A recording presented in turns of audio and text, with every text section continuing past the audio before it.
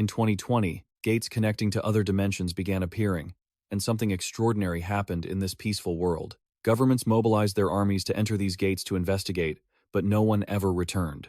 Then, monsters started pouring out of those abandoned portals. With overwhelming power capable of crushing any modern weapon, the monsters began slaughtering humanity everywhere. But then, supporters those granted supernatural powers and superior skills emerged. With hunters at the front lines, humanity finally began to fight back.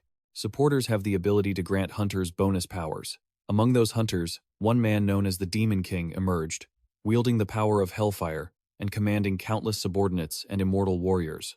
Through the unique traits of a player who grows stronger by hunting, he gradually became powerful. However, the 12 great heroes, considered godlike, feared this man and his power. Under their influence, the Demon King was erased from history. Those who were seen as gods created A.E. Since then, hunters have been viewed as a new subspecies of humanity, and those who cannot become hunters, they can only live as slaves. Hunters hold the power to rule the world, and just like that, 100 years have passed. In a forest, the dark-haired boy is being trained by his close brother to become a hunter. Hey, out of breath already? Bae Sung-gu sat perched on a tree, asking the boy, who was standing there panting after running a few laps around the mountain. This is my limit. I really can't go on anymore. Bae Sung-gu encouraged him, reminding him that he was the one who said he wanted to change the world. You think you can become a hunter just by having the willpower? To catch the eye of a supporter, you have to push past your own limits. Is that so? Did you have to push past your limits to find your first supporter too, Bae Sung-gu?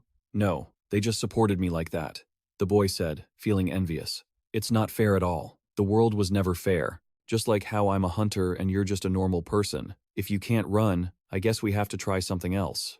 Bae Sung-gu summoned a spear and handed it to the boy. Is this a hunter's possession? I never get tired of looking at it, no matter how many times I see it. There's nothing to be amazed by. You'll understand once you become a hunter, Bae Sung-gu replied with a smile. Really? Once I become a hunter? The boy smiled bitterly. After learning the truth that my parents were murdered by a hunter, you gave me that book as a keepsake. It's full of all the absurd lies hunters made up, and I want to change that. You've helped me all these years, but looking at how things are, I guess I'll never be able to become a hunter. Becoming a hunter just like A.E.'s teachings, I guess, that's destiny. Nonsense. Bae Sung-gu playfully hit the boy. Don't worry, you'll become a hunter. I promise. Anyway, do you still have that book? You keep asking me that. Of course I do. It's the keepsake my parents left me. You said it was a memoir of a forgotten hero, the one erased by the 12 great heroes. Right? You ask about it so often that I've memorized it by heart. If only he were still alive, maybe the world would be a better place. While the boy and Bae Sung-gu were talking, a girl in the sky watched them from afar. Found you. With those words, she reached out her hand and fired a stream of purple light toward them. Bae Sung-gu felt the magic almost instantly. Seeing the purple light streaking right toward him, he cursed under his breath and shoved the boy away. Just seconds later, a massive explosion rocked the exact spot where Bae Sung-gu and the boy had been standing. Before the boy could even understand what was happening, he suddenly saw a girl from the sky land right before his eyes, leaving him terrified. A hunter? What is a hunter doing here? The girl glanced at the boy. If you looked closely, you could see her eyes turning purple. Kneel. The boy instantly knelt. It wasn't that he was obeying her willingly. Some kind of power was controlling him, forcing his body to move to her will. Right after that, several beams of light arrived, and the figures in black who appeared immediately knelt, saying reverently, "Greetings, ruler of A.E. Lady Athena." The name Athena made the boy even more terrified. With the highest rank, a ruler of A.E., one of the 12 founding gods. What was she doing here? He couldn't have gone far. Capture him and bring him to me. As you command, my lady. The group in black replied in unison and quickly left to carry out the mission. Finally caught this guy. Too bad. But Athena looked at the boy. Who is he? I can't feel any magical power coming from him at all. At the same time, the boy was silently praying that the Demon King's memoir he was carrying held the dirty secrets that the 12 heroes wanted to hide. I hope she doesn't notice and just leaves. Humph, just a low-class slave, Athena said, turning her back on the boy. Has she left? The boy was wondering, when suddenly his body was released. He thought he had escaped, but as soon as he looked up, he saw Athena standing right there in front of him, looking at him with judgmental eyes. I almost missed it. I can feel magic emanating from you, even if it's just a faint trace. Your heart is pounding, and your breathing is ragged. Seeing the way you're stiffening up, I guess you have something you can't show me, don't you? Take out what you're holding and confess what it is. My body is moving on its own. Is this a god's command? Stop. If she finds this book, I'm done for. Ignoring the boy's inner plea, his hand was manipulated against his will. He pulled the book from his pocket and held it out. It's a book, the boy said, cursing inwardly. Damn it, my body won't listen to me. A story about how the Demon King was actually humanity's true hero. E. Doesn't want the world to know the story of the Demon King. Everyone associated with it will have to be sacrificed. If things get worse, the whole neighborhood will be wiped out. That's how E's power works. They eliminate everything that doesn't please them or stands in their way. I can't give her this. Please, just as Athena was about to touch the book, it suddenly flipped open, and a surge of magical fire erupted. Athena barely managed to conjure a shield in time, luckily escaping injury from the fire. At that moment, her eyes lit up as she shouted, "Found it! It's the Demon King's memoir.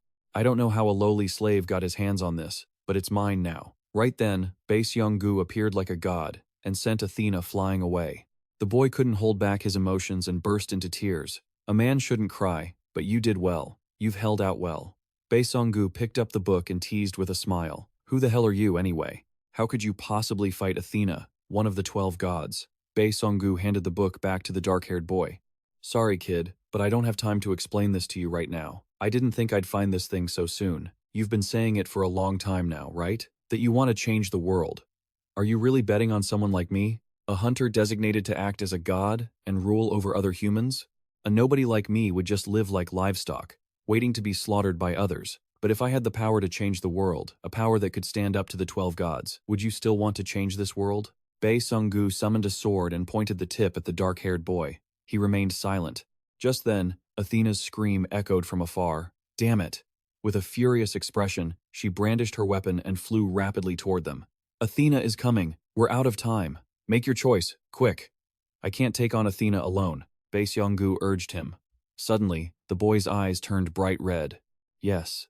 If I had that kind of power, I would change this world. Good. Bae-seong-gu smiled with satisfaction, then suddenly thrust his sword through the boy's chest. If we meet again, try to play nice. What are you talking about? Damn it. His body, with the sword still in his chest, hovered in midair and slowly faded away. Contract executed. As per the contract, the fallen angel will sponsor you. When the boy regained consciousness, he found himself teleported into a cave. Seeing his body completely unharmed, he couldn't help but be confused. What just happened? I was clearly stabbed. But there's not a single scratch on me. My body, it feels different. The power flowing inside me, and that voice saying I've been sponsored. Have I become a hunter? And where exactly am I? Magical energy was coursing through his body. Could he be inside a gate? As he was silently wondering, he suddenly heard footsteps not far away. He quickly hid behind a rock to assess the situation. It turned out to be a goblin, wandering around looking lost. Damn, I knew it. I'm inside a dungeon gate. Goblins are the lowest level monsters, but they're more dangerous than people think. That's why they're called the newbie hunter-killers. With their acute sense of smell, keen hearing, and reckless hunting style, they've caused many fresh hunters with little intel to lose their lives.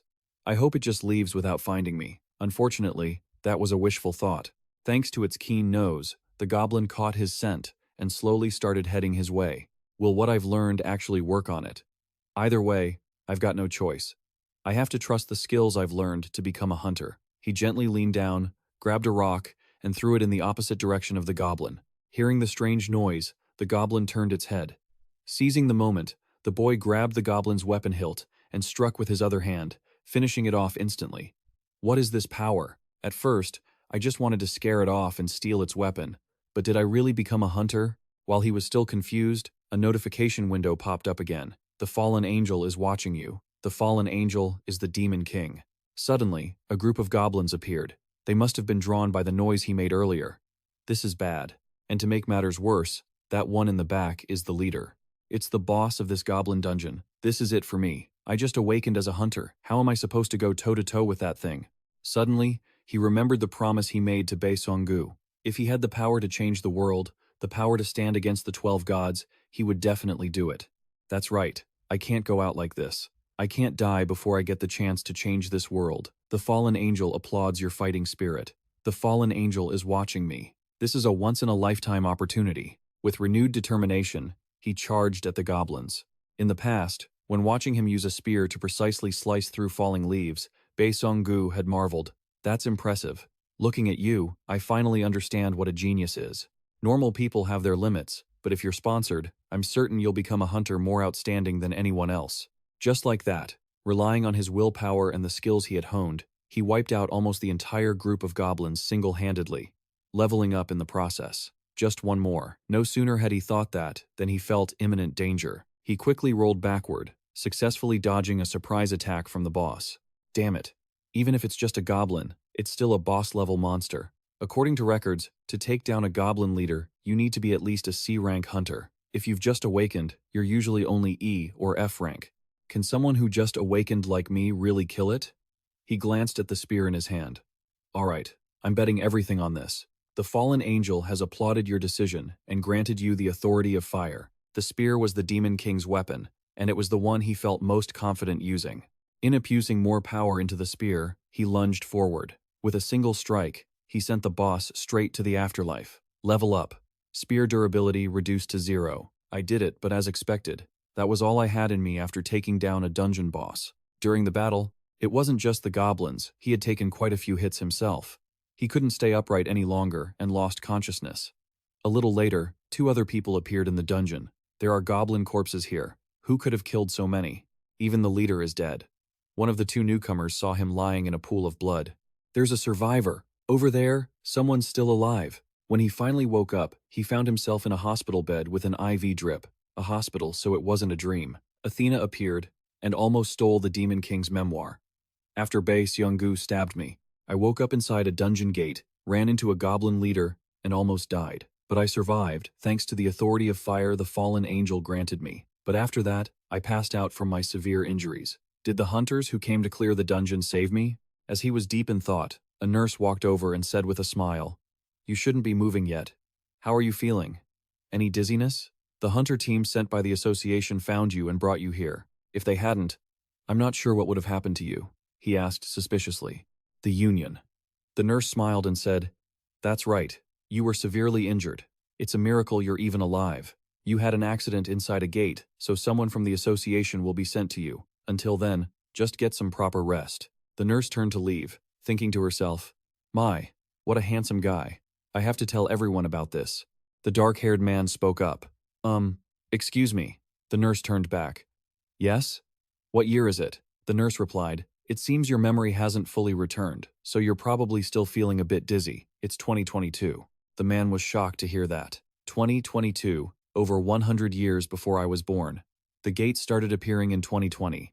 2022 is when special hunters started making a name for themselves, the era of heroes. Suddenly, the words of Bae Sung-gu echoed in his head again. Hunters started calling themselves gods and dominating humanity. People without power, like me, were forced to live like refugees, living on the edge, waiting for death.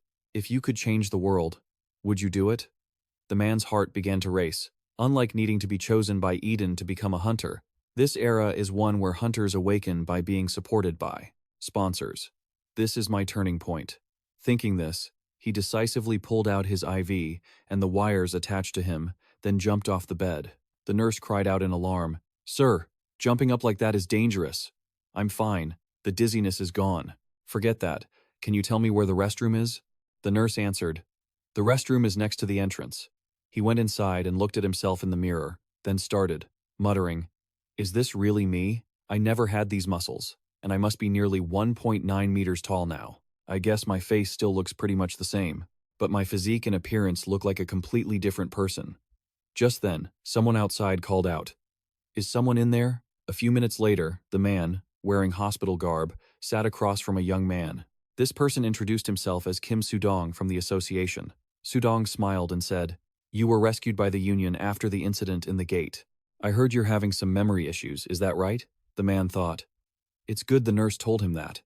So, with an emotionless face, he replied, "That's right." Sudong asked, "Can you tell me what you remember? Your name, family, how you got into the gate, or anything else?" After he was transferred to this hospital, both the hospital and the association tried to get information out of him. But of course, they couldn't find any info on him. No name, no family, nothing at all. He thought, There's no way my information from the future would exist here. They said that memory loss could happen after an accident in a gate or after awakening as a hunter. Then, he smiled and replied, I'm 23. My name is Lee Joon-kyung. I can't remember anything else. Just as he, now Joon-kyung, was about to say his name, for some reason, the title Demon King popped into his head. For some reason, he had confused his own name with the Demon King's, but he felt like that was the right thing to do. Hearing his reply, Sudong sighed, looking troubled. This is a big problem. He looked at Joon-kyung and asked, if that's the case, did you feel anything while inside the gate? Joon-kyung answered, I heard a voice. I will sponsor you. That's what I heard. Hearing this, Sudong's hands on the table tightened slightly. After a few seconds, he spoke up. I see. It seems you have become a hunter. Mr. Lee Joon-kyung. Do you remember anything about hunters? I don't know either. I remember they are special people who were chosen. Sudong stood up, saying, Thank you for talking with me. After this, there might be others who will come, but the association will contact you later. Then, he suddenly bowed deeply. I know you must be very confused, but you have become a very essential and important person to this world. I wish you the best. The conversation ended, and Sudong took his leave. Joon-kyung stood by the window looking down at Sudong in the parking lot, muttering, He's not a bad guy, is he? Then, he whispered, Status. Immediately, a system window appeared before him. Status window. Name, Lee Joon-kyung.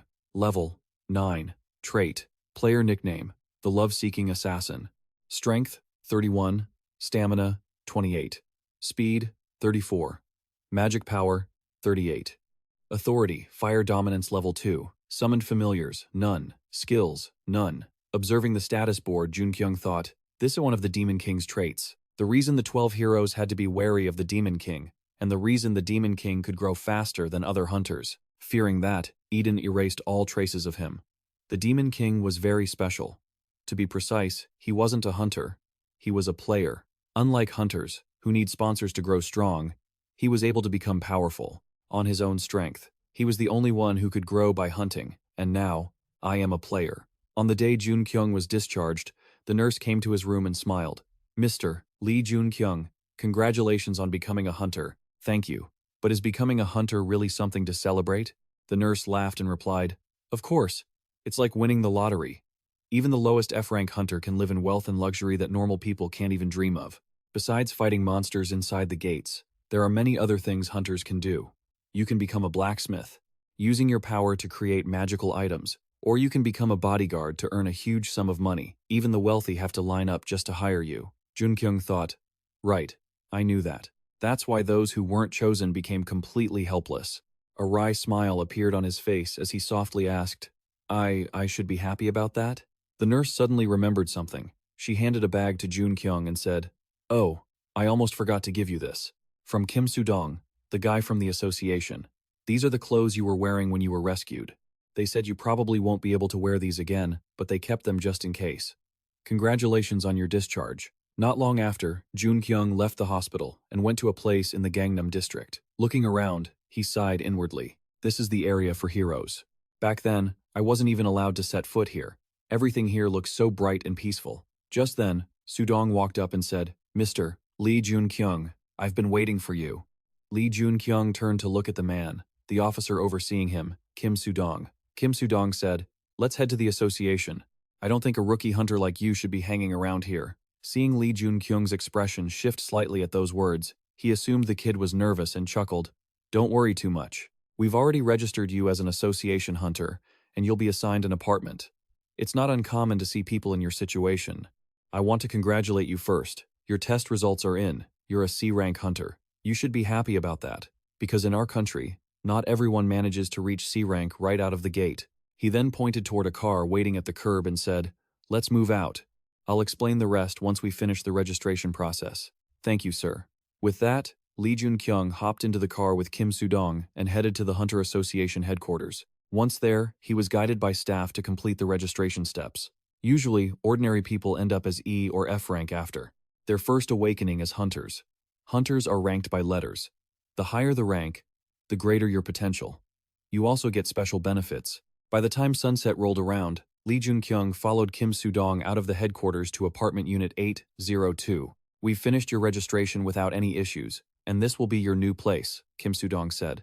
Lee Joon-kyung opened the door and stepped inside. The next second, he was stunned by everything he saw. It even made him a bit emotional, his eyes welling up with tears. Kim Soo-dong was standing behind him, so he didn't notice.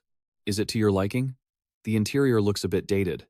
Lee Joon-kyung replied, Yes, I love it.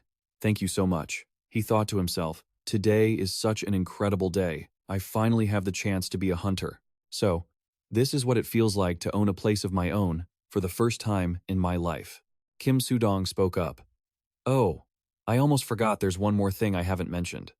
There are some people who want to meet you. Mr. Lee Joon-kyung. Hearing that, Lee Joon-kyung panicked slightly. He whipped around and asked, Meet me? At the same time, he worried inwardly. Who could it be? There's no way anyone knows I'm from the future. Kim Soo-dong was quite surprised by Lee Joon-kyung's overreaction. Still, he answered, It's the guild leader of the union who saved you. It seems he's very interested in you. You can decline his request if you feel uncomfortable with this meeting. The union guild leader? Lee Joon-kyung asked. That's right, they're a pretty vibrant group that's been drawing a lot of attention lately. The union? Lee Joon-kyung thought for a moment and replied, All right.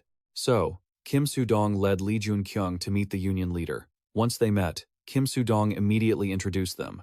First, he gestured toward Lee Joon-kyung and said, This is Lee Joon-kyung. Then he pointed to the bald man, and this is the leader of the union, the guild that saved you. The bald man spoke up. Let me introduce myself.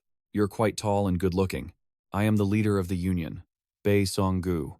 As for Lee Joon-kyung, from the moment he met Bae Song-gu, he didn't say a word, just stared intently at the man's bald head. He thought to himself, It's really him, that bald head.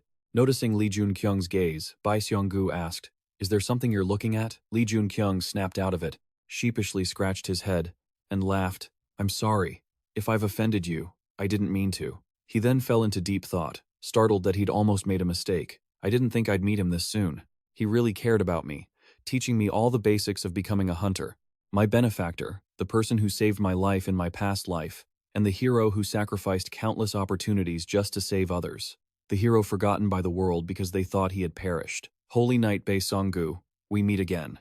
Bae Song-gu didn't know what Lee Joon-kyung was thinking. He just smiled and said, It's all right. Have we met before? You seem a bit familiar, Lee Joon-kyung replied.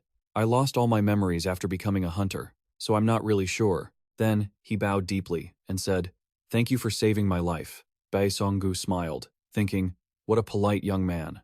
That night, Lee Joon-kyung lay in bed thinking, This is reality. But what happened to my body? It feels like a completely different body. But my moles are still in the same place, so it's definitely mine. The player. The Demon King was an insanely powerful hunter. He was also a forgotten hero. Why do I possess his powers? I got them because the fallen angel sponsored me. In my past life, the fallen angel only sponsored one person. So, what happened to the Demon King? I don't know. I don't think I'll find that answer right now. I've returned to the past and gained the godlike power that so many people crave. I've been gifted power, a power that can change the world. The next morning, in a room at the Hunter Association headquarters, Lee Joon-kyung and the others were waiting when a man with 3 scars on his cheek walked in and introduced himself.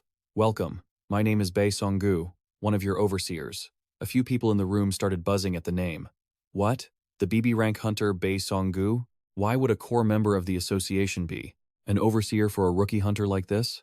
This meant someone here had caught the association's attention. The others realized this and started getting excited. This is my chance. If I can get his attention, I might be able to join a guild or something.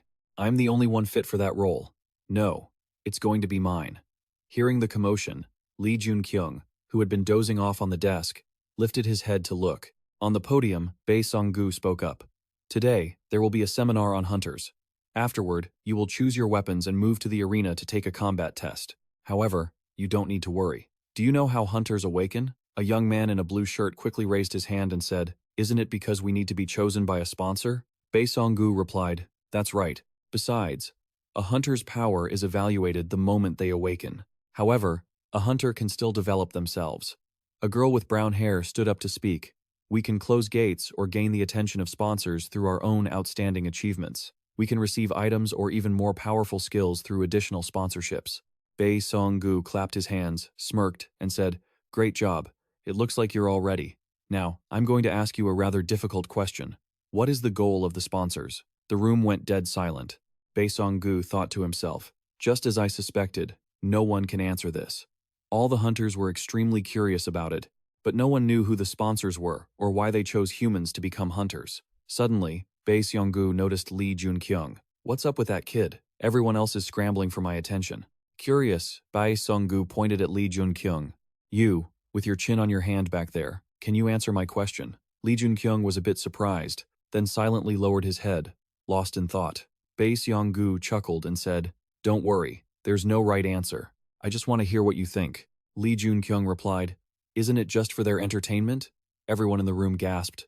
What did he just say? Bae Song-gu asked, "What do you mean by entertainment?" Lee Joon-kyung answered, "You pick a character, tell them to go hunt, and you get entertained when they level up and grow stronger. It's just like a game to them." Bae Song-gu's jaw dropped. What an incredible way to look at it, he thought. Meanwhile, Lee Joon-kyung mused. The Demon King once theorized that the sponsors view this world as nothing but a game, and because of that theory, he ended up dead, even after achieving supreme power. This might just be the sponsors' biggest secret. A while later, at the testing area, Jiang-shu looked at the brown-haired girl and smiled. "You chose a sword? A great choice. Are you ready?" The brown-haired girl, focused, gripped her sword tightly and said, "Yes, I'm ready.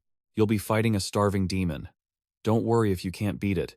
I will set the conditions for you to pass the test. Do you agree?" The brown-haired girl smiled. "I agree. Don't be too nervous. It's been brainwashed to have no intention of killing humans or causing fatal wounds. The official test starts now." As soon as he finished, Jiang-shu pressed the remote to open the gate. A second later, the starving demon lunged out, screaming as it charged straight at the girl. The girl proactively charged forward and swung her sword, but the demon dodged and slashed her arm with its claws.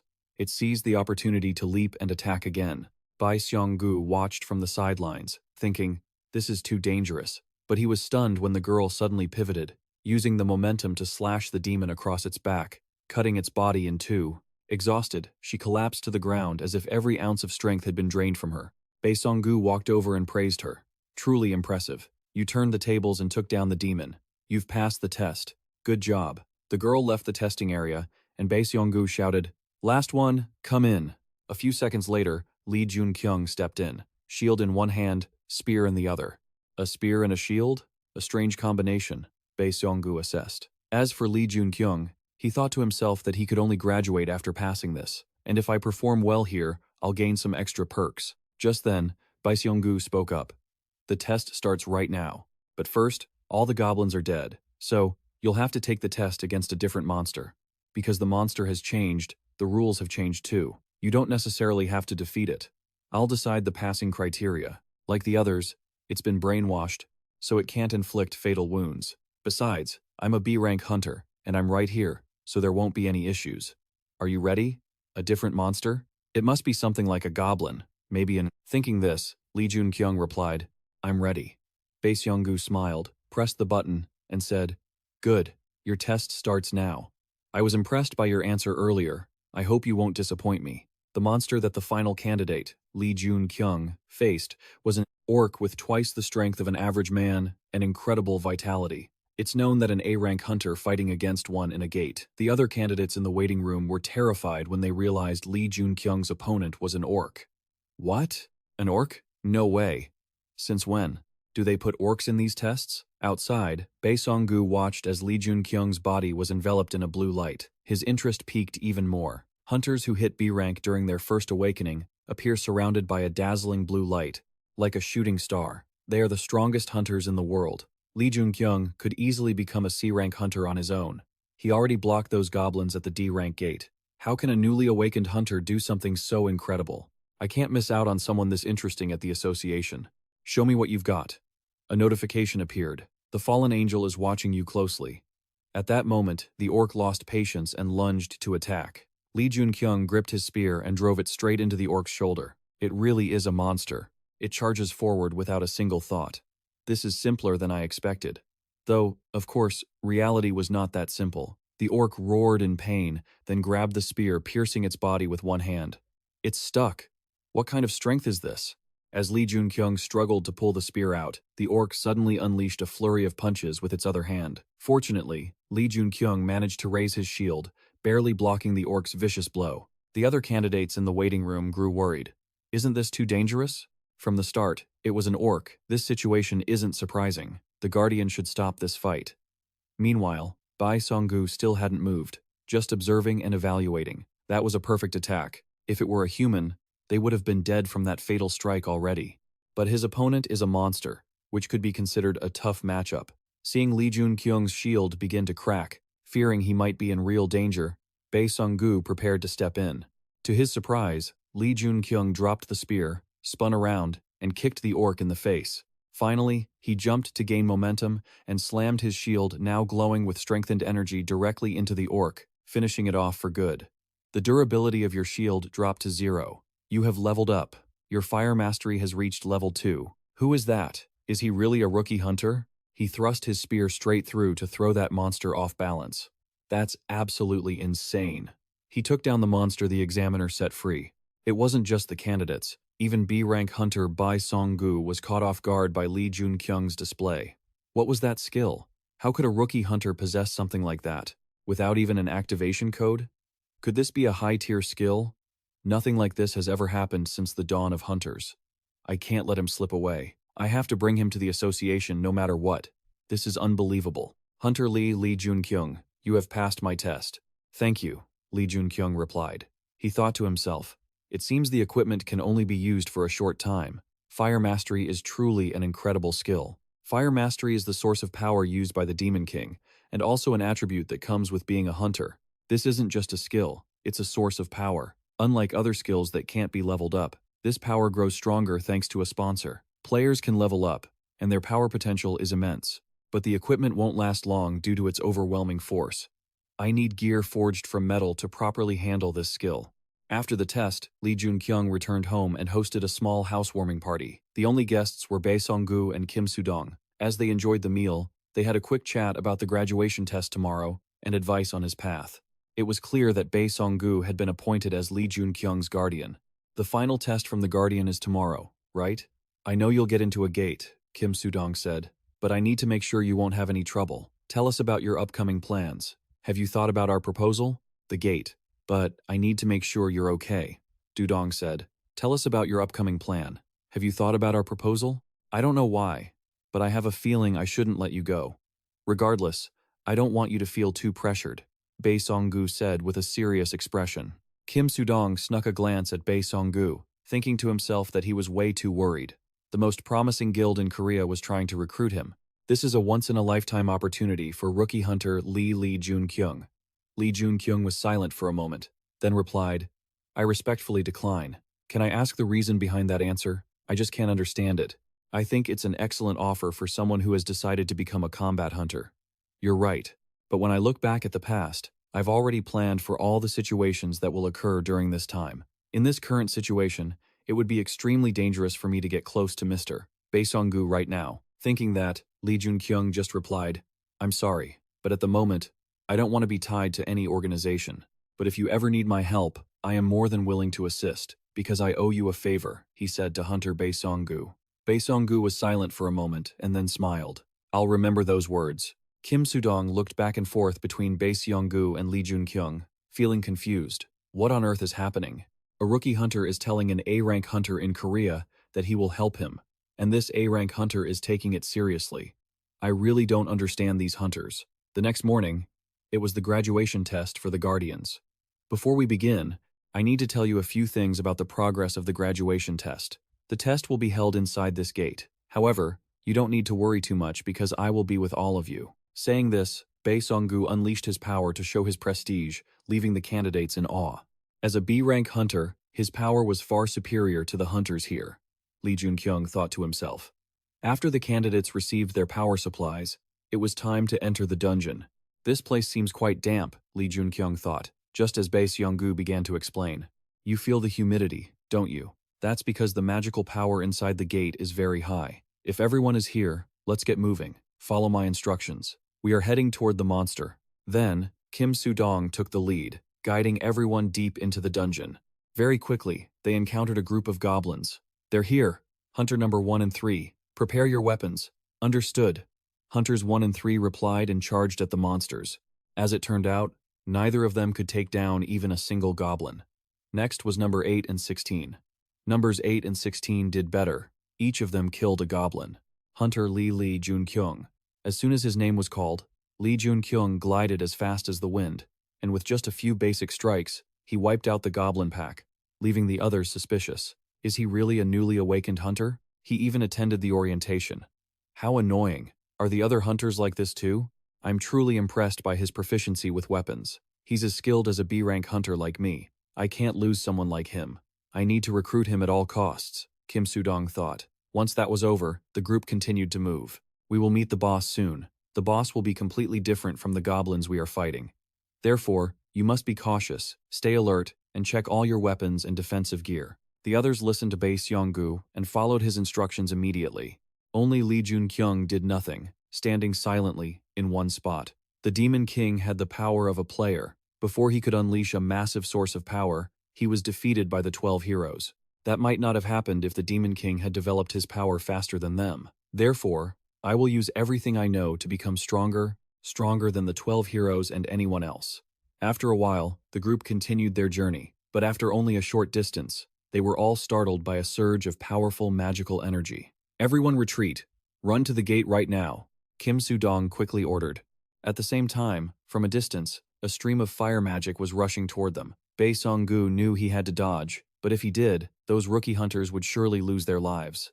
Damn it! Cursing, Bae Seong-gu used his Venom Fang skill to counter the fire magic, but that was only a fraction of the destructive power. The snake's fangs couldn't completely eliminate it. What happened to the rookie hunters? Worried, Bae Seong-gu quickly turned his head to check. Seeing them safely standing right behind Lee Joon-kyung, Bae Seong-gu exclaimed in shock. Unbelievable, Hunter Lee Joon-kyung. Lee Joon-kyung humbly replied, No, Hunter Bae Seong-gu held them off so well, that's the only reason we're safe. Suddenly, a system window popped up right in front of him. Fallen Angel has a request. Defeat the great goblin sorcerer. At that same moment, the others also caught sight of the monster that had just attacked them. The rookie hunters screamed in terror. It was a great goblin sorcerer, a monster that could easily take down a B-rank hunter. This was clearly way beyond the pay grade of low-ranking hunters. Is the ranking system broken? Run for your lives. The only one who could possibly handle this was Bae Seong-gu. Bae Seong-gu, however, was much calmer. He spoke up. This isn't an easy opponent. Can you all head out of the gate and get in touch with the Hunter Association for me? Lee Joon-kyung stepped up beside Bae Seong-gu. Hunter Bae Seong-gu. I want to fight it too. The rookie hunters looked at him, completely stunned. Bae Seong-gu looked at Lee Joon-kyung seriously and warned him. Don't be so overconfident. I know you can take down those goblins and that boss monster, but the great goblin sorcerer relies on magical power, not physical strength. They have magic skills that can go toe-to-toe with B-rank hunters. Lee Joon-kyung replied. The great goblin sorcerer. B-rank opponents are typically advised to level up their core skills. Fire arrow, fireball, wall of fire, and fire shield. I know it's a powerful monster, and I know how to counter it. Aren't the Guardians monsters meant to be faced by the rookie hunters? Give me a chance, Bae Seong-gu thought to himself. What is this blind confidence? Then he said, Fine. Instantly, a notification appeared before Lee Joon-kyung. Quest started. With that, Lee Joon-kyung moved toward the great goblin sorcerer alone. The sorcerer immediately fired several fireballs at him. Lee Joon-kyung raised his shield and blocked every single fireball. The rookies gasped. I can't believe it. The fireballs were completely blocked. Bae Seong-gu was startled, thinking, he didn't just block it, he absorbed it. How is that even possible? The battle raged on. After Lee Joon-kyung used his shield to deflect the fireballs, the surface of his shield was still covered in flames. A smirk tugged at his lips as he charged straight at the great goblin sorcerer. Seeing this, the great goblin sorcerer cast another spell, causing consecutive explosions on the ground. Seconds later, a sea of fire formed a wall between the sorcerer and Lee Joon-kyung. The rookie hunters cried out, We were wrong, we can't even get close to it. We're going to get hit by long-range magic and won't be able to fight back. At that moment, Lee Joon-kyung made his move. He pointed his spear toward the sea of flames and whispered, Part. Then, in front of everyone's disbelieving eyes, the sea of fire actually split, creating a path. The fire control is incredible. Lee Joon-kyung didn't hesitate to rush toward the great goblin sorcerer. The spear in his hand was quickly engulfed in flames. The great goblin sorcerer shrieked and created a defensive magic circle in front of him, but it wasn't enough. Lee Joon-kyung shouted and delivered a series of rapid thrusts. The defensive magic layer shattered in an instant, and the great goblin sorcerer was blown to pieces by Lee Joon-kyung's attack. He actually did it? A rookie actually accomplished something this extraordinary? A super rookie? He's a super rookie. This is the birth of a super rookie. Amidst the cheers of the rookie hunters, Lee Joon-kyung stood there, lost in thought. He was busy checking the system window that had just appeared. Quest completed. The fallen angel is amazed by your incredible feat.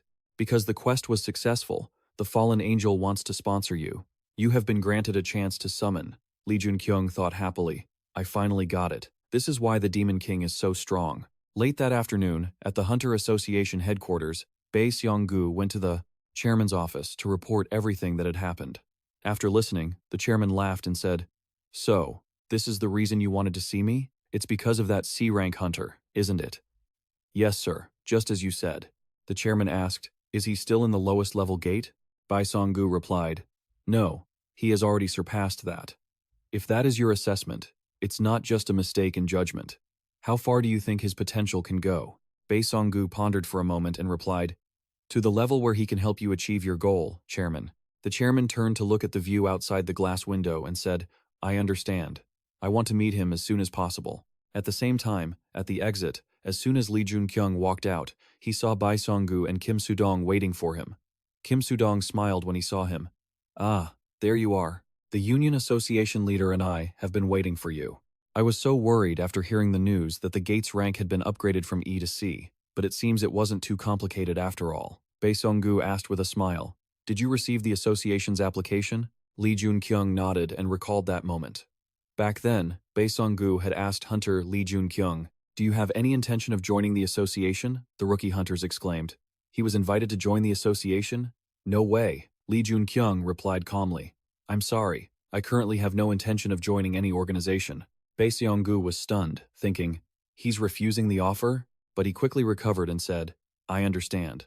Lee Joon-kyung didn't say anything more. He thought to himself, "If I join the association, I'll definitely grow faster. However, if I join, I won't be able to hide anything from them. And since he is in the association, I don't want to have any connection with him. He is one of the people I must avoid at all costs." At the same time, an image of a man flashed through his mind. And this person was none other than the chairman of the Hunter Association. Returning to the present, Bae Seong-gu asked him if there was any food he liked. Hearing that, Lee Joon-kyung was a bit pensive.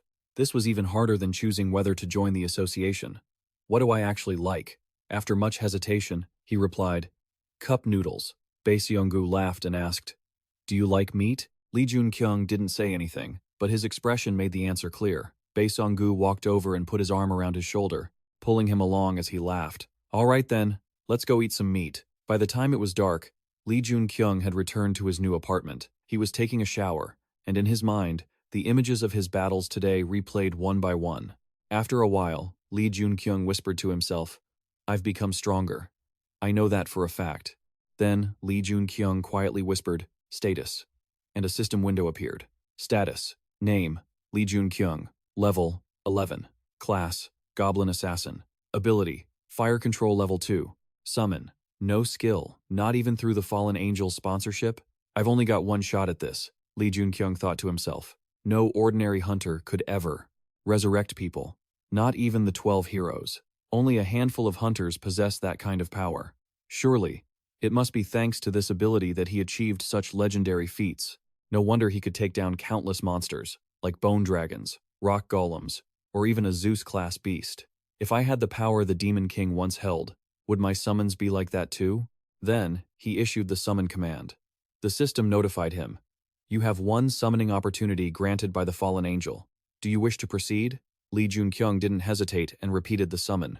The next morning, Kim Soo-dong arrived at Lee Joon-kyung's apartment. As soon as he walked in, he pointed at his phone screen, laughing. "Hey, Hunter Lee Joon-kyung, look at this. It's talking about you, right?" Hunter Lee Joon-kyung. Lee Joon-kyung curiously glanced at the phone screen and realized it was an article about him. The birth of a super rookie. Awakened as a C-rank hunter. Taking down a boss in a gate usually only happens for hunters above B rank. Kim Soo-dong smiled and asked, "I heard you took down a great goblin witch, right? How the heck did you pull that off? Why didn't you tell me yesterday?" Lee Joon-kyung thought to himself that he'd made the headlines, but none of his personal details had been leaked. Still, high-ranking officials in the association definitely would have heard about it. Seeing Lee Joon-kyung silent, Kim Soo-dong kept talking. Lately, hunters seem even more popular than celebrities. Though, you don't seem interested in that, do you? Hunter Lee Joon-kyung. Lee Joon-kyung spoke up. More importantly, there are a few things I need to ask you. What is it? I want to join a dungeon raid. As time passed, Lee Joon-kyung was now in a dungeon, battling monsters. One by one, the monsters were wiped out by his hand. By the time the boss appeared, Lee Joon-kyung finished it off in just one move. The system notified him, "The fallen angel is very pleased with your actions. You have leveled up. You have cleared the dungeon." Lee Joon-kyung looked at the skull-shaped bracelet he'd summoned yesterday, sighing to himself. Still no reaction. Even after killing those monsters and clearing the whole dungeon, how am I supposed to use this thing? The skull holds a soul, but there's no soul inside, so it can't function, Lee Joon-kyung muttered under his breath. A summoning ability must surely have immense power or some special capability, but this one doesn't contain a soul. Did I think it was a monster soul? Was I wrong? With those worries on his mind, Lee Joon-kyung left the dungeon. Kim Soo-dong was waiting outside. As soon as Lee Joon-kyung stepped out, he stepped forward to congratulate him. Congratulations, you finished your 4th dungeon raid. If you want to auction off any items, please leave them with us. Lee Joon-kyung gestured to the side, and a pile of loot instantly appeared, crashing to the ground. Kim Soo-dong laughed. Looks like you've hit the jackpot with all these items. That was fast. Once the items are auctioned off, the payment will be sent to your account. Lee Joon-kyung asked, "When does my next dungeon start?" Kim Soo-dong replied, I'm sorry, but there are no dungeons available for reservation." Lee Joon-kyung was stunned, thinking, this is a world full of trouble, with gates that won't stop opening, and yet there isn't a single gate to reserve? He immediately asked, I don't get it. Is something wrong? Recently, a guild has been trying to make a name for itself. Their organization alone has monopolized over 20 low-rank gates. Lee Joon-kyung pressed on. Even if they're low-rank gates, is it really allowed for a single guild to reserve over 20 of them? You're right. Normally, the association wouldn't allow that kind of monopoly. But since the dungeons were already cleared, they had no choice but to accept it. Hearing this, Lee Joon-kyung suddenly remembered something. He grabbed Kim Soo-dong by the shoulders, panicked, and asked, Don't tell me the guild leader is it Choi Yeon-sung. Kim Soo-dong was surprised. Oh, right. How did you know that? You're spot on. It's the Northern Guild. It's run by Mr. Choi Yeon-sung, who became a hunter just before you and was also called a super rookie. Getting the answer, Lee Joon-kyung's eyes widened. He'll soon achieve fame as a hero and start spreading his name as a subordinate of the 12 heroes. But above all else, he'll brutally massacre people and become a tyrant. The War King, Choi Yeon-sung. So, we finally have to meet. Kim Soo-dong stood there, stunned. You're right, it's the Northern Guild, run by Mr. Choi Yeon-sung, the one who became a hunter before you, also known as a super rookie. Lee Joon-kyung looked worried. He's known as a future hero, one of the 12 heroes' famous subordinates. But to us, he's a bloodthirsty tyrant. With that savage face of his, he's dubbed the War King, Choi Yeon-sung. He stood there, lost in thought. So, we finally have to meet. That year, on a day when the rain poured down relentlessly, shadowy figures stood high up, looking down at the village scene. A group of people holding banners marched through the rain, chanting in unison, demanding they stop construction to protect their right to live. A subordinate stood behind him and reported, Sir, the riots are spiraling out of control. What should we do now? He frowned, annoyed. It's just a bunch of nobodies. If we destroy their homes, they'll retreat on their own and find somewhere else to build. Why should we pay any attention to the existence of such trash? Griping his weapon, he growled. It's a blessing enough that these low-life slaves are still breathing. With that, he leaned forward slightly, pointing his weapon downward. His sword radiated immense power. The rain grew heavier, and houses, trees, and fields seemed to be wiped away. The rain wouldn't let up. The rising water submerged everything, leaving only a few high-rise buildings above the surface. Back in the present, he walked alone down the street with his hands in his pockets, his gaze distant. As he walked, he thought, after that incident, more than half the people in my village died tragically. What a horrific catastrophe. Suddenly, Lee Joon-kyung heard a commotion, and a loud, aggressive voice barked, Stop right there. He quickly turned his head, holding his phone up with the case facing outward. A man was trembling on his knees before two thugs. He cried out, How could you do this? Just because you're hunters? The guy in the t-shirt didn't say a word, just kicked the cart over. The man begged desperately, Please, just stop. Helpless, he buried his face in his hands and sobbed. Lee Joon-kyung, who had just appeared right behind him, spoke up. Hey, You guys, what the hell do you think you're doing? Those two guys started and looked over. The one in the t-shirt frowned and asked, "Who are you?" Facing their hostility, he spoke up clearly. "I heard a commotion and came over. Did you two bully this person?" The guy in the t-shirt glared and growled. "Are you crazy? How dare you talk to me like that?" He stared him down and retorted, "Aren't you the one who started this?" They felt the energy he was radiating and grew fearful. Hunter Lee Joon-kyung turned to him and asked, "What's going on?" The t-shirt guy answered, "Oh, you want to know? This old man hurt my golden precious body with that piece of junk cart." He smirked and added, "He grinned at me, so I was just asking for compensation." The old man shakily stood up to argue, "What nonsense are you talking about? You were the ones who knocked over my cart and started picking a fight with me first." He gritted his teeth. "Why on earth did you knock over his cart?" The t-shirt guy started charging up his energy and replied nonchalantly, "You're a hunter too, so you should know that anyone who attacks or opposes me is an enemy. So what if I knocked over his cart? You should take a look at yourself." His eyes were sharp, and he gave a sinister laugh. "I feel like you're looking for a fight with me." Lee Joon-kyung calmly warned him, "If you've gone this far, just shut up and get lost." Holding back his temper, he continued, "I'll let you go, since you haven't harmed the old man yet." The t-shirt guy, furious, charged forward, shouting, "You bastard, how dare you order me around?" He swung his fist at him. He nimbly touched the guy's arm and shoulder, grabbed his wrist, and used his momentum to flip him over. His face remained calm as ever. As the t-shirt guy lay sprawled on the ground, his eyes widened in surprise. It turned out the other one was holding a short sword. He lunged to attack. Lee Joon-kyung spoke up. "I didn't expect to see a weapon in a place like this. You seem pretty confident about what's coming, huh?" The guy angrily probed, "You haven't joined a guild yet, right?" As he attacked, he insisted, "We're on a whole different level compared to trash like you." He prepared his arm strength to fight back. He punched the guy hard in the stomach, sending him flying into the air before he landed and hit the ground, just like his partner. Standing over the two failures, he said, "If you hadn't said anything, I would have thought that guild was your mother or something." A while later, the streetlights turned on. A guild member arrived to escort them away. The t-shirt guy was furious. "Do you have any idea who we are? You bastard, that guy attacked us first." Seeing them get into the vehicle, Kim Soo-dong spoke up. "Hunter Lee Joon-kyung, thank you for resolving this situation." He replied, "That was a serious insult to hunters who have no intention of harming civilians." Kim Soo-dong happily added, "We've all witnessed it now. This is something the guild should have been concerned about. Thank you for your help." While he was talking, his expression turned thoughtful. Watching him presenting the case to someone else, Kim Soo-dong slowly realized the problem and asked, "Are you worried that their guild will try to take revenge on the old man from earlier? The guild will protect him and ensure he comes to no harm."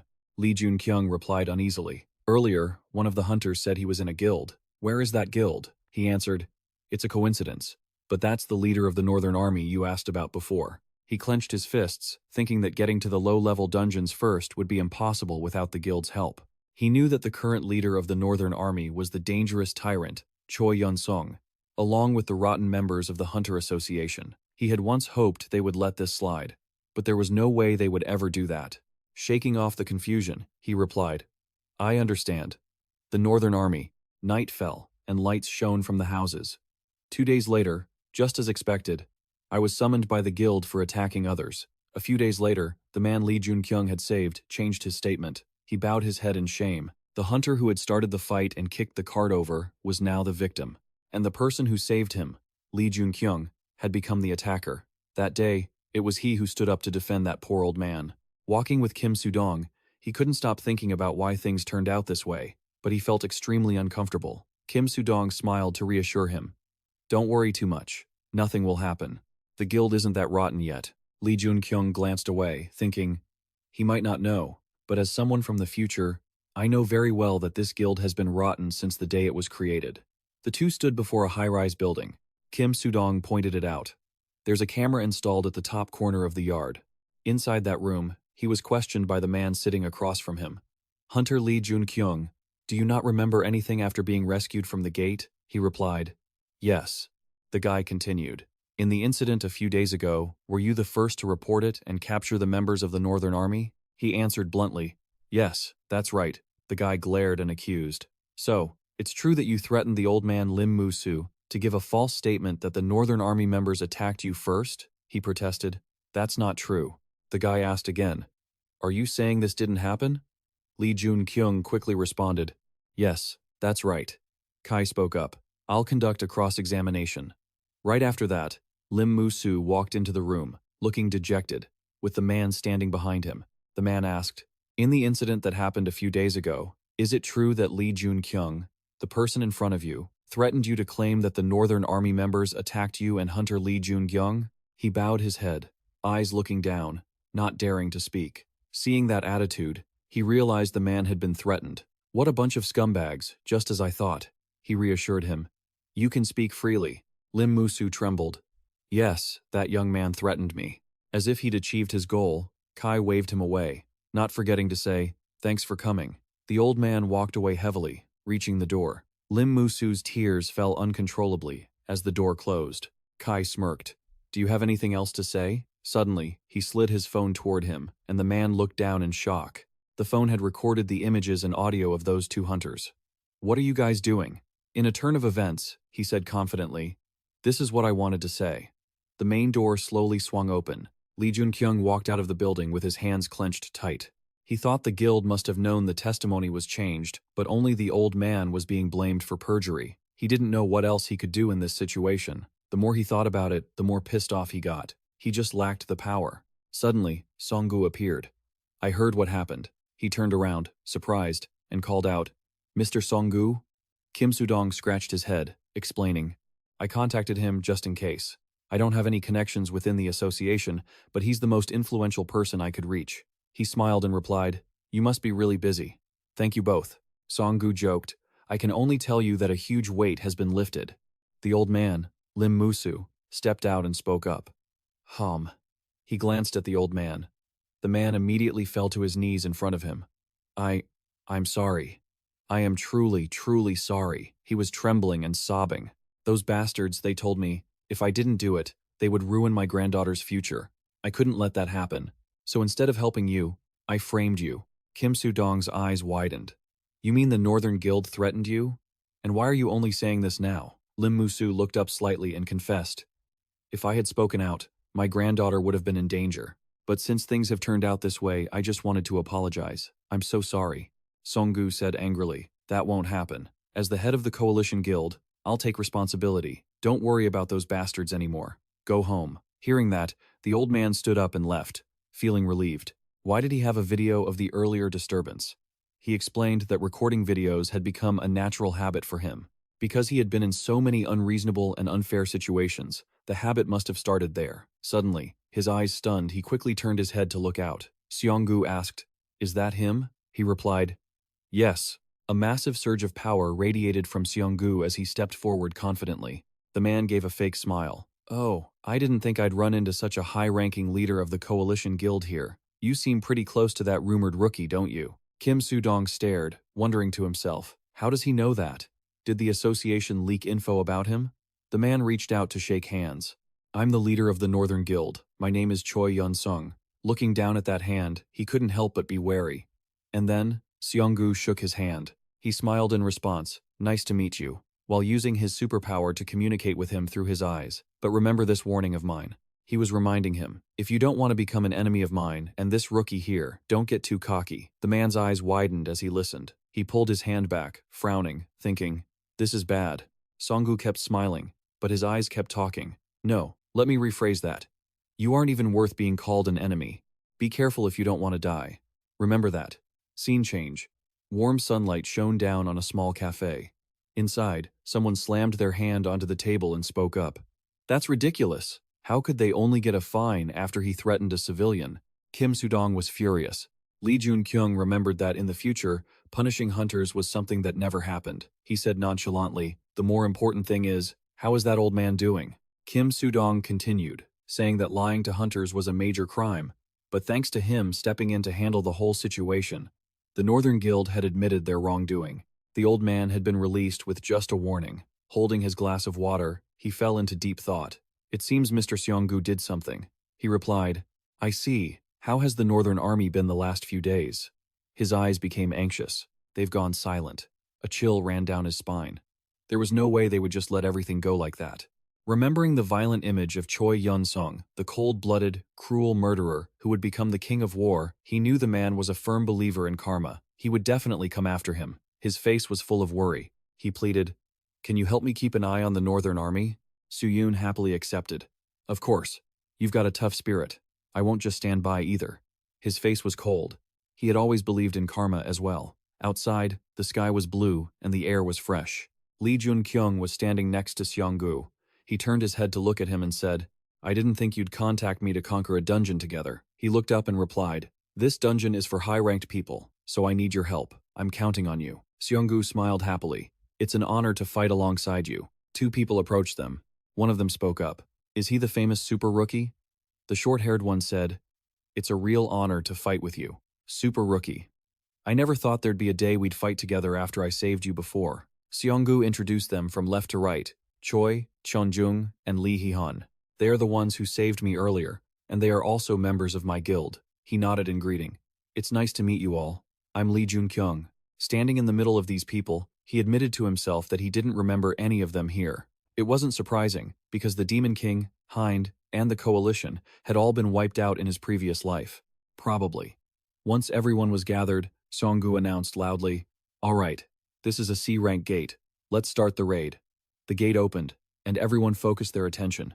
In another location, a painting of a ferocious tiger face hung on the wall of a large room with 3 people inside. The redhead turned, irritated. "Are we just going to let it slide like that? This is where we started expanding our territory." He was the Choi Yun-sung Guild vice leader, Choi Jo-hoo. The masked person replied, "Isn't it more important to stabilize the territory before expanding?" He continued his presentation. "Doesn't this incident make our guild members look like they've lost control?" He was the other vice leader, Dong In-jung. Choi Yun-sung glared. "Nonsense. Those guys aren't wrong. Civilians are just bugs living off of hunters. What makes you think we should bow down and apologize to insects like them?" The eyes behind the iron mask glowed. Dong In-jung growled, "What did you just say?" Choi Jo-hoo gripped the armrest, his eyes filled with rage. Want to have a go at me?" The two of them sat opposite each other, glaring like bitter enemies. Seeing this, Yeon-sung shouted, "Stop!" He waved his hand, signaling that Ju was right. As if understanding, Dong In-jung sat still without resisting, while Ju smirked triumphantly. Choi Yun-sung explained, "Since they messed with our guild, we have to apply punishments corresponding to what they did. I'm also interested in that kid." Dong In-jung stood up abruptly. "Guild leader," he glanced over. "That person also said the same thing to me. It seems that person is also interested in that arrogant guy." Turning his face away, Dong In-jung wondered, "That person couldn't be." At this point, he smirked. "That person said they would soon set the stage for us and asked us to wait for the signal, because failure is not an option for this northern guild." Outside, surrounded by lush trees, a gloved hand brushes against a red streak on the ground. The girl from the Alliance Guild reports that the traps have been cleared, and he can proceed without any issues. A notification pops up on his screen. "You have seen what you shouldn't have," he chuckles. Bae-sung-gu takes the lead and calls back to the group. "Let's keep moving." They all advance into the dense brush, weapons at the ready. Suddenly, arrows rain down out of nowhere. Reacting with lightning speed, Lee Hee-han uses his ability to turn the earth into a solid barricade. Another guild member unleashes a massive fireball, the flames roaring intensely. Lee Joon-kyung watches intently, thinking to himself, "Truly incredible, I still have so much to learn from them. I can't believe I'm seeing hunters in real combat." Bae-sung-gu raises his sword, leaps high into the air, and brings his blade down in a crushing strike against the monsters. The entire horde is consumed by the inferno. As the monsters scream, Bae-sung-gu looks like a genuine superhero. He stands behind and offers praise. "That was impressive." Bae-sung-gu glances back with a smirk. "Thanks." The boy's eyes remain defiant. "I'm the one who asked for help. So, really, I should be the one thanking you." Bae-sung-gu probes, "I hope you'll be honest with me. You must be dying to know just how powerful the Alliance Guild and I truly are, right?" The boy admits, "The Alliance Guild is decent, sure, but you're the one who's truly remarkable. Even without showing your full power, you're already at this level." Choi Cheon-jung, nearby, chimes in. "Well, we'd love to see what a super rookie's power looks like too." Bae-sung-gu looks expectant, and the boy follows suit, energy surging through his body as he grips his weapon, confident and ready to fight. He thinks to himself, "I don't need to hide my power in front of Bae-sung-gu anymore." The monsters charge in unison, their sharp spears imbued with immense power. With his fire-wielding abilities, the boy dashes forward to clash with the brutal beasts. The onlookers are stunned. He can use skills without activation codes? Did he already learn high-level techniques? He really is a super rookie. Lee Joon-kyung executes a few clean strikes, cutting the monsters in half. Bai Song-gu watches and thinks, that fire spear and fire shield, those aren't skills. Those are authorities. The system displays a series of notifications. You have eliminated the dungeon's sorcerer goblins. The fallen angel has sponsored you. Your stats have increased slightly. Back at the plaza, the group discusses the events. Cho speaks up cautiously. I guess it's no coincidence they call you a super rookie. Lee Hee-han agrees. Even the guild leader isn't at that level. Someone speaks loudly to the leader. What are you doing? Why haven't you recruited a talent like that? He smiles with a hidden meaning, turns to Bae Song-gu, and speaks. My offer still stands. As you've seen, our guild is strong, and it's only going to get stronger. He continues. From what I've observed, the journey ahead of you is going to be full of thorns. Lee Joon-kyung thinks, he hit the nail on the head. Has he already figured out my goal? And to think, I don't even have the ability to see through him. Bae Song-gu keeps pushing. Those bastards from the Northern Guild won't just sit still. If you stay with us, they won't be able to lay a finger on you. He holds out his hand, offering a deal that's hard to refuse. Join the Alliance Guild, and I'll make you the Vice Guild leader. Everyone around them gasps. Vice leader? Oh my god. Lee Joon-kyung is shocked, thinking, suddenly becoming the vice leader of the guild, but he clenches his fist, bows his head, and says, I am very grateful for your offer, but I must decline. He laughs heartily. No need to look so apologetic. I can see in your eyes that you're aiming for something much greater. The phone in his pocket vibrates softly, and he pulls it out to read the messages on the screen. The message is from the Hunter Association. We need your help to clear out a Northern Army gate, along with about 100 independent hunters. As he stares at the text, his mind races with thoughts. The Northern Army, the guild leader, won't let anyone standing in his way go unpunished. Bae Song-gu strokes his chin in thought, ordering the mobilization of the Northern Army and 100 independent hunters. Considering the scale of this hunt, the only guild participating is the Northern Army. Something isn't right. Lee Joon-kyung thinks in shock. Is the guild leader using the association? I get it now. This is where it starts. Scene shift. Elsewhere, as night falls and the city lights up, someone slams their hand onto the table. Inong sits there, wondering when things changed so much. Thinking back to the memories of the past, to his childhood friend Choi Jo-hoo and his brother, Choi Yong-sang, he feels a surge of frustration. Everything changed since they met him. Images of each person flash through his mind. The once aggressive but warm-hearted Choi Jo-hoo no longer looks at civilians as human beings. He thinks of the guild leader, who views everyone as beneath him, whether they are civilians or hunters. He feels disgusted. They're trying to kill a hunter. For that very reason, he had questioned the irrational actions involving the Northern Army. Human beings shouldn't act like this. The Northern Army is beyond saving at this point, but I can't just leave those two behind. The phone screen in front of him lights up with a few notifications. Between the conflicting thoughts in his head, justice versus friendship, the scene shifts to another space. Lee Joon-kyung stands tall and introduces himself. It's a pleasure to meet you. My name is Lee Joon-kyung. The man in the iron armor replies, I won't be introducing myself. He thinks to himself, he's got guts. I can't sense anyone else nearby. Did he come here alone to see me? Lee Joon-kyung, as if reading his mind, says, it's just the two of us here. No traps, so just relax. Inang gets straight to the point. I'm not here to talk about anything else. You must have received the mobilization order from the association. Refuse it. He looks puzzled. Why? And what if you continue? Do you know that my guild has been mobilized too? He replies immediately. I know. He speaks with genuine sincerity. You probably don't know since you only became a hunter recently, but hunters are something more grotesque than you think, aren't they? Especially the leader of our guild. He isn't the great person everyone thinks he is. Just running into him on the street is dangerous enough if you enter a gate with him. He responds coldly. Are you saying no? Are you implying he'd actually do something to me? He puts his hands in his pockets. Meeting him on the street is dangerous enough, and going into a gate with him is a death sentence. So, the Northern Army. His face turns grim. It's just a chaotic guild. He continues. Entering the gate with him is risky too. So, the Northern Army, your expression is getting scary. They're a chaotic guild. You added. There are also wicked sponsors among the good ones. They'll sponsor missions to commit murder or even mass slaughter. Guilds formed by people like that are called chaotic guilds. Dong In-jung flared up. What the hell are you talking about? You interrupted. Isn't that exactly what the Vice Guild Master, Dong In-jung, just told me? You replied calmly. If that weren't the case, you wouldn't need to warn me, would you? Your eyes lit up. I get it. Even if you've heard of chaotic guilds, You're not allowed to let it slip, because my relationship with the Northern Army was like that from the start anyway. Dong In-jung drew his sword instantly, lunging forward in a fit of rage, his voice echoing throughout the building. He roared, "You bastard! Don't you dare badmouth our guild ever again!" You didn't back down either. A thick, blue aura surged from your body. No. You should have known this already. You cleared your throat. The Northern Guild is rotten to the core. Guildmaster Choi Yong-sung and the Vice Guildmaster Choi Yeon-sung, whom you trust and serve, have changed. Ever since they met that person, the one you all serve like demons. He froze upon hearing those words, then suppressed his killing intent, falling into deep thought. Dong In-jung thought to himself, he's been a hunter for less than a month.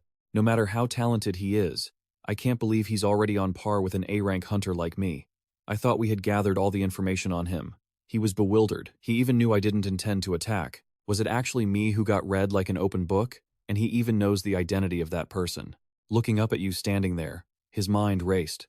Lee Joon-kyung, what on earth are you? Dong In-jung had the nickname Dragon Slayer, but he was more commonly known as the immortal Siegfried. He had killed the Demon King's son, a notoriously brutal demon. After slaying the Bone Dragon, he received unparalleled power from his sponsor. He was granted immortality. In the future, battles against the Demon King, by the order of his close friend Choi Yeon-sung, he was killed by the hero Choi Do-woo. Lee Joon-kyung thought to himself that he needed to recruit this man.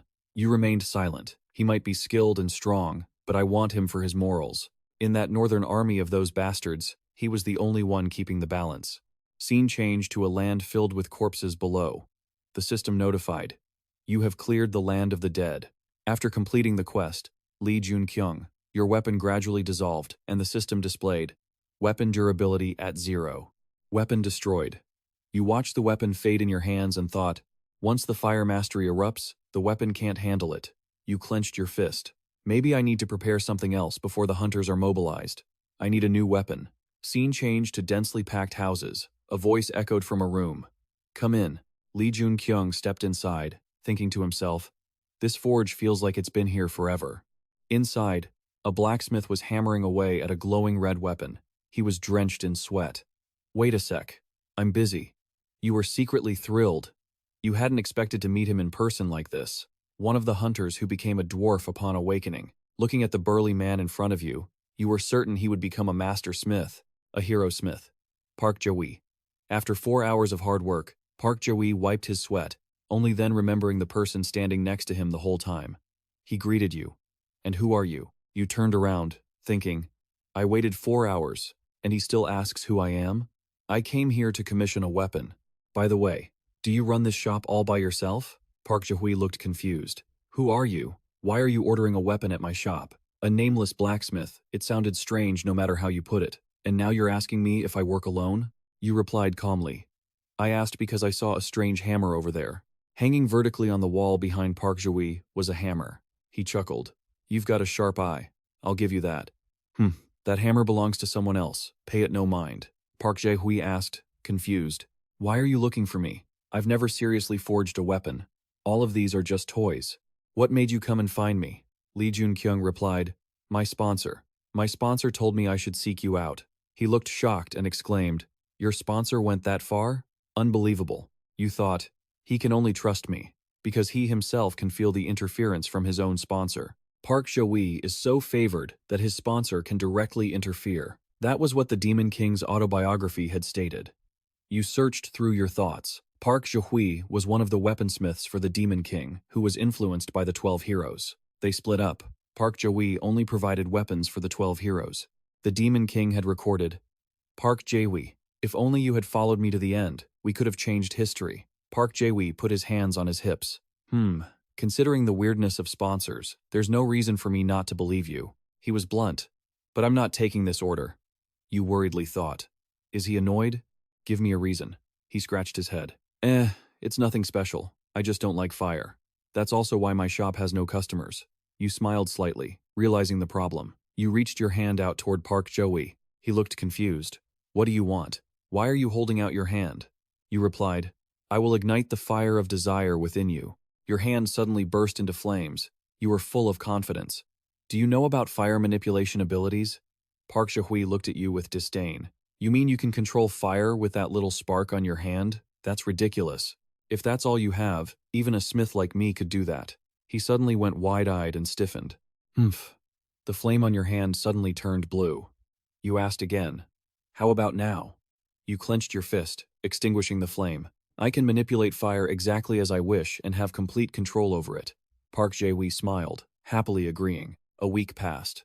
Lee Joon-kyung held a spear in his hand, a weapon radiating a bizarre aura. You looked on in amazement. This was Park Jae-wee sat to the side with his arms crossed. It couldn't be used as a shield as requested. That's something I couldn't achieve alone, but the fire resistance of the spear you requested is top-notch. The spear was carved sharply, showing the immense power radiating from within. He explained, I have to be honest, but with my ability, this is the best I could do. The system status displayed information. Muspel's Spear, Level 1. Special trait, increases fire control level. Fire resistance increased by 30%. This weapon grows stronger if it comes into contact with fire. You thought to yourself, he says, this is the best he can do. In a good dungeon, this might be the rarest item. If he were a famous smith, this would be a super rare item. To get this, you'd normally need a sponsor to fund it. You smirked. Above all, for this kind of growing weapon, there's only one in a million. You thought to yourself, he said, this was the best he could do. In a good dungeon, this is probably the rarest thing. If he's a famous blacksmith, this is super rare gear. If you want it, you can only get it through a sponsor. You smirked. On top of that, among a million of this type of developing weapon, there is only one. If I can get my hands on this weapon, I'll never need to upgrade again. Park Jae-wee interrupted his train of thought. It's not finished yet, though. He started to explain. He isn't here. Compared to your flame, this is just a low-tier weapon. You should come back, but there's no need to rush. If you head out now and come back soon, I'll upgrade it for you. I'll leave it here for you. He bowed his head earnestly to Park Jae-wee. Lee Joon-kyung saw something and froze. The skull-shaped bracelet on his wrist looked strange, so he asked immediately, Hey, your sponsor provided that bracelet for you, right? Your sponsor is no small fry either. He hesitated. I'm not sure, but this is unsettling. It's going to be a real pain to use. The system displayed info on the soul-binding skull bracelet. Since there was no soul inside, it wouldn't activate. He pondered. Right, it's just a guess. But if I'm right, Lee Joon-kyung put on his gloves and thought, a skull that holds a soul, it's going to be tough to summon if I join the raid party. He gripped the weapon manifesting in his hand. This was a far bigger discovery than he had expected. He was holding Muspel's spear. He bowed his head in thought. If Dong and Jung was by my side, I'd have a better chance of winning. Everything is so difficult right now, but if what I read in that book is true, he'll help me. Lee Joon-kyung's eyes began to glow. 2 weeks, until the gate raid. From the distance, shadows appeared. There must be a ton of them to kick up that much dust. He told himself he needed to get stronger. Behind those shadows were monsters with fierce expressions, rushing in, weapons in hand. He jumped, shattering the ground beneath him. Lee Joon-kyung flew through the air, a shield in one hand, a spear in the other, the tip radiating energy to suppress the monsters below. With his red-pupiled eyes, he grew skeptical. While I can get stronger through hunting, 2 weeks is too short. I don't even have time to sleep. 2 weeks later, in a place filled with high-rise buildings, a newsfeed notification popped up. The river ruler is watching you. Preparations were complete. Inside a room in the building, everyone had gathered. Choi Yeon-sung clenched his fists with determination. Preparations are complete, he shouted. From this moment on, the Northern Army will rise. The team members listened, buzzing with excitement. In Korea and across the globe, everyone will know our name, the Northern Army. As he finished, his pupils changed color, and an immense surge of power erupted from his body. Dong In-jong was shocked, thinking to himself, such unimaginable magical power. Has Hunter Choi Yeon-sung finally become an A-rank hunter? Choi Jo-hoo smiled smugly. It's unbelievable. Everything is going exactly according to his plan. Now, the requirements to become a hero have been met. Choi Yeon-sung's mouth widened as he shouted. With his power radiating intensely, he raised his hand, declaring that the world would be shaken by the name of the Northern Army. The crowd below seemed hypnotized, cheering in response. He chuckled to himself. And I will take it that title of Emperor. Outside, on a quiet road with a bend, a bus was driving along the route. A car was seen moving along the straight stretch. 2 people were in the car. The driver asked, Are you ready to go there? It was Kim Soo-dong. He continued, You might die. Didn't I tell you about those bastards in the Northern Army? They're even more evil than you imagine. He kept explaining how the Northern Army had tried to raid a gate before and had been wiped out. even though there was no evidence to prove they did it. Joon-kyung, sitting next to him, didn't say a word, his eyes fixed on the distance. He looked straight ahead and said, "Maybe it was them." That made Kim Soo-dong startle, slamming on the brakes right at the turn. He buried his face in the steering wheel, feeling helpless. Seeing his reaction, Joon-kyung looked over and sighed. After a long silence, Kim Soo-dong looked up, shouting in frustration, "You're still going? Even knowing that? You're an incredibly important person to the association. You wouldn't be punished if you didn't go. Nothing is more precious than your life." He gripped the steering wheel, pleading, "Please." Then, Kim Soo-dong lowered his head, whispering, "Don't go." Joon-kyung didn't answer, just smirked. He asked seriously, "Kim Soo-dong, you said nothing is more precious than life, right?" He replied blankly, "That's right." Hearing the answer, Joon-kyung continued, "I know that too. I'm not joining this raid today hoping for the best." Then he flashed a confident smile. "Those bastards will find out soon enough. There's a lot more to life that's precious." Somewhere in the city near the riverbank, a hole appeared, emitting energy. It was a new gate about to open. Everyone gathered nearby to watch. Choi Chon-jung and Lee Hyun were there too. They seemed very excited. A reporter was ready to record the scene. On this side, Joon-kyung smiled and said to Bae Song-gu, "I heard you refused to join this gate raid. Why are you here?" Bae Song-gu replied, "I declared the Northern Army our enemy and said the super rookie is my friend, so why wouldn't I be here?" Suddenly, he turned his head and locked eyes with Choi Yun-sung.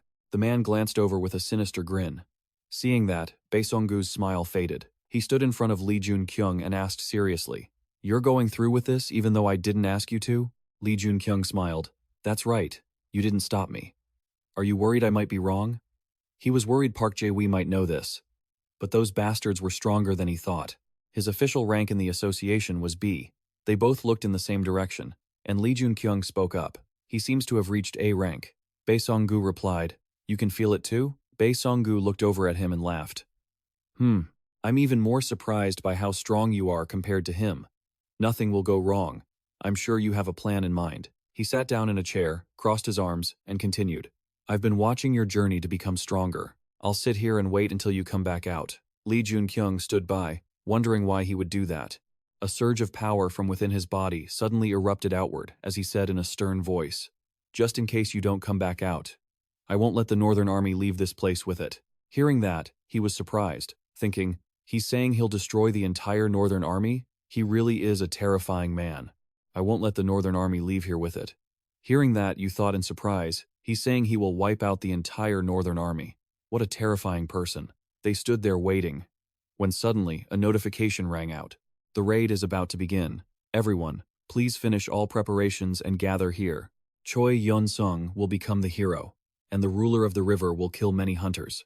3 people, Oh Sung, Choi Jo-hoo, and Dong In-jung, appeared with confident expressions. Next, hunters entered that space one by one. But history will be changed right here. He stepped inside with a heart full of determination. Joon-kyung reached out his hand to feel the magical power. We entered the portal of the ruler of the river. He believed that, in this place, he would conquer everything and claim glory. Everyone had stepped inside the portal's space. The portal gradually closed, and purple mist escaped along with it. As more and more of that mist flowed out, the portal sealed shut completely. Yun-sung watched with expectant eyes, waiting for him to speak. "It's starting." The status board displayed a message that magic power values would change according to the portal's characteristics. Reading the notification made everyone anxious. Someone asked, "What does that even mean? Damn it. I've never heard of this."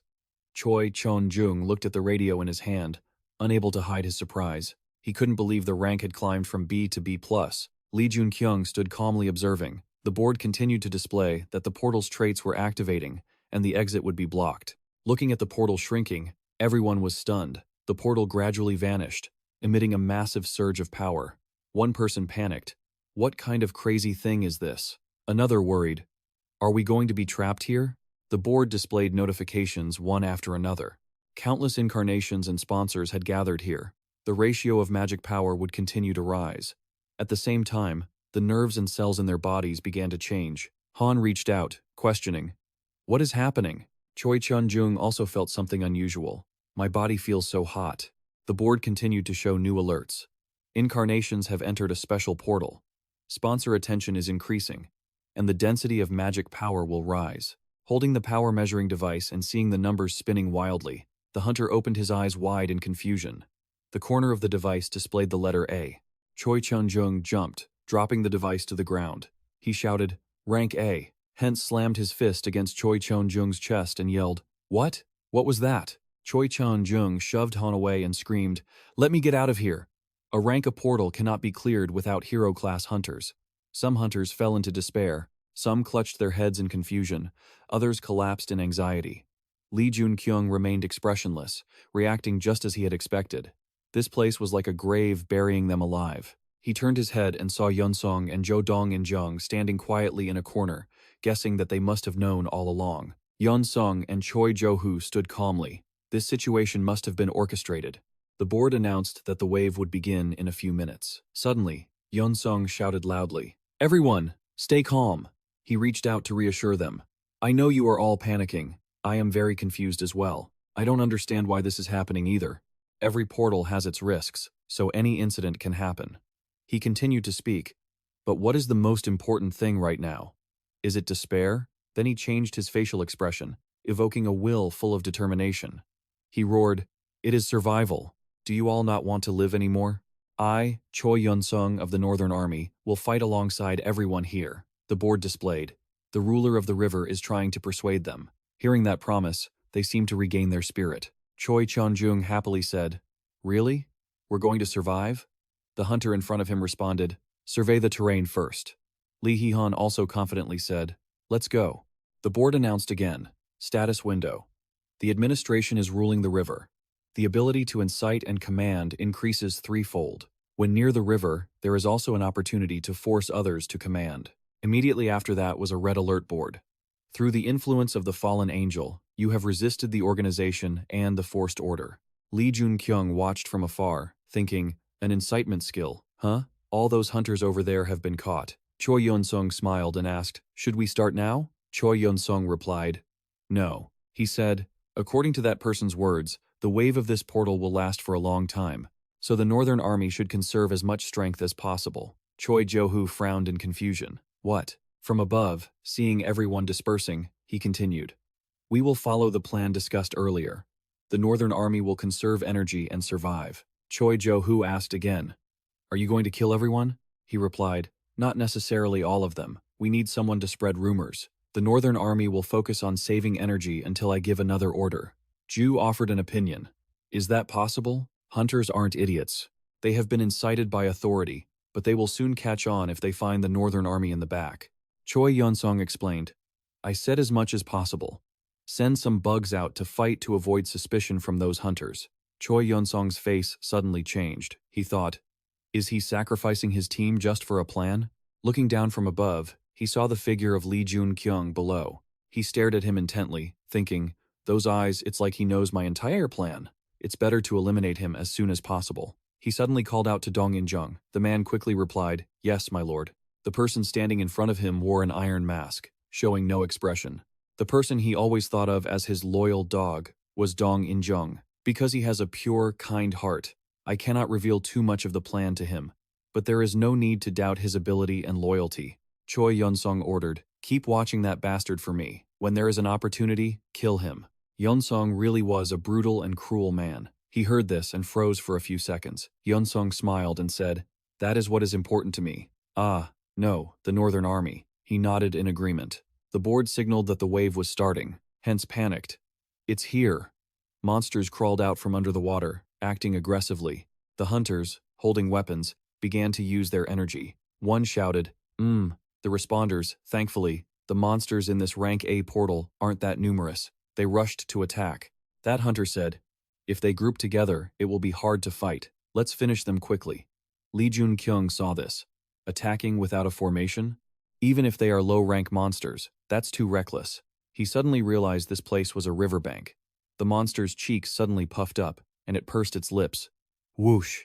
They sprayed a massive stream of water. The water shot toward the hunters, catching them off guard and making them scream.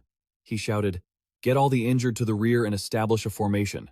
They quickly turned and climbed upward. Choi Yun-sung shouted, ordering the formation. Lee Joon-kyung watched and thought to himself, "It's not time yet. I need to understand this area better." In the distance, the Northern Army stood calmly, watching.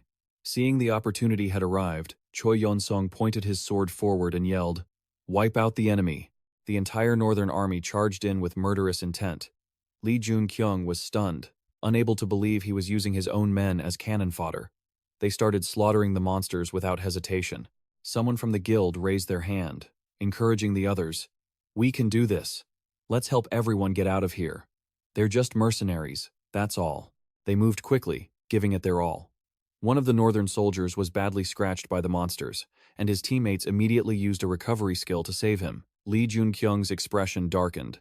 He realized it now, these warriors were fighting the mercenaries. The water monsters scratching the northern soldiers were just the lowest-level warriors of the northern army. He observed and analyzed slowly, trying to ease the other hunters' nerves and keep their spirits up. They were sacrificing guild members. Lee Joon-kyung reached out to summon his weapon. He manifested a spear and shield, taking a combat stance with a murderous gaze. "This is even better than I expected." His face turned serious, eyes blazing with determination. "I'm going on the offensive." Dong In-jung stood by, watching him charge into battle. He watched in silence. The image of Lee Joon-kyung from the past flashed in his mind, eyes filled with rage. The northern army followed their orders. After he had been tracking that man, Leader Choi Yeon-sung and Vice Leader Choi Jo-soo met that person, one of the people he had been tracking. "That's what I mean." Dong In-jung thought to himself. He wasn't wrong. The northern army was truly evil. If things kept going like this, many hunters and army members would die. He remembered the past, when Choi Yeon-sung patted his shoulder and said, "I trust in your sincerity and goodness." Dong In-jung was confused. "No, I'm sure the leader must have a plan. That's the Choi Yeon-sung I know." Everyone stared in shock, shouting, "What is going on with that guy? He's incredible." Dong In-jung was startled by the cheers and Lee Joon-kyung's flame-streaked attacks. He used his spear to burn them all to a crisp, one after another. They were amazed, whispering, "Who is that hunter? Was he sent to clear this gate? What's his name?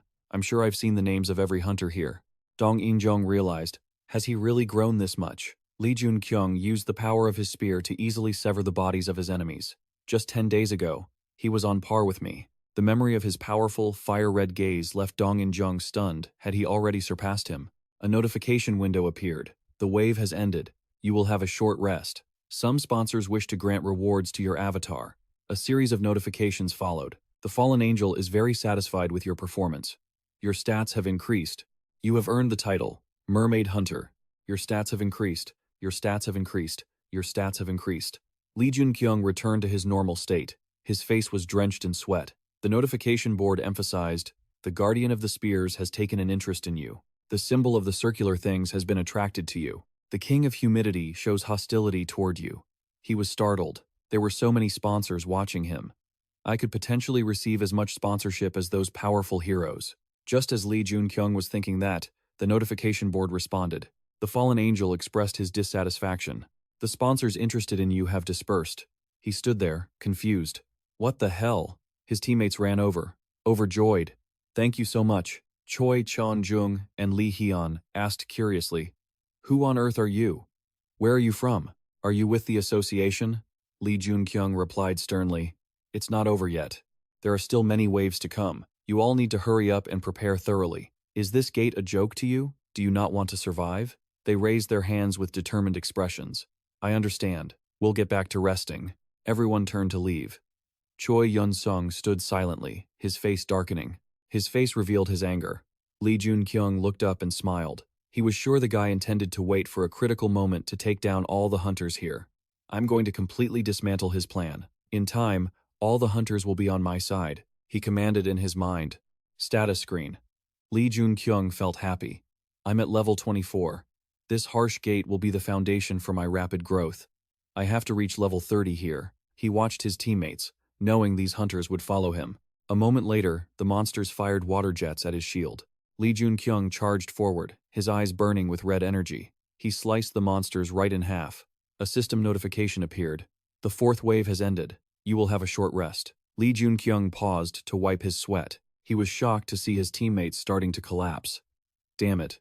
4 people are already dead. Are we really going to survive this?" Lee Joon-kyung's face was dark and tense. "That's impossible. But I want to get out of here, and I don't want anyone else to die." He clenched his fist. Lee Joon-kyung shouted, "Why? Why is only the Northern Army not fighting?" The Northern soldiers were stunned. What are you talking about? Lee Joon-kyung's gaze was murderous as he roared, "Do you take us for fools? I know your plan is to stay in the back, to conserve strength for your own army members." Choi Cheon-jung and Lee Hyun agreed and spoke up in protest. "That's right. If you think that, then it must be true. Not a single member of the Northern Army has died, they haven't even been scratched," Lee Joon-kyung emphasized. "At least fight properly. How can you just sit there and watch these hunters sacrifice their lives for you?" Josu approached and asked Choi Yun-sung, "Sir, are you okay?" He gritted his teeth, thinking to himself, "My plan has failed." Choi Yun-sung frowned, thinking that after getting through the waves using the useless guild members and the hunters' scent, he had intended to raid the hunters themselves. But now, it was a complete failure. The Northern Army members were also confused and anxious. They had realized they were being used as scapegoats, and the low-level members of the army were starting to waver. Choi Yun-sung's face showed pure malice. "The plan that person made for me is actually benefiting that bastard." Choi Josu spoke up. He answered softly, "But we will keep going like this. Just watch a little longer." Choi Yun-sung looked calm on the outside, but inside, he was plotting. With the power he's shown today, there's a massive gap between him and me. We can take him down. His expression twisted into a truly sinister look. Besides, he's just wasting his stamina fighting on the front lines. That's right. Keep flapping your gums and you'll meet your end soon enough. A system window popped up. The fifth wave has begun.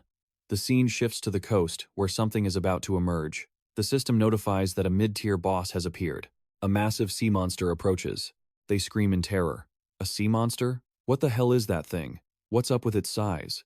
As it channels its energy to unleash a skill, the monster fires a giant water pillar. Lee Joon-kyung shouts a warning. "It's coming! Everyone, get out of the way!" They all scramble to dodge the devastating attack. The monster continues its onslaught, firing another massive blast. Lee Hyun stares in shock, yelling, "What was that? That destructive power is insane!" His teammates draw their bows, unleashing a volley of arrows at the beast. The arrows pierce its body, but it doesn't even flinch. They charge in with spears, while the monster clenches its fist, preparing for a counterattack. Its giant hand slams down. They try to slash at it, shouting, "Take this!" With a casual flick of its hand, the monster sends them flying. Fear begins to set in. Our attacks aren't even scratching it. Damn it, what are we supposed to do now? Lee Joon-kyung lunges forward, channeling his power into his spear. A crimson aura surges around his body. Lee Joon-kyung leaps with incredible speed. He jumps from high above, ready to drive his spear straight into the monster's head. The impact distorts the monster's face. It crashes to the ground, while he lands gracefully. Choi Cheon-jung and Lee Hyun gape in awe. Wait, who is that hunter? How did he pull that off? Lee Joon-kyung turns around, giving stern orders. The portals are fully charged with magical energy right now. Don't try to hold back the power you're feeling. Unleash it all. You need to infuse your weapons with your magical energy. The archer girl listens, secretly thinking, infusing weapons with magic, isn't that something only high-ranking hunters can do? Fine, I'll try it his way. She begins channeling her power into her bow. A look of excitement crosses her face. It's working. The enchanted arrows fly straight into the sea monster, finally wounding it. They cheer in excitement. Our attacks are actually working. Lee Joon-kyung glares, his expression tense. The damage is piling up, but it's not enough to take this thing down. His spear begins to radiate a mysterious power. The system notification appears. Muspel's spear is absorbing the flames. Lee Joon-kyung raises his spear, preparing to launch it. To take this bastard down, I need to destroy its magic core. He pauses for a split second, his focus razor sharp. Not yet, I need to wait for the right moment. The sea monster starts channeling its breath attack again.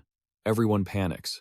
Damn it, is it using that breath attack again? Get out of there, determined thoughts race through Lee Joon-kyung's mind, his eyes flashing with intensity. No, this is the moment we can take that monster down. Right now, while its core is exposed. He hurls the spear at the sea monster with terrifying speed. The attack pierces right through it. System windows pop up in rapid succession. You have defeated the mid-tier boss. Sponsors are watching all of you. Several sponsors are impressed. One sponsor is extremely interested in one of you. Lee Joon-kyung raises his hand to recall his weapon. Muspel's spear flies back to him. He grips it tightly, looking at the spear with pride. The recall ability on Muspel's spear is incredibly useful once it levels up. Everyone stares at him in stunned silence. One of them speaks up, realizing, wait, I remember now. There was a rumor about a strange hunter who uses a long spear and a shield. He says this to Choi Cheon-jung and Lee Hyun, making them jump. A super rookie? Right, it's the super rookie. Choi Cheon-jung, objects. Are you crazy? He's a hero. Do you think he'll reach rank A soon?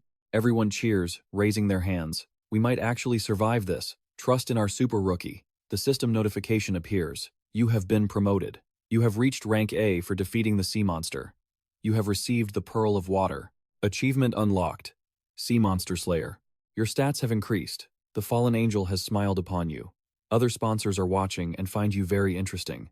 Joon-kyung is thrilled to see this. Finally, I'm getting the attention of so many sponsors. A red system window flashes. The fallen angel is not satisfied. Other sponsors are no longer interested in you. He thinks angrily, damn it, I thought my performance was good. Joon-kyung looks up with a calm expression. Well, the Demon King didn't have many sponsors either, yet he was truly impressive. He didn't have many backers, but he was incredibly powerful. The Demon King was even more impressive than I am right now. Choi Yeon-sung is furious but tries to keep his cool. How did he get so strong in such a short amount of time? I don't think his power is limited to rank B anymore. He begins to feel afraid, but everything I'm seeing proves he's reached rank A. Choi Yeon-sung grinds his teeth in a blind rage, shouting Joon-kyung's name. Dong In-jung steps forward. Guild leader, we have to go now. He continues. Was that previous event part of your plan? You can't just stand here and watch any longer. Choi Yeon-sung glares with a stern face. Dong In-jung emphasizes, if things aren't going according to your plan, you need to come up with another one and focus on executing it. And then, his eyes lighting up, he adds, just give up. Choi Yeon-sung grinds his teeth in anger. He wants him to give up on Joon-kyung? Choi Yeon-sung channels his power and screams, ridiculous. Do you take me for a loser? I built this. I made the Northern Army rise. And now I'm on the verge of becoming one of the world's pillar hunters. Do you think I'll let that slip away so easily? He summons his weapon, shouting at the top of his lungs, Northern Army Guild. Choi Yeon-sung points his sword to the sky and commands, we begin channeling our power to purge this portal. The Northern Army surges with energy, and he begins to show his true, vicious face. A king's pride will never waver. Suddenly, Choi Yeon-sung glances down and sees Dong In-jung's hat lying on the ground. It was the hat he had cast aside. He starts to recall a conversation from the past. What is this? I want you to take the position of Vice Guild leader. The hat he left behind remained untouched. He began to recall a past conversation. What is this? I want you to take the position of Vice Guild leader. Choi Yeon-sung presented it all with a cheerful smile, but looking at his gentle face, I couldn't help but think it would take some real work for him to keep those stubborn guild members in line. That's exactly why I prepared this, he thought silently to himself. So, the dog is finally biting the hand that feeds it, huh? Choi Yeon-sung crushed the hat under his foot and scanned his surroundings. He looked down at the army on the beach. They were nothing more than fools rushing to their deaths. The North Guild started shouting with full force. Show them the true power of the North Guild. They charged at the monsters, slicing through them with ease. He gave a smug grin. See that? That is the power of the North Guild. Suddenly, a familiar burst of flames appeared, severing the monster's limbs. He stood there, stunned. What the hell is that? He's on a completely different level. The others watched in excitement. That guy is a real super rookie. We're definitely winning this raid now. Joon-kyung attacked with his spear repeatedly at blinding speed. He paused for a moment, wiping away sweat as a notification window popped up. You have leveled up. Joon-kyung smiled, thinking to himself, it might look like I'm just hunting monsters and wasting energy, but I'm actually combining endurance regeneration with the stat boosts I get from leveling up.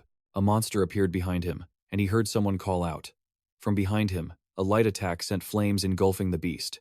Someone walked up close to Joon-kyung. Dong In-jung spoke up, noting that he didn't seem very alert when it came to watching his back. He turned serious the moment he realized it was Dong In-jung. Well, it's not like I have eyes in the back of my head, he muttered, then dashed off, leaving her alone. Dong In-jung watched him silently, her face hanging low in sadness. Does he still hate me? Dong In-jung sighed. But because of that, I can only stand by and watch without helping. With that thought, she took off. Dong In-jung gripped her sword and charged forward. I'll do whatever I can. He's pushing himself to the limit to save these hunters. I need him to know that. Power radiated from her blade. Dong In-jung sliced through the monsters with ease, her eyes filled with murderous intent, her determination to leave the North Guild. Her face was filled with anger and a desperate will to save lives. As time passed, the monsters' carcasses were scattered everywhere. Joon-kyung's comrades were trying to shake one of their fallen members. Damn it, get up. The man lay motionless. Kyung-soo, please, wake up. they pleaded and cried out in desperation. Does anyone have any medicinal herbs left? Please. I promise I'll pay you back once we get out of this dungeon. Please. Someone. Dr. Park Jae-hui-gong stood deep in thought with Dong In-jung. This place is pure hell. Out of the 111 people who entered, not even half would survive. She stepped forward to check on him. Are you okay? He replied coldly. I'm fine. Are you okay? Just as Dong In-jung finished her sentence, the others approached. I'm fine. From behind, someone shouted, Traitor! Everyone started cursing, leaving Dong In-jung to bow her head in shame. You scum, let's see if you can even make it out alive. Lee Joon-kyung looked on, confused. They treat her this poorly even though she's the vice guild master? I guess this guild kills without a second thought. They found their brand of justice against her to be an eyesore. He questioned Dong In-jung.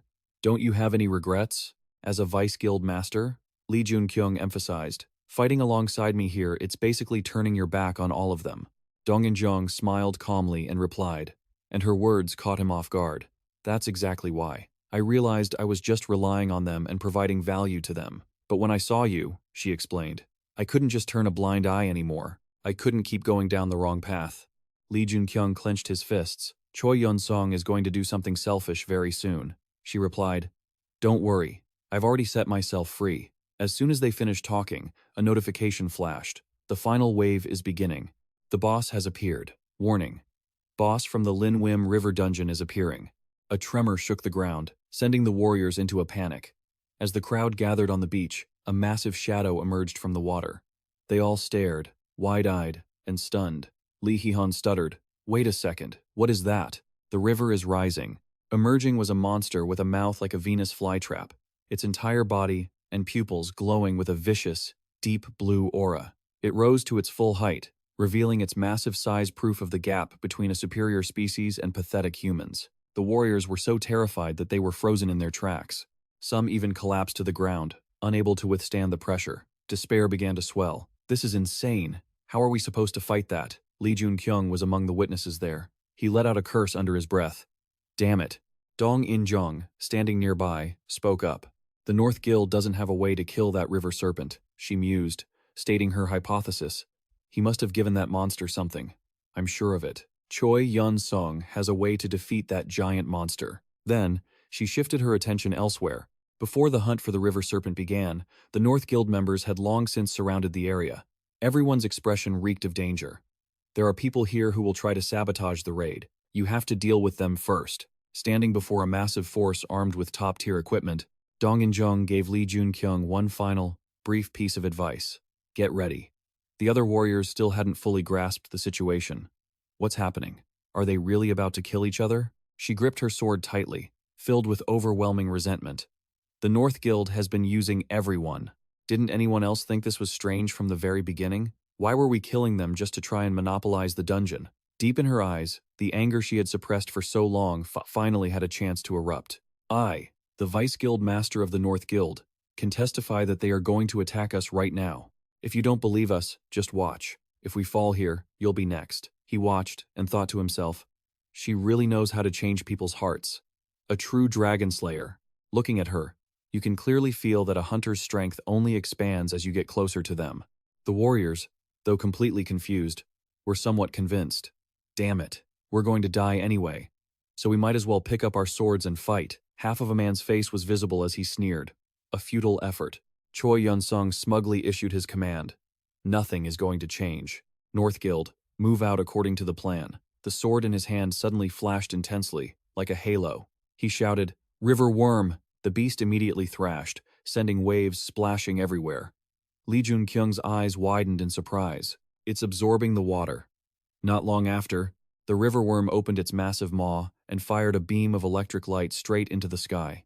The weather shifted violently. One moment it was clear skies, and the next, it was pouring rain. He looked up, puzzled. Are they using the river worm to change the terrain to gain the upper hand? His blood-red pupils darted around, filled with caution. Choi Yun-sung stood tall, like someone about to claim a throne of glory. If he finishes this gate raid, he'll become a hero of immense influence in this era. The War King, Choi Yun-sung. He exhaled a long, tense breath, trying to regain his composure. I've been leveling up non-stop today, but do I even stand a chance? He sneered. Those flames look pretty strange, don't they? almost like they'll burn right through this rain. Lee Joon-kyung ignored him, focusing entirely on gathering his fire attribute energy. Truth is, I don't have many options left. I just have to fight. In a flash, he vanished, leaving only a swirl of white smoke on the ground. Lee Joon-kyung leaped high to gain momentum, bringing his weapon down on the enemy. His spear clashed with the greatsword, creating a piercing screech. Choi Yeon-sung was the first to show signs of exhaustion after enduring such immense pressure. Yeah, he couldn't help but smile as he saw his opponent's weakness exposed. I knew it. Taking advantage of the momentum, he launched a barrage of attacks. His opponent could only hold his sword horizontally to block. Lee Joon-kyung gathered all his strength for another strike. A crimson flash of his blade streaked through the air. Choi Yeon-sung's entire body seemed to be dragged along by the force of the strike. Finally, he was sent flying back several yards. His movement slowed down significantly. His sweat-drenched face revealed sheer terror. No way, what kind of monster skill are you using? We're on a riverbank. My power should be boosted by this. But unlike his struggling opponent, the flames surrounding Lee Joon-kyung didn't fade because of the rain. He looked on proudly and revealed, "The moment I stepped into this gate, I was already at a disadvantage compared to you." His ego took a massive hit. What? No, how can that be? Meanwhile, your sponsors sent you a huge gift. He grew more intense with every word. I've been conserving my energy, moving carefully like a child, and grinding levels while hunting monsters. Lee Joon-kyung gasped in disbelief. What? You weren't in a hurry at all? Don't you get it? If words aren't enough to make your opponent see reason, then a little force might help. No problem. That's exactly why I'm telling you this. No matter how stubborn Choi Yeon-sung was, he had to silently admit he couldn't beat him like this. He had no choice but to rely on the monster's power. River Worm, protect me. Its glowing blue eyes reacted instantly to his call. From its short, stubby limbs, a series of sharp claws shot out. Blocked from finishing the job, he had to jump back to dodge. The tide had turned, and his opponent laughed triumphantly. Ha ha ha. You were pretty arrogant just because you got a bunch of sponsorships. But I've gained power from him. A power far greater than anyone like you could imagine. I'll show you that overwhelming power. Lee Joon-kyung realized the gravity of the situation, the river worm's protective instinct.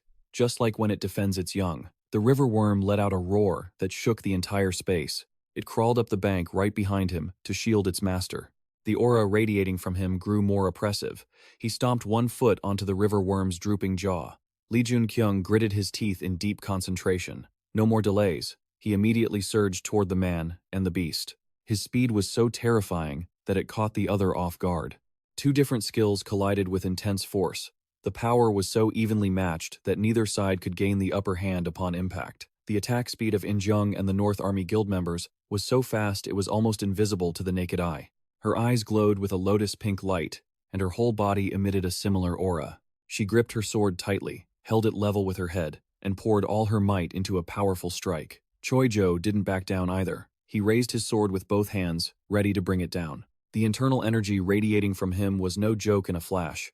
The sword disappeared, leaving only the afterimage of a powerful swing. He successfully split In-jung's mana field in two before it could even reach him, triggering an earth-shattering shockwave. Dust billowed everywhere. She stood, looking at the chaotic scene, waiting for the outcome. Unexpectedly, her opponent hadn't been taken down by her attack. Instead, he burst out of the smoke with spirits soaring. Choi Yeon-sung yelled arrogantly, "If you kneel and beg for mercy right now, I might just let you live. Do you really think he can win? Our North Army Guild is the one that will emerge victorious in this gate." In-jung immediately retorted, "What's wrong with you? Have you forgotten your oath to protect humanity forever?" The two sides continued to clash. Flashes of swords created blinding rays of light in the air as their armored hands skillfully twisted the hilts to change angles. In-jung charged again with her sword held near her chest. Ju shifted his weapon behind his back, the other hand guarding his head. It turned out they were both trying to gain momentum for an ultimate sword swing. Elsewhere, the river worm had surfaced, revealing its massive length and the grotesque appearance of a monster. The air seemed to be sucked into a cavern full of jagged spikes, which was actually its mouth. The atmosphere between Lee Joon-kyung and Choi Yeon-sung was reaching a breaking point, yet neither made a move. Breaking into a cold sweat, he shouted, "Are you out of your damn mind? You actually dared to jump right into the river worm's mouth?" He replied coldly. "What are you babbling about? Actually, I'm waiting for the river worm to swallow you whole. When the river worm protects its young, it swallows them to keep them safe inside its body." His expression darkened. lost in thought about what to do next. And bugs, no matter the species, have a dry interior. He slammed his spear into the ground, causing the earth to crack. Flames raged around his weapon. The heat of the battle grew even more intense. His blood-red pupils glinted with danger. He continued, explaining, "Inside the dry stomach of that worm, the source of power gained from a guardian. The ruler of the riverbank will be significantly weakened by more than half, and my fire-controlling abilities will hold the clear upper hand." Notifications keep popping up. Muspel's spear has absorbed the flames. Fire resistance temporarily increased. Attack power temporarily increased. A massive amount of heat is slowly building up inside its own mouth. Even the warriors struggling against the guild members are shocked as they realize it. Flames surround the spot where Lee Joon-kyung is standing. He widens his eyes, unable to believe what he is witnessing. "No, this can't be. I am the king. I am the one born to rule." Unable to accept the cruel reality, he grips his sword tightly. Veins bulge on his forehead as if they might burst from rage. Despite everything, he charges forward, determined to fight his enemy to the death. "You?" he demands, asking the question he cannot comprehend, no matter how hard he thinks. "Who are you?" All he gets in return is a lethal strike from Lee Joon-kyung, turning him into a mangled, pathetic mess under the jaws of death. That reckless move left Lee Joon-kyung feeling a bit rattled. The skull emblem on his gauntlet suddenly emits an eerie glow, and with it, a new update. The soul core has absorbed a hero's soul. The empty eye sockets of the skull look like bottomless pits, as if they could see right through the mortal world. He muses while analyzing the situation. He knows it's a soul core, and it doesn't absorb the souls of monsters it needs, human souls. Above all, it requires those with extraordinary power who have broken through their limits multiple times, like those who become heroes. New titles appear one after another. Fallen Paradise and the ruler of the riverbank have both been defeated. All support from the ruler of the riverbank has ceased. Lee Joon-kyung's facial muscles suddenly freeze in astonishment, and he turns to look around. No way did the guardian die, or was it the work of Fallen Paradise? Just then, a warning sounds again. Fallen Paradise smiles at you. Their great sword is planted firmly in the ground, a swirling aura of dark energy radiating from it. Does the guardian die when their host is killed?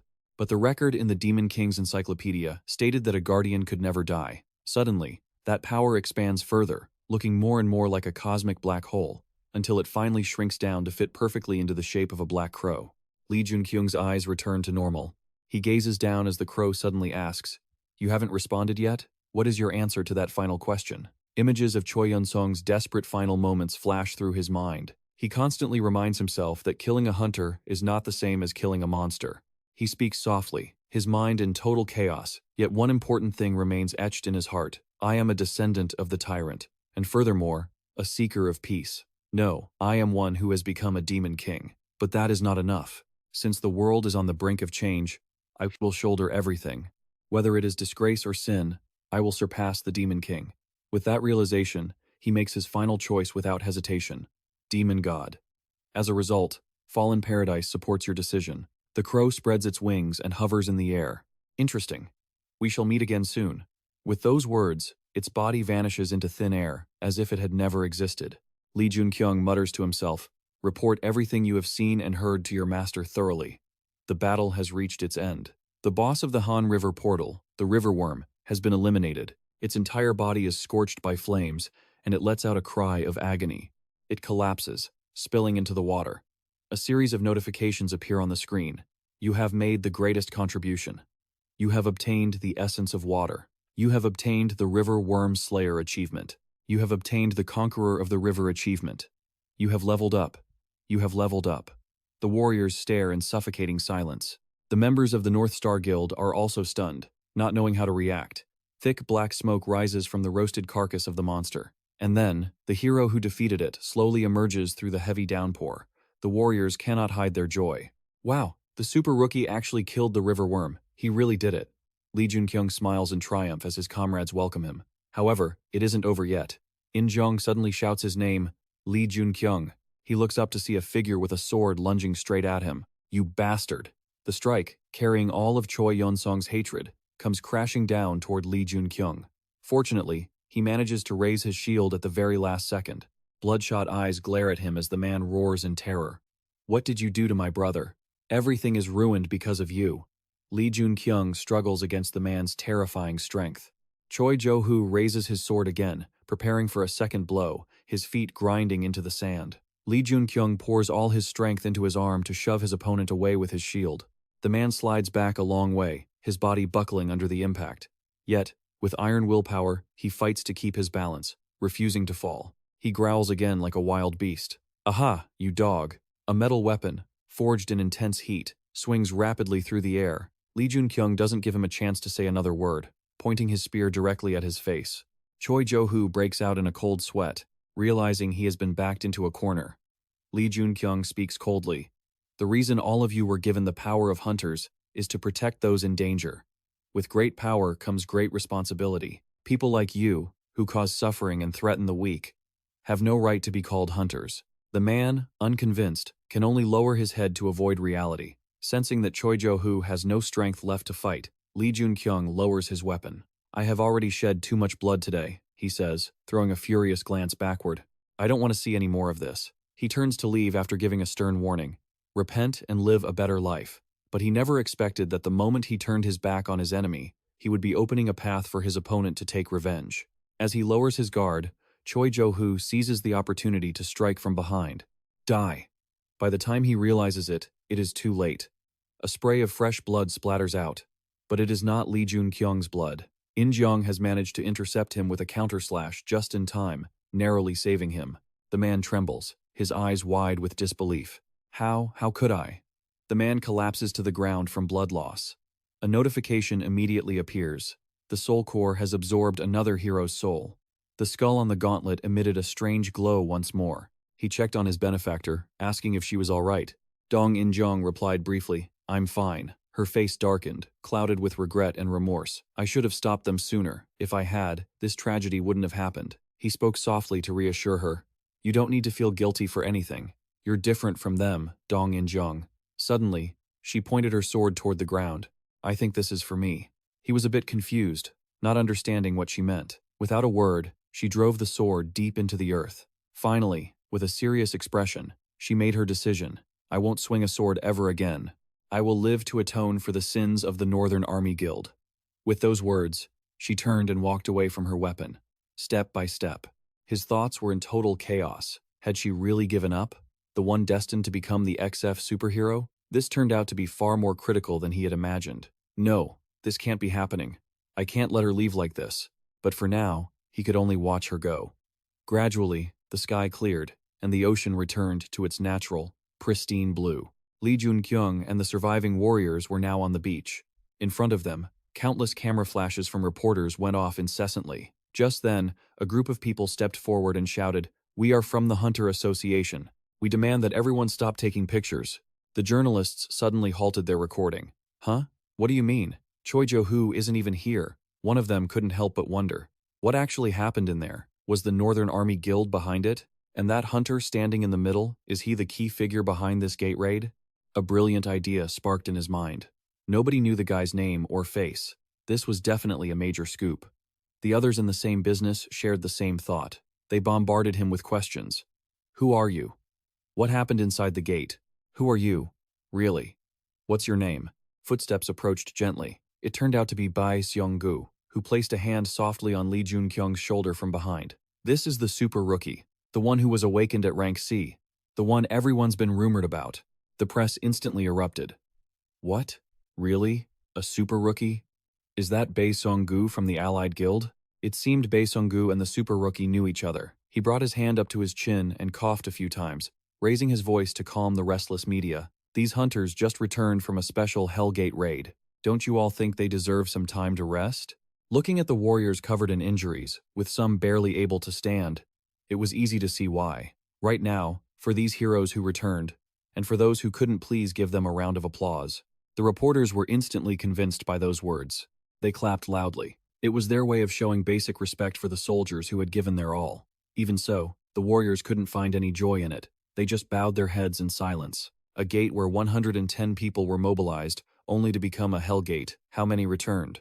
The revealed number showed they had suffered immense losses. Only 39 remained.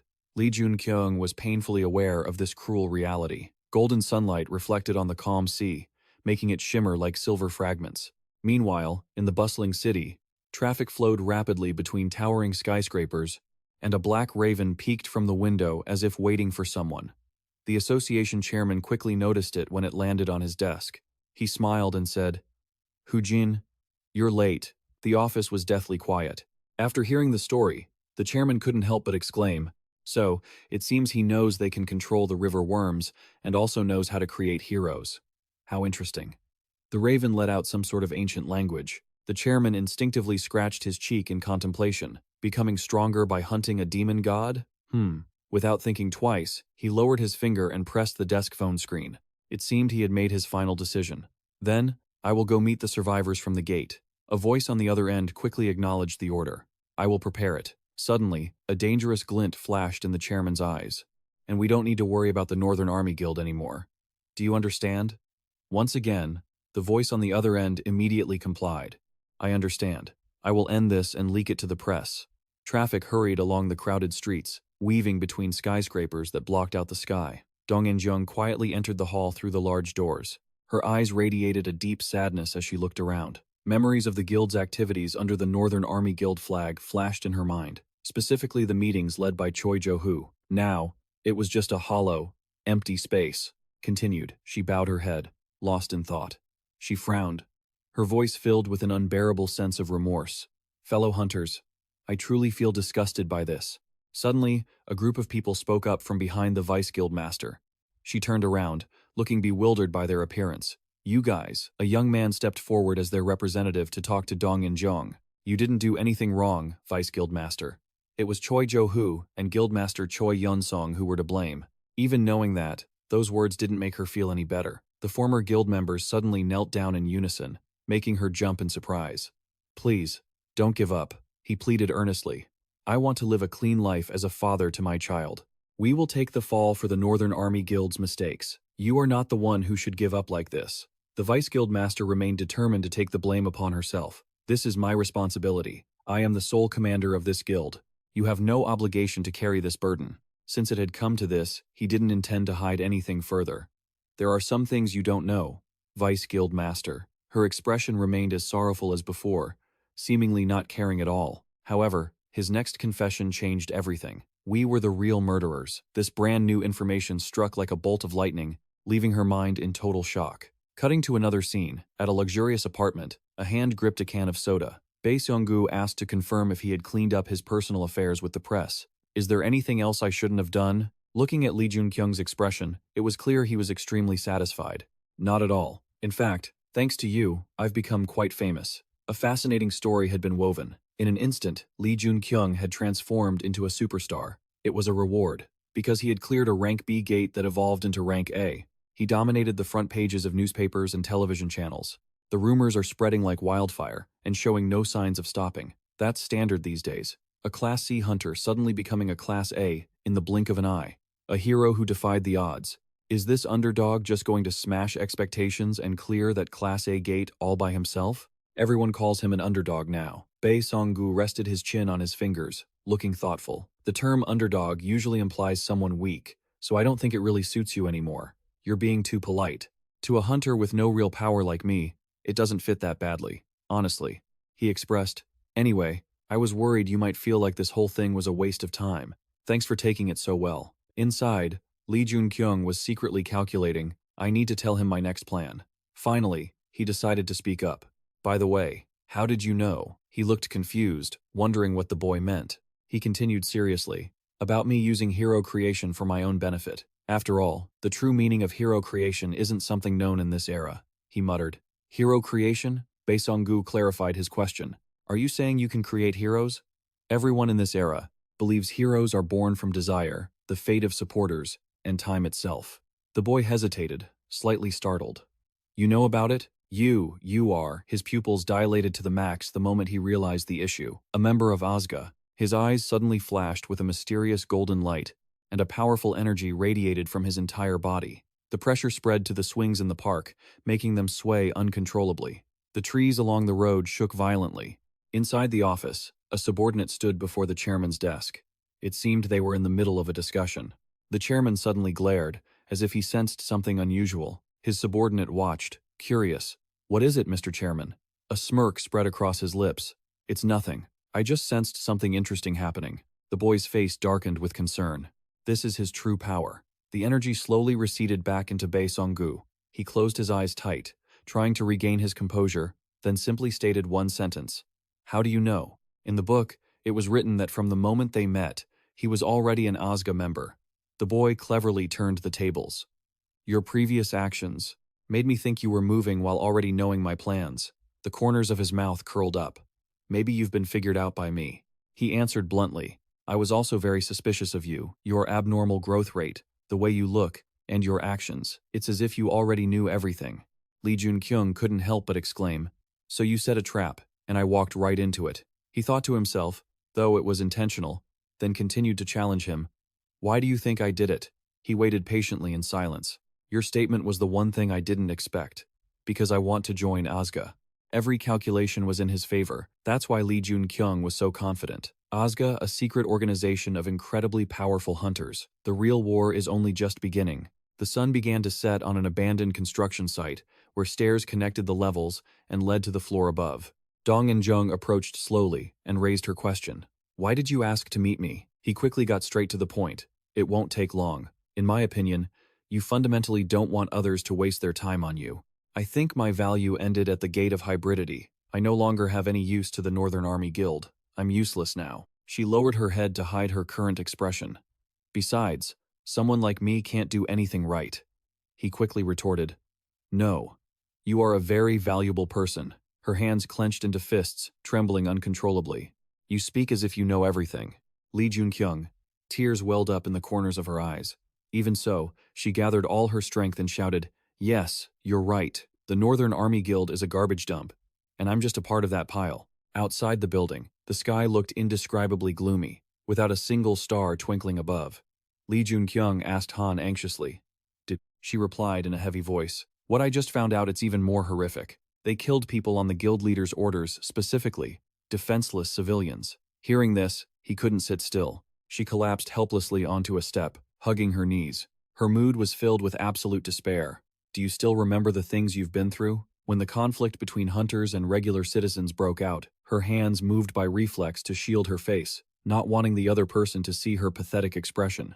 They had secretly assassinated innocent civilians. In that conflict, guild leader Choi Yeon-song truly considered the people nothing more than weeds. Joon-kyung's thoughts were in total chaos. This is bad. Someone as upright and righteous as her will have a hard time bearing this earth-shattering news. At this rate, her spirit will be broken forever. But I can't lose the Dragon Slayer. He tried to press further. What do you intend to do if something like that happens again? Then he slowly laid out his argument. The gates suddenly appeared, and awakened hunters were born. Regular people can't fight back when faced with that kind of overwhelming power. The next words sparked concern in Dong-in-jung. If a small guild like the Northern Army has this happen, it's certainly happening elsewhere too. Do you intend to ignore the rest of these tyrants? He bluntly revealed his intention. I want to stop these things, to fix the wrongs they've committed. Finally, he clearly declared the catastrophe he had foreseen and felt. I want to end it. She could no longer stay silent and stood up to refute him. Do you really believe you can end it? I know you have incredible power, but do you even know what his power is like? We are just mosquitoes compared to him. The cruel truth was spoken from her own lips. I don't have enough courage to fight him. Are you claiming that you know how to defeat him and change the world? Faced with the other's unwavering gaze, Joon-kyung essentially had no way out. It was now or never. He stared intensely, enunciating every word, his mind long made up. I am someone who came from the future. This fresh information left Dong-in-jung stunned in that very moment. He revealed seriously, a disaster will occur soon, a cataclysm that will cause many deaths and destroy many things. When that time comes, your strength will be needed. To give her time to reflect, he proactively suggested they meet again. You received the message that the association is calling us in, right? I'll meet you there. Until then, think about it carefully. Time passes until the next morning at the comfortable high-rise apartment complex. The news ticker is updating the public on the situation. We've received reports of thousands of massacres caused by the Northern Army Guild.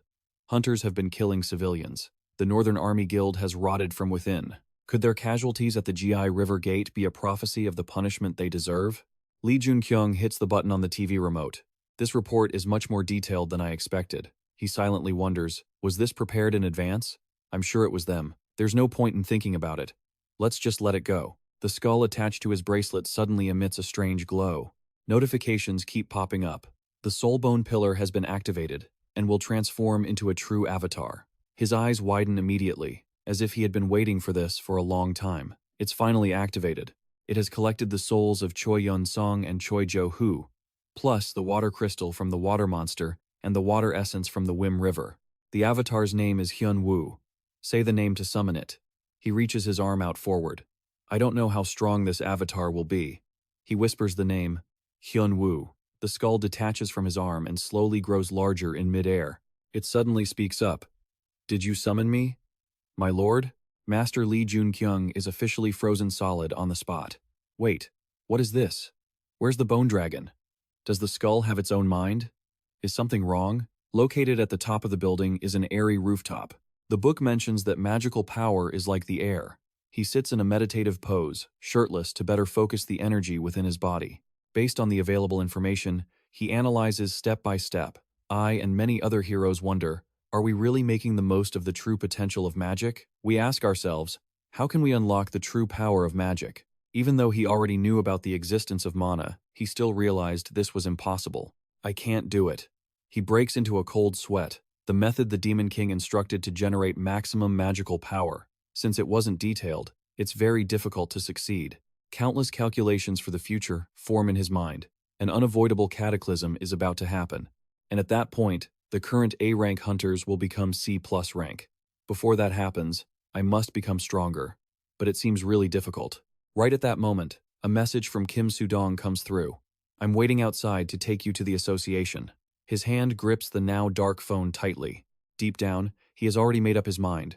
We're finally going to meet. A new day arrives, sunlight glaring down on the glass surfaces of the high-rise buildings. The streets are bustling, with vehicles moving back and forth. Kim Soo-dong glances at the person in the back seat while driving. I've never seen you worried before. Lee Joon-kyung just gives a wry smile. Am I not human? He bluntly admits. That's right. I don't think you're an ordinary person. Am I wrong? Even when going into all those dungeons and the Roy River Gate, you were never worried. He unconsciously reflects on his own actions. Really? While he keeps rambling. But if you're worried about meeting the association chairman, I guess he isn't someone you meet every day.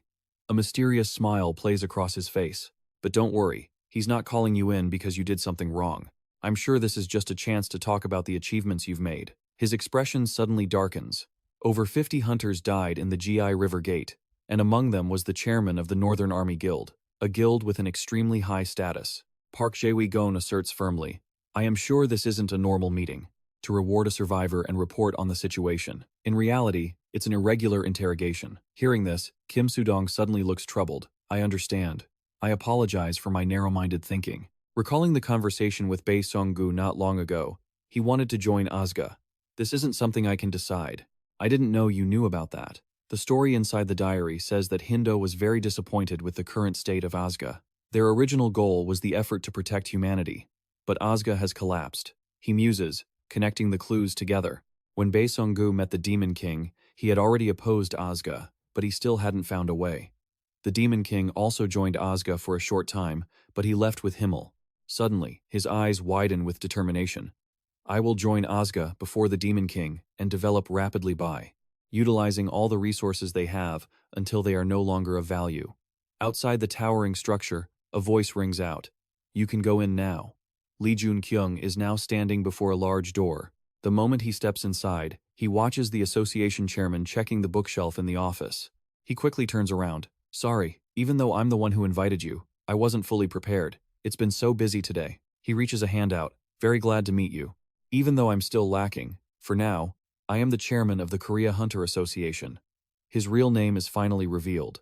My name is Jang Ho-jin. He keeps thinking, this is the person the Northern Army Guild takes orders from, almost to the point of worship, and also the person the Demon King mentioned hundreds of times in his diary. Based on the available information, he concludes that this guy is such an incredibly powerful figure that he can do nothing but acknowledge it. He is very strong. I can't win if I fight him. The two shake hands to show goodwill. He introduces himself. I am Lee Joon-kyung. Jang Ho-jin's mouth curls up slightly. Then, an overwhelming aura surrounds his entire body. Why don't we skip the small talk and get straight to the point? Who exactly are you? Jang Ho-jin's whole body is covered in an immense aura. It seems you already know everything. So, Do we need to waste time playing games? I am the one who backed the Northern Army Guild. Lee Joon-kyung's expression doesn't change much, recalling what was written in the diary. Do not trust anything about Odin. Everything about him is a lie. He calmly replies to the other person. I see. The dark energy around the man gradually dissipates by half. The chairman holds up the board in his hand, slightly disappointed. You don't seem like I imagined. Did I say something wrong? Then, while carefully looking at the notes, he sighs in admiration. Truly a special young man. He reviews the illustrious achievements from his past. According to the records, when you awakened as a hunter, you killed hundreds of monsters, and even the boss monster inside the gate. You were rescued by the Allied Guild and reached rank C in just 2 months.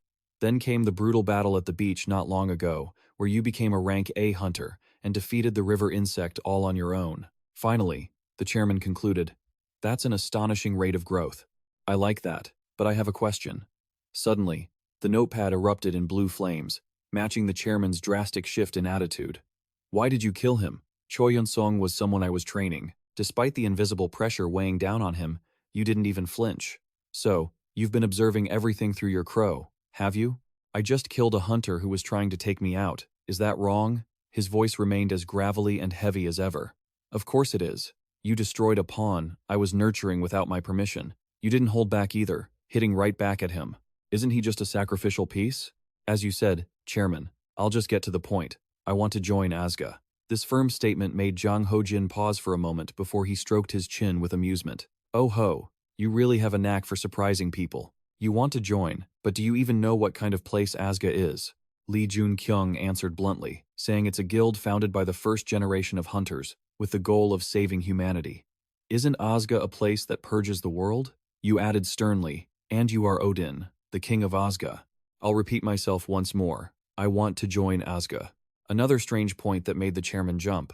The diary mentioned that Odin isn't a person with good character, and his benevolence is completely fake. In reality, he is more cunning and cruel than anyone else, but he still has one weakness. Jang Ho-jin suddenly became visibly excited. Fantastic. How do you know all of this from the existence of Hin to the fact that the river insect was being controlled? You even told me that the way you get stronger is by hunting monsters, as if you were provoking me. There was more to the description. Odin's curiosity and his desire to know everything were like a bottomless pit. He wouldn't hesitate to sit in the same boat as his enemy if it helped satisfy the curiosity in his heart. Deep down, you concluded, a gamble that puts your life on the line. But it seems effective. Just as written in the book, Odin couldn't refuse your offer because of his innate curiosity. He asked even more eagerly. More importantly, my eyes don't work on you. Do you know about my eyes too? You continue to display your knowledge. Is it the eye of truth? This detail can be explained by the fact that since his eyes have no effect on you, Odin is incredibly fascinated. Furthermore, a timely notification appeared. The Apocalypse Sky strictly opposes those who intentionally disturb a player's mind and issues warnings to those seeking the truth. Jang Ho-jin cupped his face to hide his smirk. He. How interesting. Very quickly, he returned to the calm demeanor of a chairman. All right, I will allow you to join Asga, but you will have to pass a few entrance tests. Actually, initially, this was something suggested by Choi Yun-song, that foolish hero. But if you can pass the test, I will accept you as an official member of Asga. A current of electric light once again surrounded his body and beneath his blindfold. Of course, I have to suppress your mind so this doesn't leak to anyone else, right? The light spread outward, piercing through the glass windows of the high-rise building. Switching scenes, countless canned drinks were displayed on the shelves inside a glass cabinet. Lee Joon-kyung sat at the coffee table, deep in thought. Not only could he neutralize the eye of truth, but also the mental suppression he had placed on him. Fortunately, Odin doesn't seem to notice that part. You pondered deeper. Could it be that the Apocalypse Sky doesn't just block mental suppression but also negates psychological attacks? If so, it's even more than that. A figure approached, calling out to you. You snapped out of your train of thought. Oh, sorry. I was lost in thought. Please, sit down. You asked her with concern. Did you meet with the guild chairman today? Did he say anything unusual? Dong In-jung's complexion wasn't good. No. He just said he felt very sorry about what happened to the Northern Army Guild. She bowed her head, hesitating. I couldn't ask why he did that. At this point, Lee Joon-kyung didn't beat around the bush. Dong In-jung, I'm certain. Actually, the chairman wanted to eliminate you too. After all, you know his true identity. But why do you think he hasn't done it and left you alone? Because you're innocent? She judged based on her knowledge of Jang Ho-jin. I'm sure he would take out even the innocent. You quickly agreed. That's right. The only reason you're still alive is, you said it bluntly without hesitation, because you have no value. Dead or alive, he doesn't consider you a threat. Although the Northern Army Guild didn't pose a threat to him either, they were all killed just to warn other guilds that he had returned. Dong In-jung bit her lip, trying to hold back the tears that were ready to spill, her body trembling uncontrollably. I see. So I'm nothing. As she sat there helplessly, a hand reached out towards her. That is exactly why you should cooperate with me. You presented a long explanation with a very serious look on your face. I intend to change this world. You can think I'm arrogant or cocky, but for someone at a dead end like you, don't you have nothing to lose by working with me? These words seemed to have touched Dong In-jung's heart, causing her to slowly look up, the corners of her eyes red, as if she had just woken up from a long, desperate nightmare. Everything was finally settled smoothly, with a handshake. Time passed, and the night sky slowly descended. Joon-kyung and Dong In-jung returned to the building where they had their first discussion after the guild war ended. She asked, "So, what do we do now?" You responded with another question. Dong In-jung, I'm sure you received a sponsorship while inside the GI River Gate. Can you tell me exactly what you were sponsored? Something that was summoned on your fingertip. I don't know how to use it, but I received the Blood Dragon Stone from the sponsor, like a knight in shining armor, perfectly matching your deduction. Just as I predicted. Briefly introducing this treasure, the Blood Dragon Stone is a super rare crystal, the only item that appeared 3 times in the Demon King's diary, and it is the catalyst that helps make the Inapinite skill complete. Dong In-jung didn't hesitate to move it away, as if intending to give it to you. I'll give you this Blood Dragon Stone. Hearing that, Joon-kyung's eyes widened in sheer surprise. He couldn't wrap his head around it. Did she really not know the value of that stone? It felt like it had been forever, since he'd seen her wear such a radiant smile. Looking at his reaction, I figured he probably knew its worth a lot better than I did. He took it, lost in thought. Even though I really wanted it, is she just giving it to me this easily? This was a sponsored item. Is she sure she can just hand it over like that? This could be really useful for you. She stood her ground. It's a gift. For the one person who actually trusted and recognized me. From now on, I'm under your supervision. He gripped it tightly in his palm. I get it. He had no idea why he'd managed to get his hands on a Blood Dragon Stone. That was the moment a shocking realization hit him. Could it be? Maybe she looked at his innocent, naive expression and figured he was a pushover. A shockingly easy pushover. Just then, a notification pinged. The apocalypse system seemed to be laughing at him, mocking him. Currently, Joon-kyung was inside a weapon shop. Long time no see, huh? Park Jae-hui asked. So, what brings you here? He tilted his head, scanning the room. Data on the swords displayed on the walls flickered onto his screen. He carefully investigated the other weapons in the corner as well, finally muttering just 2 words. Incredible. Park Jae-hui added, They aren't finished yet. Thanks to your help, the forge's fire issue is sorted, but the raw material supply is still unstable. Joon-kyung broke into a cold sweat, thinking to himself that this was inevitable. A blacksmith's skill is crucial, but materials are just as important. Since this was before the Great Cataclysm, there was no way to get enough materials to meet his needs. The Blood Dragon Stone suddenly began to glow brightly on his fingertip. The moment he held it out in front of Park Jae-hui, the blacksmith froze, his hand slamming onto the table in agitation. He couldn't hide his utter shock. What is that thing? I've never seen a crystal like that before. To avoid any confusion, he quickly clarified, It's not what you think. Park Jae-hui raised his voice, arguing back. Come on, everyone knows that. What kind of idiot in this world is gullible enough to give away such a rare, valuable item? Hearing that, Joon-kyung didn't know how to react. I guess there is one. He picked up an item and said, Let me borrow your hammer for a second. Without another word, he walked over to the furnace. Park Jae-hui started panicking. Hey, what are you doing? He raised the hammer high, preparing to bring it down on the gemstone. The veins on his arm bulged, showing he was channeling a massive amount of power. The head of the hammer began to glow as if a current of electricity were running through it. At this point, Park Jae-hui couldn't just stand by. Hey, you maniac, stop. I said stop. But it was too late. The powerful swing had already been unleashed. The metal smashed against the table with a deafening screech. As a result, the Blood Dragon Stone had been cleanly split in 2. Park Jae-hui clutched his pale face in shock, unable to believe his eyes. No, after processing what happened, the blacksmith regained his composure and picked up the 2 halves to inspect them. So, how is this thing used? The manual stated that the Blood Dragon Stone could regenerate when it absorbed a certain amount of blood. In other words, it could replicate itself. Lee Joon-kyung stated his request. Embed one half of the Blood Dragon Stone into the Muspel Spear. The Blood Dragon Stone isn't easy to process or refine. He turned his head to the side, hesitating, then looked at the other half. His gaze turned serious. This greatsword is the most similar to X-Fit's magic sword. A massive weapon soaking in the water caught his eye. Embedded into that greatsword. The other man replied politely, "This one's on the house.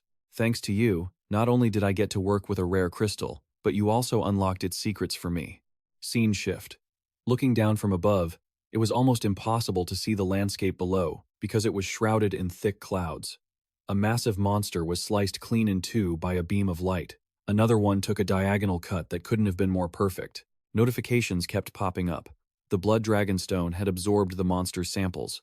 The regeneration rate of the Blood Dragon Stone was at 1.7%. Standing before the pile of monster corpses, Lee Joon-kyung and Dong In-jung just watched silently from afar. She excitedly stared at the brand new weapon in her hands. "I really love this greatsword. I've never used one before, but it feels so smooth, like it was meant for me all along." He couldn't help but marvel. Park Jo-wee was something else, a true artisan in the field of weapon crafting. He asked, "What's the regeneration rate of the stone now?" She estimated it was around 2%. He added, "The stronger the monsters you hunt, the higher the regeneration rate will be." Her expression was full of anticipation. "If you think about it, the way we use it, we turn 1 into 2, and those 2 will turn into 4.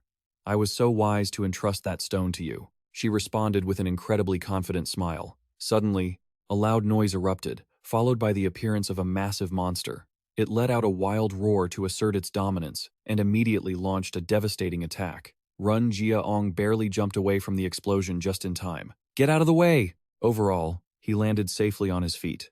His body slumped after that reckless move. The boss of this gate is a warrior monster. What fearsome strength. But where is Dong In-jung? After thinking it over, he called out loudly, "Dong In-jung." On the other side, things seemed a bit tougher. She was forced to use her entire body weight to brace against the monster's attack with her greatsword. Her teeth were gritted in resignation, because if she relaxed for even a second, she'd be crushed instantly. Luckily, she managed to escape the pincer attack, swinging her sword with such force that it knocked the monster backward. Now it was the monster's turn to be in a tough spot. Its movement significantly slowed down. The main reason was that XF's greatsword had blocked countless monster attacks. Her lips curled into a proud smile. Just as expected, even the monster was surprised that a human could withstand its power. Dong In-jung rushed to its feet, delivering a powerful vertical strike from below, while it couldn't react in time. She didn't stop there. She jumped high into the air to gain momentum for a finishing blow. Her eyes widened, showing intense focus on a single technique, but in reverse. The fate of the warrior monster seemed sealed. The sunset gradually began to fall. In-jung sat on the floor, looking a bit exhausted. Lee Joon-kyung spoke softly. "In-jung, you have no idea how much better I feel having you by my side." Those words gave her a real boost. Her cheeks flushed with joy, though she couldn't help it. Then, he brought up something that only the two of them knew about. "We have to head there within the next 2 days," she agreed. "I guess the time is almost here, huh?" He didn't forget to give her strict instructions. "Over the next 2 days, keep hunting without a break, and make sure we're perfectly in sync. It'll help maximize our survival chances, even if just by a little." She nodded repeatedly to show she understood, a hint of indescribable excitement flickering across her face. Lee Joon-kyung's gaze drifted toward a distant place, lost in thought. Finally, the day for Odin's trial had arrived. As evening fell, every window in the apartment complex lit up. Lee Joon-kyung slumped onto the sofa, exhausted, for a brief moment of rest. His mind was a mess of chaotic thoughts. We really did our best, didn't we? It would have been great if XF had earned the title, but I mean, she's going to get much more than that later anyway, so maybe I'm just being greedy. Suddenly, the doorbell rang, pulling him back to reality. Who could it be? He and Seonggu were sitting across from each other in front of the glass doors, looking out at the city lights. Seonggu didn't want to waste time with small talk. "I'll get straight to the point. Don't go tomorrow. If you go, you're going to die." This time is completely different from the Songray Gate. Lee Joon-kyung couldn't hide his unease. "Seonggu, are you serious?" He slowly started connecting the clues. "I've been thinking about this over and over. How did you even know about Asga? Why do you want to join them? And what is your real goal?" A genuine smile tugged at the corner of his lips. "But I've decided to stop worrying about those things. I trust you." Lee Joon-kyung was bewildered. "Why? Why do you trust me that much?" Seonggu closed his eyes, not showing a hint of regret. "I don't know. My instinct just tells me to. He stood up after giving a final, stern warning. Regardless, do not go tomorrow. Odin has his eyes on you now. Even if you don't take that trial, you can still join Asga, just like you wanted. You haven't received the title yet, have you? He kept emphasizing it. You need to be careful. If you leave tomorrow, you won't make it back alive. Yet, it seemed, these words couldn't shake his resolve. Thanks for caring. But please, don't worry. Of course, a determination held for so long couldn't be extinguished that easily. He answered with firm confidence. No matter what happens, I will come back alive. I still have so much to do. Time flew by in a blur. Inside a massive hall, designed with rows of iron bars lining the walls, two figures walked in, side by side, in silence. It was Lee Joon-kyung and In-jung, dressed from head to toe in black. Soo-jong greeted them warmly. This way, Hunter Lee Joon-kyung and In-jung. He didn't hold back on the praise. Congratulations on your promotion, Kim Lee Joon-kyung. He politely placed a hand over his chest and added, seeing you perform so well as your manager, I benefit from it too. More importantly, having the chance to participate in an overseas expedition is truly amazing. It is such an honor to be a hunter representing our country. He even bowed at a perfect 90-degree angle to Lee Joon-kyung. If you wait a moment, the gate will open. I hope you return safely. With that, he turned and left, leaving the two of them on their own. In-jung suddenly remarked, he's a good man. Lee Joon-kyung agreed. Yeah, he hasn't changed a bit. A spatial gate suddenly appeared in mid-air. A man in a suit announced, the gate to London is open. You two may proceed. I hope you both stay safe. The magic circle glowed with endless light. Two British men were already waiting for them. It is an honor to meet the famous Lee Joon-kyung in person. Welcome to London. To explain the term Lee Joon-kyung, it was used to describe those who were once looked down upon but ended up winning spectacularly. Lee Joon-kyung responded politely, nice to meet you. We were sent by the Korean Association. I'm Lee Joon-kyung, and this is In-jung. She was a bit surprised by his fluency. I didn't know you could speak English so well. That's impressive. A not-so-pleasant memory flashed through his mind. I only learned it because back in the Eden region, if you didn't know English, you weren't even treated like a human. He answered modestly. It's nothing like that. I just happened to have the chance to learn it. The other man introduced them courteously. We will lead you inside. Moving through the gate must be exhausting, right? There will be a party tonight to welcome all the hunters who have gathered here for the expedition. We hope you both can attend. The moon hung high, visible behind the floating clouds. The night sky stretched out, not too dark, but bathed in the soft glow of the lights from the massive architecture below. A few guests were standing around, chatting and enjoying drinks. In-jung suddenly asked, are you disappointed that I can't speak English? What were those people who just walked by saying? Lee Joon-kyung answered honestly. Some were saying it was nice to meet us, but some others were making racist gestures. A loud noise echoed through the hall, grabbing the crowd's attention. The group on the other side was startled. The sudden appearance of Domitius made everyone step aside to clear a path. Suddenly, he focused his gaze in a specific direction. What's with these two? I've dealt with a few idiots from Korea before, but why these two lovebirds? Lee Joon-kyung and In-jung realized his words were aimed right at them. A massive figure, a head taller than him, stood looming before them. Looks like this guy couldn't take another punch from me. Is this all the Korean Association could send? Two losers like this? Huh? Who are you two? Where did they leave those other idiots that they dared to bring these two lovebirds here? She glanced at him, cautious. What is that giant saying? It sounds like nothing good. Lee Joon-kyung broke into a cold sweat. Damn it. This is completely different from what I imagined. A bit of info on the Battle of the Warriors. ASGA, a secret organization backed by South Korea. It exerts influence all over the globe with a significant number of members. Along with other secret organizations made up of hunters from all over the world, they constantly fight for influence and ownership of the gates. That is, the Great Battle. The logs mention that the original goal of protecting humanity by hunting monsters has vanished without a trace. They were completely lost in the struggle to prove who was stronger. Domitius glared, eyes wide with malice, and spat out a threat. Huh? I asked you a question. Didn't you hear me? He looked up, deep in thought. But why is this guy here? He has absolutely nothing to do with this. His confusion was well-founded. Originally, this great battle was supposed to be Lee Joon-kyung's stage. First, there was the incident where Lee Joon-kyung antagonized them after winning the title at the Long River Gate. Next, if he had stabbed through the guy, he would have participated under the name Choi Yeon-sung, but due to his interference, history changed, and Choi Yeon-sung died. Finally, the meeting with Dong and Jong. Odin's plan had been thrown into chaos, So he must have sent this guy here to see Lee Joon-kyung's spot. His expression darkened in an instant. Choi Yun-song could never compare to this guy. So why? Is this the outcome of changing the past?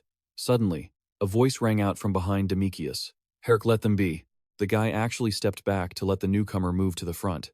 George extended a hand. It's an honor to finally meet the famous Lee Joon-kyung. The guy couldn't help but look suspicious. Lee Joon-kyung? This pigeon is Lee Joon-kyung? This delusional rookie? George interrupted sternly. Demetrius, that's enough. He offered a friendly gesture. Please forgive him on my behalf. Don't mind the words of this blockhead who's all brawn and no brains. I am George. Title is George. Lee Joon-kyung was shocked by the man's presence. So this is George, the ill-fated hero who gets killed by his own teammate, Demetrius, in the future? Without hesitation, he accepted the handshake. Nice to meet you. I've heard a lot about you. George appeared polite. I'm embarrassed. I can't compare to your reputation as an underdog. He didn't forget to glare at the one next to him. Demetrius, apologize. Demetrius wore a cryptic smile. Apologize with a handshake, right? How interesting. Lee Joon-kyung. Contrary to George's goodwill, it was clear his intentions were far from good. Demetrius. Title Demetrius. It would be ridiculous if you said you'd heard a lot about my Greek homeland, right? His crimson pupils glowed with bloodlust. I'd be happy if you just accepted this apology quickly. The book had a few lines briefly describing Demetrius. This guy was a true beast. Facing him was a source of pure fear. Dong In-jung immediately stepped forward and gripped his arm. She held firm, not letting Demetrius budge. She didn't stop there, threatening him. Take your hand off. He doesn't accept this apology. He glanced over, wondering why she was glaring at him like that. Then he laughed, puzzled. What are you talking about? Dong In-jung didn't answer, but pushed his hand away with increasing force. George watched in surprise. His eyes widened in shock. No way. Is she actually matching strength with Demetrius? Suddenly, Demetrius flexed his muscles to resist. Then, she was knocked back by his overwhelming power. Stumbling backward, she struggled to keep her footing. She looked at her arm in shock, still vibrating from the impact. Dong In-jung looked ahead anxiously, thinking, I got pushed back. Demetrius witnessed her defeat and laughed out loud. Ha ha ha. So, besides Lee Joon-kyung, there's another useful one here. Impressive. Excellent. He smiled with amusement. See you later. George also bowed politely. I apologize for this. I'll come to greet you two next time. The sound of footsteps rumbled away. The two were gone. Dong In-jung was still uneasy about what just happened, so Lee Joon-kyung went to ask her, Are you okay? She felt a bit anxious. Not really. Do we actually have to fight someone like him? The Demon King's memoir recorded that he was an unbeatable monster. He lowered his head and said, That's right. There's no chance for us to win, but there is a flaw. However, he has one fatal weakness that prevents him from standing at the top of the world. So, Lee Joon-kyung glared and said that if they used conventional methods, there were parties every day for members of secret organizations to get to know each other and understand each other's strengths. The city was peaceful right now, but Lee Joon-kyung's team didn't attend any of the parties. The gate opened to welcome them inside. The man introduced, This is the place.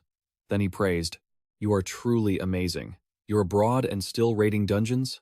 Lee Joon-kyung replied happily. Oh, these sightseeing trips can be done any time. However, he didn't forget to remind her, but I'm still worried. You should watch your stamina. When it comes time to raid the important upcoming dungeon, I'll support you no matter what.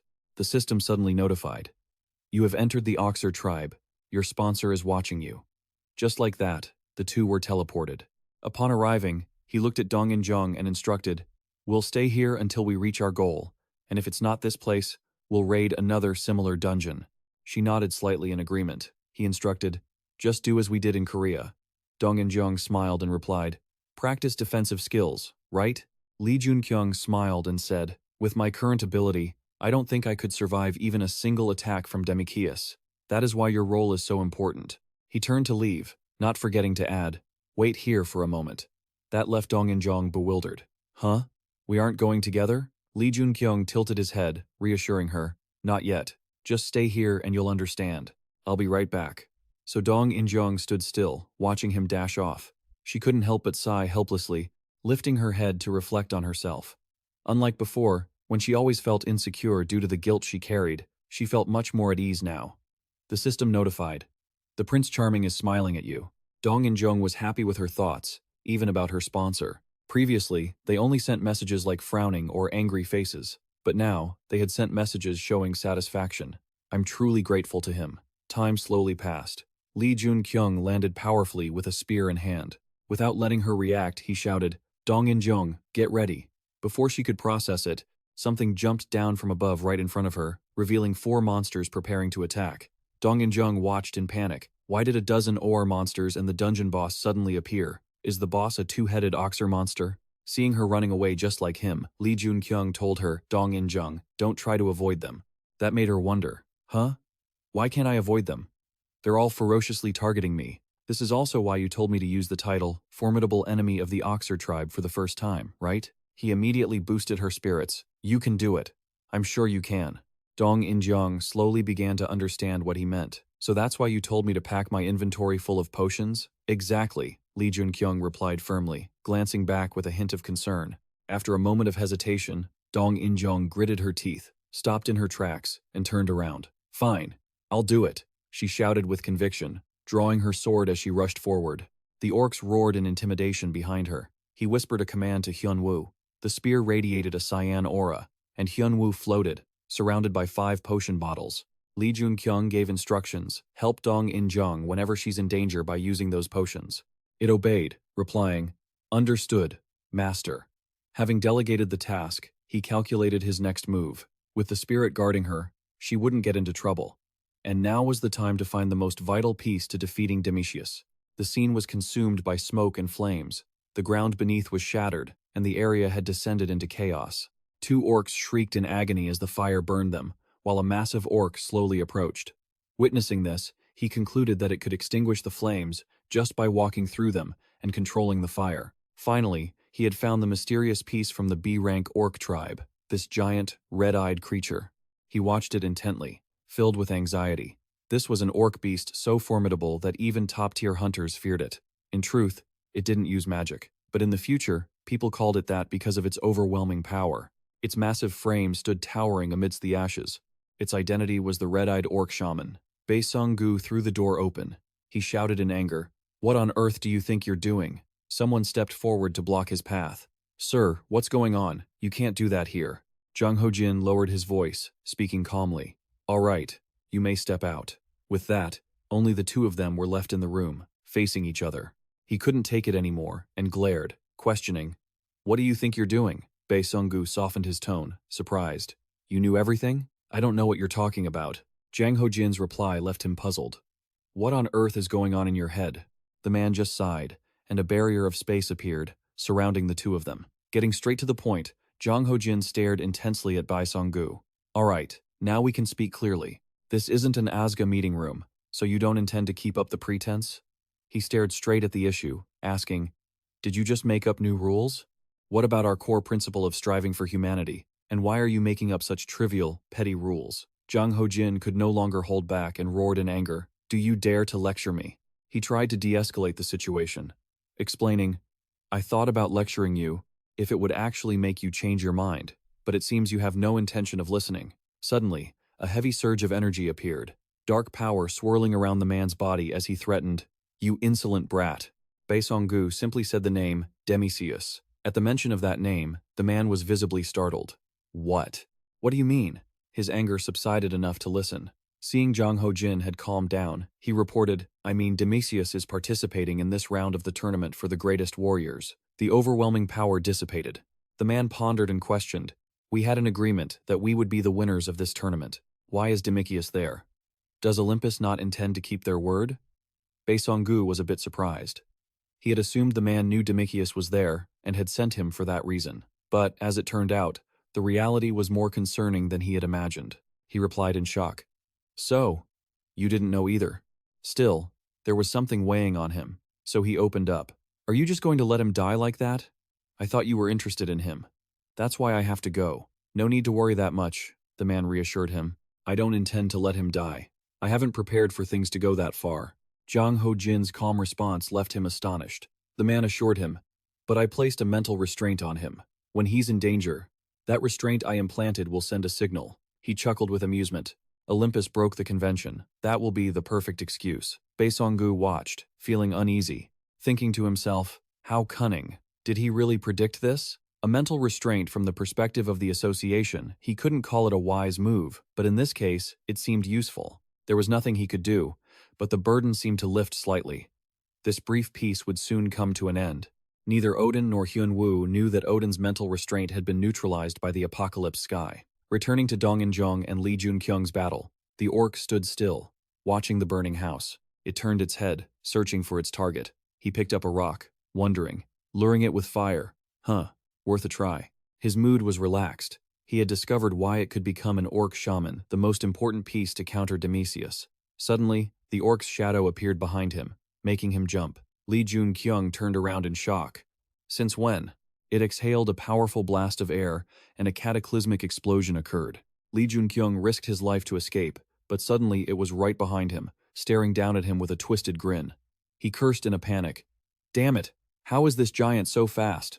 He was worried. Deep down, this monster was on par with the current Demecius. Could he actually win? It lunged, lifting its foot to stomp on him. A massive thud echoed, and the ground beneath cracked open. Fortunately, Lee Joon-kyung managed to dodge in time. He summoned his weapon to his hand. With a cold face, he stared straight ahead, determined. I wanted to avoid a confrontation with this guy to prepare for Demecius. But I guess I can't avoid it anymore. I have to take it down. Seeing Lee Joon-kyung standing his ground, it threw a punch.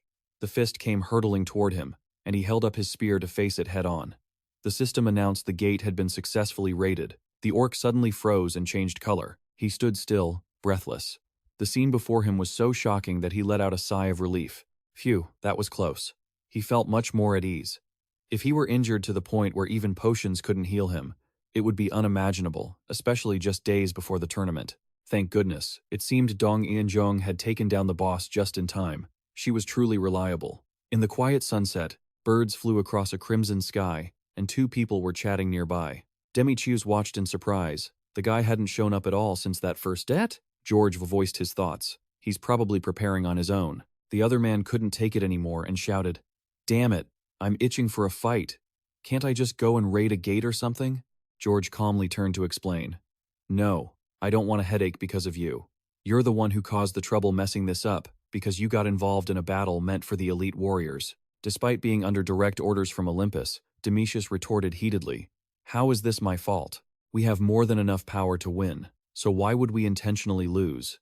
Does that make any sense to you? As a warrior, I can't stand this kind of injustice. He shot back. Then fight for what's actually unjust, if you really care. Why on earth did you get yourself beaten up so badly you ended up in the hospital? George asked, his voice full of worry. You're going to be the death of me. The battle should have started by now. I managed to dodge the duty for a while, but since you showed your face at that opening party, I'm certain the Olympus goons are on their way here to punish you for breaking the rules and me for helping you. Demecius puffed out his chest with arrogant confidence. Don't sweat it. They're all small fry. I'll protect you. Besides, that underdog kid, the one who looks like he can hold his own even when he's alone, I'm really looking forward to seeing that girl he's with. He could only force a smile, thinking to himself that this guy rarely took notice of any opponents. Seeing how excited he was about Lee Park Jae-wi-gong and his partner, George's anxiety only grew deeper. I've got a bad feeling something is about to blow up. This feels like the calm before the storm. In an apartment building, In-jong looked at him with concern.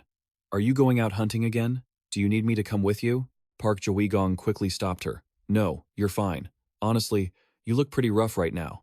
In-jong, feeling helpless, asked, And whose fault is that? Exactly.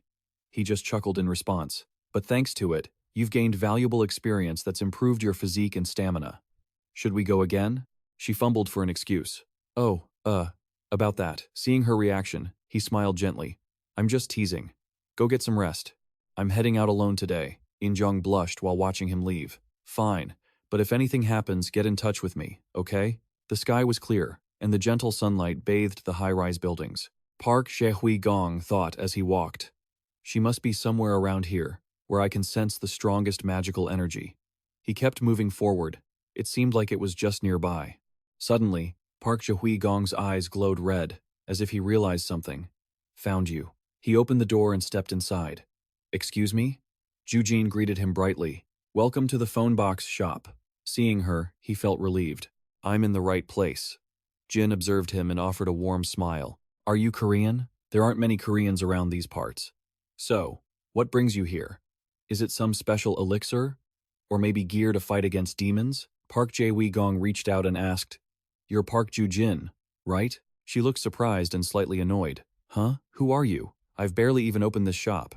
How do you know my name? He smirked triumphantly. Your hammer is still in good shape, isn't it? He thought to himself. Brock's little sister, a legendary blacksmith, possessing skills on par with Brock herself. The master jeweler, Hephaestus. Ju-jin was stunned. Did Jae-hoon send you? Seeing her reaction, Park Jae-gong just thought that was a nickname she would eventually be known by. A week later, she pulled out a spear. Just as you asked, I smelted that red ore and coated it onto the muspel spear. Who the hell are you? Ju-jin stared at him wide-eyed. The stone on your spear. And that red ore, I've never seen anything like them before. I even left my brother, who can't even cook for himself, behind to scour England looking for minerals like this. Even the folks in Olympus don't have this kind of stuff. Tell me, who are you and how do you have these things? Ignoring her questions, he spoke with conviction. Go back to Korea.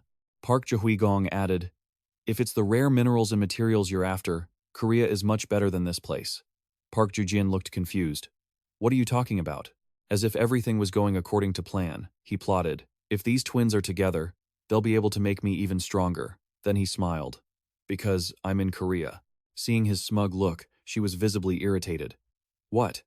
Are you saying you can provide minerals that not even Olympus can get their hands on? So arrogant, but why does she have that interesting look on her face now? I like it. Outside the city, a blue light appeared. Among the hunters, there were some suspicious-looking figures. They looked devious and cruel. George walked over to the soldiers. The announcer grabbed the mic and declared, the raid will begin shortly. Hunters from all over the world, please get ready. In-jung walked with Park Jae-gong. She asked, so, are we really going to fight all of those people? He shook his head. Not all of them. Even though this is a battle between elite warriors, there are those who aren't interested in fighting. Clearing the dungeon is also a condition for winning. She looked relieved. Oh, thank goodness. That means hunters don't have to kill each other for no reason. Park Jae-gong looked at her with concern. Only if there are people like you, I guess. He whispered to himself. I'm not so sure. Suddenly, a loud noise erupted. Demisius approached, sneering. Just a bunch of small fry. Everyone was intimidated by his presence. Demisius shouted angrily, what are you looking at? He moved to strike, but George stopped him. Demisius. We haven't even entered the gate yet. He turned back with a scowl. But these weaklings were staring right at me. Whatever. He pointed directly at Park Jae-gong. He's here, that Lee Park Jae-gong guy. Park Jae-gong looked away, and seeing his face only seemed to excite Demisius more. I love that look on his face. It gets me so pumped up, Demisius shouted. Hey, good luck. Hearing his well wishes, Park Jae-gong looked at him with pure disdain. Just then, the announcer called out, everyone, please enter the gate. They immediately began filing in. Park Jae-gong looked at In-jung worriedly. She heard him call her name and quickly answered, yes? His expression turned serious as he warned her, once we get inside, you need to run as fast as you can. In-jung was shocked. What? He wants me to run away? A notification popped up. You have entered the Cataland Mountain Gate. In the distance, something began to glow. Then boom. An explosion rocked the area, followed by screams of terror. In-jung raised her sword to defend herself. She looked around, panicked.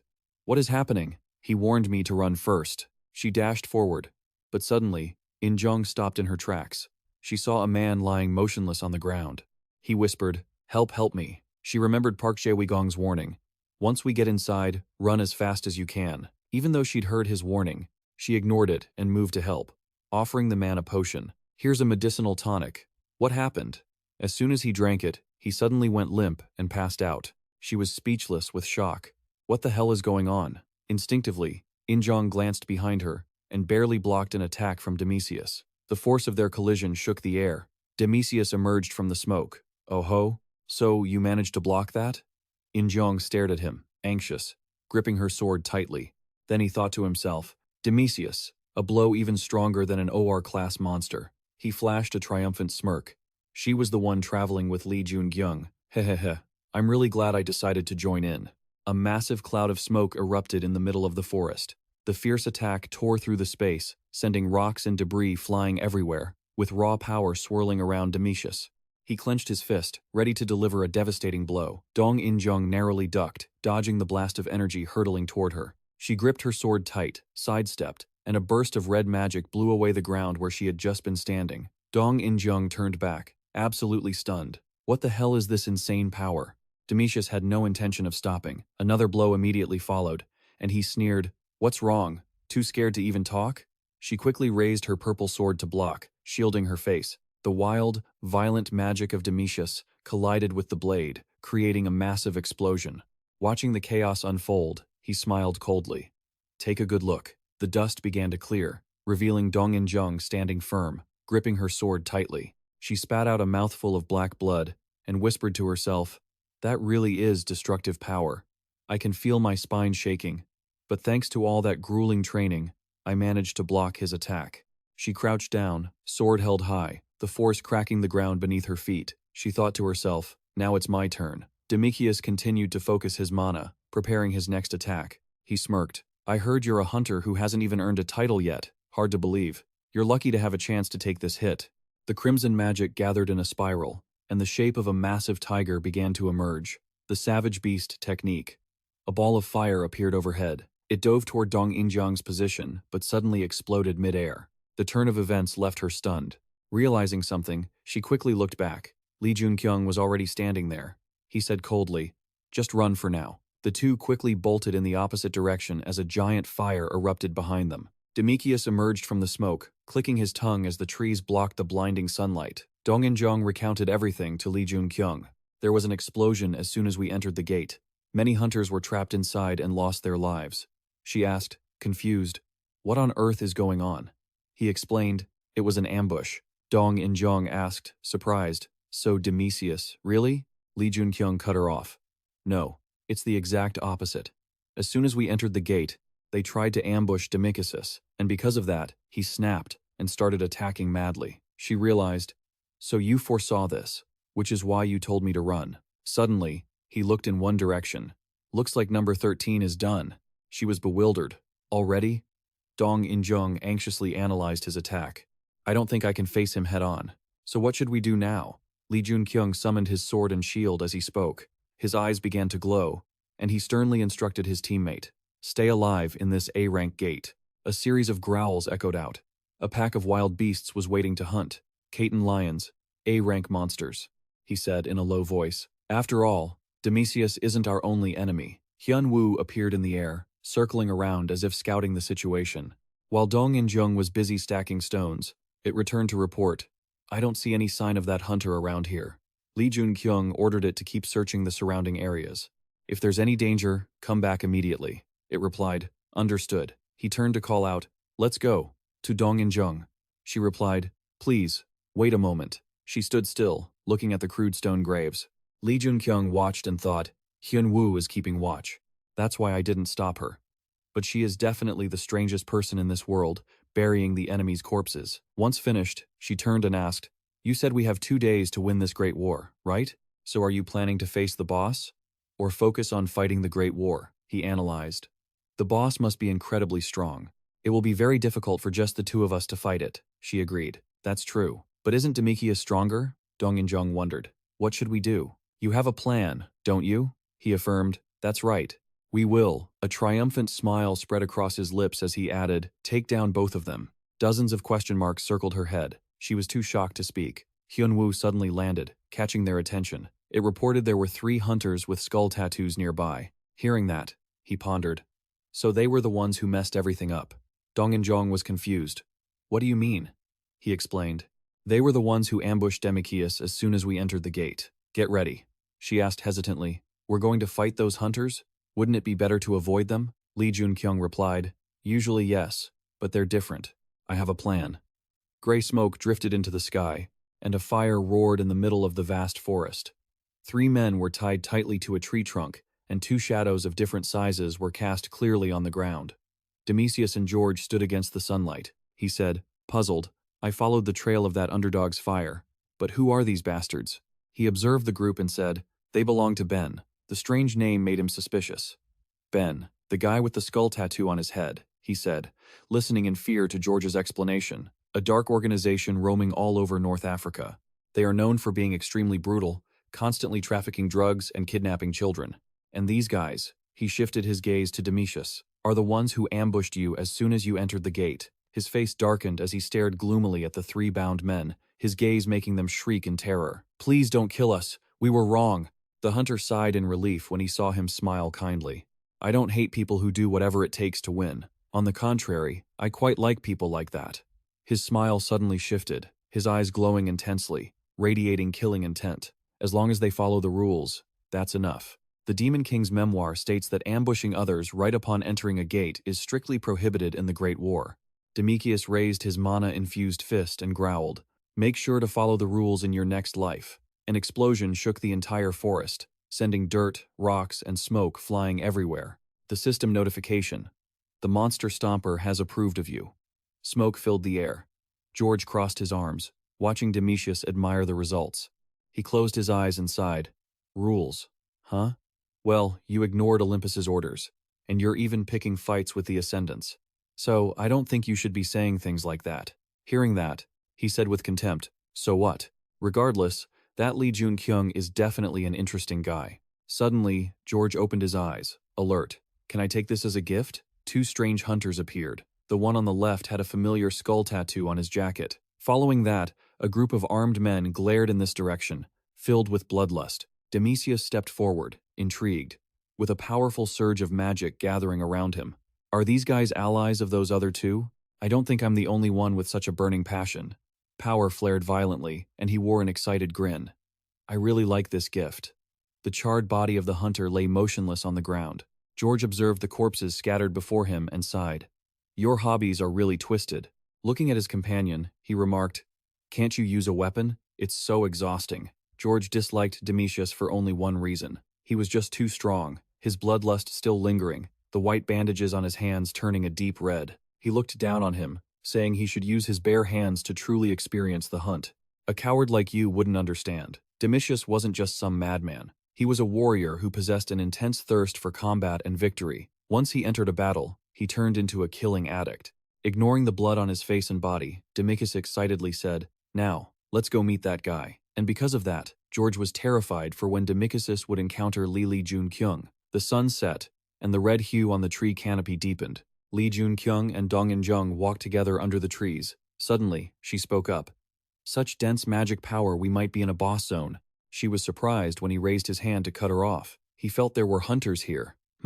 Not enemies. There's no scent of blood mixed in this mana. Just then, a strange group appeared before them. Two people wearing ethnic-style clothing spoke up.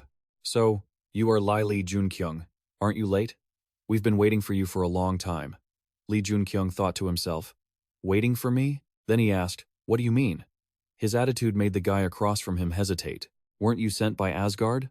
Joon-kyung answered seriously. "That's right." The two of them turned back to discuss something with their group. Then the young man stepped forward to explain. "I am Inep from 9. We are waiting to help you, but it seems you don't know anything yet.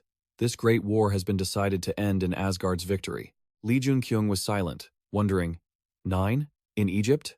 An international guild like Asgard or Olympus? Inep continued, "I don't know what happened with Olympus, so even though the road here was difficult, we waited to ensure you achieve victory." He analyzed internally. "So, this is the reason Choi Choi-yeon could win the Great War." He introduced them to his group and said, "We will help you too, so let's go defeat the boss right now. It'll be very difficult if only you two fight." Joon-kyung bluntly refused. "No, I will defeat Demetrius." This statement left everyone stunned. What?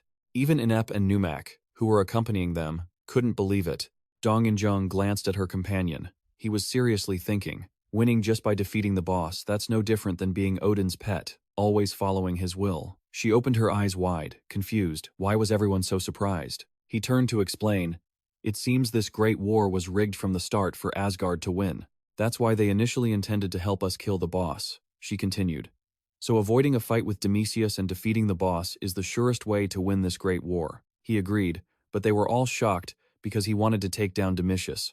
Joon-kyung's face darkened, thinking, "Will Dong-in-jung oppose me too?" She happily responded, "All right, let's go together. You have a plan, right? I'll follow it." Her attitude made him smile. He remarked, "You're truly reliable." Suddenly someone spoke up, "I'm withdrawing." The two turned toward the voice. Another person raised their hand. "I'm out too. My group agrees. We're sitting this out. I won't get myself hurt fighting Demetrius." The crowd around them grumbled in protest. Why the hell did Asgard send a guy like this? "I agree. Let's get out of this gate quickly." Inep spoke up. The boss is a lion similar to the Catalent species, but it's massive and much stronger. I won't fight Demetrius, but at least I'll give you some information. Num refused to participate. I'm stepping back too. The hunters nearby agreed. We'll stand back and watch. Lee Joon-kyung and Dong In-jung were helpless. She said, "We're back to square one." He smiled to reassure her. "No problem, let's move." The sky deepened into night, the canopy blending into the darkness. Num worriedly asked Inep, "What do you think will happen?" He pondered. "It'll be very difficult, but considering everything he's been through, he's abnormally strong. A star is rising. He suddenly appeared in South Korea, and is already one of the strongest hunters there." Lee Joon-kyung fought a giant centipede all by himself. He cleared the Rai River Gate, a very special one. He fearlessly faced a large group of people all on his own, Inep recounted. And this rookie wiped out the Northern Army Guild single-handedly, a guild known for being very strong. He has a very close bond with Heimdall, a key figure in Asgard. The image of Jang Ho-jin's terrifying smile flashed. He continued his analysis. With just a glance, Odin became completely interested in him. Inep offered an assessment. If we're talking potential, he might even rival the Dark Organization. Num opened his eyes wide in surprise. "What? No way." He smiled meaningfully. "That's why we're staying back. By doing this, we'll accurately assess him. Whether Lee Joon-kyung will show us how a real fight goes when encountering the overwhelming hero Demetrius. That is, what we, and all the hunters standing out there, are very interested in." The sky was pitch black. A few sparks glowed. A giant horned lion stood there, its eyes burning with bloodlust. In front of it were two small humans. An info board appeared. "You are facing a cattle yan." It roared suddenly, power discharging like electricity. The system warned, "Your abilities are slightly reduced due to the cattle yan's pressure." Lee Joon-kyung gritted his teeth, resisting the opponent's attack. Notifications popped up one after another. "You have successfully resisted. Your abilities have returned to normal. You have achieved." The pressure resistor, the stone where he had just been standing, shattered from the force as it lunged toward its prey. He shouted orders. "I'll take the left side. Dong In-jung, you attack the right. Remember to conserve your strength." She focused her power and lunged forward upon receiving the order. "I understand." Hyun-woo also assisted. "I'll take the stomach." Their group used their weapons to attack from 3 different directions. The boss opened its mouth, bearing sharp fangs, preparing to greet the 3 tiny beings. Just as the cat was charging at high speed, Dong In-jung swung her sword down at its neck. But unfortunately, it spotted him, and immediately retaliated with its leg.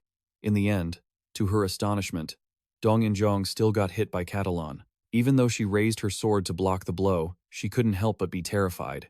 Its power was overwhelming, radiating from all directions. Lee Joon-kyung seized the opportunity to use his weapon to support her. But in a flash, she was swatted straight to the ground, and dust billowed out from the impact. He quickly retreated to dodge. Hyun-woo immediately unleashed his energy to help them, and it struck the boss's other remaining eye. Thanks to that, the other 2 were able to land safely. Lee Joon-kyung turned to remind Dong In-jung, "Don't push yourself too hard, okay? We still have our second target, Demetrius, to worry about." Meanwhile, in another turn of events, a conflict was erupting like a seismic shift. Everyone nearby caught in the blast was knocked unconscious instantly. Mana covered the guy's entire body, his arms stained with blood, looking like he had just been torturing someone. Demetrius, eyes burning, grabbed his opponent by the collar, furious.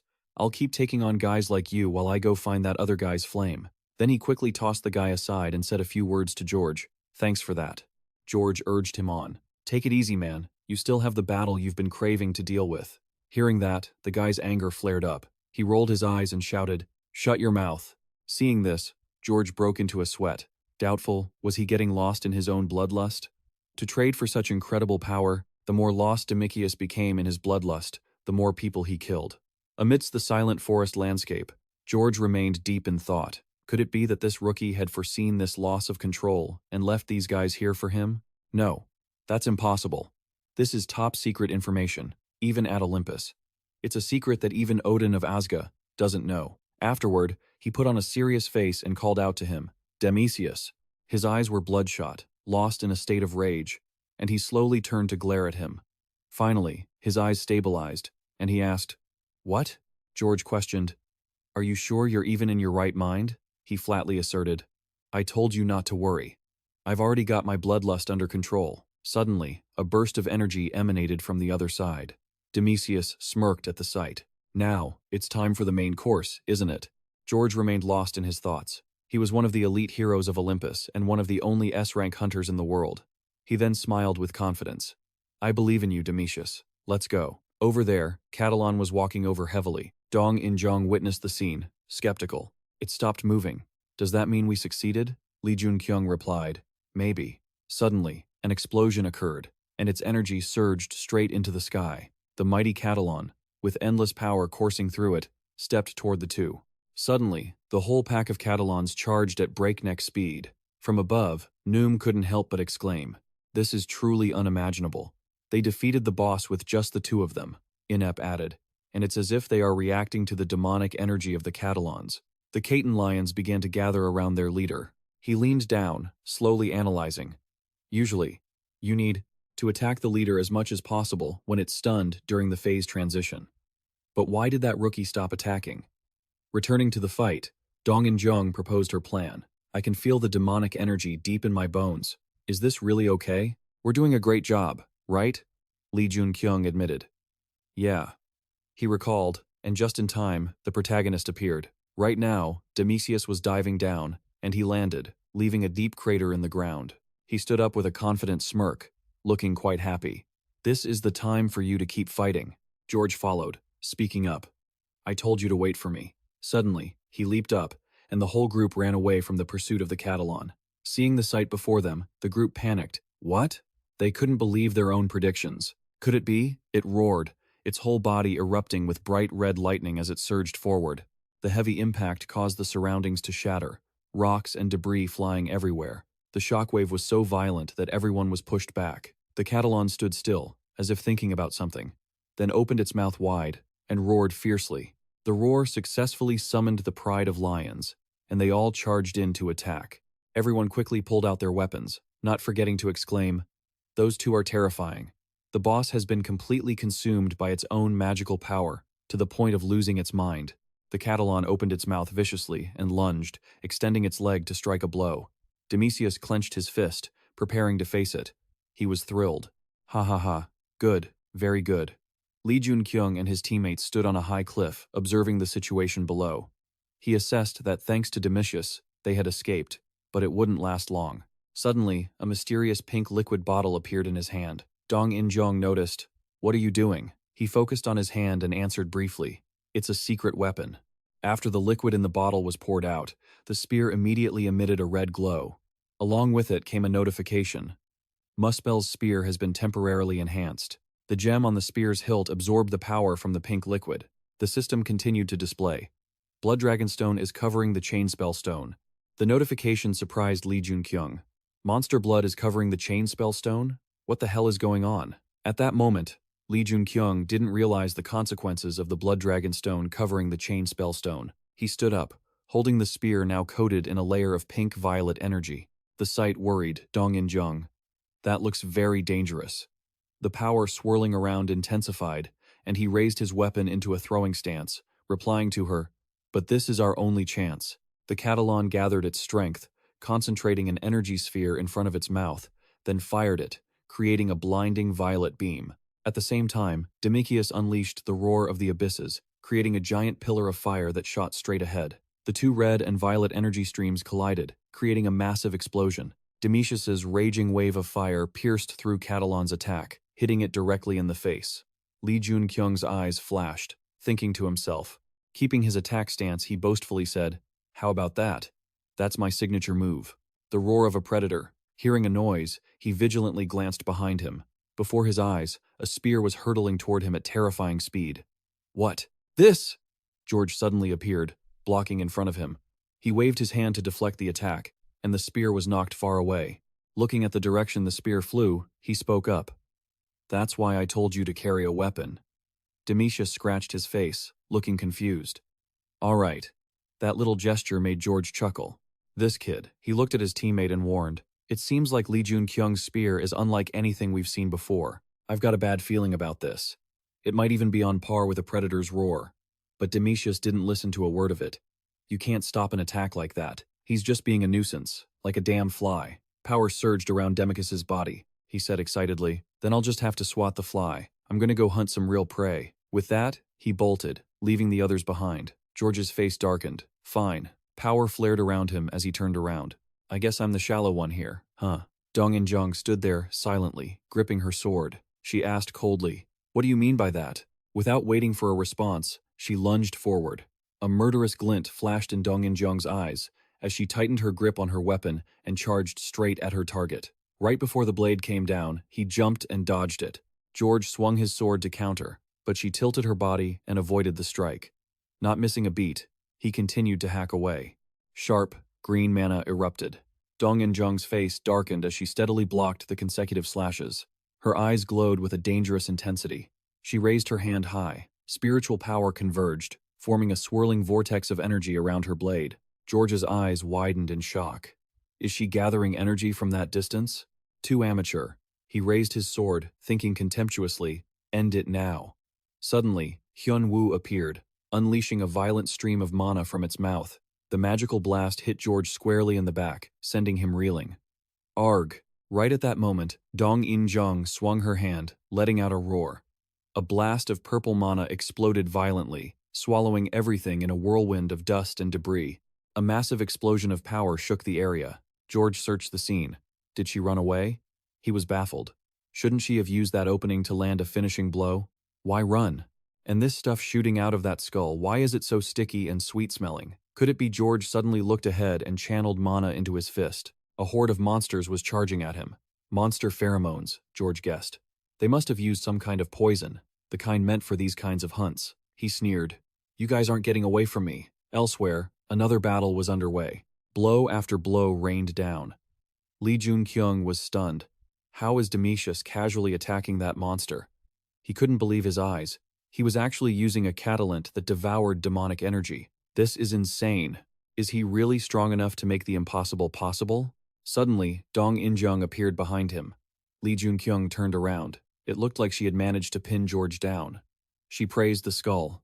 Yeah, Hun-mu helped me out a lot. You made the plan. We need to finish everything before George gets back, Joon-kyung said. Dong-in-jung replied, I understand.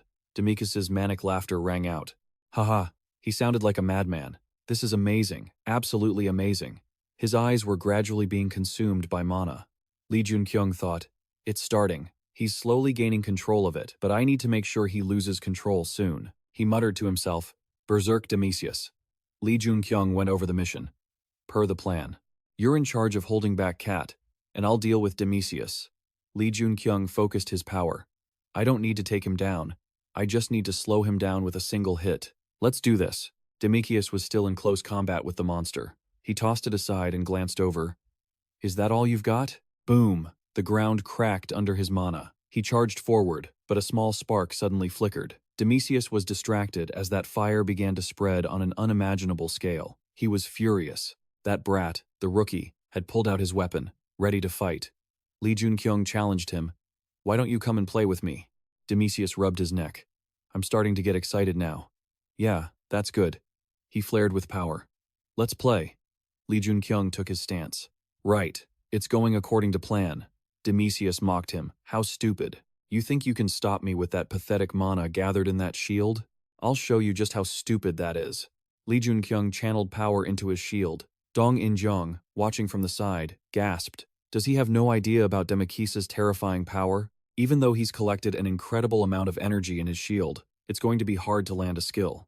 The Rhino Charge was the skill that made him famous. Demetius lunged forward, smashing through every obstacle. He punched Joon-kyung's shield directly, but he felt something was wrong. His whole body jerked to a sudden halt. He's not here! Demetius quickly looked up. Joon-kyung was standing right above him, spear in hand. He struck with everything he had. Arg! The tip of the spear pierced Demetius's left shoulder. Demetius didn't hold back, swinging his mana-infused fist, landing a direct hit on Joon-kyung. He was sent flying. Demetius rubbed his wounded shoulder. You trying to trick me with that garbage energy in that shield? Demetius gloated. Ha ha, you really are a rookie. Get up and make me laugh some more. Joon-kyung thought to himself. I've taken too much damage. Joon-kyung taunted. Demetius, are you okay? Demetius sneered. You're acting all high and mighty just because you gave me a few scratches? My body will regenerate on its own. Just as he finished speaking, he suddenly stumbled. Arg! The wound on his body was deforming. This is poison. There's a saying, the red ore gave birth to an elf mage. Joon-kyung denied it. No, the full saying is, the ore is known for two functions. Liberation, and Demisius shrieked in pain. R. The last part of his sentence. Berserk. A glowing red crystal stone. The Berserk stone could grant ordinary monsters power exceeding that of a boss. Humanity's endless ambition led to research into this Berserk stone. Two doctors were discussing the stone. The animals turn into monsters. A white rabbit, upon receiving the stone's power, transformed into a giant beast. That monster even possessed power equivalent to a boss. And so, the Berserk stone received its first name, Storm's Fang. Soon after, experiments continued on hunters. A doctor was preparing to inject something into the hunter in front of him. The Berserk stone helped them increase their potential at rocket speed. The hunter's eyes turned blood red. Their entire body underwent a massive transformation, but because humans could die if they went insane, it was soon banned from use. The hunter from earlier looked back with a furious expression, and just like that, the Berserk stone earned another name, Madness. A skull seemingly burning in a flame. The sky turned to twilight, dust filled the air, and the forests seemed to tremble. Joon-kyung's entire body seemed to be wrapped in some kind of power, as he thought to himself. Such incredible magical power, it feels like this entire Mount Catalan is shaking. Suddenly, a voice echoes through the space. Joon-kyung, what have you done? Hearing his name called, he slowly turns his head. George is standing there, gripping a very long sword, staring right at him. Joon-kyung warns him, if you come any closer, you'll die. George just lets out an enraged roar. Before Joon-kyung can even process it, George vanishes from his spot in a blink. He strikes like lightning, rushing toward the blazing Demisius. Joon-kyung quickly shifts his own position as well. He leaps into the air, bracing himself, thinking, damn it, it's going to happen again. In his mind, he already envisions Demisius killing George. It happened in the future. Demisius lost himself to madness, and George, trying to jump in and stop him, was killed by his own hand. A pillar of fire erupts toward the sky, forcing George to dodge. He quickly uses his sword to counter the flames Joon-kyung conjured. George shouts desperately, get out of the way! He hasn't been in this berserk state for long. I can still snap him out of it. Joon-kyung yells back to stop him.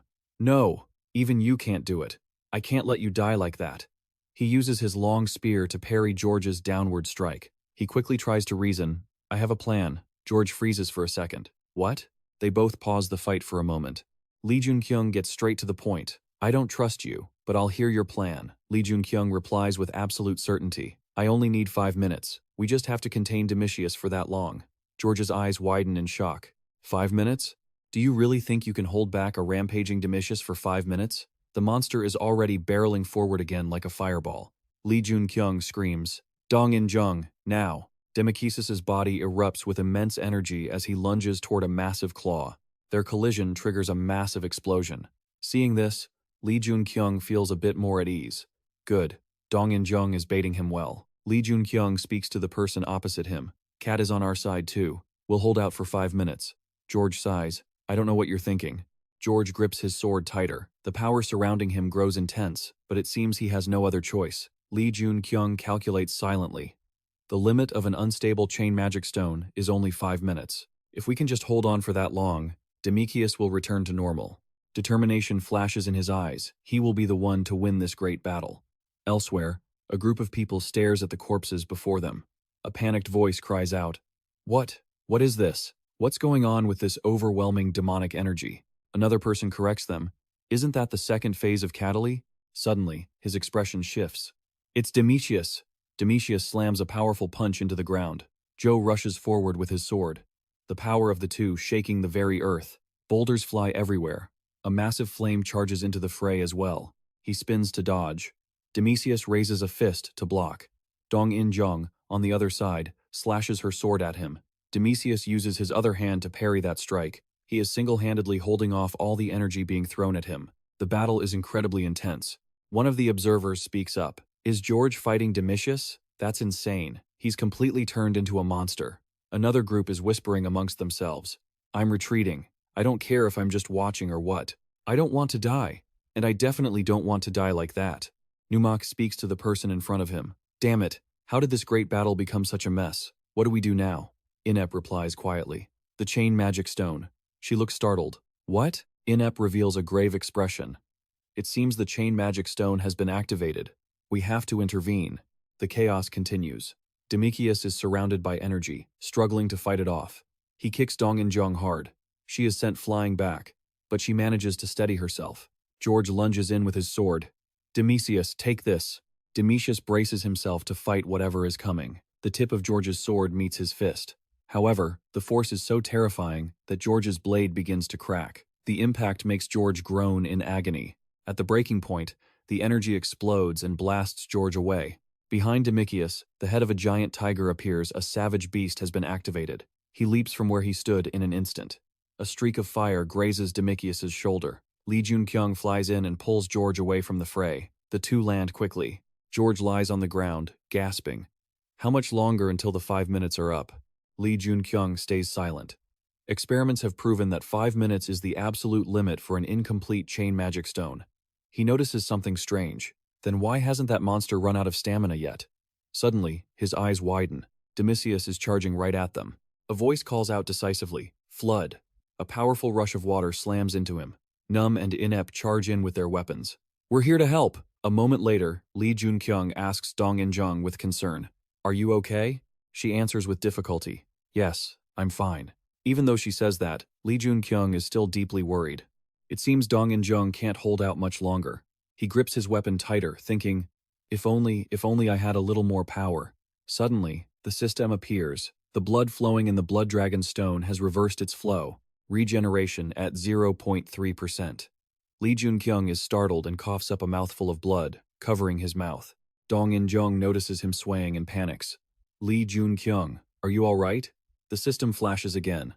The blood flowing in the Blood Dragon Stone has reversed its flow. Regeneration at -1%. He grips his weapon even tighter, a terrifying glint in his eyes. Lee Joon-kyung screams, exploding with power. Dong In-jung is confused. "Lee Joon-kyung." A ball of light appears, surrounded by thick clouds of dust. Inept notices something. Could it be? Numb continues his partner's thought.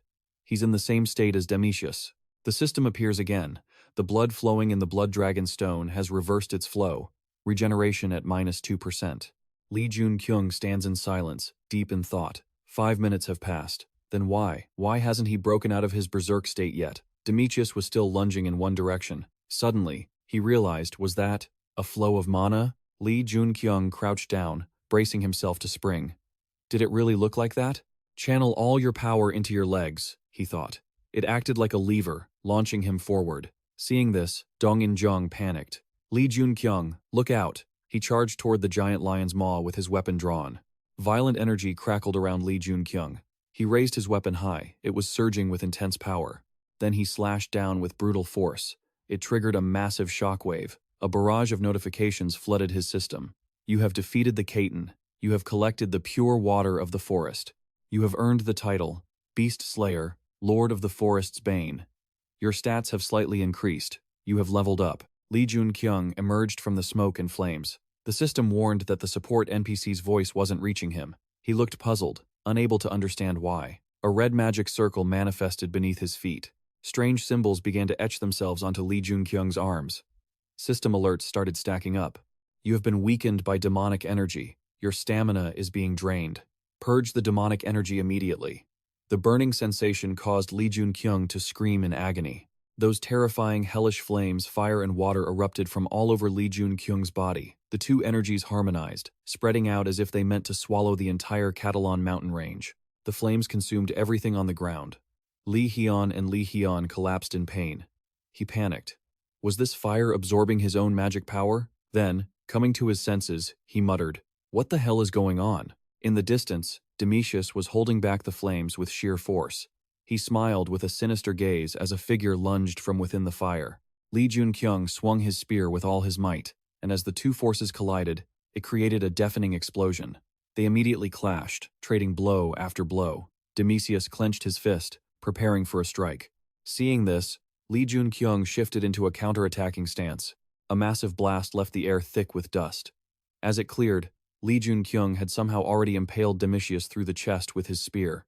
The man just stood there, stunned and trembling. He kicked Demicius hard and yanked the spear out. Instantly, Demicius spat out a mouthful of black blood, as the surroundings remained buried in dust. The man had now lost an arm. Blood dripped from the severed wound. George watched, heartbroken. Demisius, he hesitated. Hey, your arm. But before he could finish, the severed limb had already grown back. A bolt of blue fire descended. Athena appeared, standing in front of Demisius. She cast a cold, sharp look at the opponent. Witnessing the scene, George whispered to himself in awe. He's using insane amounts of mana to regenerate his body instantly. If Demisius can go this far, just how strong is Lee Joon-kyung really? Dong In-jung screamed in terror. Lee Joon-kyung, the wounds on his body had now fully recovered. George thought in a panic. Those were some serious injuries. How could he heal that fast? Is it because of the blue flames covering the gate? Demisius clenched his fist, and a colossal flaming face manifested behind him. Lee Joon-kyung leaped up, charging like a gale with his spear. The flame-wreathed fist in Demisius's hand grew even larger. George stood there with wide, fearful eyes. His arm hasn't even finished regenerating, yet he's going to use the Predator's roar? This is bad. Demisius unleashed the Predator skill like a giant cyclone. Suddenly, blood erupted endlessly from his arm. Lee Joon-kyung swiftly delivered a strike with the force of a falling star. A massive fireball erupted from the impact of their clash. It followed with a second explosion, leaving the surrounding area in ruins.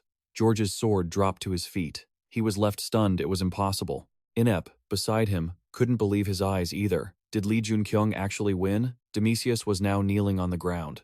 Lee Joon-kyung landed quickly, his body still glowing with fierce red flames. He swung his spear, intending to finish Demisius off. George rushed over to stop him. No, Lee Joon-kyung's reason was gone. His eyes were bloodshot and unfocused. His only remaining instinct was the desperate need to survive and a savage bloodlust. The Blood Dragon Stone had been affected by the chain spell. The blood of previously hunted monsters, mixed with the mana-soaked blood of the Catalans, had created a mutated crystal. Lee Joon-kyung was about to snap and explode, just like the hunters who were experimented on with the chain spell stones. The spear was now inches away from Demisius. Suddenly, a powerful pink force blocked the spear. Athena commanded coldly, "Kneel." Lee Joon-kyung snapped out of it, instantly collapsing to his knees. Dong In-jung couldn't believe her eyes. The people around them reacted with the same shock. Lee Joon-kyung stood up and bowed respectfully. "It is an honor to meet you, Athena." She furrowed her brows in annoyance. "What a mess. Because of you lot, I'm in debt now." But first, Athena glanced down, curious. "Who is this?" Lee Joon-kyung quickly answered. "This person is." Before he could finish, the man widened his eyes and interrupted him. "I am Lee Joon-kyung." Athena observed the man before her, thinking to herself, all the impact on the gate was caused by this guy? More importantly, it seems my barrier isn't strong enough to hold him back. Athena looked around. The entire Sen mountain range was covered in dangerous flames that could drain mana from other entities. She sized up Lee Joon-kyung. "I thought he was just some rookie Asgard sent over out of pure luck. I never expected him to successfully surpass Demisius." Athena felt threatened. "This is dangerous." She manifested her spear. He had to be eliminated right here. The spear shaft crackled with purple lightning, and she lunged forward to strike. Suddenly, a voice cut through the air. "Stop!" Athena turned back. A rainbow light suddenly appeared in the sky. A man descended from somewhere. She was stunned. "Him. Why are you here?" Sangun replied. "That's what I wanted to ask you." Athena was annoyed. "Did you follow the lightning?" He didn't explain. Simply standing in front of Lee Joon-kyung. She was furious. "Get out of the way. That man must be killed right now." Sangun's expression turned grim. "If you intend to kill him, I will take it as a declaration of war against Asgard." Athena's face darkened instantly. She scoffed. "A declaration of war? Is he really that important to you?" "It's laughable. I thought nothing was important to you at all." He remained silent. Inep spoke up. "Could you spare me a moment?" "Honorable Athena, I am Inep of 9. Athena glanced at him. "You're an Egyptian warrior?" "I am aware." He placed a hand over his heart. "It is an honor that you recognize me." Athena watched as Inep explained. "We received orders from 9 to protect Lee Joon-kyung." She was astonished. He manifested a mysterious eye. "You must know that this is the Eye of Osiris." Inep held the eye up high. "Since I am currently representing 9, I demand that you accept 9's petition, Athena." The system announced that the gate would soon collapse. The system began to trigger, rewarding him with a new skill inside a magnificent castle. Through the glass pane, the inside of a room was clearly visible. Dong In-jung was slumped over in a chair when she suddenly lifted her head and ran to the bedside. She tearfully called out to Lee Joon-kyung, "Thank goodness." Joon-kyung tried to make a sound, but deep down, he realized something. His vocal cords weren't working, she explained. Your body probably hasn't fully recovered yet. Please wait a moment. I'll go call someone. With that, she left. He looked around at the round shield with 2 swords. It must be the Round Table. Joon-kyung wondered if all mighty hunters created secret organizations to control the world. There were many such secret organizations established for noble purposes. He continued to think, and the Round Table was one of them. Joon-kyung guessed, but in the end, they never took action. They remained hidden, acting under a guise. Even though the UK was on the verge of collapse, they continued to stay hidden. Despite possessing terrifying power, they made no effort to change anything. He sighed. His body was a mess right now anyway. He was in a state of exhaustion. His creaky body couldn't speak, and he couldn't move his legs. The system suddenly spoke. Park Jae-hui-woo. Park Jae-hui-woo was there. He thought to himself, if he was right, there was no longer any issue needing Park Jae-hui-woo's help. His status window, stats, abilities, and level appeared before him. Joon-kyung noted his level was still over 50, but it seemed his skills had declined due to the effect of the impure crystal. He couldn't even speak. New skills appeared on the status board. He was stunned to see he had acquired skills comparable to unique skills. Joon-kyung thought proudly, I will make you even more fascinated. The Sky of Revelation. Later, Seonggu stopped by. How is your body? He asked. Seeing him, Joon-kyung sat up and called out softly. Seonggu smiled. I heard the mana intrusion process is underway. This is a rare case, so there's no specific treatment or solution yet. But seeing your current condition, I don't think we need to worry too much. Joon-kyung calculated. Thanks to the support of the Sky of Revelation and the mana flow, he figured expelling the mana wouldn't be difficult. Seonggu encouraged him. Make sure you recover. I have something to ask you at that time. Meanwhile, he was standing before the council. Athena gave an order. The power that Joon-kyung displayed is too dangerous and destructive. I demand that you investigate Joon-kyung's power. Seonggu retorted. Asgard does not infringe upon the powers of its hunters. She interrupted. But aren't you the ones who need to clarify this? He didn't flinch, but you are the ones who broke the agreement between Olympus and Asgard. Asgard was promised victory in this great war, and sent hunters for that very reason. Seonggu recalled the image of Joon-kyung losing control. If we had known Democesius would intervene and break the treaty, we wouldn't have sent Lee Joon-kyung. In this situation, our hunter was merely fulfilling his duty, he asserted. Therefore, the demand for clarification is unreasonable, and I think you are the ones who should provide an explanation. Olympus's Athena remained calm. The power Joon-kyung possesses is already threatening enough. She gave an example. The entire gate was covered in blue flames, and he even stole mana from other hunters. This was unforeseeable. Athena insisted. Therefore, we demand that you hand over that newcomer, Lee Joon-kyung. If you don't accept, Olympus is prepared to go to war with Asgard. Seonggu felt a chill. Seonggu explained, we are very well aware that the flame, which can absorb other hunters' mana, is dangerous and was not a skill that existed before. However, don't you think the very existence of hunters is a danger in itself? Everyone was stunned. Whispers erupted endlessly. He continued, all of us are entities that haven't existed before, and the skills hunters possess are all very terrifying and dangerous to everyone. Seonggu was firm. Therefore, since you, the Olympus side, mentioned going to war, you must take responsibility for your words, as it shows contempt for hunters. Athena gritted her teeth. Everything is because of you. Her face darkened. How the hell did you end up here? Facing you makes me lose my temper, and I can't think clearly. He looked at her and started to speak. Regarding this, Athena turned away. After this, I hope we never see each other again. Seonggu was a bit troubled. The system notified him that the mana flow had been activated. Dong In-jung was meditating. Feel the mana flow and use it. He studied it. Observing Demis's mana flow, he could see that he amplified his power by using the mana already present throughout his body. Joon-kyung felt the mana. The name said it all. When applied to attacks, destructive power increases, and when applied to defensive armor, defensive power also increases. That was the power of the mana flow. First, he needed to use the mana flow to recover.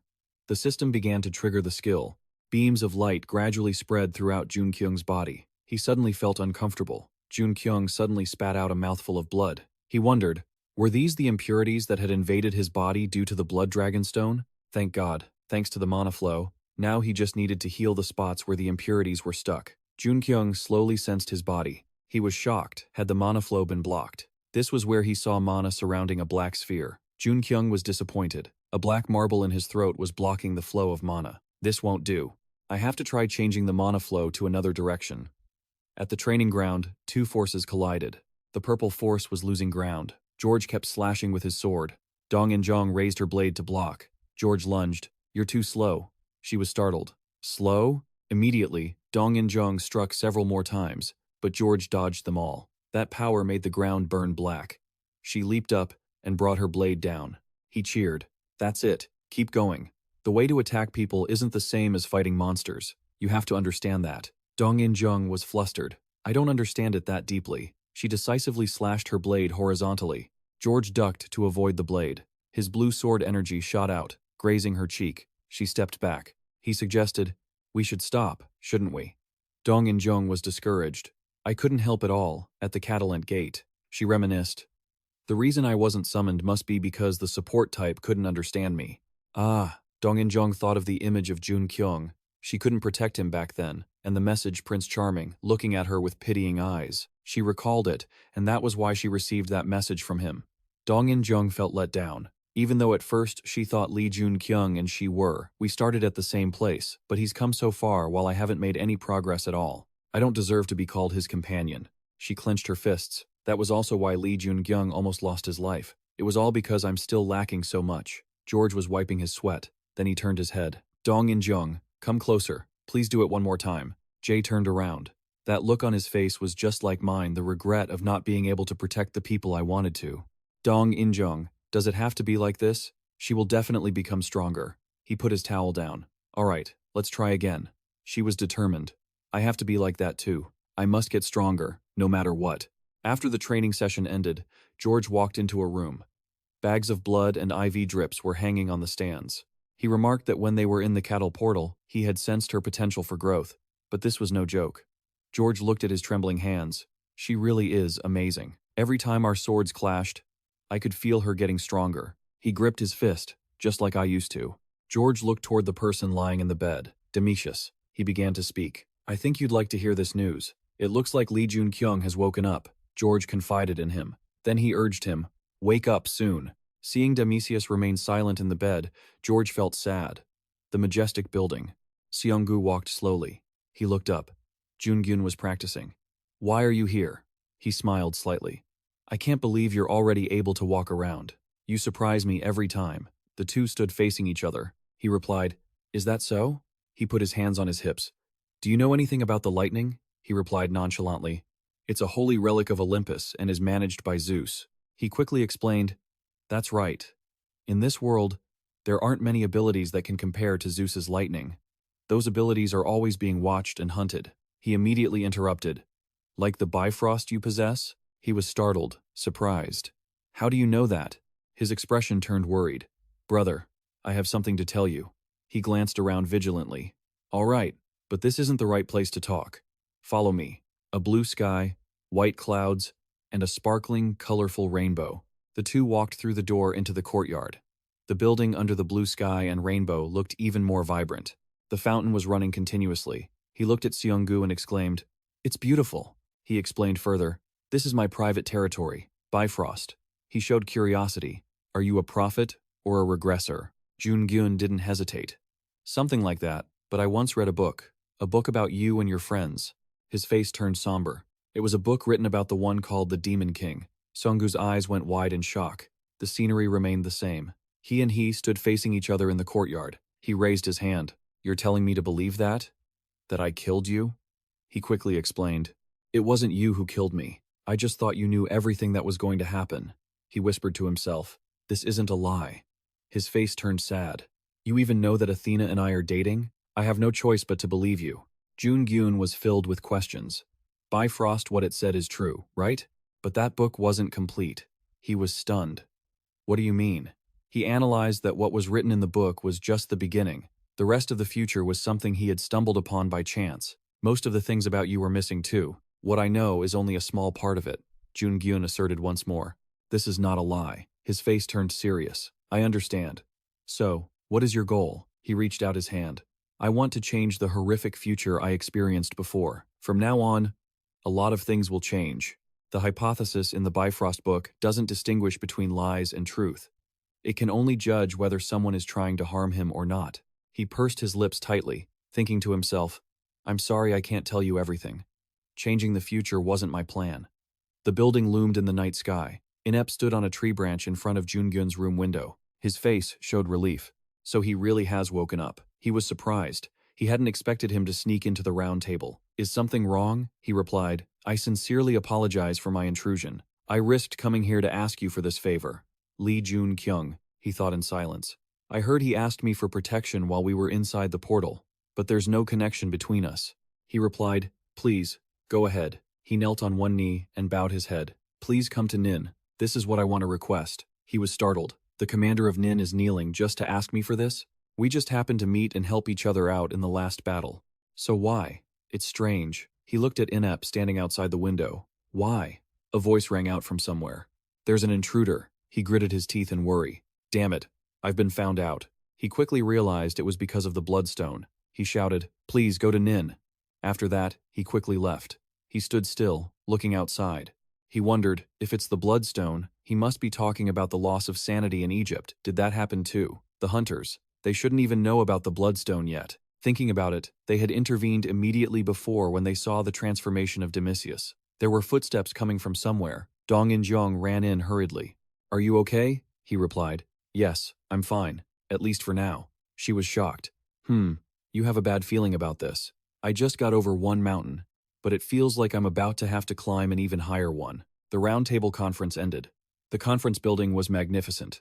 Starting the war was Athena's mistake. She walked with him in the courtyard. Of course, since Olympus broke the treaty, they have to take responsibility for that, and for starting the war, he said happily. Finally, we're going home. A voice rang out from behind. Wait! As soon as she heard it, she recognized it and turned her head. Jay. She hurriedly gripped the sword in her hand to protect him. Back off, Joon-kyung. Her eyes turned purple. What is it? George appeared in a stream of pitch-black power. His face was somber. George stood on the steps, looking at Dong In-jong and Joon-kyung. He reassured her. Dong In-jong, it's okay. It's fine, she said, confused. Why? Joon-kyung explained. Even though he's showing hostility, it seems like he wants to talk to me. Dong In-jong looked up awkwardly and sighed. I understand. You and he stood facing each other. George spoke up. He has recovered, but he hasn't yet. It seems Demisius has completely lost this time. He said, frankly, thanks to you, I've learned many things. However, next time, I won't be defeated. Joon-kyung repeated. Next time? All right, but I'm not one to let old grudges slide easily, he muttered. That bastard. George pleaded. I can't communicate with her, so please pass on this message.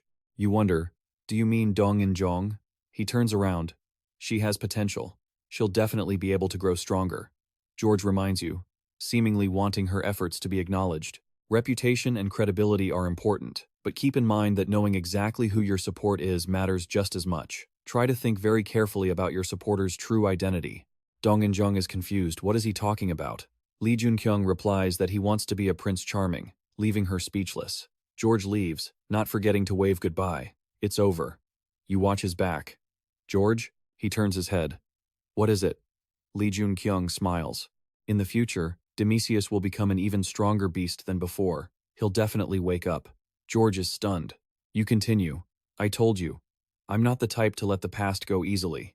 So next time, Lee Joon-kyung suggests, it would be great if we were on the same team. He watches the two of them walk away in silence, clenching his fist before relaxing it. His face darkens. If what you say is true, that would be wonderful. But right now, he's in critical condition and is being transferred to Olympus. A stone is tossed into the clear blue lake, creating small ripples. Lee Joon-kyung stands on the shore and drops another stone. Just as he's about to throw the next one, a voice suddenly says, You really are a troublemaker, aren't you? You are startled, as a blue light flashes in the air. A blonde girl appears. I don't know who ordered you to find me, but this is honestly going a bit too far. Lee Joon-kyung replies nonchalantly. You're Merlin, right? She is slightly surprised. Oh, you know my identity? You must be no ordinary person. You confirm, the true commander of the Round Table. Merlin is curious. And who are you? Lee Joon-kyung remains calm. No way, you don't know me? She grinds her teeth. The one who defeated Demisius the underdog. An arrogant hunter. Merlin's eyes turn blue. It seems you know me very well. What's your purpose in provoking me? Blue magical energy envelops her body. And suddenly, Merlin transforms into a young man. He says furiously, You should know that at the Round Table, no one dares to defy me. Reveal your true identity. Lee Joon-kyung's tone drops. I am. You suddenly become cold. Do you know the location of Excalibur?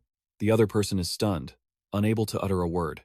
At the airport, Lee Joon-kyung is heading toward Dong In-jung. She wonders, "Where have you been all this time? You are vague. There's someone I absolutely had to meet here." Dong In-jung seems to have discovered something. She looks at your necklace. Dong In-jung stands up. "And that necklace too, don't tell me you went off to meet another girl?" Lee Joon-kyung is flustered. She is annoyed. "That's right. I knew you'd be like this. It seems you're hiding several women, aren't you?" Dong In-jung looks gloomy.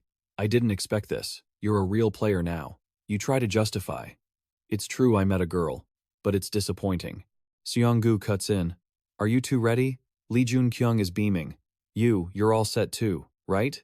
He replies comfortably. "Yeah, seeing me must make you happy, huh? Let's go home now." As they are walking, a voice calls out from behind. "Excuse me." You turn your head. A strange man conveys a message. "Merlin told me to tell you to wait right there," he says with interest. "You'll have to pay back what's equivalent to that necklace." Back at the airport, Seong-gu looks at you and asks, "How did you know Merlin?" Lee Joon-kyung replies, "We made a deal." He looks at your neck and wonders, "Is that Merlin's necklace?" You answer, "That's right. I almost lost my life because of this thing." George is angry, his green eyes flashing. He shouts, "Hurry!" Surrounded by a surge of power, he jumps down from a height. Back at the airport, Lee Joon-kyung rubs his head, looking uneasy. "Facing them right now is still a bit too much for me, but I really needed this necklace, so I risked my life a little." He smiles, faintly, and sighs. The plane is operating in the sky. It passes over the city. In the seats, Dong In-jung and you are sitting close to each other. She still has some lingering questions and turns to ask Lee Joon-kyung, "There are some things I still can't understand." You glance over and say, "What is it?" She replies, "It's about George.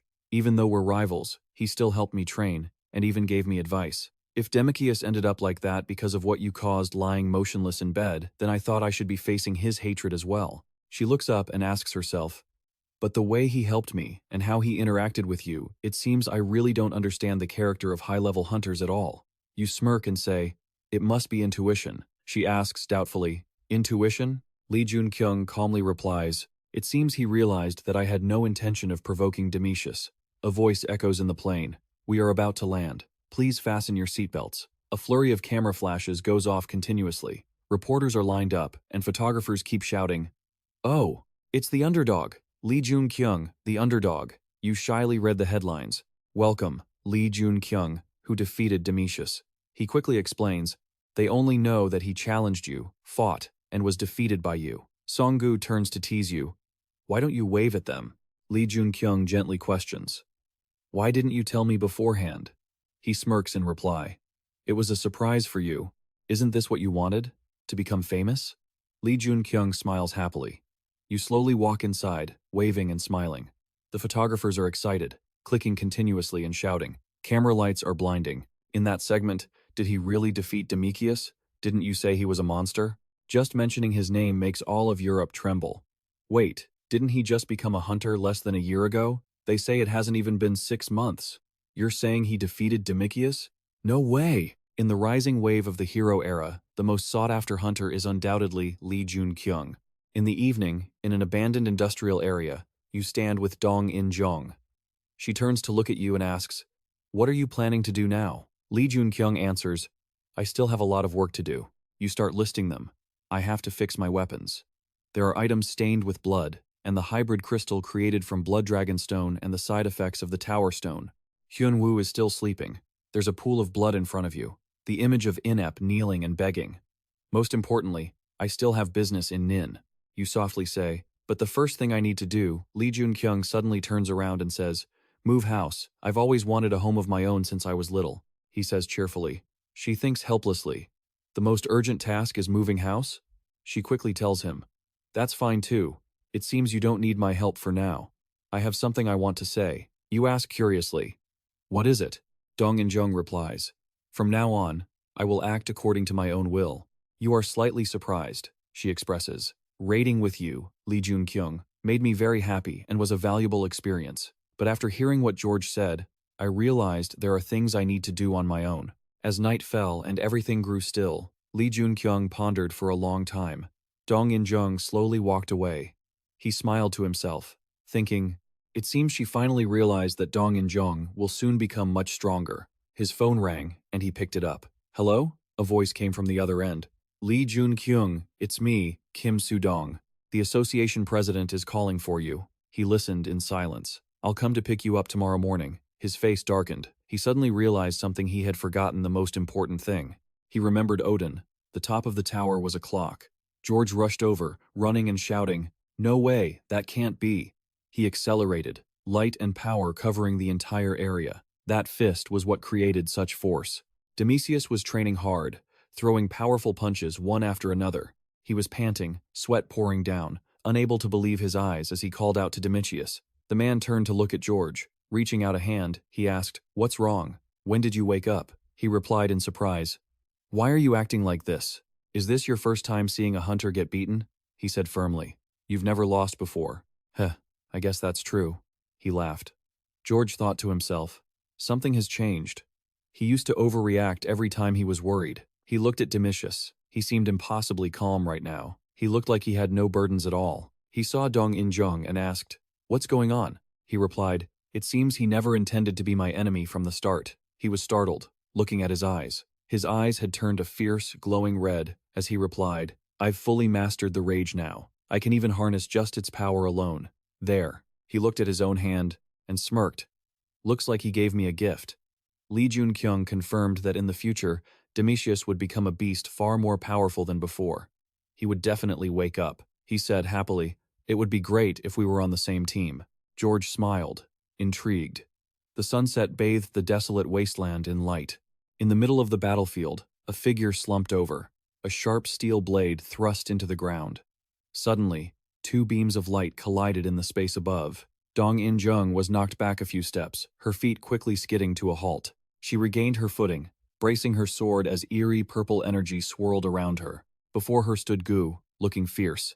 She guessed it had been 3 days already. Dong In-jung gasped for air, sweat drenching her as she thought, "Where the hell did this giant monster-looking thing come from? I feel like I'm facing Demisius again." Its sharp teeth exhaled steam, and its power surged.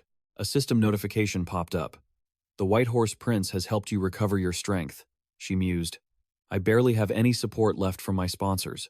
This guy must be exhausted by now, too." It didn't flinch, clenching its fist and slamming it down. The impact shook the ground, and Dong In-jung quickly leaped forward to dodge. Then she swung her sword high, slashing directly at Gong Du-du. A cut appeared on its shoulder, and its body staggered. She raised her sword again, determined. "I'm not sure what saving the Sleeping Beauty is supposed to mean." She channeled her energy and leaped down from the air. "However, anything that threatens the princess," Dong In-jung shouted. "I will kill them all." Her slash descended, creating a pillar of purple energy. She dove onto the red monster, driving her sword straight into it. Wounded, blood sprayed from its mouth in pain. It immediately countered, swinging a fist wrapped in energy, striking her left side. A shockwave rippled out, sending Dong In-jung flying, dragging a long trench through the dirt. The monster lay exhausted on the ground with the sword stuck in its chest. Her body was covered in scratches. She struggled to rise through the smoke, eyes fixed ahead to check the situation, only to see the red monster unconscious amidst the wreckage. Her hands trembled as she propped up her body, finally relaxing and lying back on the ground, letting herself rest for a moment. Dong In-jung muttered, "I'm out of potions. Even if I had one, I wouldn't have the strength to take it out. Am I going to die with this thing like this?" Suddenly, Hyun-woo appeared out of nowhere. Holding a potion floating in midair, he asked if she needed it. She gasped in surprise. "Black Soldier." A system notification interrupted her. "The White Horse Prince is praising your achievement. The White Horse Prince is granting you a title. The White Horse Prince will reveal his true name. Congratulations on obtaining the title, XF." The sky gradually turned pink as clouds drifted idly by. Then Lee Joon-kyung walked up and stood before her, asking, "You're awake?" She straightened her back, eyes wide with confusion. "Where am I?" He smiled slightly. "Where do you think?" "We're right at the gate." She still didn't understand what had just happened. "My body feels strangely better." "Did you give me some kind of miracle cure?" He shook his head. "However, congratulations." He held out his arm, and a surge of energy flowed into his bracelet. Dong In-jung was still puzzled. "Congratulations?" She looked around to search. "Oh, and I don't see my sword anywhere." Lee Joon-kyung spoke up. "I had a feeling you were about to be killed." His gaze moved toward it, confirming, "And now, I don't think it's a monster anymore." The red monster remained in its defeated, pathetic sprawl. She went over to it, picked up the sword, and said, "Thank you. Achieving this title is partly thanks to you." She tightened her grip on the hilt and pulled it up with force. The system popped up a new notification. "You have saved the princess. The Goblin Prince XF has sponsored the Goblin Mage for the princess. The Goblin Prince XF will pass judgment on the Goblin Mage." A blue pillar of light flared, connecting directly to the sky in front of the two. Dong In-jung was bewildered. The Goblin Prince Gongdu, is its sponsor a girl? The red monster shrunk from its muscular form down to the size of a tiny creature. She was flustered when it ran over and climbed onto her shoulder. "Huh?" he explained. "It belongs to you now." It sat proudly on her shoulder while she looked on, bewildered. "Belongs to me?" he assured her. "That's right. It's just like the Black Soldier. Once again, congratulations. Now you have a title. You've become a real hero." The red monster was thrilled to hear this. Dong In-jung wondered, "Why do I feel so attached to it? It's actually kind of cute." Joon-kyung gave a reminder. "Make sure to protect the princess and the White Horse Prince. Have you decided on a name yet?" She stood opposite him and replied, "Not yet." The tiny monster hissed softly, making strange sounds. She still didn't know what it meant. The tiny monster grunted again. She realized what it wanted. "Gongdu? Is that your name? Are you trying to say the word princess?" It replied in its own language. A system notification translated its thoughts. "The White Horse Prince is smiling with satisfaction. The apocalypse sky is laughing at this strange situation." Joon-kyung smiled thoughtfully. "She won the battle against that goblin mage. The way Dong In-jung and the Black Soldier grow is the same." She continued to wonder, "How did you even manage to get here?" He answered reluctantly. She kept asking why, so he broke it down for her to understand. Normally, clearing a dungeon gate only takes a day or two, but she still hadn't come out by the third day. She finally realized the gravity of the situation. Joon-kyung added an important detail. "Oh, I have a few things to tell you. Watch out for this guy." A fierce two-headed monster approached, wielding two blades. He encouraged her, saying since she was in charge of this gate, she should give it her all. There was only one left. Dong In-jung's murderous intent surged. "All right." She focused, letting her energy envelope her. After receiving her alias, the power within her had increased significantly. She could feel the energy surging through her body. The boss of the goblin village, a two-headed goblin. She smirked, deciding this opponent was strong enough to test her heroic strength. Dong In-jung leaped forward toward the monster, lifting her great sword high in the air, intending to cleave it right down the middle. Unexpectedly, Gongdu jumped down and grew back to his original size, leaving her stunned. The two-headed boss shrieked as energy radiated from it. It lunged at the monster, slashing it twice while letting out a powerful roar. The system notification popped up.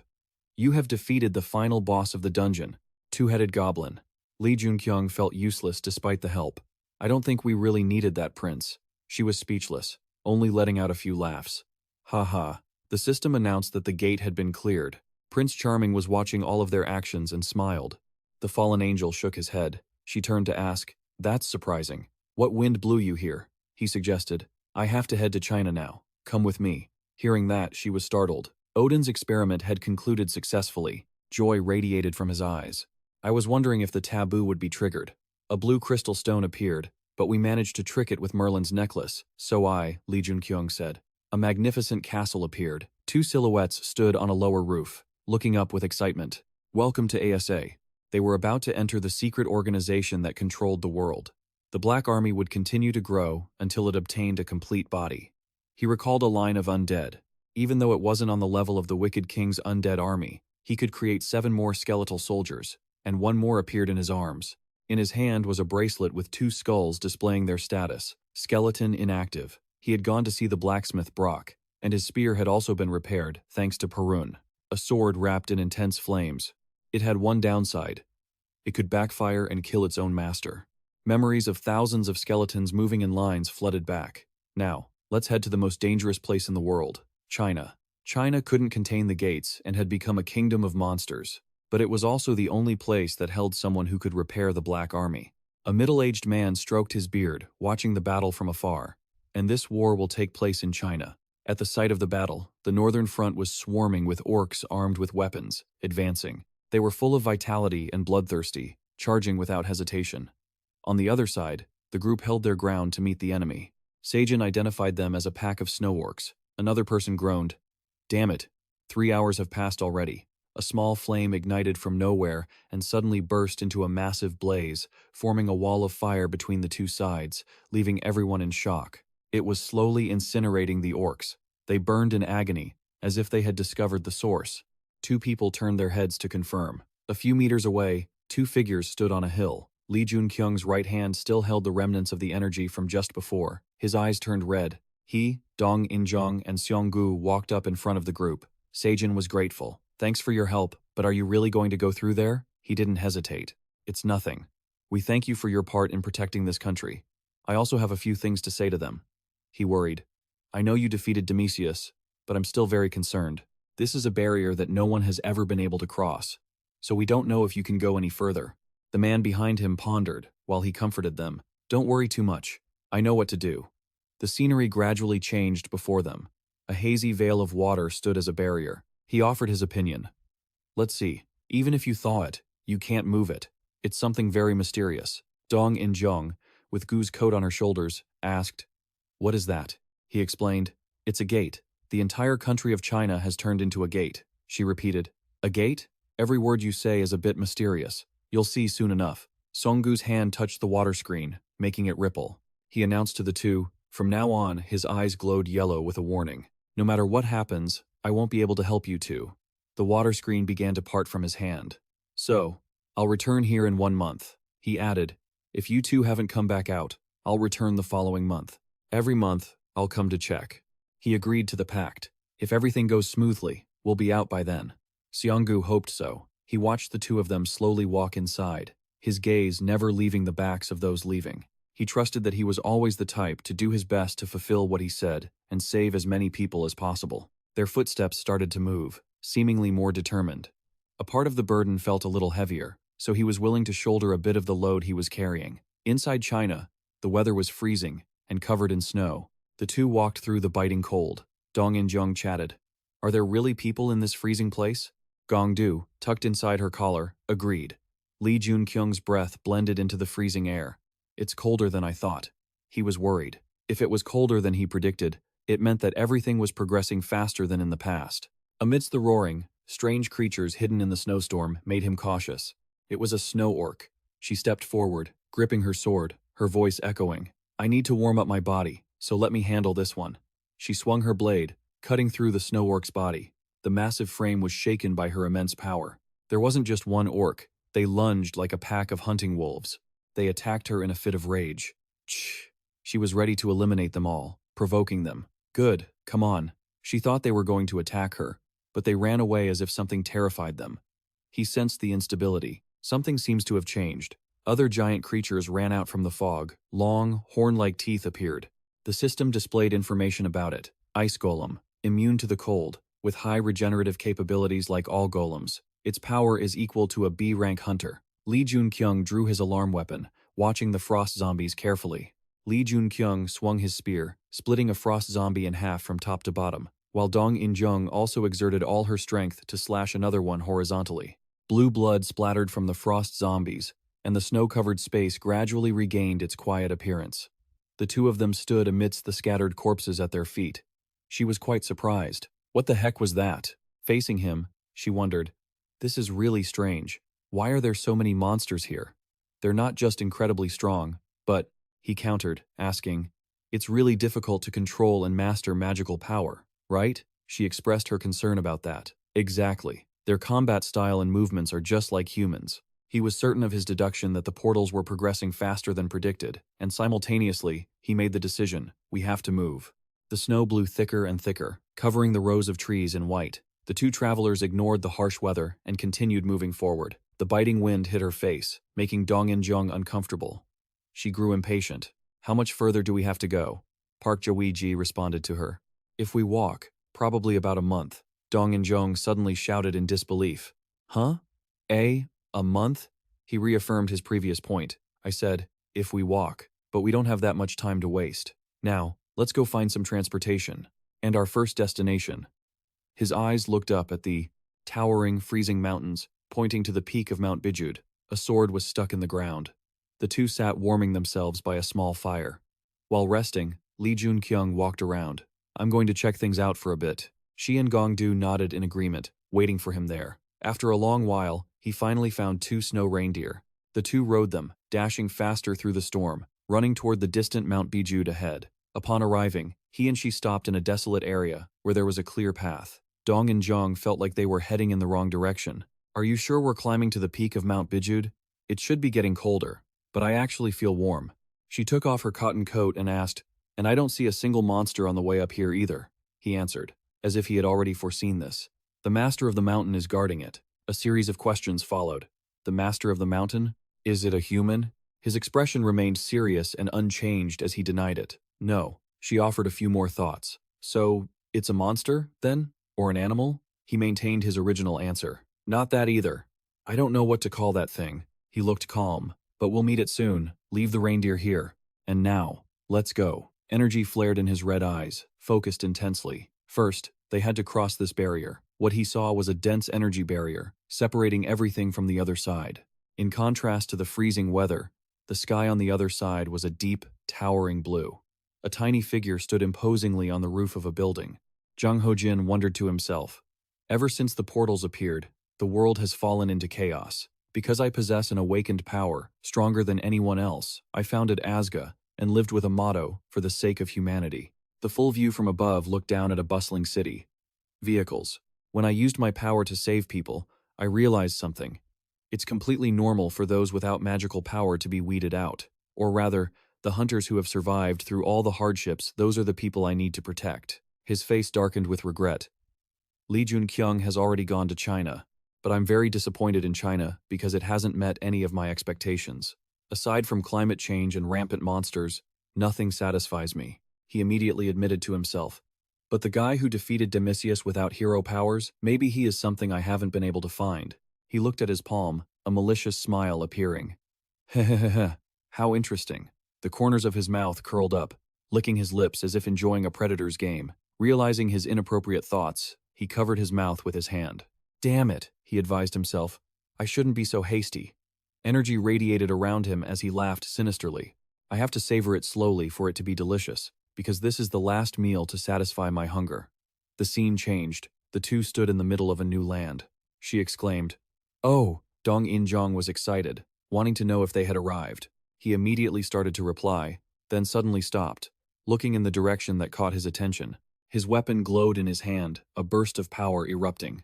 He stood his ground, surrounded by a red aura, wary of the mountain peak. A group of mysterious people, equipped with weapons, looked fierce when they saw him. She also drew her sword, ready to fight. "Hunters, are these guys neither human nor monster? Do you know anything about them?" He clarified the question. "They are survivors from the old North Korea." The enemy revealed their shock at his knowledge of their identity. "How could you possibly know who we are?" He didn't want to dispute with them. He made a request. "I want to meet the master of this mountain." The two tribesmen were suspicious. "How do they know Sangun? They really are dangerous," one shouted, raising his fist, declaring, "They're intruders! Everyone, attack!" Lee Joon-kyung didn't want to get caught up in threats. "I don't want to waste time fighting, but I guess I have no choice." A voice called out from somewhere, cutting through the impending fight. "Uncle!" He turned to look at the person who had just arrived. A little girl stood in a distant meadow, waving and smiling. Sangun said to invite them in. The northern part of South Korea had disappeared long ago due to the failure of nuclear experiments, and North Korea had become a wasteland even before the appearance of the portals, and many North Korean citizens began migrating to the south, South Korea, or China, to survive. Bu-ni held his sword with one hand, looking at them warily. "I'll ask one more time. Why do you know who we are?" He remained silent, thinking, that really is a hard question to answer. Ungel immediately stepped forward to scold them. "Goodness, why are you treating Sangun's guests like that? If they know about Bae-song-gun, then of course they'd know about us, right?" The man replied awkwardly, "What if they're bad people? Besides, Bae-song-gun is currently..." Then they discussed among themselves. Yoon-yeol looked at him. Then the girl explained, "Uncle is always like that, because a long time ago, some bad people came here and tried to harm Sangun. And luckily, everyone here tried to fight off those bad people." He looked down at Yoon-yeol, calling the girl. She immediately responded, "Yes?" His face suddenly darkened, looking seriously at Yoon-yeol. The girl was startled, a bit worried. In a certain city, people were busy walking around and shopping. A guy and a girl stood nearby, wondering, "Visitors? It's been a long time since anyone came here, hasn't it?" The young man added, looking at their attire. How strange. Hasn't the outside world already collapsed? Dong In-jung looked at you. We have about 200 people, mostly hunters. You replied while walking. They were all people who survived a horrific event. You suddenly paused. She looked at them, her voice indifferent. You cannot enter here. Park Jo-gong looked at the person pointing a spear at him, calmly asking, Is this how you treat guests here? You continued. Didn't Sangun, the master of this mountain, tell you to escort us to him? Kun replied with a wary gaze. Even so, you are not allowed to meet Sangun. Yun-yeol hurriedly ran over. Oh my god. Kun looked down at the little girl coldly. No, you are the one who knows his condition best. Park Jo-gong looked at him, sparks of red light gradually appearing around you. What's wrong with Sangun's condition? Did something happen to him? You have no say here. She immediately became angry, taking a fighting stance as blue light swirled around his spear. You bastard, are you trying to provoke me? Yun-yeol shouted angrily. Stop! You looked at the silent little girl. Even Kun stopped and looked at her. Yun-yeol commanded with anger. I, the mayor of J Park Jaehwig, command you. He dodged to the side. She immediately bowed her head and stepped aside. I apologize. I will follow your instructions. After calming down, Yun-yeol looked at the two of them. Let's go meet Sangun. All three slowly walked through a tunnel lit by torches. While walking, Park Jaehwigong asked Dong In-jung, Do you know the legend of Dangun? She repeated in confusion. The Dangun legend? You slowly explained. There is a forgotten national legend called the Dangun myth. Hwanung descended from the mountain and founded Korea, our country. Dong In-jung asked back. Why bring this up all of a sudden? Yun-yeol happily led the way as you continued. This little girl is very likely a relative or someone connected to that legend. Then the little girl cried out, happily running inside towards Sangun. Waves of blue aura spread through the air, originating from deep within the tunnel. A white tiger lay there. That aura came from him. You slowly walked forward, standing before the giant tiger, and spoke. Are you Sangun? Sangun looked at you, daring to defy my military force and seemingly knowing about me.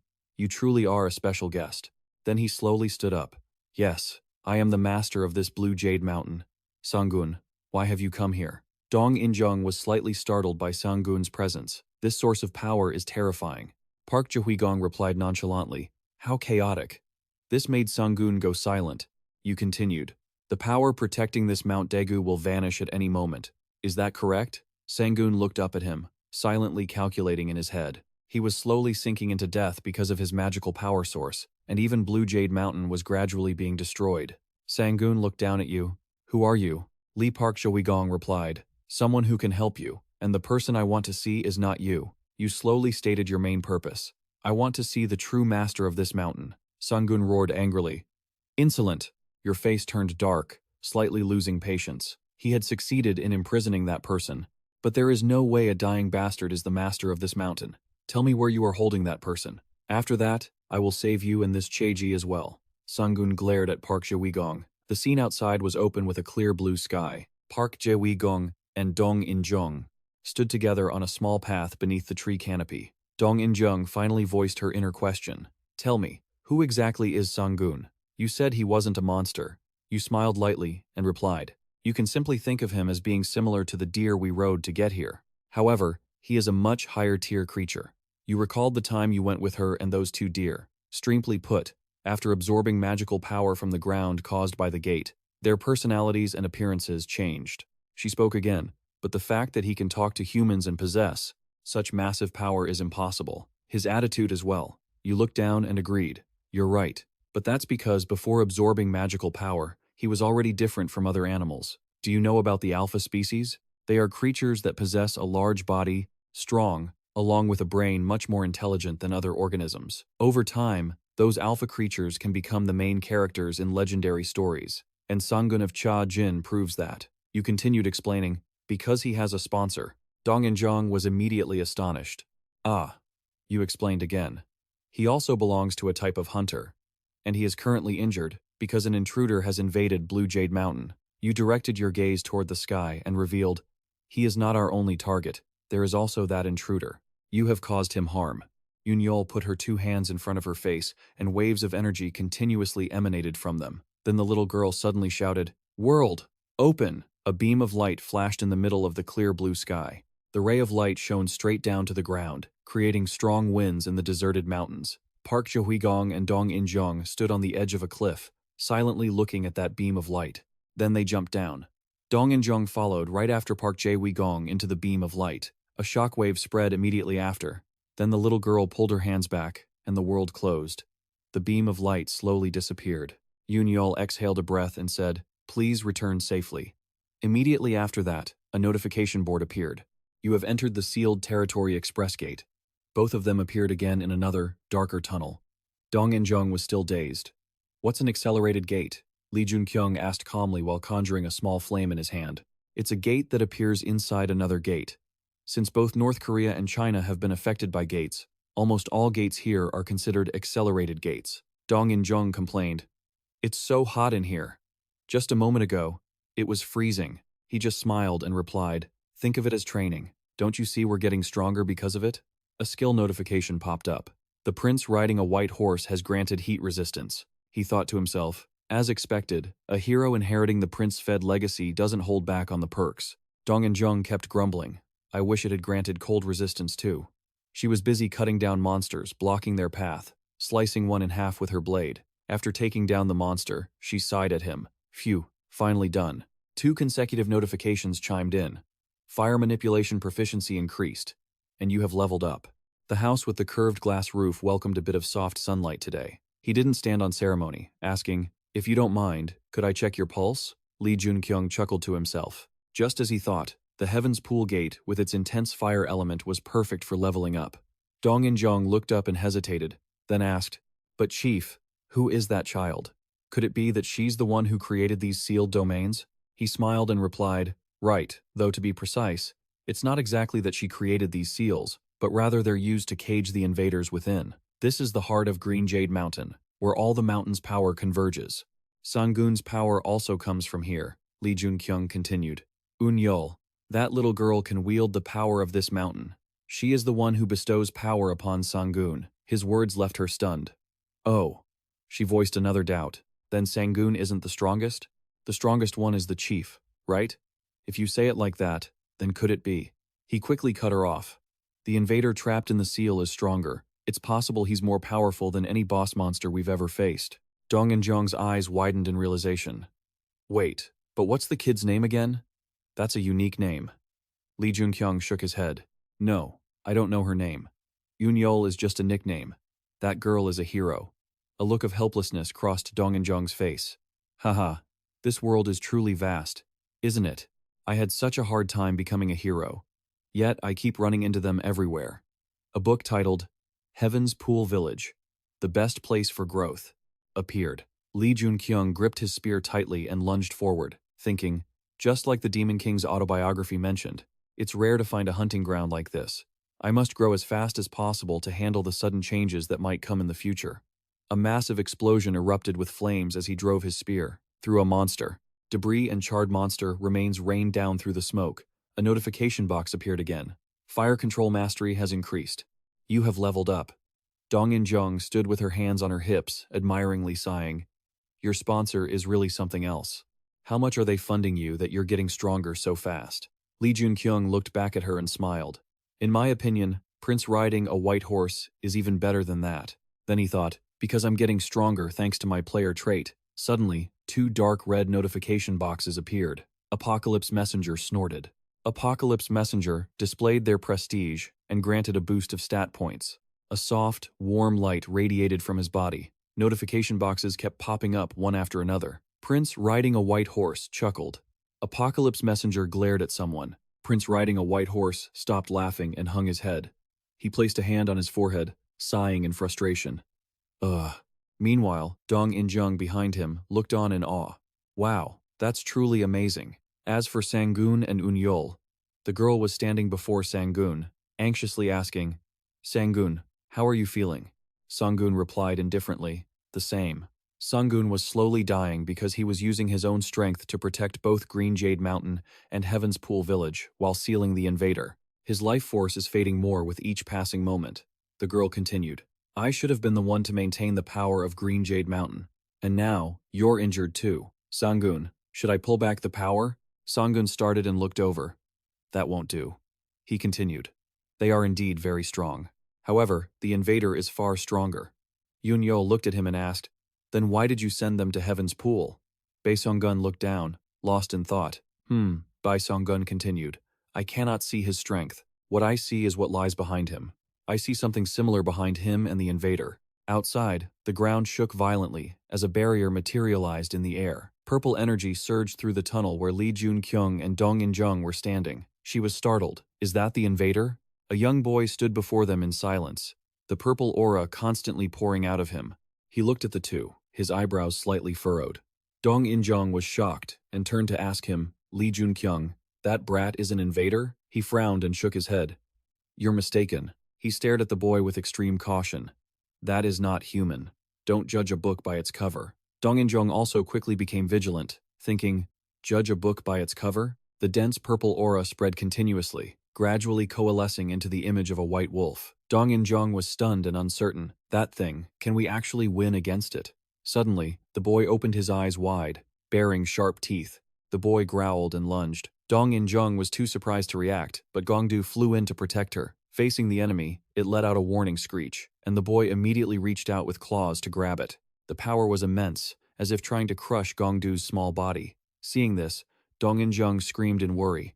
"Princess, the sword in your hand is glowing." Dong In-jung rushed toward the boy with her weapon, but he was completely unfazed and countered. Fortunately, she managed to block in time, thinking, "What kind of terrifying power is this?" Observing that the situation was dire, Lee Joon-kyung stepped in to assist. His eyes blazed red and his entire body radiated energy. He thrust his spear straight at the boy, but the boy flew up to dodge just in time.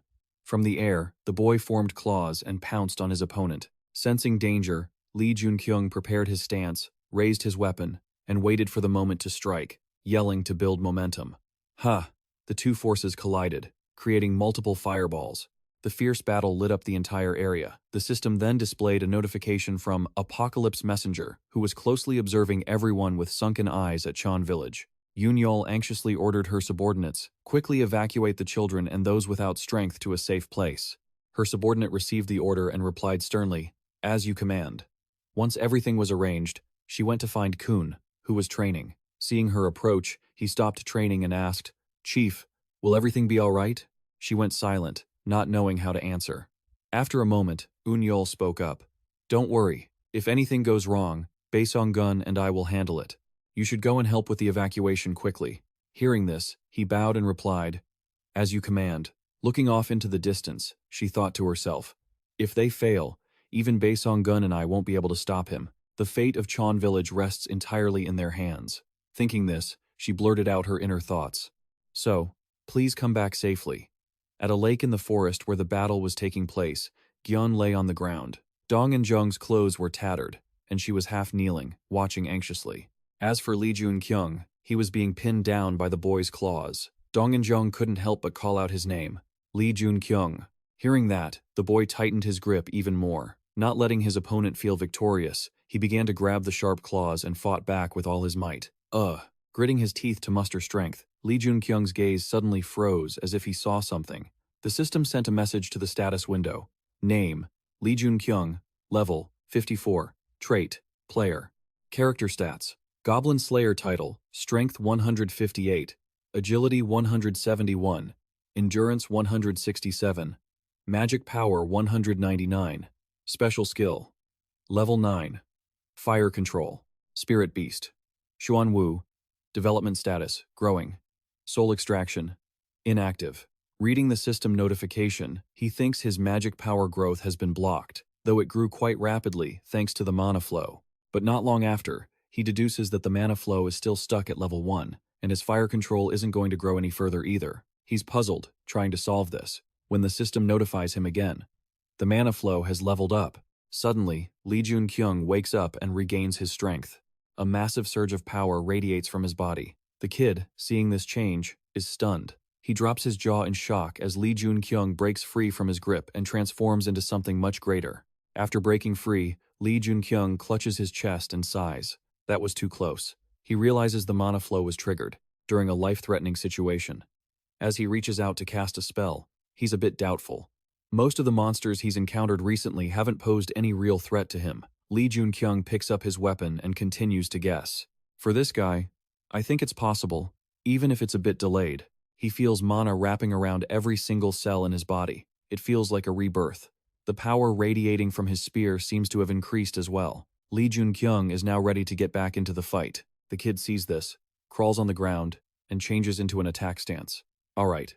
Joon-kyung hurls his spear at his opponent with a warning. "This is going to sting," he shouts as he throws it. The system pops up, an incredible achievement notification. You have obtained the Heavenly Flame skill without any assistance. You will receive a massive amount of points based on your achievement. Watching her comrade grow stronger, Dong In-jung wonders, wait, what just happened? The condensed mana is warping the space around Joon-kyung.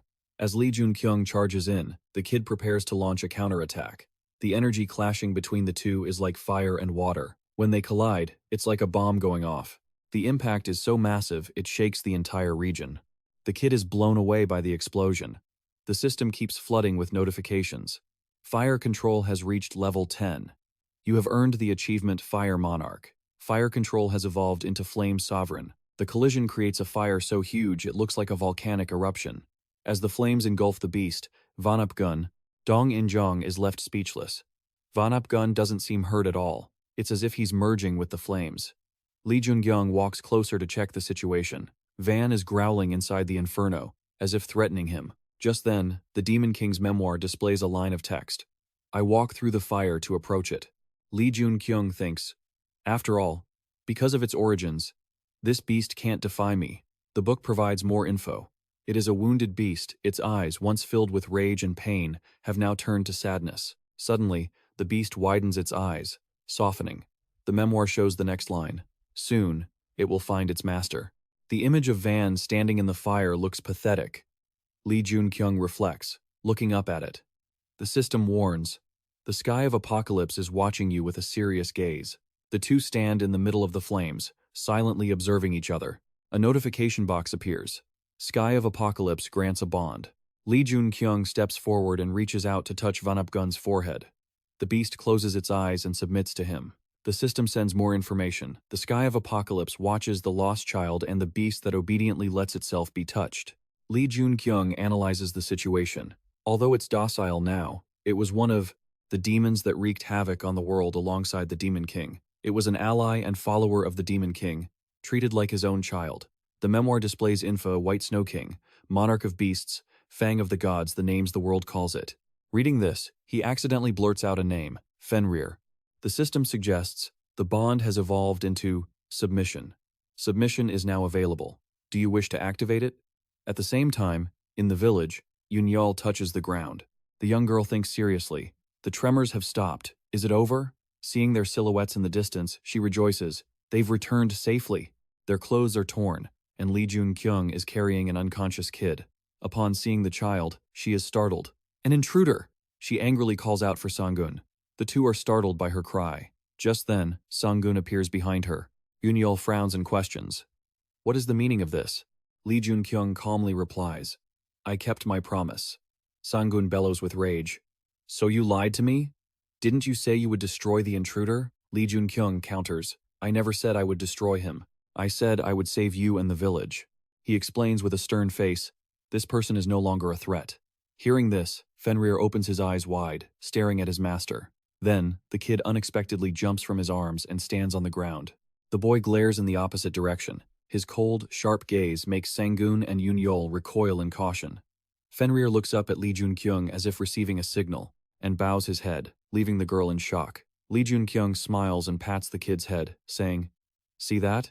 Peace returns to the village. Fenrir opens his mouth to say his name, Joon-kyung.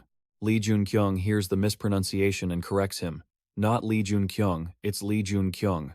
The kid tries to repeat it but still gets it wrong. Joon-kyung. Joon-kyung helplessly thinks, right, he can't even speak properly yet.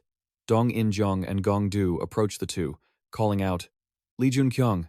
The kid sees them and acts aggressively. Grr. Dong In-jung hurries to explain, Fenrir, I'm not an enemy.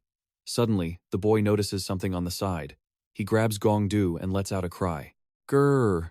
Dong In-jung calls out anxiously. Hey, don't! Joon-kyung smiles to reassure her. It's fine. It's just kids playing. She anxiously retorts, I don't think that's just playing.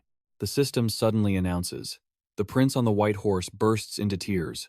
The sky of apocalypse laughs triumphantly. One day, at the lake behind the mountain, Eun-yeol and Lee Joon-kyung stand by the water. The girl asks curiously, "Why did you call me here?" He explains, "I promised Sangun I would deal with the intruder and help him recover." The next thing he says leaves her stunned. "And if I succeed, I can take you with me." Eun-yeol looks at him without saying a word. Lee Joon-kyung isn't in a rush. "But not yet. I will come back to pick you up after I'm done in China. So get ready." Saying that, he summons his sword and tosses it into the lake without hesitation. Looking down at the water, he says, "By the way, protect that thing until I return, and if you can perform one of the rituals on it, that would be even better." Eun-yeol asks, confused, "What was that?" As the sword sinks, he continues, "That important matter can wait. I still have to take it and give it to someone else." The young girl frowned and didn't say a word after hearing that. The villagers were all gathered in a dense crowd. The four of them stood in front of the village gate, bidding everyone farewell. Boni spoke up on behalf of the group. "We apologize for our past behavior. Every outsider who came here before wanted to plunder us." Lee Joon-kyung smiled and replied, "I understand." Dong In-jung also spoke up. "It's all right, don't worry about it." Eun-yeol stepped forward and asked, "Are you leaving so soon?" He replied, "Yeah, we're pressed for time, but I'll be back to pick you up soon." The girl asked, looking confused, "What do you mean by that?" Lee Joon-kyung thought to himself, "It seems she doesn't remember what we talked about yesterday. Are the side effects getting worse?" Thinking this, he didn't explain, only suggesting she ask Bae Sung-gun. Dong In-jung stepped up and urged, "Let's go." Lee Joon-kyung smiled as he said goodbye. "Take care of yourself, Sangun." A faint firelight illuminated a spot somewhere inside the tunnel. A pair of bright blue eyes suddenly appeared, and a voice emerged from the darkness. "Hurry up!" The scene became increasingly desolate. The forest was covered in pure white snow. The group continued to trek forward. Suddenly, Dong In-jung stopped in her tracks. Lee Joon-kyung looked over, puzzled. She lowered her head, feeling down about leaving them behind. "I feel so heavy-hearted," she said. Hearing this, he reassured her, "We'll be back." Dong In-jung exclaimed, disbelievingly. "Sigh," he sighed inwardly. "She really is a compassionate person." He continued, "Once the job in China is done and we return, we'll come back to visit the village, won't we?" Dong In-jung asked back, "But won't you be the one personally resolving the dungeon break crisis?" "Mr. Lee Joon-kyung, if that's the case, wouldn't it be more convenient to return by portal or plane?" He pointed at himself, bewildered. "Me?" she added. "Haven't you already achieved countless incredible feats until now?" Pausing for a moment, she smiled and said, "You took down Domitius and deified Fenrir. Didn't you go to China to stop the dungeon break?" He replied, lacking confidence. "I can't do that." Dong In-jung was surprised by his answer. "Yeah," Lee Joon-kyung analyzed, "I can't stop the dungeon break on my own. No one in the world can stop the dungeon break happening in China." Dong In-jung realized. "Ah, I see." Dong In-jung then asked, "But are we walking there the whole way?" She silently marveled. "The Baekdu Mountains are majestic, but it's so cold." He smiled and explained, "I told you we were going up the mountain to find a mount, didn't I?" Dong In-jung wondered. "But even the mountain deer have all run away." He didn't answer her, but called out, "Fenrir." Seeing someone calling his name, the boy responded, "Lee Joon-kyung, order us to go." The boy looked back, confused. When Fenrir returned, he told her, "Get on." The group moved as fast as lightning, cutting through the forest at incredible speed. The two sitting on its back had to hold on tight to avoid being blown away. The scenery didn't whiz past as fast as before. Fenrir stopped on a high peak, looking down at the source of the noise. At the foot of the mountain, the orcs and trolls were fighting. A chaotic battle was unfolding down below. He told Dong In-jung, "The orcs and trolls are fighting." Lee Joon-kyung only then realized why they had stopped. Thinking that, he called Fenrir. The boy immediately appeared in the form of Fenrir. Lee Joon-kyung ordered in a low voice, "Go eat." No sooner had he finished speaking than it leaped down to the base of the mountain to attack the enemy. The battle at the foot of the mountain grew even more intense. Dong In-jung gave a strained smile watching the scene below. "That's extraordinary." Lee Joon-kyung spoke up. "It must have been starving for a long time." "While we wait for it, Dong In-jung, there's something I want to teach you." Dong In-jung quickly replied, "Yes." Hearing this, she asked herself seriously, "Is it that?" Thinking back to Lee Joon-kyung's battles with monsters, she implicitly reasoned about his extraordinary power and growth rate. "I've always wondered how he does it." However, an image of a powerful Lee Joon-kyung appeared in her mind. She continued to think that she hadn't asked because she assumed he would tell her when the time was right. Joon-kyung clenched his fist and said firmly, I will teach you about the flow of mana. With this, you can become a self-evolving hunter. Hearing this, Dong In-jung was startled, thinking, a self-evolving hunter without sponsorship? Is that even possible? Is this the secret behind Lee Joon-kyung's strength? Dong In-jung clenched her hands, continuing to ponder. Then she too could become stronger. He continued to explain, Dong In-jung, you have already gathered a portion of the mana flow. He cast a spell, creating a small ball of energy. Do you see this? She focused on remembering that moment and said to him, it looks like mana accumulating. Hearing that, he was secretly pleased. As expected, she was talented. Dong In-jung continued, if I focus, I can see the mana. Is this the reason you always take time to meditate? Lee Joon-kyung nodded. He explained to her, to be precise, what we see and feel is the flowing mana stream. It's like you're filling your own body with it. After hearing that, she was confused. That's so hard to understand. Lee Joon-kyung comforted her. You don't necessarily have to understand it. This isn't something you learn with your brain. Then he offered a solution. I will force the mana flow to be imprinted into your body. I'll warn you first. It's going to be painfully excruciating. Dong In-jung observed the situation and told herself, it's okay, I want to become stronger. She bit her lip and thought, I can't just be a burden to him forever. The weather worsened, and the snow fell more heavily.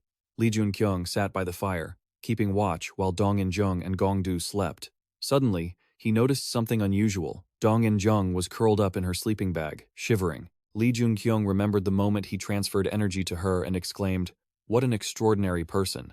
She endured the entire painful process without letting out a single moan. The boy stood silently, looking down the cliff, his gaze fixed on something. Lee Joon-kyung stepped forward, curiously asking, what are you looking at? Fenrir pointed toward a monster below that looked like a giant lizard. He panicked, it was a lesser dragon. Fenrir licked his lips, eyes fixed on one thing. Seeing the boy's reaction, Lee Joon-kyung asked, do you want to hunt it? The boy turned back and replied, I do. The window popped up with the text, Lesser dragon is Fenrir's favorite treat. Knowing this, he thought to himself, when we were at Mount Baekdu, that wasn't even its true strength. Furthermore, since Fenrir is currently in a submissive state, it's even weaker now than it was then. Will it be able to hunt it? Afterward, he darkened his face and dismissed the thought. No, this is something that must be done. I have to determine its current strength. Having decided, he said to Fenrir, all right, let's go hunt the lesser dragon. Fenrir lunged straight toward the target with full force. The boy took a step to gain momentum, then launched himself forward with a surge of power erupting around his body. Fenrir reverted to his original form. The lesser dragon also opened its mouth, concentrating magic to prepare for battle. A beam of blue power shot straight forward from its mouth. Fenrir also quickly tilted his head back, gathering his own strength. With that, he unleashed a massive bolt of lightning, striking down his opponent with overwhelming power. The unfortunate subdragon shrieked as it was consumed by the blinding light. Even from a distance, the remnants of the attack were still visible. Lee Joon-kyung watched as Fenrir approached the now motionless subdragon. He muttered to himself, wondering, is he really weakened to take down a subdragon that easily? Then, his expression turned serious as he looked toward the horizon. Everything I've prepared is finally in place. The entire mountain range was blanketed in deep, white snow. The sight of the unfortunate villagers, frozen solid in the bitter cold, hung in the air. Two people stood at the riverbank, gazing at the ruins below with hesitation. Lee Dong In-jung, she welled up with tears. Is this the disaster you were talking about? Will the whole world end up like this? Lee Joon-kyung answered with a grim face. That's right. It's ridiculous to even try to compare, but it will be less brutal than this, and many more lives will be saved. As he spoke, he looked in the other direction. Out there are countless other hunters, heroes, and organizations just like the Ozga. To survive, they might do anything, but I'll do my absolute best, so don't worry about a thing. Dong In-jung wiped away her tears and smiled. Hearing that is such a relief. I'll do my best as well, Lee Joon-kyung continued. The river has frozen over, so we can cross it. Once we cross the river, we'll reach where we need to be. She asked, where is that? He replied, Guangdong province. There are some people I need to find there. Dong In-jung asked anxiously, but in this climate, are there even any survivors left? Lee Joon-kyung said with determination, I'm sure of it. He furrowed his brows, thinking, I'm still sealing the black stone with a mana flow, but I can feel the marble's power growing stronger. Lee Joon-kyung clenched his fist, wondering, is this my limit for sealing it this way? Shaking off the thought, Lee Joon-kyung urged, let's hurry and cross the river. I need to find them quickly. After trekking over several mountains, they finally arrived. The two jumped off Fenrir. He explained, from here on out, we can't ride Fenrir anymore. He'll attract unnecessary attention. Dong and Jung smiled and replied, it's starting to get a little warmer, and there aren't any monsters around here either. Lee Joon-kyung brightened up. That means we're heading in the right direction. Suddenly, Fenrir pointed ahead, drawing the attention of both of them. Looking in the direction the little guy was pointing, they saw a faint silhouette. Dong In-jung exclaimed, wow, there are people here. Lee Joon-kyung's face darkened as he commanded, draw your weapons. She was confused. What? Lee Joon-kyung's eyes flashed with vigilance. At this distance, the naked eye shouldn't have been able to see anyone at all. It was only when he drew his weapon that the figure in front of them revealed its true form. A giant, drenched in bright red, staining the snow-covered ground. The battle was over. Dong In-jung stood with her sword, standing beside the giant's hand, which was covered in red liquid. She voiced her suspicion. It's so strange. It has the appearance of a human, but, her face fell as she observed, it acts like a starving beast. Lee Joon-kyung speculated, it's likely an exile. He continued, whether they are sick or simply too weak, exiles are forced to die alone. This giant must be the same. Compared to the others, he's far too weak. Watching the bodies of the two giants lying on the snow, Dong In-jung sighed. What a terrifying thought. Suddenly, a noise from afar made her jump. Ahead, the snow was being kicked up into a haze. Lee Joon-kyung was observing it too. It's not just one of them, Dong In-jung complained. I don't even have time to catch my breath. Several giants holding axes, riding monsters, appeared before the group. Dong In-jung was stunned. He's riding a cold subdragon. Doesn't his presence seem a bit absurd? The giant glared at the group. Who are you people? Why are you hunting? Suddenly, something among the small group startled him. You! A terrifying thought crossed his mind. Are you the special one? Meanwhile, Lee Joon-kyung was speechless, as Fenrir looked on greedily. Is he really thinking about eating that subdragon in this situation? Suddenly, a net was cast over them. Dong In-jung was startled.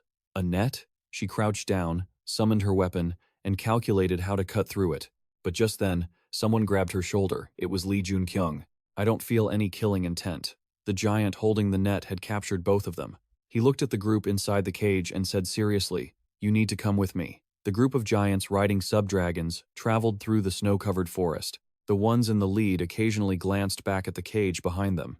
Sachi stepped forward and asked, are you from around here? He gave the giant an answer. No, we came from elsewhere. He replied and explained, I see. Don't worry about anything. You were only captured because you were standing next to the special one. Lee Joon-kyung leaned against the iron cage, deep in thought. They are different from the giants in the legends. Unlike the way they are described as monsters, they're actually quite intelligent. Then he asked, we're heading to Utgard, right? Sachi laughed. It's interesting that you know of our city. And confirmed, you're right, that's where we're going. But don't worry, I have no intention of harming you. He then introduced himself. My name is Sachi, a name that burns with strength. I am the commander of the Great Frost Giant Army. He reciprocated. I am Lee Joon-kyung. On the way, they encountered a few more Nas and wiped them out. One by one, they were finished off with a single blow. They fell beneath the murderous edge of Sachi's axe. Lee Joon-kyung just watched it all in silence. Sachi glanced back, then decisively turned around and flashed a smile, catching Lee Joon-kyung off guard. Sachi approached the iron cage. He reassured them, we're going to ask you a few questions, and when you're ready, you can leave. Lee Joon-kyung frowned, suspecting, it seems like he's hiding something. However, there are still survivors in the giant city, just as I thought. Meanwhile, Sachi touched his forehead and declared, I swear on my honor that you will be safe and free to do as you please, in the name of Sachi. Hearing that, he clenched his fists and smiled slightly. It seems reaching my destination is easier than I thought. Besides, he's there too. Dong In-jung, who had been paying attention to the situation outside, suddenly cried out, wow! Sachi spoke with pride. This is our city. In the distance stood a fortress towering over the snowy forest Utgard. Just moments later, the group arrived at the ancient citadel. The city gates opened to welcome their return. Someone in the city saw them and shouted, it's Sachi! The person next to him was also excited. It's been a long time since he came back, hasn't it? The two, Lee Joon-kyung and Dong In-jung, quietly observed their surroundings, noticing a young man dressed like a mage, among others. From muscle-bound hunters to women in gowns, Dong In-jong broke into a nervous sweat, joking that it felt like we'd stepped straight back into the Middle Ages. Don't tell me we time-traveled or something, right? She suddenly glanced to the right, eyes narrowing at something. A giant was standing there, looking confused. Aren't they human? Then why are they locked in a cage? Another one asked. Did they break some kind of rule? Fenrir had an intense reaction to this place. It rattled the people in the city. Ah, is that the special one? Did Sachi actually capture the special one? That's the Vanop gun. Sachi denied it. It's not like that. We're just here to visit the leader. Move aside. Lee Joon-kyung reached out to comfort Fenrir. It's okay, stay calm. The boy suddenly turned toward a direction. Lee Joon-kyung, enemies. I followed his gaze and muttered, enemies. Huh? Inside a castle shrouded in swirling dark magic, Sachi informed the two giant guards that he had arrived. The massive gates creaked open, and he stepped into the palace, dragging the iron cage behind him. Sitting on the throne was the giant leader, Loki. He challenged him. You returned with intruders? Lee Joon-kyung watched closely. Is that the enemy Fenrir mentioned? He must be the one who wounded him before he reached Mount Baekdu. Sachi knelt on one knee to report. My leader, I have brought you Vaughn and his friends. He glanced to the side, hesitating. It seemed the Vanop gun wanted to stay close to its master. The leader's face darkened, shocked. He asked suspiciously, Are you telling me this Vanop gun has been tamed by them? Sachi replied, That is correct, leader. Magical energy flared around Loki. Warrior, leave the intruders here and head back. Sachi spoke up immediately. Leader, I gave them my word as a warrior. I ask that you do not harm them and help them return to where they belong. A dangerous glint flashed in the leader's eyes. Sachi bowed his head low. Leader, please, respect the honor of a warrior. Darkness had descended upon Utgat. The lights were flickering on. Someone tried to rattle the iron bars and looked back, saying, It won't budge. Though, if I wanted to, I could still force it open. Lee Joon-kyung immediately stopped them. You'd be taking on the entire tribe of giants. No matter what, we're still deep inside their territory. Dong In-jong didn't see it that way. Aren't we in danger right now? No matter how you look at it, that king doesn't seem like the type to treat us well. She glanced toward a corner, especially when he looked at Fenrir. The boy was warming himself by the fire. I can tell he's very anxious. What do you think we should do now? Lee Joon-kyung lay on the bed, relaxed. Don't worry about it. If we wanted to, we could leave right now. Isn't this the perfect time to rest? Just take it easy. As if he had predicted it, he added, It looks like we'll be staying here for quite a while. The entire city was a sea of flames. High-rise buildings shattered, fire everywhere. Dehumanized giants scoured the ruins. Lee Joon-kyung stood by the window, thinking about those scenes. In the Demon King's diary, the War of the Giants is described as the most brutal. I just can't understand it. He pondered in doubt. I'm sure that king is incredibly strong, but individually, the giants have lower combat ability than humans. How could they have possibly cornered humanity? Suddenly, a noise from the locked door made him spin around in surprise. In walked Sangun. I've come to serve tea. She poured the jade-colored tea and asked timidly, Is this enough? Lee Joon-kyung, sitting at the table, asked, Is this how you treat everyone who comes here? The girl froze. He pressed further.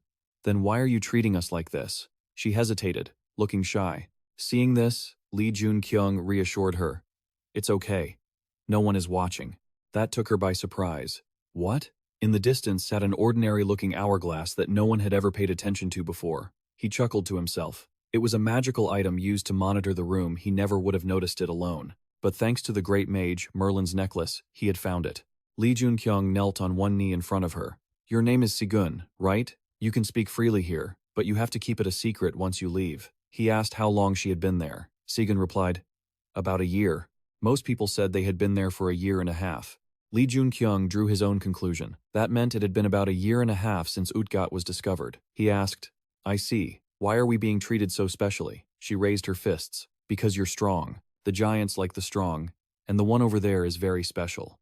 Last time Utgat was attacked, Lunaz attacked. But that child turned into a monster and killed many giants. The protagonist they were talking about was sitting on the sofa, hugging his knees. Fenrir glanced over when he heard his name. Then the king fought the monster. He fought alongside other giant warriors and won, but the monster ran away.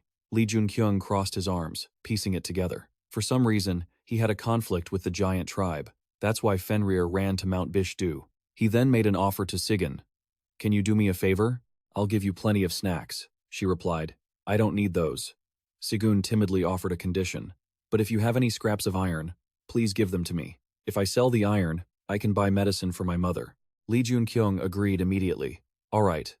In exchange, can you help me find someone? I heard his name is W. Sangun was surprised. Huh, you mean two? He brightened up. Yeah, that's it. Snow was still falling lightly over the palace. A few days after arriving in Utgat, in that time, Joon-kyung's group didn't do anything. Joon-kyung and his group were walking through the garden together. When it was mealtime, food was delivered. Occasionally, they were allowed to walk around the palace. That was it. Dong In-jung complained from behind.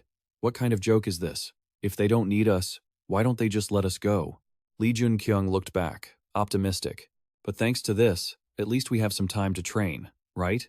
Dong In-jung was still irritated. True. But if we keep being locked up like this, I'm going to lose my mind, he replied slyly. Don't worry. I guarantee you won't be bored, leaving Dong In-jung confused. How? Joon-kyung summoned his weapon. I think it's time to show some real power, he said, which got Dong In-jung excited enough to draw her blade. So, we can finally trash this place?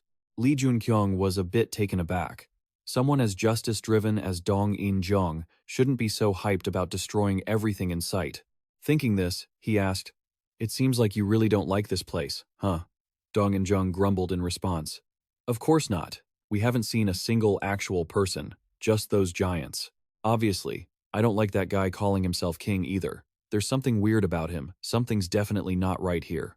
Magic surged around Joon-kyung. Exactly. And to find out what it is, shouldn't we show them what we're really capable of? Joon-kyung said, his expression turning serious. Let's fight. Dong In-jung was briefly surprised. He didn't explain. Instead, he asked, You've never sparred with me before, have you? She hesitated. That's true. Joon-kyung let out a dramatic sigh to goad her. How disappointing. Do you have no confidence at all? Dong In-jung bit her lip in annoyance, her own magic flaring up around her. You're going to regret this. Even if I can't win, don't think you're going to take me down easily. She lunged at him, leaving a trail of magical afterimages. But Joon-kyung dodged her blade just in time and confidently set the stakes. If I win, you have to grant me one request. His strike cut through the air, but he missed. Dong In-jung had leaped high and was raining down a blow from above. Her fighting spirit was roaring. I want that too. From the outside, the greenhouse looked peaceful. But the very next second, a magical explosion shattered the glass, sending shards flying everywhere. Somewhere deep in the snowy forest, Sachi laughed with glee. Haha, the castle is totally trashed. Seeing the flower greenhouse in ruins, Sachi felt incredibly refreshed. The two culprits were just standing outside, watching silently. When he heard the news that the humans he brought had destroyed half the castle's garden, Sachi was thrilled. Too bad I couldn't see the boss's face just now. I'm so glad I brought them. He thought about how he and Loki had grown apart. Ever since the leader started teaming up with other tribes, he had changed. Loki was now consumed by darkness. He demanded his title be changed from leader to king.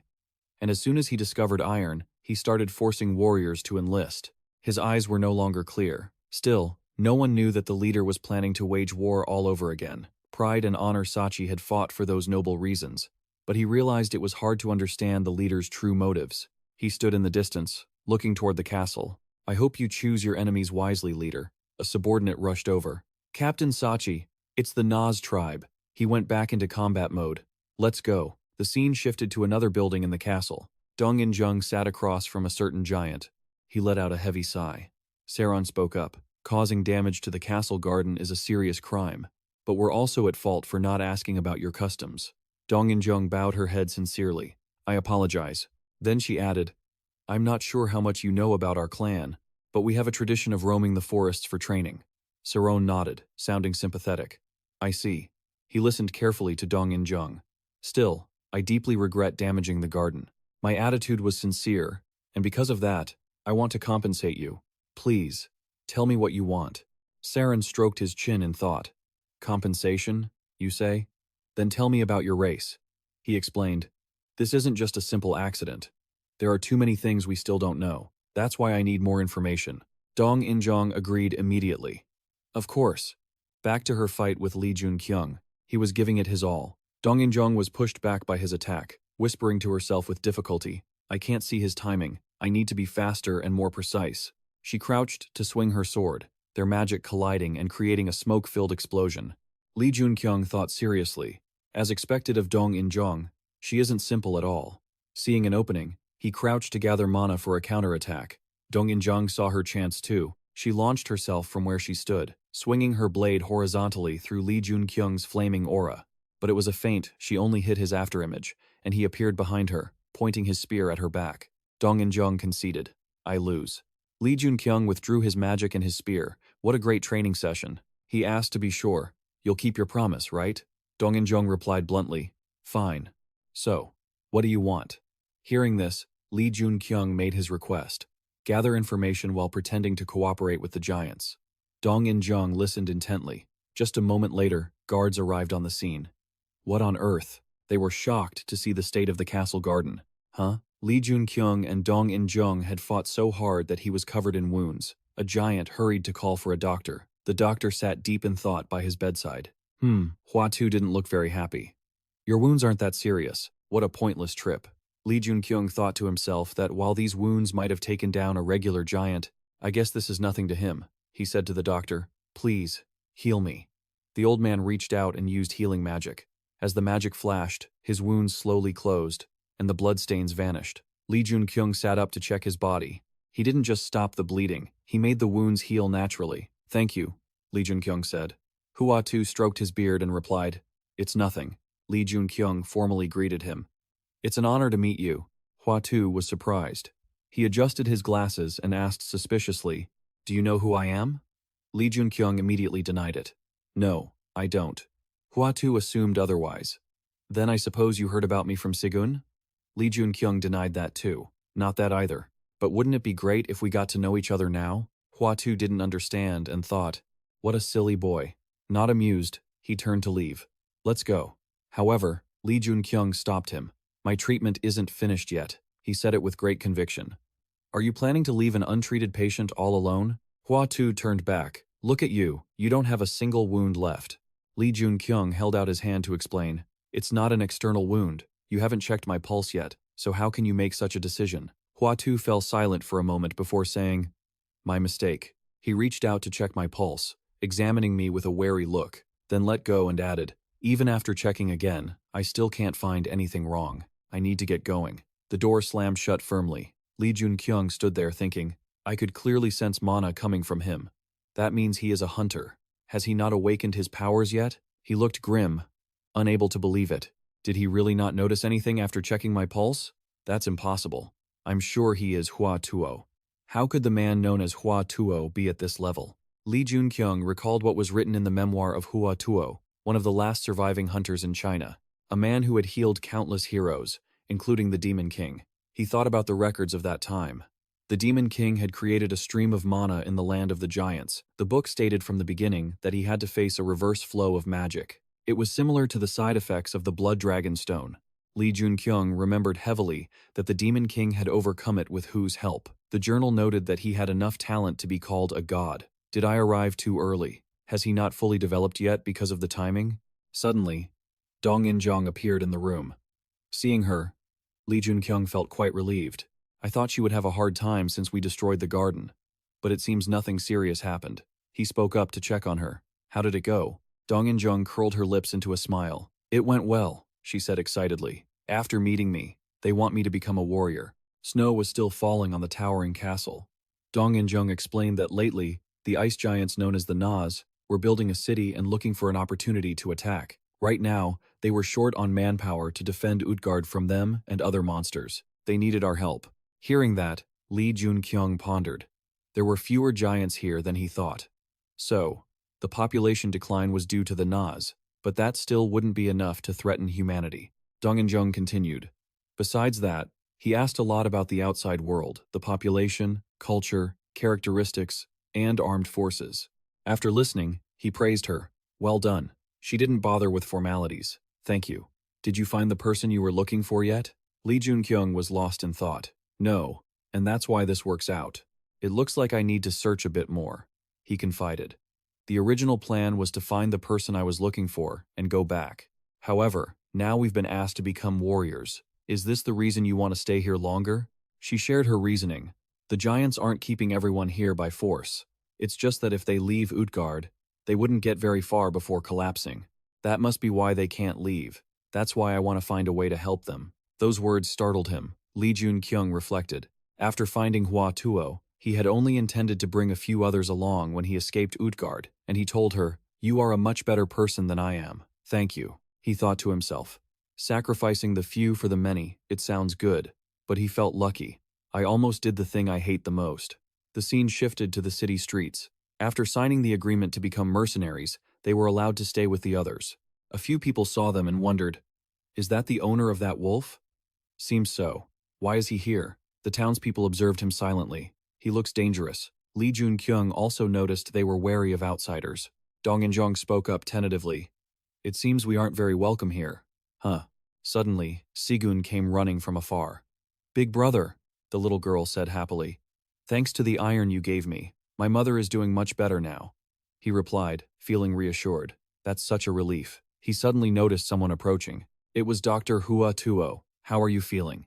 Lee Joon-kyung reached out to greet him. "Thanks to you, I'm feeling much better." As he finished, their hands gripped. Hua Tuo stroked his beard and warned, "If you don't feel well, just come find me, and I'll examine you again." Then he left with little Sangun. Lee Joon-kyung's hand, which he had just extended, clenched tight. Then he relaxed it. He looked grim, lost in thought. I deliberately reversed my monoflow this time, but he still didn't notice. Watching Hua Tuo's retreating back, he felt deeply puzzled. With that much, he should have noticed something, right? That man named Hua Tu. Could I be misunderstanding something about him? Seeing that, Dong In-jong asked with concern. "Are you still okay?" Lee Joon-kyung let out a long sigh. Seeing that, she comforted him. "Don't worry, you'll definitely find them." Dong In-jong's words made Lee Joon-kyung smile slightly. He regained his composure. "For now, let's just gather information." The two went to ask the townspeople. "So, you want to ask how many giants live here, right?" He replied, "Yes." The man hesitated. "That's kind of hard to say. Maybe 1,000? The young man next to him retorted immediately. "What are you talking about? It has to be over 10,000. The man questioned himself. "Really?" Lee Joon-kyung continued to ask. "Then those called the Nas, who exactly are they?" The young man replied, "In this Utgard, there used to be a lot of giants, about 3 or 4 times more than now. But then they started fighting among themselves, and one of the leaders took a group and left. Those are the Nas." Hearing that, Lee Joon-kyung questioned, "What about the rest?" The man next to him answered, "They died while fighting each other. From the start, I think there was also a plague." The young man agreed, "That's right. They couldn't adapt to our land, and died after catching some diseases." Those words made his expression darken. "An infectious disease, this is new information." He then continued to ask, "Besides us, are there any other tribes here?" The man thought for a moment and replied, There used to be." The statement made Lee Joon-kyung's face even more serious. "Used to be?" Just then, a person appeared in his mind, the Demon King. The book definitely said he went to China and arrived at the city of the giants. Since I've returned to the past, maybe I can find some clues about his existence. The two locals continued. "There used to be a few people, but they left. We've never met them. We just heard the giants say that.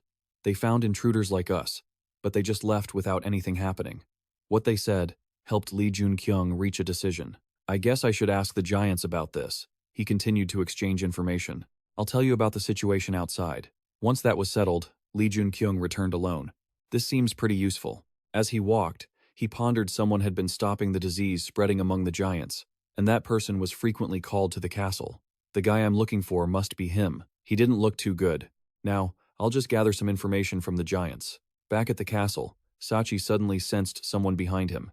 He was extremely excited. "Ha ha ha, isn't this the one who burned the castle gardens?" he said sincerely. "Thanks for the help. Even though we aren't the same race, the dwarves and the Vanya really hate the giants. We have to head out today." Lee Joon-kyung was curious. "Outside?" Sachi explained and joked. "The Nas have been attacking constantly these past few days. I was wondering if I could borrow the strength of the one who burned the castle gardens?" He smiled in agreement. The giant army marched together across the frozen snow. Sachi and Lee Joon-kyung left to intercept the Nas attack. The group led by Gat collided with another squad riding drake-like beasts, leading to an encounter that was completely unexpected. Led by the Nas leader, Stream, the giant stood opposite him with an emotionless face. He dismounted his beast and approached. Sachi also stepped forward to meet him. They stood face to face at a very close range. The Nas leader blurted out, "Sachi, he replied in kind. Lee Joon-kyung watched from afar with a serious look. This looks dangerous. The Nas giants were led by Stream. He could feel the powerful magic radiating from around Stream's body. He's very strong. Lee Joon-kyung watched intently. He's stronger than Sachi, perhaps on par with the king of the giants I met at the castle. Can I learn their language? I don't understand what they're saying. Suddenly, a notification. Apocalypse Sky supports your Jotun language, which made him jump. That's surprising. Sachi and Stream stood, staring at each other. Stream was irritated. Why did you decide to turn back? Sachi was blunt. There's no reason for me to follow the orders of a traitor any longer. Stream angrily stepped forward. You really want to keep listening to that stupid king? Watching your tribe degenerate like this is truly disappointing. You are a disgrace to all warriors. I'm not a traitor. We simply no longer belong to G. Suddenly he shouted. Enough! Power surged, surrounding Sachi. He's releasing his power too. Yes, that's how we solve problems. Suddenly, Stream looked elsewhere, noticing him and Fenrir watching them. A special species? Is he a subordinate of a human? And that human? Stream smiled triumphantly. Interesting. See you later. Sachi aggressively swung his polearm. What did you say? Stream easily dodged to the side, and Sachi's strike caused tremors on the ground. Suddenly, Stream lunged like a bolt of lightning toward him. Sachi's eyes widened, freezing in place as Stream's fist was about to land. The shockwave from that punch rippled across the ground, and Stream calmly laughed. See you later, Sachi? He glanced back toward where he stood, the special species and the special human. Someone ran over, Captain. Shouldn't we chase him? Sachi gasped and sighed, turning around. Stream is already on our trail. If we attack now, we'll lose too many soldiers. It's frustrating, but as commanders, we have to avoid attacking Stream. In the snowy wind, the squad riding the drake-like beasts moved into the forest.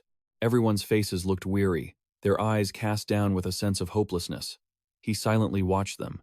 They looked like they had been defeated. But Sachi was right. Even though the giants are hot-headed and love to fight, there was a clear gap in power here. The image of Sachi and Stream standing opposite each other replayed in his mind. The Nas commander and Sachi seemed to have a history, perhaps as friends or kin. Lee Joon-kyung suddenly got distracted. Is there someone there? Looking at that person deep in thought, the giants must have seen him already, but they didn't react. What is he doing here? He was curious.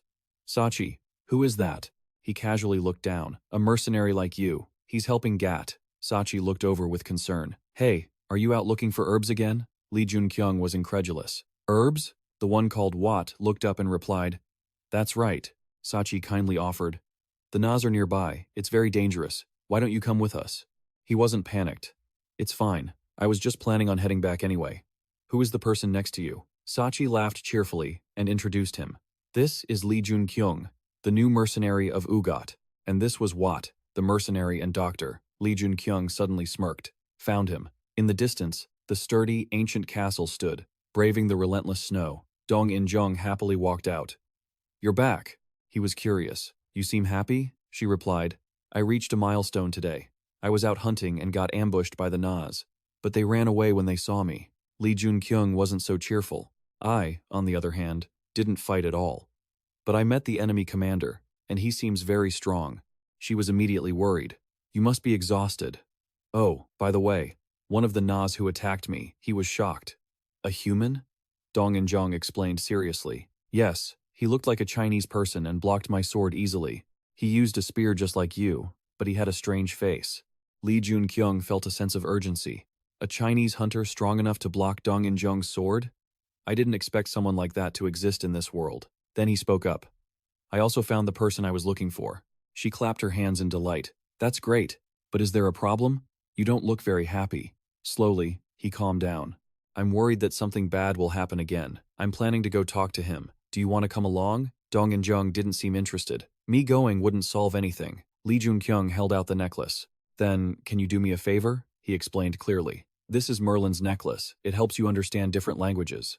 I think you'll know how to use it. The snow-covered roof and lanterns hung quietly, with a long line of people waiting in front of the house. Watt called out in a panic. Please, help. Watt was sweating buckets. Just wait a little longer. Lee Joon-kyung stood to the side, watching closely. Everything will be fine. In China, they say there's a talented doctor named Watt. Now I understand why. Suddenly, he walked up behind him. But why are there so many patients? He struggled to turn his head back. Huh? Lee Joon-kyung handed over a bag of blood, smiling warmly. I was busy. but I thought this might help. Watt was stunned. This much? Thank you. With the long line of patients on their beds and the medicine Lee Joon-kyung brought, Watt was able to treat them, and later, he talked with Watt.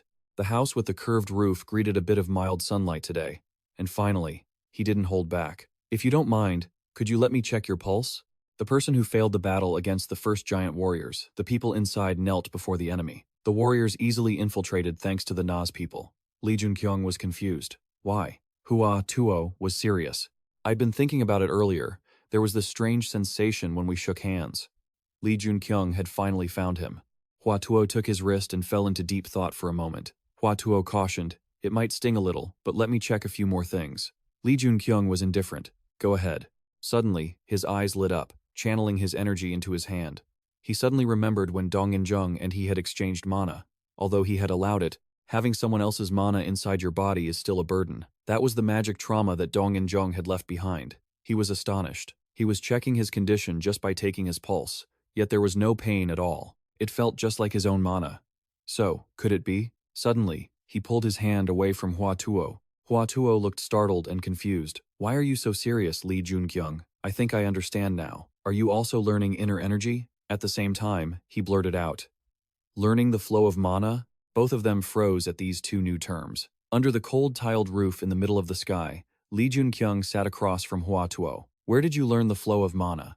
he asked, puzzled. "The flow of mana? We call it inner energy," he pondered briefly. "We call it the flow of mana, not inner energy. Are there others who know about this?" Hua Tuo calmly explained. "Yes, the people at Nas." He recalled the conversation from before that the people Dong-in-jung met had a secret. Lee Joon-kyung looked thoughtful. "We have to deal with the black stone first," he said, probing. "Do you see anything unusual in my pulse?" Hua Tuo was extremely focused. "Your blood vessels aren't clear and your energy flow is irregular. I've only taken a quick look, so it might not be accurate. But are you having any health issues?" He admitted that, since he was the one treating the Demon King, he could be trusted.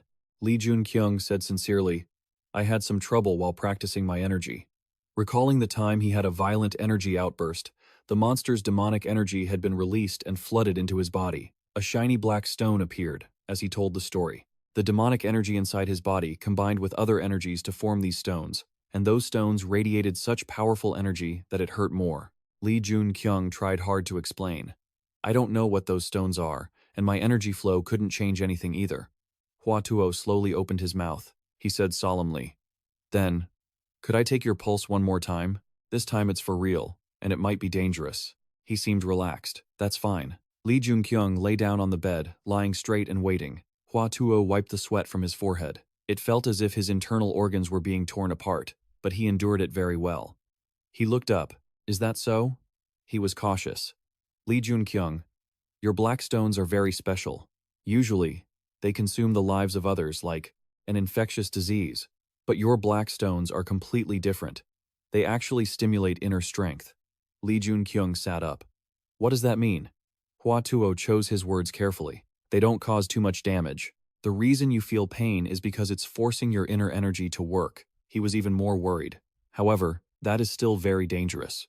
As you get stronger, the black stone gets stronger too." He was surprised. "Stronger?" Hua Tuo's expression gradually worsened. "That's right. If one day it becomes stronger than you, you'll be overloaded." Remembering the time he fought the giant, he continued, "It leads to Qigong deviation mental collapse. But strangely, Lee Joon-kyung, you managed to overcome it." Lee Joon-kyung hesitated. "Are those who suffered from Qigong deviation all left behind by Nas on the ice continent?" Hua Tuo hesitated, then nodded. Thinking of the images, he had seen those who had suffered from the deviation and the inner energy in that area of Nas. There was a lot of new information he hadn't cleared up yet, but he could say he had gained quite a bit.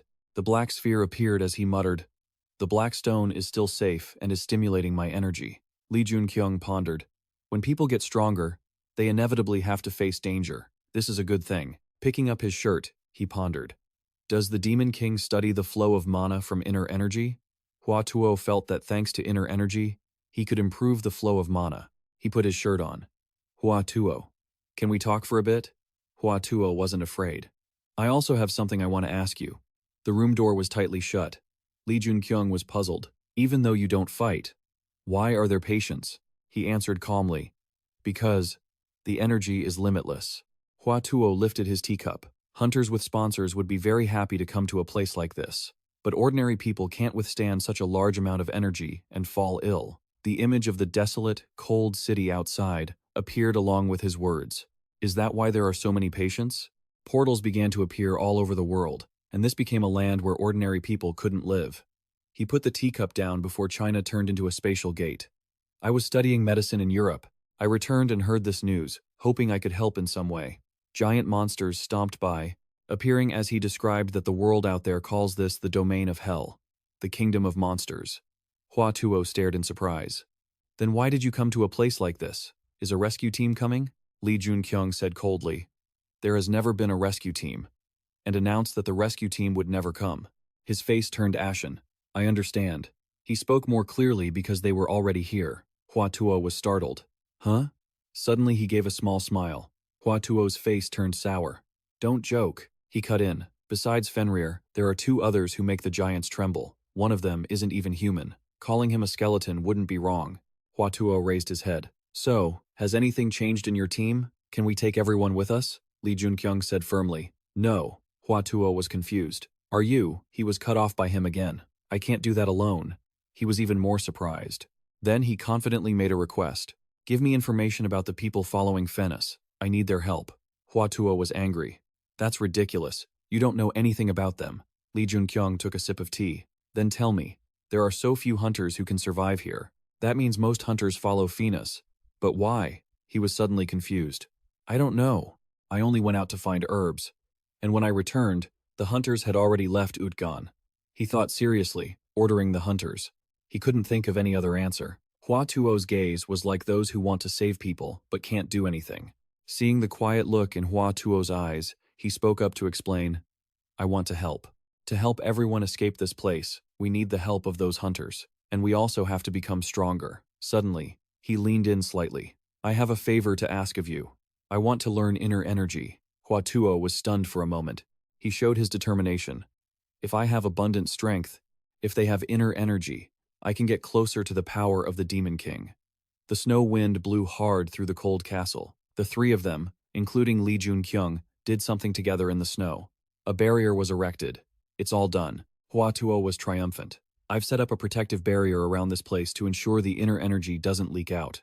Just practice here, and no one will notice. Li Joon-kyung was a bit skeptical. Do I really need something like this to practice? He insisted even more. Of course you do. Internal energy requires you to absorb the surrounding energy. During that process, the energy shift will be massive. The giants might notice. Wu looked at him with concern. Gathering energy is difficult enough as it is. We need a barrier to block the natural flow of energy. Wait, is something wrong? Li Joon-kyung remained calm. No. I've always been able to feel and absorb energy from nature. He asked him, don't tell me you know how to absorb surrounding energy without proper training. Who was your master? What kind of internal energy did you learn? No way, he muttered vaguely. What is it, and why does it sound so advanced? Wu hesitated, seemingly realizing he had internal energy potential equal to that of a mage. I had a feeling you were extraordinary, but you're even more than I imagined. Suddenly, he smiled. Well, that's a good thing then. Li Joon-kyung wondered, what's good about it? Wu confidently clenched his fist. Although the technique is extraordinary, after hearing you speak, I think I've figured out the reason why. I think we can solve the problem of the poisoned internal power. In the distance, the white snowy mountains shimmered. Outside the tent, the three of them discussed in unison. Roby questioned, aren't there any skilled hunters? Zhongbi looked troubled. That's right. He was impatient. Hung, did they finally send reinforcements? Yu wondered. I don't think so. If there were reinforcements, there's no way Nas wouldn't have noticed. It might be a small squad of about 10 people. Roby muttered. What the hell is going on? He felt frustrated. I let it happen, but now I don't understand why things turned out this way. Roby asked, how long do the hunters need to get stronger? Yu smiled. The progress is very good. After reaffirming our spirit, our capital is also relatively stable. He was skeptical. And what about the two of you? We're the same. They both replied in unison. Roby was furious. You two need to get stronger. Suddenly, he raised his sword for a common goal. He was determined for the cause. Zhangbi also gave his all for the goal. The three weapons clashed powerfully together. The snow-covered branches shivered. Wu was straining to channel his energy to Li Joon-kyung. He focused, closing his eyes, surprised that the flow of mana was so warm. As the mana flow formed, it felt like a storm tearing through his body. Give it your all. Focus on my pace. We're almost there. It might hurt a bit. The jade stone emitted a beam of light. He struggled, biting his lip to endure. Sweat poured down him as he tried not to make a sound. Suddenly, his eyes widened, and his pupils constricted. Ah, I didn't expect it to feel this amazing. The black stone radiated dark energy. The toxic energy source was much stronger than he had thought. It was not only absorbing the mana inside his body, but also absorbing his body from the inside out. Veins popped out all over Joon-kyung's body. His eyes were serious. I can't stop now. Woe gritted his teeth. Once he started, he had to take responsibility and finish it. The barrier around them shone brightly. Fenrir observed vigilantly. A source of power erupted from the barrier. Sachi was shocked as he looked up. What? I can feel a dense source of energy at the Dujian Icelands. He was restless. No, neither of them could be this strong. The only one capable of releasing that much energy could only be Stream. Recalling the moment Stream threw a punch in front of him, Sachi gritted his teeth in anger. Impulsively, he turned around and shouted, "All Ugat warriors, prepare for battle." Everyone instinctively looked at Sachi in disbelief. The young man hesitated. "Captain, the king, no, the chieftain won't agree to this." His mouth twitched. "How much longer do we have to stay like this?" Sachi was more determined.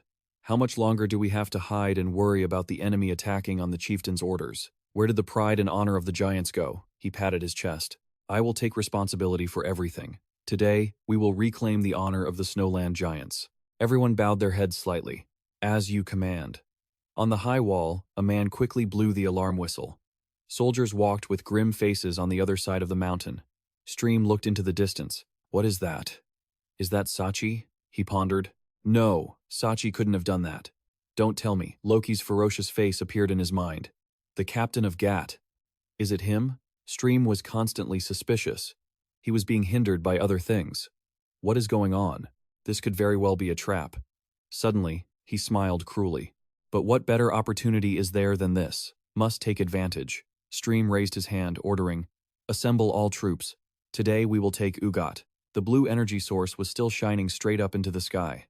It connected from the protective shield up into the middle of the sky where snow was falling heavily. Fenrir suddenly felt something unusual. Outside, two armies were facing each other. Sachi's troops were firmly in formation.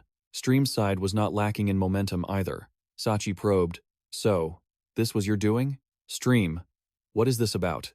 At the same time, Stream also spoke up. "So, it was all your doing? Is the king inside?" Sachi was surprised. "The king?" Stream heard this and suddenly realized the problem. Stunned, Fenrir stood outside the mysterious protective screen that was radiating formidable energy. The young man stared fiercely at the crowd, growling a warning. Yeah, Dong In-jung judged that Fenrir was protecting it. That meant Lee Joon-kyung was inside. Stream gradually approached. "I don't know what you're talking about." He began to channel energy into his hands. "I can't trust you anymore, and I won't try to reconcile with you either." In his heart, he thought, "It's a pity the king isn't here," while provoking him out loud. "Today, I will go all the way." Sachi was also decisive. "If that's how you are, then I have no other choice." He gritted his teeth and ordered, "Giants!" Stream screamed loudly. "Nas people!" Two orders rang out at the same time. "Attack!" Immediately the giants rushed forward with their axes. The Nas people on the other side immediately joined the battle. Sachi and Stream started clashing. Inside the protective screen, Lee Joon-kyung was closing his eyes, channeling energy. Finally, he opened his eyes, looking straight ahead, then turned back as if searching for something. He looked at the person behind him and startled. "Wu?" He was overjoyed. "You're awake." At this moment, his face was no longer that of a young man, but looked 80 years old. This is not over yet. This explosive technique and this flow of energy. Before he could finish his sentence, he had exhausted his strength and collapsed. Lee Joon-kyung was panicked. He immediately reached out to touch his neck to confirm he was alive, then sighed in relief. Good, he's still alive. He kept in his memory that Wu had sacrificed his youth to save him. His hand conjured an apple with determination. "I won't let you die like this." Lee Joon-kyung reasoned that the Demon King had saved Wu's life with an elixir he possessed. But since he didn't have one, the only way to save Wu was to use this Eden apple, also known as the Asgard apple. "I asked Odin for it just in case. Do you remember what you said back then? You said you had to absorb all the energy from this technique. I'll do it." You placed the apple on Hwa's chest, so you have to eat that apple too. Park Jo-hee-jeon stood up and whispered, The mana flow, you spread your arms to embrace the currents of energy around your body. They all surged together, gathering at a single point. Outside, a tense battle was raging. With every swing of the axe, the opponent spat out blood like a fountain. In Trang brandished her sword, lightning fast, taking down several men. She lopped off their heads in the blink of an eye. In Trang mentally noted that while he was massive, his strength wasn't much to worry about. Then, she caught a glimpse to her right. She managed to block the attack just in time. Her body was pushed back by the momentum. The spear spun in the air a few times before returning to its owner's hand. It was Zhang Bai. He was exhilarated. "We meet again. You're still as impressive as ever." In Trang thought to herself that he was definitely stronger than the giants. She shouted for backup. Gongdu was still busy throwing punches, but hearing her call, it immediately returned to her side. Seeing its size, Zhang Bi was caught off guard. He stammered, "A monster." She turned to give Gu instructions. "I have to fight this guy. Hold back the other giants." It was eager and confident, shouting out to affirm that it could handle it. Moments later, Gongdu soared off to carry out the order. In Trang flashed a smile. "All right then." The purple energy surrounding her signaled the start of the fight. She prepared to engage. He was thrilled. "Ha, this is fun. I like you." Stream used all his might to lift his axe, preparing to bring it down. Sachi's gaze was sharp as a blade, meeting the challenge head-on. The sound of their weapons clashing was deafening, sparking flames into the air. He praised. "You've gotten stronger," Sachi retorted defiantly. "But you're still the same as before, aren't you?" Boom! The impact of this clash was even more fierce. The sparks caught on each other, creating a massive explosion. Sachi's body was covered in countless wounds. He struggled, panting heavily. "I've become stronger since our last battle, but the gap in our power is still so clear. Truly, the strongest giant warrior." Sachi grew irritable and demanded. "But why would a respectable warrior like you betray your own kind?" He charged forward with such force that the ground beneath him shattered. Each step was more powerful than the last. He screamed from the bottom of his heart, "Why did you betray us?" Stream didn't care, and swung back with a powerful counterattack. The terrible sounds of clashing continued. Clang! He was frustrated. "I couldn't stand watching him play king anymore." Stream unleashed the discontent he'd been harboring. "You might not know it, but he destroyed everything that belonged to us." Hearing this, Sachi froze for a split second, but he immediately regained his focus and attacked Stream head-on. Stream couldn't believe that. In a moment of distraction, he'd just taken a punch straight to the face. He immediately dropped his axe, then returned the favor with a resounding punch that knocked Sachi back 10 meters. He raged, revealing the horrific truth. "The one who killed my friend, and your father, it was him." As he struggled to get back up, Sachi was stunned. "What?" Stream's voice dropped low. "That bastard Loki killed Vanni." The news hit Sachi like a lightning bolt, leaving him breathless. Cut to the protection barrier, which was still absorbing energy. The energy flow was so intense that the barrier exploded. This caught even Stream's attention, and everyone temporarily stopped fighting. Where the barrier had been, a blinding vortex appeared. Beneath the haze stood a towering figure. It was none other than Park Jae-wi-jeon. He looked at the person lying on the ground and whispered, "Hua." Hua's face had regained some vitality. He looked less aged than before. He thought to himself that his condition had improved. But hadn't it worked as it was supposed to? The apple was a treasure, better than any elixir, but it seemed it was only just enough to keep him alive. "I can't feel any increase in mana." He looked at his palms, suspicious. "Could it be because of me? It seems I absorbed the apple's effects while I was consuming mana earlier." He clenched his fist. That must be why the mana flow had become so powerful. Park Jae-wi-jeon's gaze turned aggressive. "I think I could even beat Demikius right now." Suddenly, he felt something strange. What kind of energy is this? Dozens, no, hundreds, thousands. He was bewildered, unable to find an answer. What is happening? At that moment, In Trang landed beside him. She asked with concern, "Are you okay?" The system window appeared. "The collapse of heaven expresses its contempt for you." He was surprised. Contempt? Notifications rang out one after another. Unbelievable. A grand achievement. Mana flow has leveled up. Fire, purification, and magic resistance have leveled up. Hyun-woo has leveled up. Fenrir's seal has been unlocked by 1 level. The Na soldiers saw him and shouted, "What? Just a human? This is our chance. Attack." With that, they rushed in to brawl. He spoke softly, "Summon Hyun-woo." It appeared immediately. "I will carry out your orders." It confirmed, "Leave everything to me. Do you need me to kill those giants?" He giggled happily. "Hyun-woo, you seem to have changed a bit." Just then, he gave the order to take Hua to a safe place. It seemed dissatisfied. I've become stronger too, Hyunwoo replied sullenly. I will carry out your orders. He turned his attention to the battle. All right, Hua will be fine. Then, he pushed off and soared into the sky with terrifying speed. Only an afterimage was visible as he headed straight for the battle between Sachi and Stream. He landed a powerful punch on Stream, despite the massive difference in their size, and then flickered in and out of sight, landing a flurry of blows. Watching his opponent like that, Sachi could only murmur in pity. Stream, he couldn't help but be surprised by Park Jae-wi-jeon's power. Who is this person? He has become many times stronger than when I first met him. In the sky, where snow was falling, a group of people was fighting fiercely. Park Jae-wi-jeon radiated energy and commanded, Fenri, do as you please. The youngster immediately bared its sharp teeth and finally transformed back into Vanop Gun, standing behind him. Then, it leaped, shaking the entire snowy ground. Park Jae-wi-jeon looked to the side. So, shall we talk? It was the group of three, led by Roby, who were also constantly emitting mana. He said in a deep voice, Who are you? Park Jae-wi-jeon's blood-red pupils observed them. He couldn't underestimate them. All of them were heroes, and the two behind him had skills on par with In Trang. He replied sternly, That's exactly what I want to ask you. Who are you? Roby looked slightly annoyed. I am Roby. Park Jae-wi-jeon pondered, recalling, Roby, I've never heard that name before. Someone with skills like this should have been recorded in the files. He gripped his spear. I'll only ask one thing. His eyes were filled with killing intent. Why did you betray humanity? Just because they aren't hunters? But Roby gritted his teeth and shot back. I didn't betray them. With a burst of strength from the ground, he lunged forward, swinging his dual blades with a roar. This is the path they have to walk. It's all for the greater good. Joon-kyung swung his weapon down with a heavy, dismissive tone. Roby was easily knocked back, stumbling far away. He yelled furiously, What kind of greater good is worth betraying humanity for? Roby broke into a cold sweat and hurriedly explained, I promised Stream that if the king of Utgard was defeated, we would help rebuild China. Joon-kyung and Jung charged straight at him. You could actually promise that to the king of Utgard? Suddenly, Yeonwoo shouted from behind Joon-kyung. Hai Nim heard him and immediately leaped high into the air.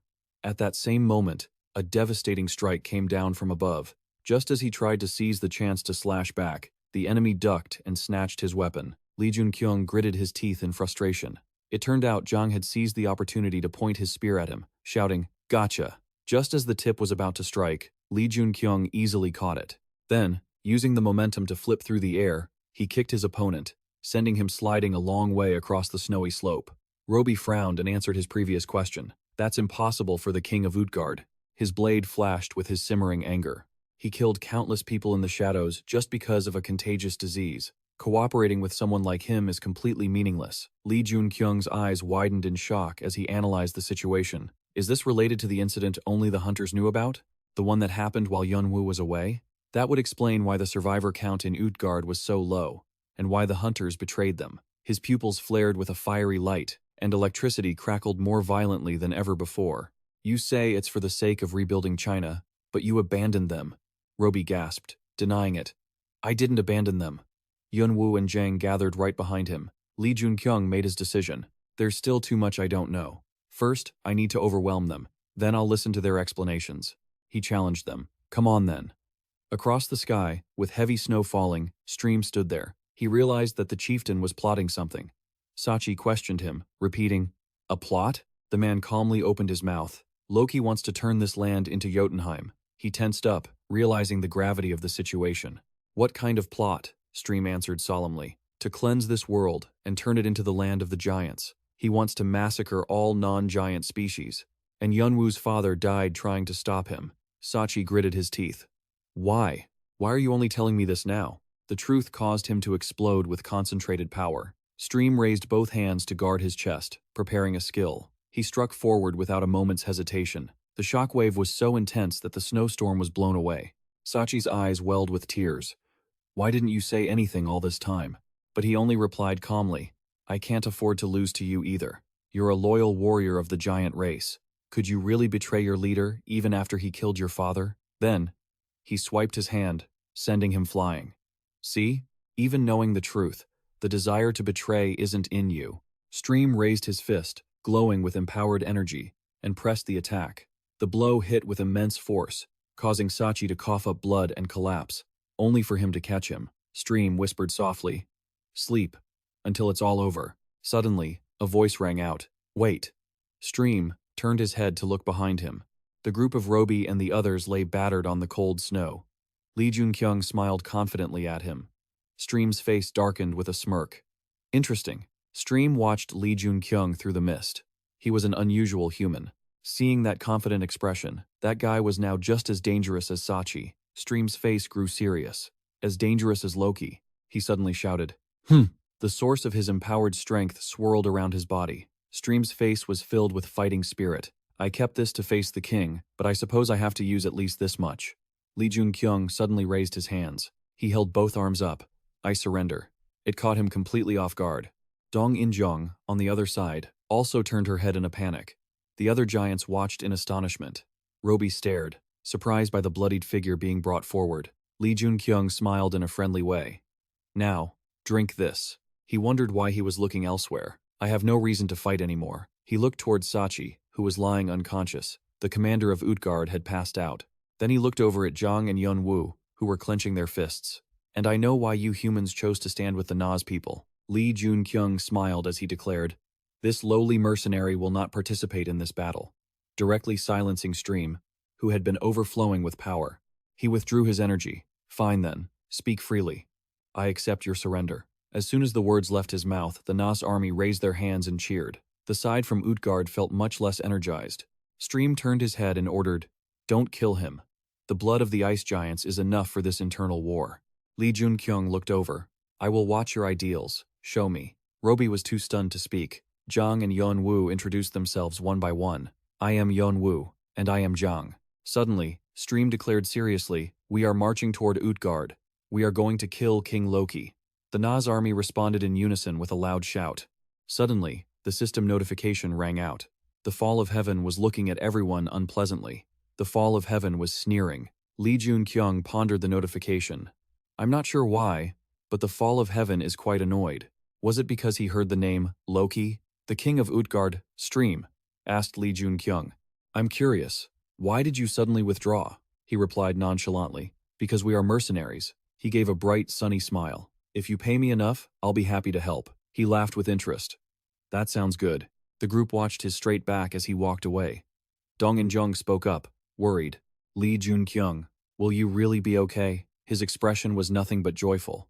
Is there a problem? She continued, worried. But he interrupted her as he put on his coat. Didn't I say this from the beginning? From the very beginning, our goals aligned. Joon-kyung listened to his own words. We achieved the goal we set when we came to China. Joon-kyung explained. And hunters like Yun-woo and Zhang will help the rest in Utgard. Isn't this the best result? Dong In-jong smiled, accepting it. I agree. The fortress of Utgard was billowing with smoke and flames. The march against the Naz people went smoothly, because most of the people had failed in the battle against the first giant warriors. The people inside had knelt before the enemy. The warriors were able to infiltrate easily thanks to the Naz people. Someone's worried voice rang out. Yun-woo, are you okay? Joon-kyung sighed in relief as he opened his eyes. You're awake! Someone's worried voice called out. Hosey, are you okay? Joon-kyung breathed a sigh of relief as he opened his eyes fully. You're awake. What a brutal bastard. What do we do now? He replied immediately. Hold him off for 1 minute. The girl looked hesitant. Hold him off for a minute? He spun around in a panic, eyes widening. In front of him, everything was thick with smoke and fire. What were those Naz warriors talking about? Hua gritted his teeth, shouting furiously right in Joon-kyung's face. Were you a traitor from the very start? I didn't even know. He shot back, confused. What are you talking about? I already told you. With a gentle, reassuring look, he added that even though it was late, the rescue team had finally arrived. Huatuo was stunned. Wait, what? Then he noticed the group of 3 Yu and Zhang Bi approaching. Joon-kyung took charge. Roby, gather the remaining civilians. If there's a chance, I have no problem letting you all leave the fortress. He turned away. Oh, and Hua, please go help them. If it's the W I trust, you'll be able to get everyone out without much trouble. He calmed down, deep in thought. He could sense the guy's genuine desire to save people, so he replied, I'm not sure what's going on, but I get it. Joon-kyung smiled, satisfied. Then I'll go take care of my mercenary duties. Huatuo hesitated. Before I go, can I say something? How are you feeling? He tensed his muscles, channeling his power. His entire body erupted into flames, a refreshing, fierce look on his face. The system chime echoed a new quest had been created: defeat the imposter. 15 minutes remaining. The cold landscape was blanketed in snow, while a fire roared in the castle, staining it red. People cloaked themselves and evacuated, following the rescue team's instructions. W stared at the flames, thinking to himself, Lee Joon-kyung, be careful, the king is incredibly strong. Nearby, a group radiating intense red energy was confronting the Dark King on his throne. Loki's voice dropped, trembling with rage. How dare a filthy traitor set foot in this castle? Stream glared at him. Utgat Loki, it's your turn now. He didn't look the least bit afraid. I should have killed you when I had the chance. Lee Joon-kyung watched silently, keeping his cool even as he faced hundreds of giants. The king's aura was overwhelming. Does he still have an ace up his sleeve? Why is he so calm? Stream smirked. Do you regret not killing me the way you killed On Vanny? Loki's mouth twitched into a smile. He was intentionally pushing his buttons. I know why you rebelled, it's because of On Vanny. Stream instantly lost it, grinding his teeth in pure hatred. He braced himself, balancing his level to send that bastard straight to the grave. Loki, still unfazed, actually praised him. Impressive. He suddenly gave a thumbs up and cast a spell. The massive coffin nearby shook violently. The lid burst open. A blood-red hand shot out. A hulking, muscular monster tore through its hiding place and lunged out. Another one jumped in through the window. They slammed onto the ground with a deafening crash. A literal army of monsters gathered before their king. Lee Joon-kyung frowned as he looked at those red-skinned creatures. Are those the mindless giants I saw here for the first time? Loki grinned, his laughter sounding savage and wild. Stream couldn't help but grit his teeth. You bastard. What did you do? He frantically analyzed the situation. I heard most of the giants died from an infectious disease. Is that not the truth? They're too strong. They have no conscience. It's different from when they went on that bloodthirsty rampage. Now, they obey the king's every command. Looking at those soulless, panting things, he couldn't help but blurt out his thoughts. Finally, the pieces were falling into place. The king had sacrificed his own people to forge his own private army. Loki laughed, confirming his suspicions. I needed an army that would only obey me, and they have become just that. How glorious. Suddenly, someone zipped forward, trailing sparks of lightning. Stream clenched his fists and charged through the monsters toward him. Seeing this, Loki quickly activated his level balance. A wave of pressure blasted out, followed by a dark purple beam of energy fired straight ahead. It hit Stream mid-air. The energy was so powerful it didn't stop there, it blasted right through the ceiling. After pulling his hand back, Loki called out with a twisted air of superiority. My loyal warriors! His eyes were manic. Tear that traitor to pieces! The minions roared in unison, then surged forward one by one, following his order. The two Nas warriors were still in shock. All that from just one hit? Stream, what do we do? But contrary to their fears, a hand suddenly rose from the debris. Following it was Stream, bruised and battered, but still bursting with energy and determination. He shouted loudly, You guys, take down the leader. He's lost all his dignity charge. Hearing their leader, they all surged forward. Stream was back in the fight. Dong-in-jung was still trying to process everything. Lee Joon-kyung, what the hell is happening? He explained. The king needed his own army, and it looks like he experimented on the giants to do it. Hearing every word, she was in deep shock. You mean he killed his own people and turned them into test subjects? He glanced back, repeating, He's a mad king. He sees his people as nothing more than tools. He's a monster. And the battle raged on. A Nas warrior successfully landed 2 slashes on a monster's body, but it didn't even flinch its eyes, just bulged, looking even crazier. Suddenly, it lunged, biting into the warrior's shoulder, making him scream in agony. Get off me, you piece of trash. But the monster just ripped the chunk of flesh away as the warrior writhed in pain. The rest of them went berserk, jumping toward other targets. He observed the situation. The modified giants had no consciousness, so they fought like absolute lunatics. At this rate, the Nas won't win. The only way is his train of thought stopped, but a flicker of something ignited in his eyes. Loki stood comfortably on high, looking down. Do you have any idea what you're getting yourselves into? I'll wipe you all out. The system suddenly chimed. Muspel's spear has been fully charged with mana. He gripped his weapon tight, making up his mind to take down the king. He kicked off the ground and launched himself into the air. He leapt over the chaos between the Nas and the monsters below. He pulled his spear back, winding up for a massive swing, and brought it crashing down toward Loki. Loki didn't even consider him a threat. Lee Joon-kyung's powerful attack was easily blocked by Loki, who smirked with pure contempt. His body surged with dark energy as he said, "Humph, I've been watching you." He pulled his fist back, getting into a stance. "You're the one holding the most mana here." He threw a punch with immense power and shouted, "Die!" The dark energy exploded outward. The attack was so fast and strong that Joon-kyung was backed into a corner. A flicker of anxiety crossed his face. "I can't dodge this." Suddenly, Joon-kyung's eyes darted as if he saw something. Another move, similar to his own, was hurtling forward with devastating force. The two attacks collided, creating complete chaos. Loki froze, thinking, "Did he just neutralize my ultimate release?" He stared back, shouting, "Who are you?" Sachi appeared amidst a hazy cloud of smoke, panting heavily and drenched in sweat, looking completely drained. He paused for a moment. Seeing him, Joon-kyung screamed, "Sachi!" His body was shaking violently. "I'm leaving the giants to you." Then, he dropped to his knees and collapsed onto the ground.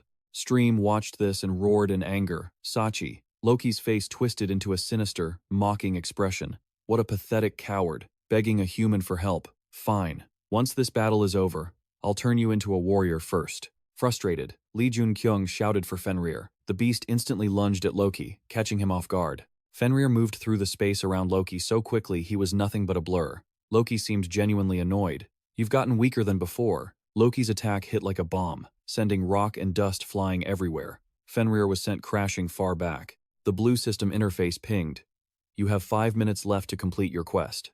A red message popped up. "The apocalypse sky is demanding you eliminate this shameful existence." Dong and Jong watched, anxious. "That's a brutal bastard.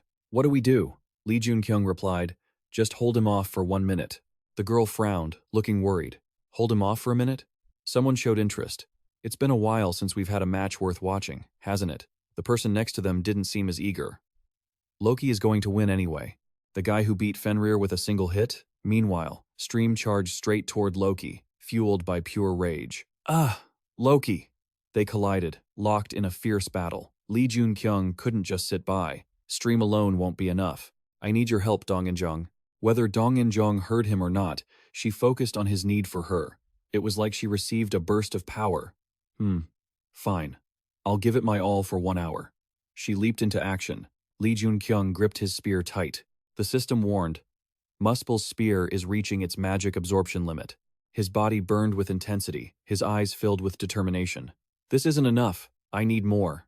Loki had already beaten Stream to a pulp, and the system warned he was pushing past his limits. Suddenly, a slash cut through the steel armor. Loki barely had time to react, blocking the strike heading straight for him, then deflected the attack back toward Dong and Jung, who was rushing in.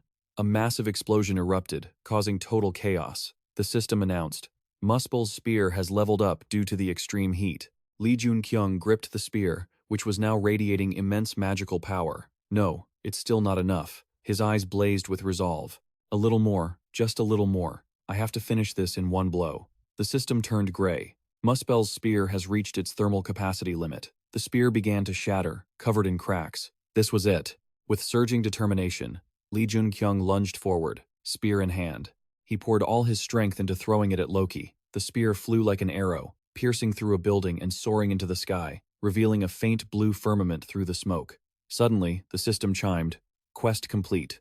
Loki stood frozen, completely stunned. The red system interface appeared. The apocalypse sky is satisfied. Loki's body was riddled with holes, his eyes wide with disbelief. The system flashed, praising his outstanding performance. Sunlight began to trickle down. Zobi, W, and everyone below looked up and whispered, "No way that's sunlight from the surface appearing in the Ice Age." The system notified, "You have earned the achievement. He who lifted the sun." The sky turned a strange, brilliant blue, and the sun shone down intensely. The system kept updating. "Your fire compatibility has increased significantly. You have been rewarded for completing the mission." Notifications kept pouring in. "Your stats have increased. You are being healed. The city is finally peaceful."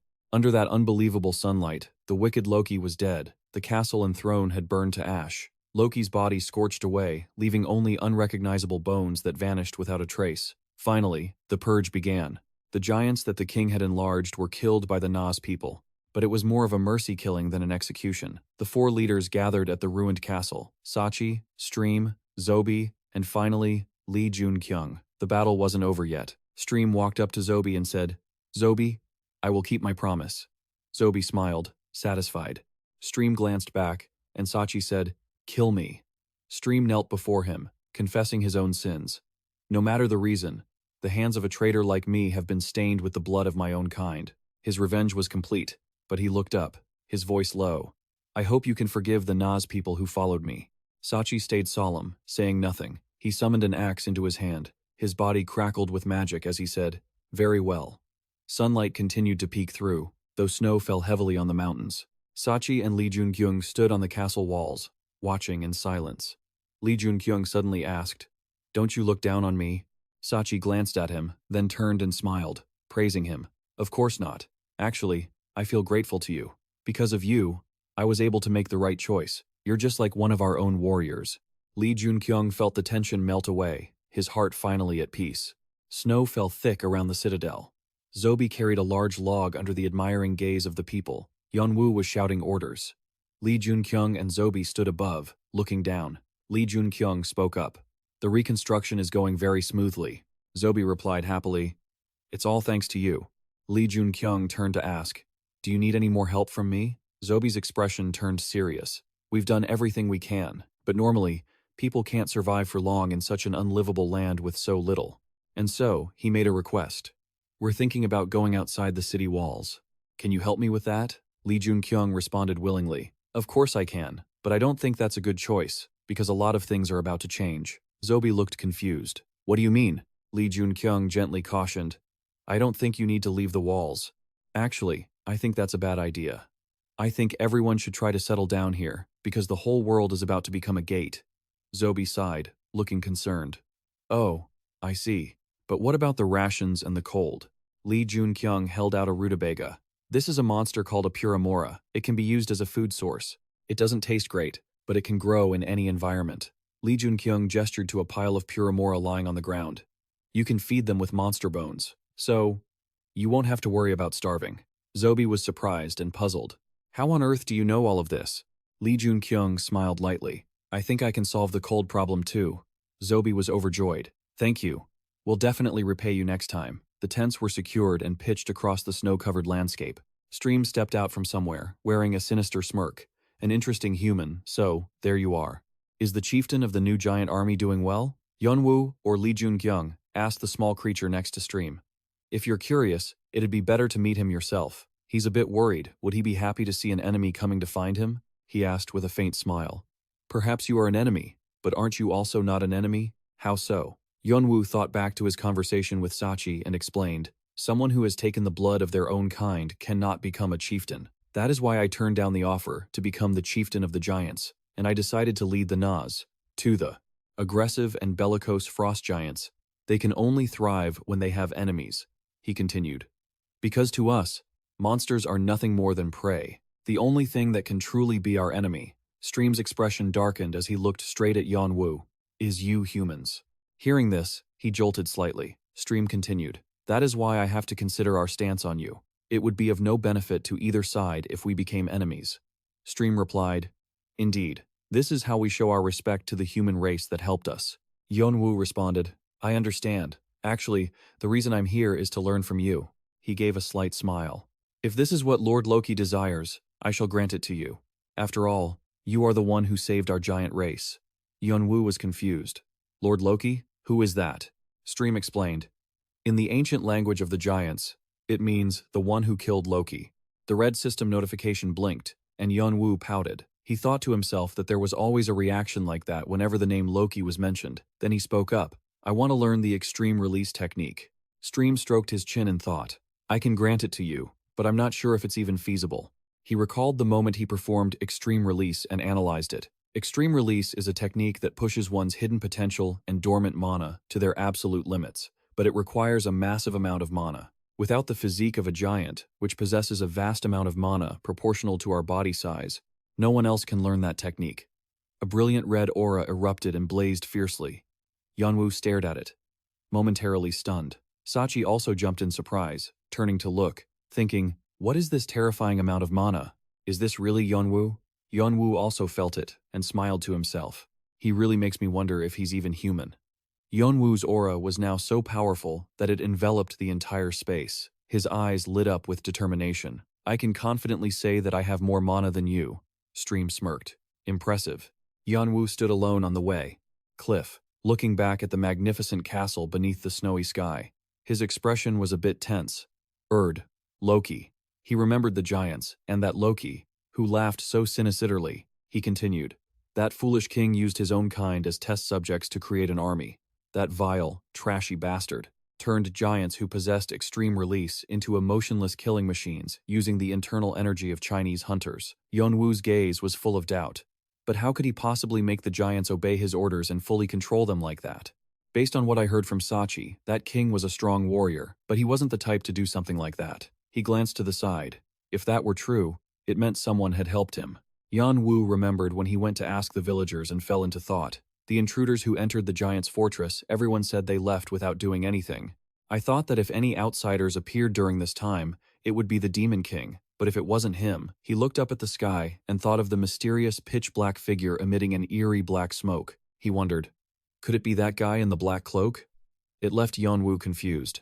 Who the hell is he? What is he planning? The entire mountain area was covered in white, with light snow drifting through the sky, when a voice broke the silence. Yonwu, he noticed and glanced over. Yonwu's companion approached in high spirits. She invited him. There's a festival. Let's go together. He pondered it, looking a bit reluctant. A festival? But before he could hesitate any longer, she grabbed his wrist and pulled him along. He was still dazed, unable to react in time. Ah, she urged. Hurry up, everyone is waiting. On this side, the atmosphere was incredibly lively, with everyone gathered together, chatting away.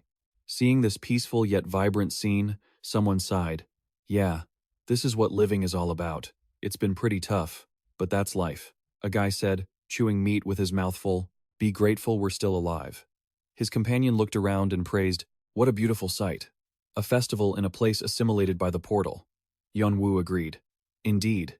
It makes me feel full of hope.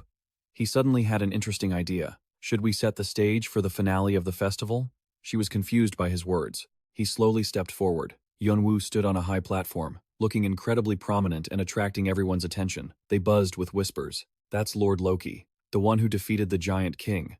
Lord Loki? I don't know what that name is, but the giants seem to call him that. They cheered enthusiastically. Lord Loki is going to show us something. Lord Loki. Hot energy swirled in midair. The flow of mana was reinforced. It grew larger, wrapping around Yonwu's body. The mana became abundant. With him as the center, the energy erupted, and his eyes flashed with a red glow. His companions stared in awe at the scene. His female companion smiled, waiting in silence. Warm sunlight gradually broke through the clouds, shining down on the houses. Stream didn't hold back his praise. Lord Loki, you are truly amazing. The others had their jaws dropped, finding it hard to believe. No, it's impossible. A sun has appeared. The sky was clear without a single cloud, covered by gentle sunlight. Yonwu calmly raised his hand to control the mana. The system announced that the mana was forming a core, performing very well. Under the influence of the Dragon Vault stone, a small dragon heart was being formed. A while later, the bustle of the festival died down.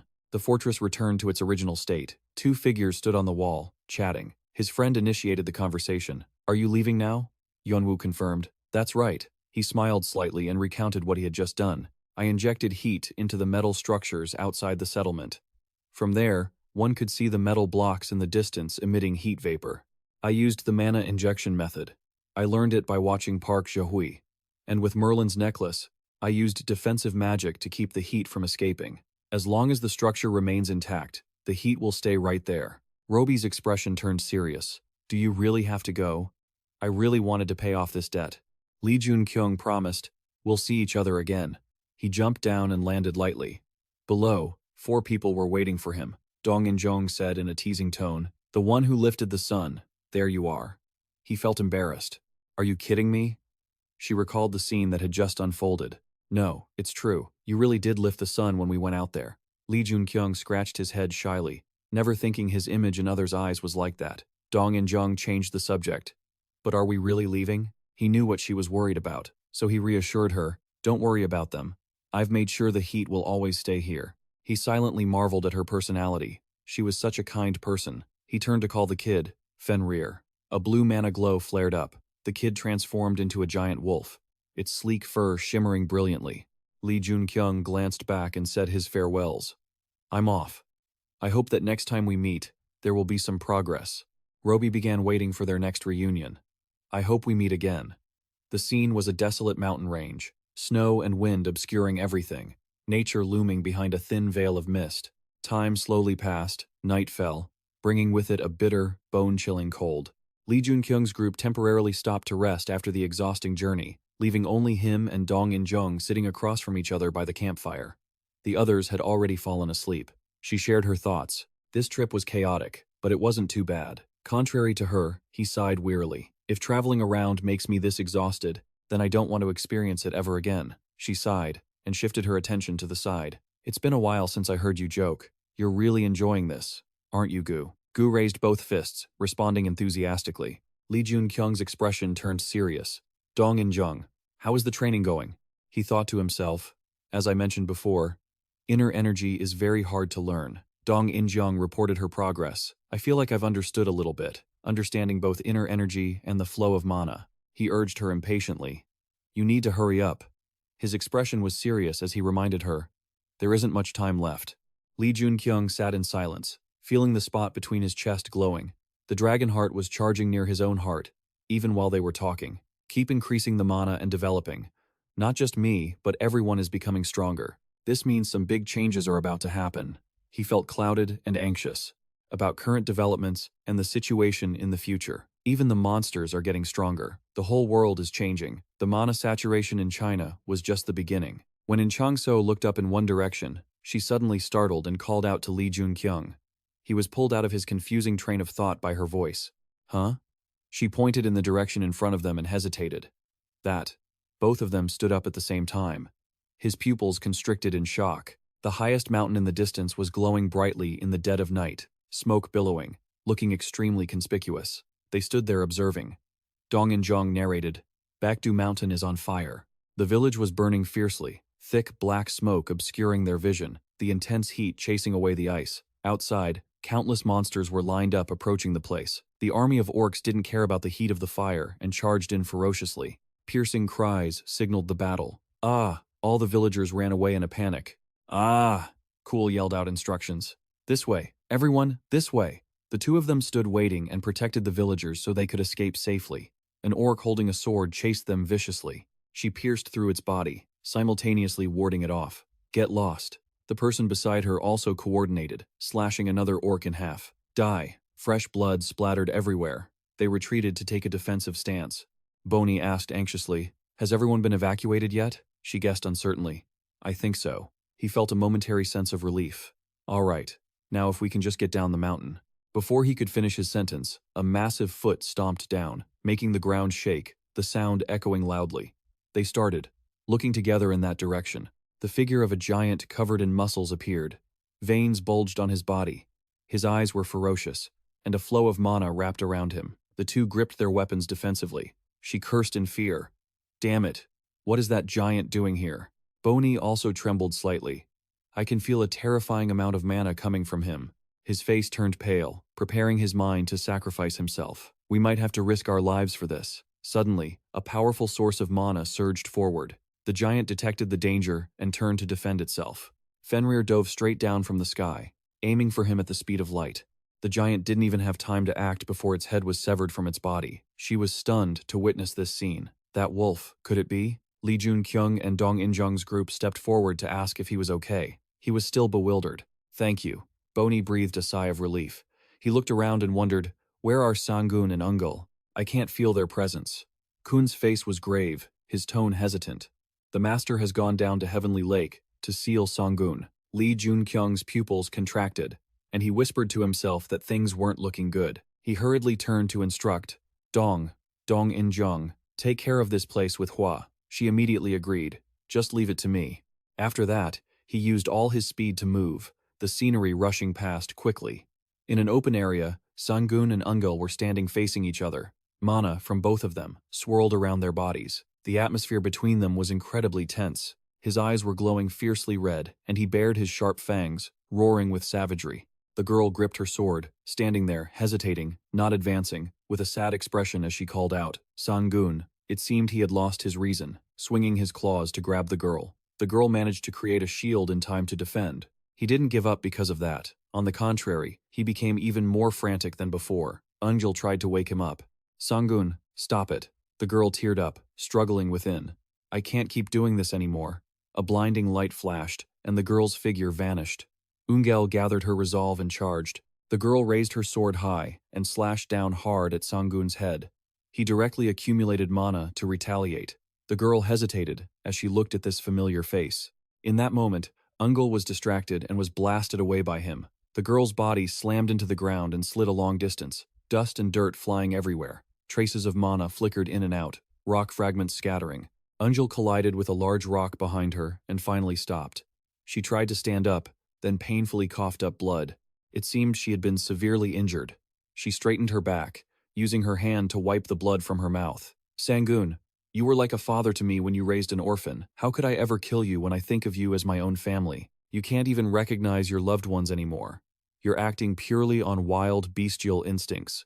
Ungel stood there, waiting for the end with her hands held out. Just kill me instead. Tears streamed down her cheeks, her voice trembling but incredibly firm. Kill me. Let's just end it here, Sangun. I'm tired. As soon as she finished, Sangun raised his claws, ready to grant her wish. The mana in the air surged and distorted around them. He slammed his massive foot down, causing the ground to quake. Ungel squeezed her eyes shut, filled with despair. A moment later, realizing she was still in one piece, she opened her eyes in confusion. Joon-kyung had appeared out of nowhere, standing before her and blocking the attack. Still calm even in this situation, he asked with concern, "Are you okay, kid?" Ungel was stunned by the scene. Sangun didn't give them time to talk, thrusting his claws forward again. Joon-kyung quickly grabbed her and carried her away from the blast radius created by the impact. With a flash of fire and immense power, he landed gently and safely. He looked at Ungel, observing her ragged, pitiful state. What on earth happened? The girl told him about a man in black clothes. She briefly explained the situation and how she had come into contact with Sangun. And then this happened. Joon-kyung's pupils contracted as the image of a person with a dark, sinister aura flashed through his mind. A man in black, could it be? Joon-kyung hurriedly asked for leads. What happened to that guy? Ungel guessed, based on the evidence. It had been a few days since he vanished. I think Sangun changed because of him. He fell into deep thought. A man in black. Right. Let's put that aside for now. There's a more pressing issue I need to handle. First, we have to catch Sangun, the girl insisted, clenching her fists. We can't, he replied, stopping in his tracks. Ungel felt completely helpless. We've tried everything. We tried sealing him, and we even used PMA energy to permanently drain his demonic power. Sangun's energy is just too immense. It's impossible. Joon-kyung wondered aloud. So, do we have to kill him? Even though she didn't want to, the girl affirmed, yes. A staff gradually manifested in his hands. From its initial form, it shifted into a long spear. He ignited his mana and instructed, rest. Ungel, I think I have a way. With that, he launched himself, leaving only a spark on the ground. Joon-kyung attacked Sangun relentlessly with lightning-fast speed from every direction. He delivered a sharp, decisive slash. The sound of air tearing echoed through the atmosphere. Their collision created a heaven-shaking explosion. The area in front of Sangun was completely decimated. Debris flew everywhere, and thick dust obscured their vision. Witnessing this, Ungel was astonished. No way did he become that strong in such a short amount of time. He's changed so much, it feels like years have passed, but in reality, it's only been a few days. The battle continued to rage intensely. Joon-kyung rushed forward like an arrow released from a bow, his mana swirling and coiling around the entire length of the spear. Fresh blood sprayed out. Sangun's eyes lost their focus, turning blank. The sharp tip of the spear had pierced his abdomen, and he couldn't even manage to move a single step. Ungel cried out with tears in her eyes. Joon-kyung calmly reassured her, "Don't worry, I have no intention of killing him." A powerful surge of mana gathered on the spear. With the dragon heart crafted from dragon bloodstone, I'm at my peak. Thanks to it, I can sense both Sangun's power and the influence of Mount Baekdu. He gripped it tightly. Crimson, vein-like threads began flowing into him. With that magic, he planned to absorb the corruption, driving Sangun mad into his own body. However, things didn't always go according to plan. Joon-kyung gritted his teeth, his expression grave. This is bad. The Spear of Muspel is slowly turning into a cursed weapon, and it's draining Sangun's life force too. His pupils shrank as he steeled his resolve. Focus. I can do this. I need to return his life force and energy. Suddenly, the system announced, purification activated. He was overjoyed. He couldn't miss this opportunity. Sangun's eyes lit up under the influence of Lee Joon-kyung's skill. A moment later, they returned to their natural state. His consciousness returned. He was stunned, as if waking from a daze. This, he startled, pausing. I did it. Seeing that the situation was safe, Lee Joon-kyung pulled the spear out. Sangun collapsed from exhaustion. A light flickered, and the ground cracked under the impact. Eungjel hurried over to Sangun. She held out her hands, mana gradually gathering. Filled with worry, she urged, I'll heal you right away. So just stay still. Golden light covered Sangun's entire body, but his eyes remained shut, showing no change. Eungjel wailed in desperate, pleading tears. Please, open your eyes. Sangun. Finally, she gave up, retracting her mana and bowing her head. She fell into a state of self-blame and regret. Sangun, I'm sorry.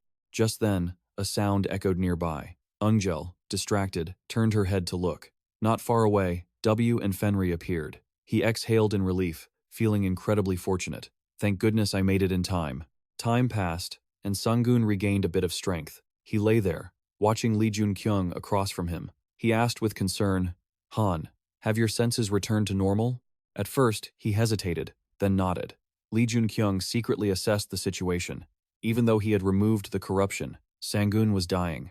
Lee Joon-kyung took the chance to ask, Sangun, the man in black who made you like this, who is he? And why did you meet him? There were countless questions that needed answering. I don't understand. How could a mythical entity like you meet someone as suspicious as him? And above all, why did you take that power? He reminisced, I will tell you slowly, then turned his attention to another matter. Is Eungjel okay? Lee Joon-kyung answered honestly. She's fine, just exhausted from worrying about you. A few minutes ago, Gunhwa explained your condition to her. I've treated the external spear wounds on your body, but the rest isn't looking good. The internal wounds from the spear are too severe. Further healing won't change that. The girl heard this and jolted, her pupils shrinking, tears welling up as if her world had collapsed. Returning to the present, Sangun spoke his final words. I understand. You probably already know, but I will die soon. Will you keep your promise and look after Eungjel for me? Lee Joon-kyung nodded solemnly. Sangun was reassured and instructed. All right, I'm leaving Eungjel in your care. His eyes flashed as he remembered. The man in black, although he was very suspicious, his power felt very familiar. Images of the past surfaced. Sangun corrected. He didn't come to see me. Instead, it was I who went to see him. He's at Chi, you wonder. Chi-J, a mysterious man whose face is impossible to make out, just stands there, staring intently at John. Sangun steps out from behind me, slowly approaching him. Lee Joon-kyung rubs his chin, waiting for what comes next. So what? Sangun remains silent for a long moment before replying, I can't remember. You're startled. Not expecting an outcome like this. What? He closes his eyes slightly, trying to recall. I'm sure I met him at John J, but I just can't remember clearly. You ponder this deeply. He doesn't remember the crucial part. Then we'll never know how Bae Sung-gun changed. Who is that guy? Or where has he been? A while later, at the village that had been left in total ruins, there are traces of a fierce battle. Dong In-jong stands on a bridge, observing. Below are the survivors. Everyone is here, right? I'll give you two choices. Her attitude is calm. Choose whichever you prefer. She begins to explain that it will be difficult, but this is the choice that will help everyone stay here. Everyone listens to her seriously. The second option is to come to South Korea with us. We need government permission, but everyone will be provided with full housing. Dong In-jung reminds them about the timeline. The relocation plan is set for 3 days, so they should decide soon. Elsewhere, while Lee Joon-kyung is sitting alone, Eun-yeol walks up to call him. Uncle, her expression full of unease. I'm so worried about Mr. Bae Sung-gun. He always trusted you. Can you go visit him with me? You immediately agree. All right. They move toward an underground passageway. The sound echoes through the empty space. Mr. Bae Sung-gun. He lies motionless, his whole body devoid of life. Eun-yeol sits by his side and asks, Sangun, what's wrong? She tries to wake him up. Wake up, sir. She tries to channel mana into his body, but it slowly fades away, and Bae Sung-gun still shows no reaction. Eun-yeol, with tears welling up, touches his fur and pours out her heart. You were once an important member of my family, a friend. She can't hold back the grief of losing someone she loved like a father. Sangun's body begins to glow. She whispers her thanks for everything, promising she will never forget him. Lee Joon-kyung stands silently nearby to give them their final moment of privacy. His silhouette slowly fades away. Eun-yeol kneels, bowing her head in respect. Thank you, Mr. Sangun. He completely transforms into a flow of mana, flying out through the passage. All the villagers kneel in unison to see Sangun off on his final journey. The flow of mana gradually merges with the earth and sky. A while later, everyone stands there, gazing toward the ruined village. Someone worries, "Is it okay to just leave all this behind?" She smiles and comforts them. "We'll come back." Jung stands before the reindeer, lined up neatly. She shouts instructions. "You, go with the kids first." She gestures, commanding them. "Once we leave the mountains, it'll be freezing. Bundle up before you get on the reindeer." Suddenly, she notices something. Joon-kyung is holding Yoon-yeol, landing gently. He carefully sets her down, and in her arms, she's holding a baby white tiger. Her mood seems much better. Jung stares, stunned. "A tiger cub?" The little girl happily holds it up. "Mr. Sangun," you calmly explain. "Oh, it's a phenomenon similar to Gongdu. Right now, he looks small, weak, and harmless. A protector named Big May placed the deceased Sangun into Yoon-yeol's family. However, he was reborn with almost all his memories, though stripped of his powers. Joon-kyung looks forward to it. We'll be back in Korea soon." Jung responds, "Yeah, just thinking about it is exciting." She is a bit curious. "What do you plan to do when we arrive?" You fall into deep thought. There's a lot to do. A sword appears in your hand. It radiates a sparkling golden light with an overwhelming aura. Jung assesses it curiously. "What kind of weapon is that? A magic artifact? That's an incredible amount of mana." Joon-kyung lifts it up, inwardly praising it. Yoon-yeol did a great job, he thinks, while telling her it was a gift. Suddenly, it's as if a heavy stone drops onto her head, making her jump. She grinds her teeth, spitting out the word, "A gift?" Her face darkens, and her mood turns sour. "I see. What do you plan to do when you actually land?" Jung speaks with a tone reeking of jealousy. "A gift for your secret woman, right? You're clueless." After regaining your composure, Joon-kyung awkwardly scratches his cheek, avoiding her gaze. "Ah, yeah, I am going to give it to her." Jung is furious. "Humph." You feel confused as she silently turns and walks away. What's with that reaction? The group marches through the cold, snowy weather. They stop at their destination, and she is stunned. "This is the wall?" Footsteps echo as Joon-kyung steps in front of it. "You reminisce about the past." "I said I'd open this wall once a month, right? It's been over a month, I think." Then, you place your hand on the surface. Mana diffuses outward. Waiting around is just a waste of time. You have improved much more than expected. Your gaze changes. "I can open it without any help." You channel your power and mutter in a low voice, "Back up." With those words, Joon-kyung focuses and pours in all his strength. The wall vibrates, two sources of energy entwine, and the entire wall erupts in light. You grit your teeth, feeling the tension. The mana flow isn't enough. "If I use the dragon heart, I'll drain Sangun's energy." The dragon heart seems to show signs of cracking. The mana becomes chaotic. At the northern front, covered in freezing wind and snow, like a hazy fog, the scene on the watchtower is hard to see, but figures are visible. Sejane assesses the situation seriously. "It's rare lately." The guy next to him is confused. "What's rare?" he explains. "Who are those monsters anyway?" "Ever since that guy came to the front, this has been rare." The guy realizes. "Oh, you mean that underdog? Must be a coincidence." Sejane doesn't say anything more, frowning in thought. The cold, ruthless figure of Joon-kyung flashes through his mind. He smiles, trying to look relaxed. Who knows? Maybe he escaped from those monsters in North Korea. The other guy denies it without hesitation. No way. No matter who he is, that's impossible. So many heroes have been there for so long. He is stunned. "Huh?" Suddenly, Sejane shouts in surprise. "Hey, look at that." The other asks, "What is it?" They both widen their eyes in amazement. The borderline is changing. A blazing red mana stream burns the wall. It spreads wider and wider. The wall gradually vanishes before their very eyes. Inside the military compound, buildings are built sturdily with modern architecture. Heat rises from a fragrant cup of coffee. A voice exclaims, "The coffee is warm." Jung picks it up, savoring it and praising it. "Oh my, is coffee always this good?" Joon-kyung agrees. "Right?" Suddenly, someone walks up.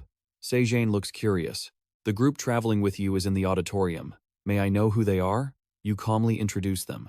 They are the remaining survivors from North Korea, very trustworthy. He is shocked. "North Korea? So that means, you seem to know what he is thinking, so you confirm." "Yeah, they are all hunters." Sejane is startled, full of surprise. All of them are hunters? Meanwhile, inside the auditorium, everyone gathered, their eyes fixed on Ungel and Kun standing on the stage. She began to speak. Everyone, please be patient. Things will be much more comfortable from now on. They responded cheerfully. Yes. Lee Joon-kyung watched from the side. That little girl, her curse must be broken now. The power of the curse, which had granted her abilities but trapped her in a child's form, was gone. She stood before them naturally, giving her presentation. He walked over and asked, do you have a moment? She was drawn by his voice and turned around, her cheeks flushing with shyness. Lee Joon-kyung gently took her hand, politely asking for permission. I'm borrowing your leader for a bit. The people responded enthusiastically. You can do whatever you want with her, no need to hurry back. Only Kun watched them go with a look of worry and unease. The two walked to a secluded spot, and seeing no one else was around, he asked about her appearance. Ungel explained, the thunder source is gone. Lee Joon-kyung stroked his chin in thought, then reached out to take her wrist. Wait a second, he gently warned. This might sting a little. She looked up, startled and bewildered. Huh? His pupils glowed as he focused his mana flow to check her physical state. The air around them rippled as their mana streams connected. Neil guardedly pulled her hand away, questioning, what are you doing? He gave a serious assessment.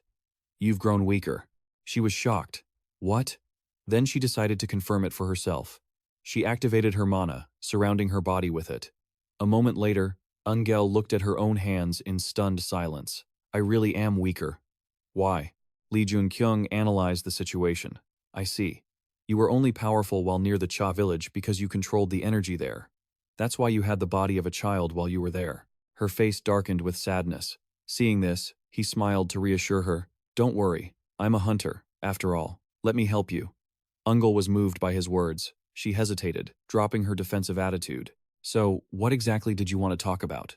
He spoke up, letting her know they needed to prepare themselves. People from the government and the association will come looking for you soon. They're going to ask a lot of questions about you, and the people from John. Images of Kun dealing with those people flashed through his mind. Their power was far greater than expected. If they were all allowed into the association at once, along with the sheer ferocity of her father when he sliced his enemies in two, his voice remained steady. Everyone is going to be excited, but the problem was, Ungel knew what Lee Joon-kyung was worried about. Are they even trustworthy? He nodded firmly. Yeah, there's a chance they could be deported from South Korea or forced into unfair contracts with the government and the association. He thought of the man with the dark, oppressive aura Azga. The association president, Jang Huin, would likely come. He would be desperate to get his hands on the power they possessed. Lee Joon-kyung offered his help, never forgetting to be mindful of their feelings. I will provide you all with something useful. Of course, the choice to accept or refuse rests entirely with the people of Shea Village. Unasked, what is it? Outside, the warm sunlight shone down on the buildings. A car drove up and stopped beside the building. A muscular man in a suit and dark glasses stepped out, looking very formal. Bae Song-gu suddenly noticed something. He opened his arms in greeting. Long time no see. Hunter Lee Joon-kyung, welcome back from China. He replied politely. It's been a while since that orientation, hasn't it? The man chuckled. You know, you're not the kind of guy people easily forget. A hunter who successfully completed a dangerous mission and returned, even bringing survivors back from North Korea. And a hunter at that. Lee Joon-kyung guessed their plans. The association was playing its cards early. But unexpectedly, Bae Song-gu's expression shifted to something serious. But there's a problem, can we trust them? The association president has a proposal. He became guarded. Azga was making a move. Bae Song-gu looked over, relaying Azga's opinion. We've learned that all the survivors from North Korea are hunters. That's why the association president wants to sign a contract with them. Lee Joon-kyung asked. A mana contract? The man hesitated. Yes. A mana contract was essentially a way to turn people into slaves, enforced by the penalties written into the agreement. He remembered the contents, then offered a slight, polite smile. Sorry, but they've already signed a contract with me. Bae Song-gu looked shocked. What? Lee Joon-kyung explained calmly. I keep them with me at all times to minimize any risks. That's also why I signed a mana contract with them. You know as well as I do that each person can only sign one such contract in their lifetime. Upon hearing this, he stroked his chin in thought, and then made a decision. I will report this back to the president. Please, wait a moment. He felt intrigued. He wondered how Odin would react. He'd probably find out soon enough. Inside the auditorium, the people of Jeonjae were gathered together, having changed into athletic wear. She felt, These clothes are actually really comfortable. Someone else agreed. They're easy to move in too. Trays of food, with a wide variety of dishes, sat on the table, looking incredibly appetizing. Everyone was eating and getting emotional, some even tearing up while talking to each other. Back at Chi Village, we only ever ate potatoes. Is this heaven? Dong In-jung had to praise it. The food here is absolutely delicious. Lee Joon-kyung echoed the sentiment. Yeah. He thought to himself, back when we were together, we never got to eat anything this good. Her mood was very relaxed right now. It's nice to be this relaxed, but every time I move, I feel restless. He smiled slightly. She was already itching to go hunting again. He evaluated Dong In-jung's ability. She really was a skilled hunter. After eating, Lee Joon-kyung picked up his tray and stood up. We're going to be busy soon, just like when we prepared for the Demisius competition. She immediately looked flustered. Forget it. A while later, he stood on a rock not far from the building, observing the situation. He foresaw the future. This place, no, the entire world would turn to ash soon. It was inevitable. So, Park Jae-hee turned away, deciding in his heart that he should at least enjoy this moment. Suddenly, he froze. His face turned pale, and cold sweat rolled down his cheek. He felt a danger like nothing he had ever known. Standing in front of him was Eungel, though he had no idea when she arrived. She spoke calmly. Choi Lee Joon-kyung looked blankly at her. Huh? She explained. That's my name. His expression turned serious. He couldn't help but ask, Choi Yeon-soo, how were you able to hide your presence? Even now, he was still shaken. I couldn't even tell until she was right on top of me. Even with my ability to sense most mana levels and flow, a sense of mortal danger rose in his heart. If she were an enemy, I could be dead. Eungel introduced herself. That's my skill. Lee Joon-kyung was confused. A skill? Anyway, what did you come here to find me for? She stated her purpose. I'm still wondering what your next plan is. We don't know what you want us to do under the mana contract. There are many people who are worried about that. Lee Joon-kyung replied calmly. We're going to Seoul first. He thought of the calculating expression on Jang Huin's face as the man plotted his next move. Odin surely knows by now that the people of Chiji village have signed mana contracts with me. As long as I'm allied with Asga, those villagers are technically allied with Asga too. So, they can't stop me. That's not what you're worried about, is it? Eungel asked. No, I want to know what happens after that. Lee Joon-kyung didn't hold back. I want the people of Chiji village to fulfill their duties. Hearing that, she tensed up. Duties? He sensed her unease and reassured her, don't worry, I'm not going to force them to do anything, but power comes with responsibility. I just want them to fulfill theirs. Eungel finally let out a sigh of relief, deciding to trust him for now. All right then. After getting all her questions answered, she left. Suddenly, a system notification popped up. Dragonheart stabilized. Lee Joon-kyung exhaled a cloud of steam. The power he'd just absorbed was now fully integrated. He clenched his fist, curious about just how strong he had become. He remembered Demikis's overwhelming power and intimidating presence. He wasn't sure, but he felt confident he could take down Herculet when he went berserk. Lee Joon-kyung smiled, feeling a surge of confidence. He was definitely stronger. Just then, Jane ran over. Sir, word just came in that someone from the association is here to meet you. Exactly what you were expecting. Returning to the auditorium, he saw a man with a head so shiny it caught the light. Lee Joon-kyung greeted the familiar face. How have you been? Bai Song-gu replied with a playful, intimate tone. Healthier than you, for sure. You really know how to hit a nerve, don't you? Teased the bald Bai Song-gu. Lee Joon-kyung chuckled and rubbed the back of his neck jokingly. I've always wanted to say that. I've been working hard and grinding, so give me a break. Bai Song-gu looked annoyed but let it slide. Fine, just this once. You've nagged enough, Lee Joon-kyung said. Let's get to the point. Why are you so late? What did the association say? Bai Song-gu took a deep breath and sighed, looking frustrated. It's a mess.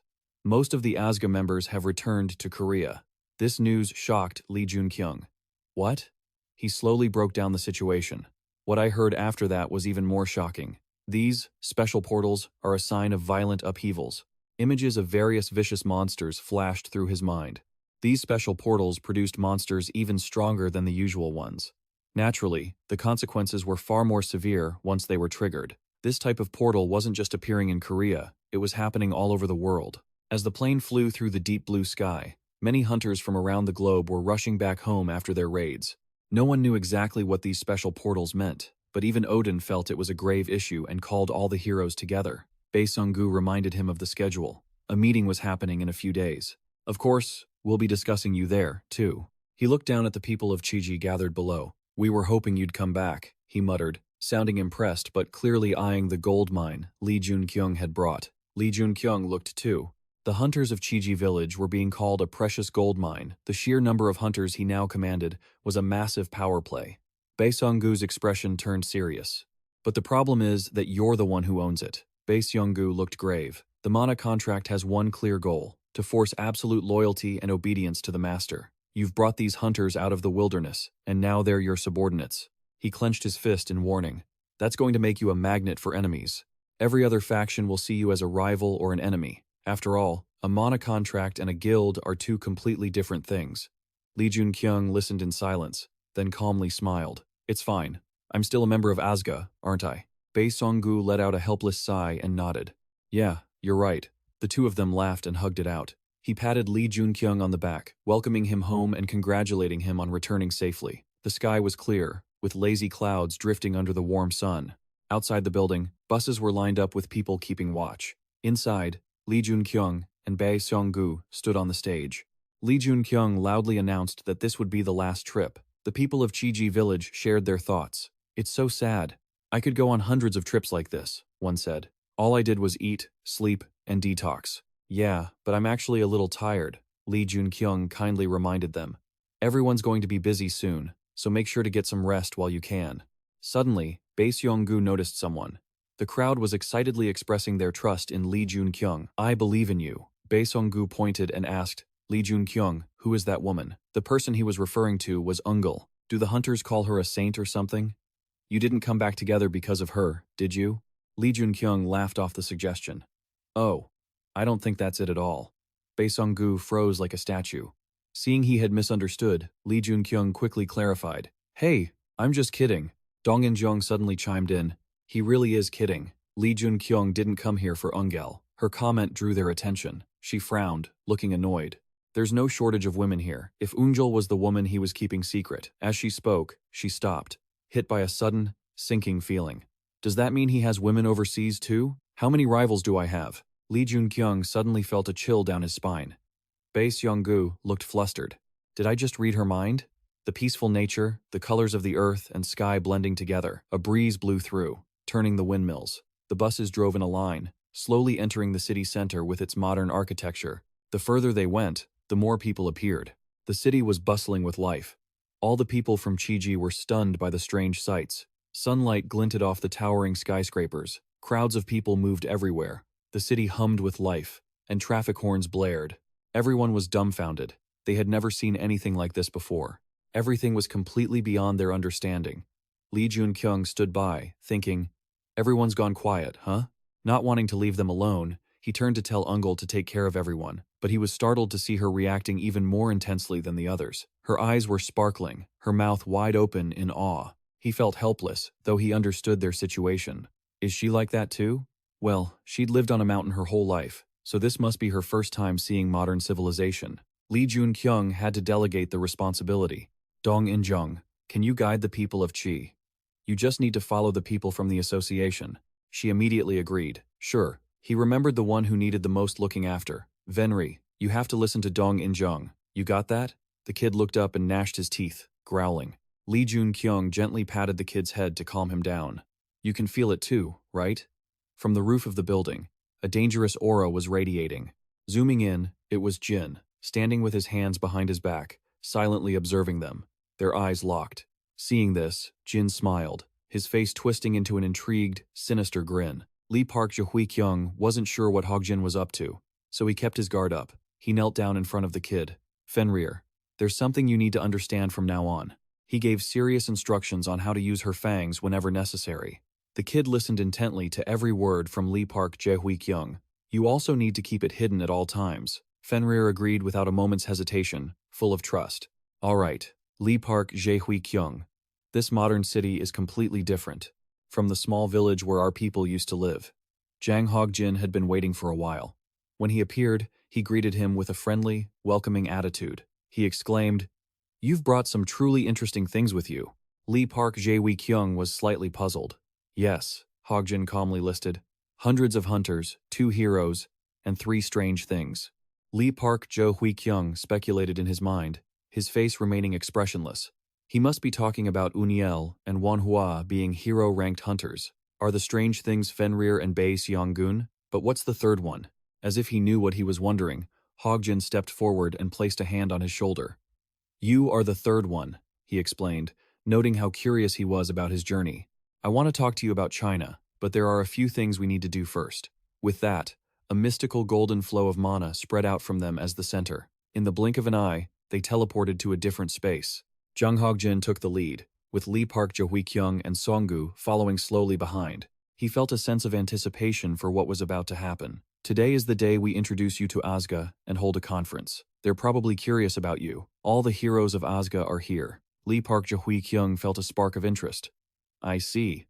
Meanwhile, at a luxurious, shimmering golden building, all the association members were gathered. Someone said, with a mocking tone, I heard we're introducing some idiot today? The person next to him complained. What is Odin thinking? I don't get it. Approving some fool to join Asga? They huddled in small groups, whispering noisily. I heard he's improving fast. He even went to China. What a stupid lunatic. Suddenly, someone noticed. Wait, is that them? I can feel an energy source coming in. Everyone simultaneously turned their attention toward that direction, their gazes filled with arrogance and judgment. Suddenly, one guy jumped in shock, looking as if he couldn't believe it. Wait, what? They all realized something was off. The room turned chaotic. Odin, Himdul, and that other person's energy is terrifying. No way. I thought he was a newbie. His face turned pale. He felt a chill down his spine, and sweat was pouring down his face. Are newbies actually this strong? Just as they were doubting, the door opened. Footsteps echoed, accompanied by an intense surge of mana. It's a pleasure to meet you all. Lee Park Jo-hui-kyung appeared. His red eyes radiated cruelty, and his whole body was wrapped in a dangerous, overflowing aura of mana. He politely introduced himself. I am Lee Park Jo-hui-kyung Leunyon. In the center of the city, a pillar of light shot straight into the sky, looking extremely prominent. A man stood guarding the spatial gate. This might be the moment they come out. The first to appear was Kun, followed by the people from Jeonji. Intense mana gradually covered the gate. It grew smaller and smaller before completely vanishing as everyone watched. Kim Sudong offered praise. Well done, everyone. Kun replied politely, thank you for waiting for us. A member of the association smiled and explained, because everyone can protect the gate, the citizens will feel at ease. He thought to himself, this White Tiger group is completely different from the others. They have good personalities and top-tier skills. Uniel held Bae Seonggun to her chest and reminded them, there are many other places with gates, right? Shall we head to the next location? Kim Sudong was surprised, thinking it was fine if they didn't understand the work procedure, but don't you guys want to take a break? You don't have to work all day. She smiled and happily refused. No need. We're very healthy. Lead us to the next place. He felt shy because of her smile and stammered slightly. All right. At the special gate location, the sky was gloomy and covered in a ghostly, blood-red color. Sharp crags pointed upward. In-kyung was rushing to confront the monsters. She used a sword even larger than herself, hacking them into pieces. The system notified. Prince's mana. Assisting with statistics. A monster took advantage of the moment she wasn't paying attention, lunging from behind and bringing its sharp claws down on her. Just then, a giant hand grabbed its head. Gongdu clenched his fist, put his strength into it, and punched right through its skull. Hyunwoo simultaneously summoned a mana orb, accurately firing it at another monster. Thin threads made of flexible mana wrapped around it. Gunhwa flicked her hand, shredding it into pieces. The system flashed. Eastern Great Master assisting with ability evolution. Someone jumped up powerfully. Lee Park Jo-hui-kyung gripped his sword and dove into the middle of the monster swarm. From the sky, he brought down a strike right in the center. The mana diffused, annihilating everything around him. The system sound continued. Apocalyptic sky. The notification made him wear a blank expression. Why is it just me? It cut off his train of thought. You have leveled up. Lee Park Jo-hui-kyung sighed, accepting that there was no way to hate it.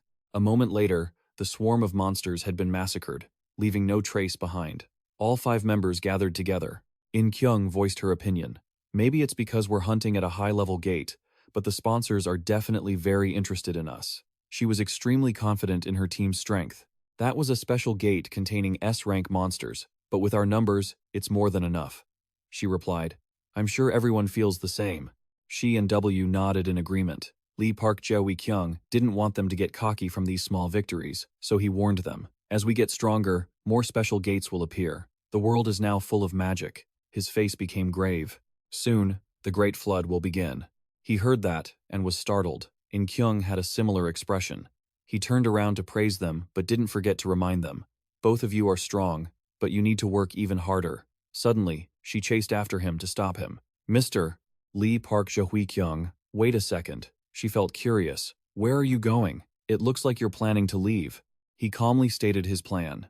I'm thinking about taking a short trip around the world. In-kyung was slightly surprised. She hesitated.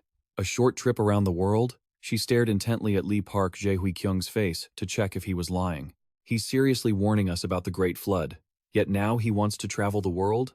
Of course, he had the right to rest. After confirming there was nothing suspicious, In-kyung accepted the answer. I suppose so. Resting is for the best. She smiled and replied, all right then. Lee Park Jae-kyung saw her reaction and smiled slightly. If I went into detail, she would definitely misunderstand and think I'm going off to meet other girls. Her care helped him feel more at ease. Lee Ji-hoon gave his orders. From now on, everyone can join the White Tiger team. I'll have Fenri stay with them, too. The young boy looked puzzled. Yeah, Park Jo-hee-gon has given you a heavy responsibility, kid. Fenri, you take care of the White Tiger group, okay? They're going to be our most important backup soon. The boy nodded in agreement, clenching his fists with newfound resolve. I told everyone this was just a trip. But this is my duty, my burden to bear. He looked into the distance and whispered to himself, as someone who knows the truth and comes from the future, I have to carry this weight. The sky was stained a romantic reddish pink by the sunset. Park Jo-hee-gon's voice drifted on the wind. I need to meet Odin. A few days later, he had managed to borrow access to Elkon-gu's Bifrost for a while. He warned him carefully. Be careful. I can't believe Odin actually agreed to this. Lee Ji-hoon explained why. It's because I've already made a deal with Odin. He was stunned. A deal? Lee Ji-hoon confirmed. That's right. I gave him the one thing he wanted most. Sangun watched him thoughtfully. The stern image of Jang Ho-jin flashed through the instructor's mind. Odin wouldn't easily let just anyone use the Bifrost. But because of their agreement, Lee Park Jae-gon was granted permission. And the heart of that deal was the man in the black cloak, shrouded in dark mana, his features completely hidden. After returning from China, he had told Odin information that was completely different from what the other survivors reported. Recalling the past, Park Jo-hee-gon reported everything he had learned during that trip. There is a person called the Man in the Black Cloak on the move. He destroyed China and devastated the Qi village. That information was enough to ignite Odin's hunger for power. His eyes blazed with excitement. Find out the identity of that black-cloaked man. Asgard will provide full support to you without hesitation. That meant all of Asgard would cooperate with Lee Park Jae-gon as much as possible. In the peaceful blue sky, a 7-colored light sparkled like a star. A radiant rainbow bridge stretched across the air, and Park Jo-hee-gon landed calmly. Just then, someone walked up to him and spoke. I've been waiting for you. Though a bit surprised, he kept a calm exterior. A pleasure to meet you, Sir Lancelot, the Knight of the Single Sword. Inside, he sighed. He really thought they would just send a manager from the council. He offered a polite greeting in return. Same here. I'm Lee Park Jo-hee-gon. A pleasure to meet you. Park Jo-hee-gon thought to himself, Lancelot, one of the Knights of the Round Table. I'm finally meeting him.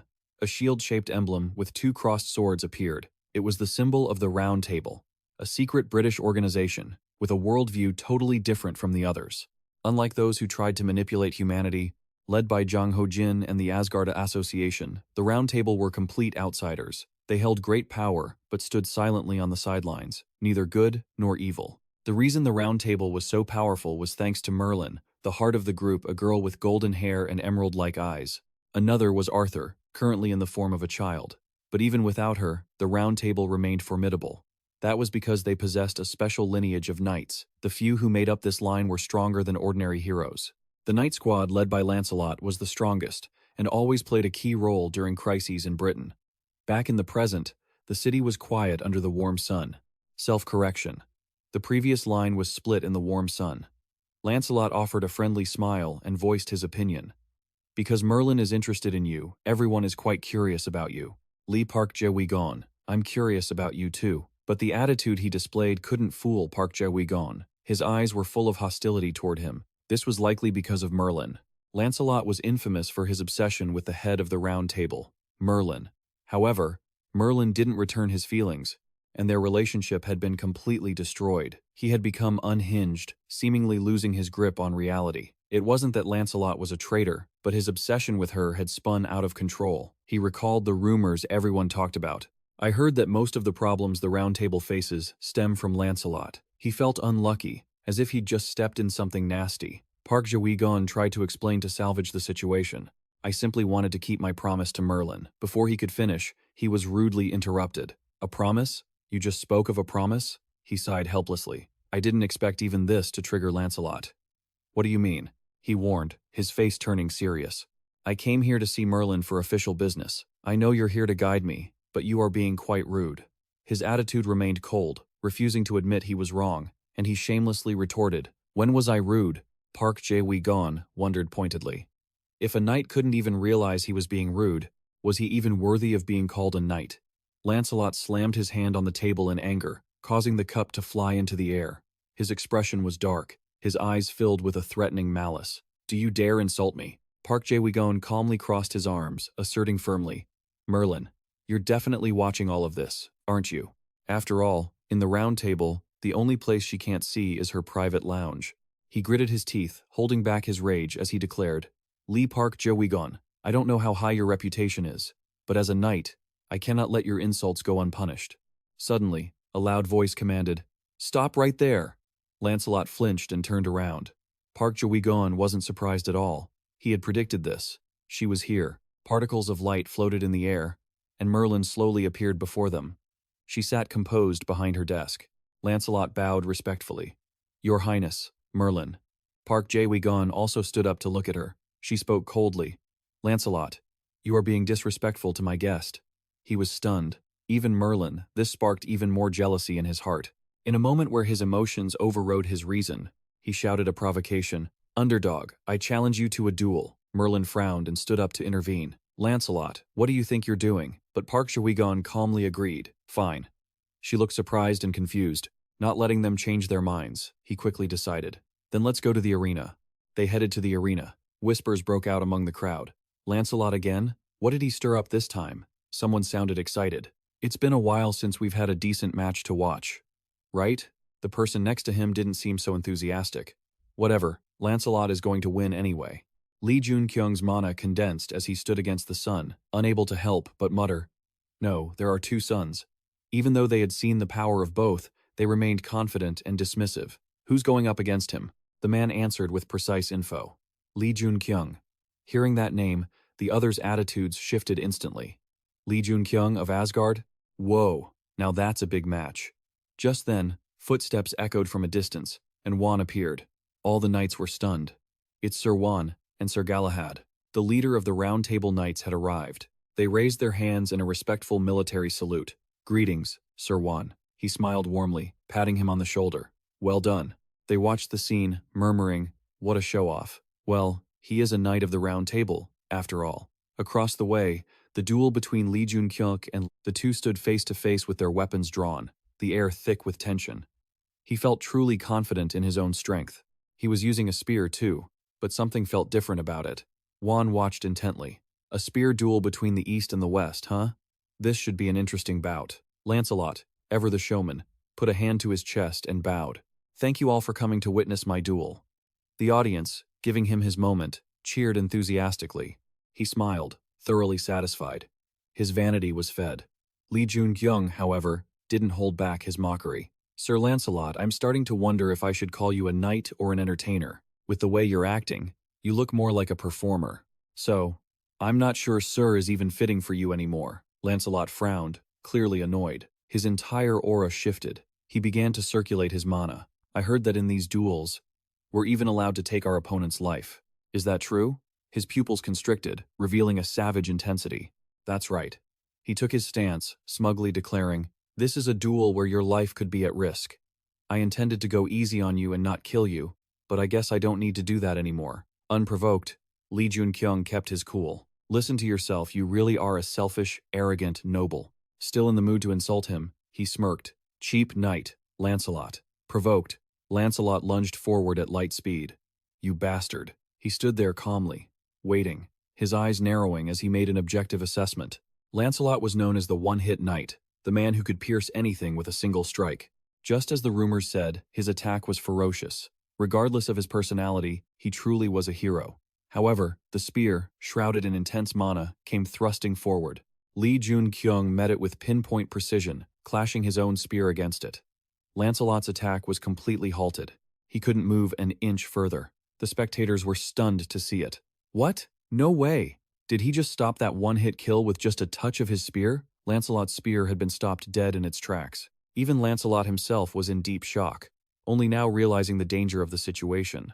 Cold sweat trickled down his cheek. He tried to force more power into it, but the result remained the same. There was no way he could budge. Meanwhile, Joon-kyung stood firm, as if this was effortless for him. Seeing the fight spiral out of control, someone stepped in. Enough! He jumped, turning his head toward the voice. The man introduced himself solemnly.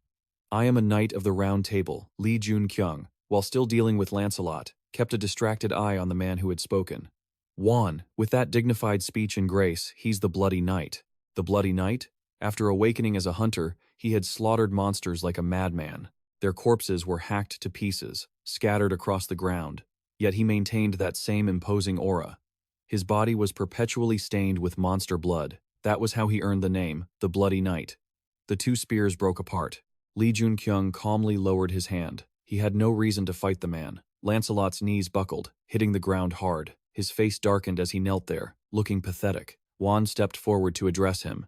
Lancelot, learn how to gauge the level of your opponent. Lancelot retorted, disgruntled. He insulted me. Ignoring his nonsense, he turned to give orders.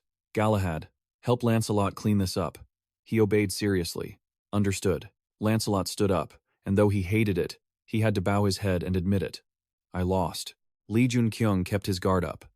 Juan wasn't someone he could take lightly. He had analyzed his strength from the very beginning. Juan turned to leave, but his eyes glanced back, still evaluating the man who could block Lancelot's magical strike with a single, decisive move. He's strong. Maybe a new rising star of Asgard. The rumors about him beating Demisius weren't lies after all. A while later, once things had settled down elsewhere, he stood face to face with Merlin. Just this once, Joon-kyung promised sincerely. I agreed to fight this time because I wanted to. There won't be a second time, he thought to himself. Merlin has complete control over the Round Table, including its leader, which means they have to follow her orders. So, if Merlin wanted, she could have ensured I never had to face Lancelot. His memory drifted back to the earlier fight. However, because Merlin wanted us to fight, I agreed. Because there were some things I needed here as well. He pointed at her, explaining, that was to pay back my debt to you. Merlin frowned, puzzled. You're quite direct, aren't you? Didn't you agree to fight because you wanted to? Joon-kyung scratched his cheek, flustered. I only agreed because I'm the type who hates losing. Truth be told, he remembered the moment their spears clashed. It was to see how much stronger I'd become since my time in China, and to settle my debt with Merlin. He chuckled, brushing the topic aside. Either way, you got what you wanted, right? Consider us square now. That was enough to teach Lancelot a lesson, wasn't it? Joon-kyung deduced with logic. Merlin must have realized how much my power had grown. So even though she knew Lancelot would lose, she let us fight. That means she wanted Lancelot to lose. She admitted her intentions directly. You're smarter than I thought. That's right. I wanted you to defeat Lancelot. She wasn't happy with his smug attitude, so she had planned this. Lancelot has great potential. However, his arrogance and his obsession with me, he needed a chance to mature. I needed to use you as a stepping stone for him. Merlin's eyes glowed as he reluctantly agreed. So, as you said, I'll consider your debt to me partially paid. Her figure vanished, but a moment later, it shifted to Arthur. He warned him seriously. There's still a debt left, from the promise you made to me. Joon-kyung called out to Arthur, wanting to confirm, are you keeping your promise? He reached out his hand, summoning his sword, which glimmered gold in the light. Huh? Arthur's pupils dilated in pure shock. He grew furious, mana surging wildly around him. Is that Excalibur? Are you kidding me? As Joon-kyung tossed the sword over to him, take it, go ahead and lose your mind if you want. Arthur caught it, gripping the hilt tight. He stared at it, then angrily demanded, you call this thing Excalibur? It looks like a magic-filled prop. Are you mocking me? He shouted in frustration, feeling completely insulted. With such a cheap trick, you think you can fool me? Suddenly, Merlin hesitated and spoke up. Arthur? Arthur froze at the sound of that voice, glancing back behind him. Arthur was stunned, unable to believe his eyes. Merlin? He stared blankly at the sword in his hand. Is this really Excalibur? He remained skeptical, even though the curse had been lifted. Merlin hadn't fully processed the truth yet either. We've been separated. Joon-kyung smiled calmly. I kept my promise, didn't I? Arthur remembered images from the Demon King's memoirs. I've seen Excalibur. That sword, it belonged to him. Arthur studied the blade intensely. Is this actually the real deal? He looked disappointed. Unfortunately, it's just a fake. Both of them jerked their heads toward Joon-kyung, shocked. He explained its purpose. It was forged to deceive the ones who sponsored the two of you, the Lady of the Lake. They only see what they want to see. So as long as you play along, everything will be fine. Merlin seemed enlightened. I see. Arthur was still confused. What on earth are you talking about? She explained as simply as she could. The Lady of the Lake is the one who wants us to retrieve the real Excalibur. But the problem is, we don't know what it looks like. We only know it exists in the form of a sword. Its true appearance is a mystery. She looked at Joon-kyung and continued. But he knows what Excalibur really looks like. So, he created something that resembles it to fool the sponsors. Arthur silently realized that had to be it. He imagined the true image of the blade. Excalibur, the sword of the lake, a weapon that had rested beneath the lake, saturated with magic for centuries, absorbing countless amounts of the lake's power. Knowing this, I was able to replicate a portion of it. Arthur remained doubtful. But it's still a fake. So, why are we still separated? Merlin answered. It's only temporary. She already knew the outcome. The Lady of the Lake will realize it's a fake soon enough, and the curse will return to its original state. Hearing this, Arthur flared up. Without thinking, he acted on instinct, ready to attack Joon-kyung. Is that so? Fortunately, Merlin stopped him just in time. Wait, she was far smarter than him, guessing. Even if it's a fake, it will still have an effect for a while, right? Joon-kyung nodded, calmly providing the details. It's not about time. I made it to deceive them. Even if they realize it, they'll still have to verify it to some extent. As long as you two don't leave this area, don't leave the round table, the curse will remain temporarily lifted. Joon-kyung analyzed the main reason the sponsors placed the curse on them in the first place.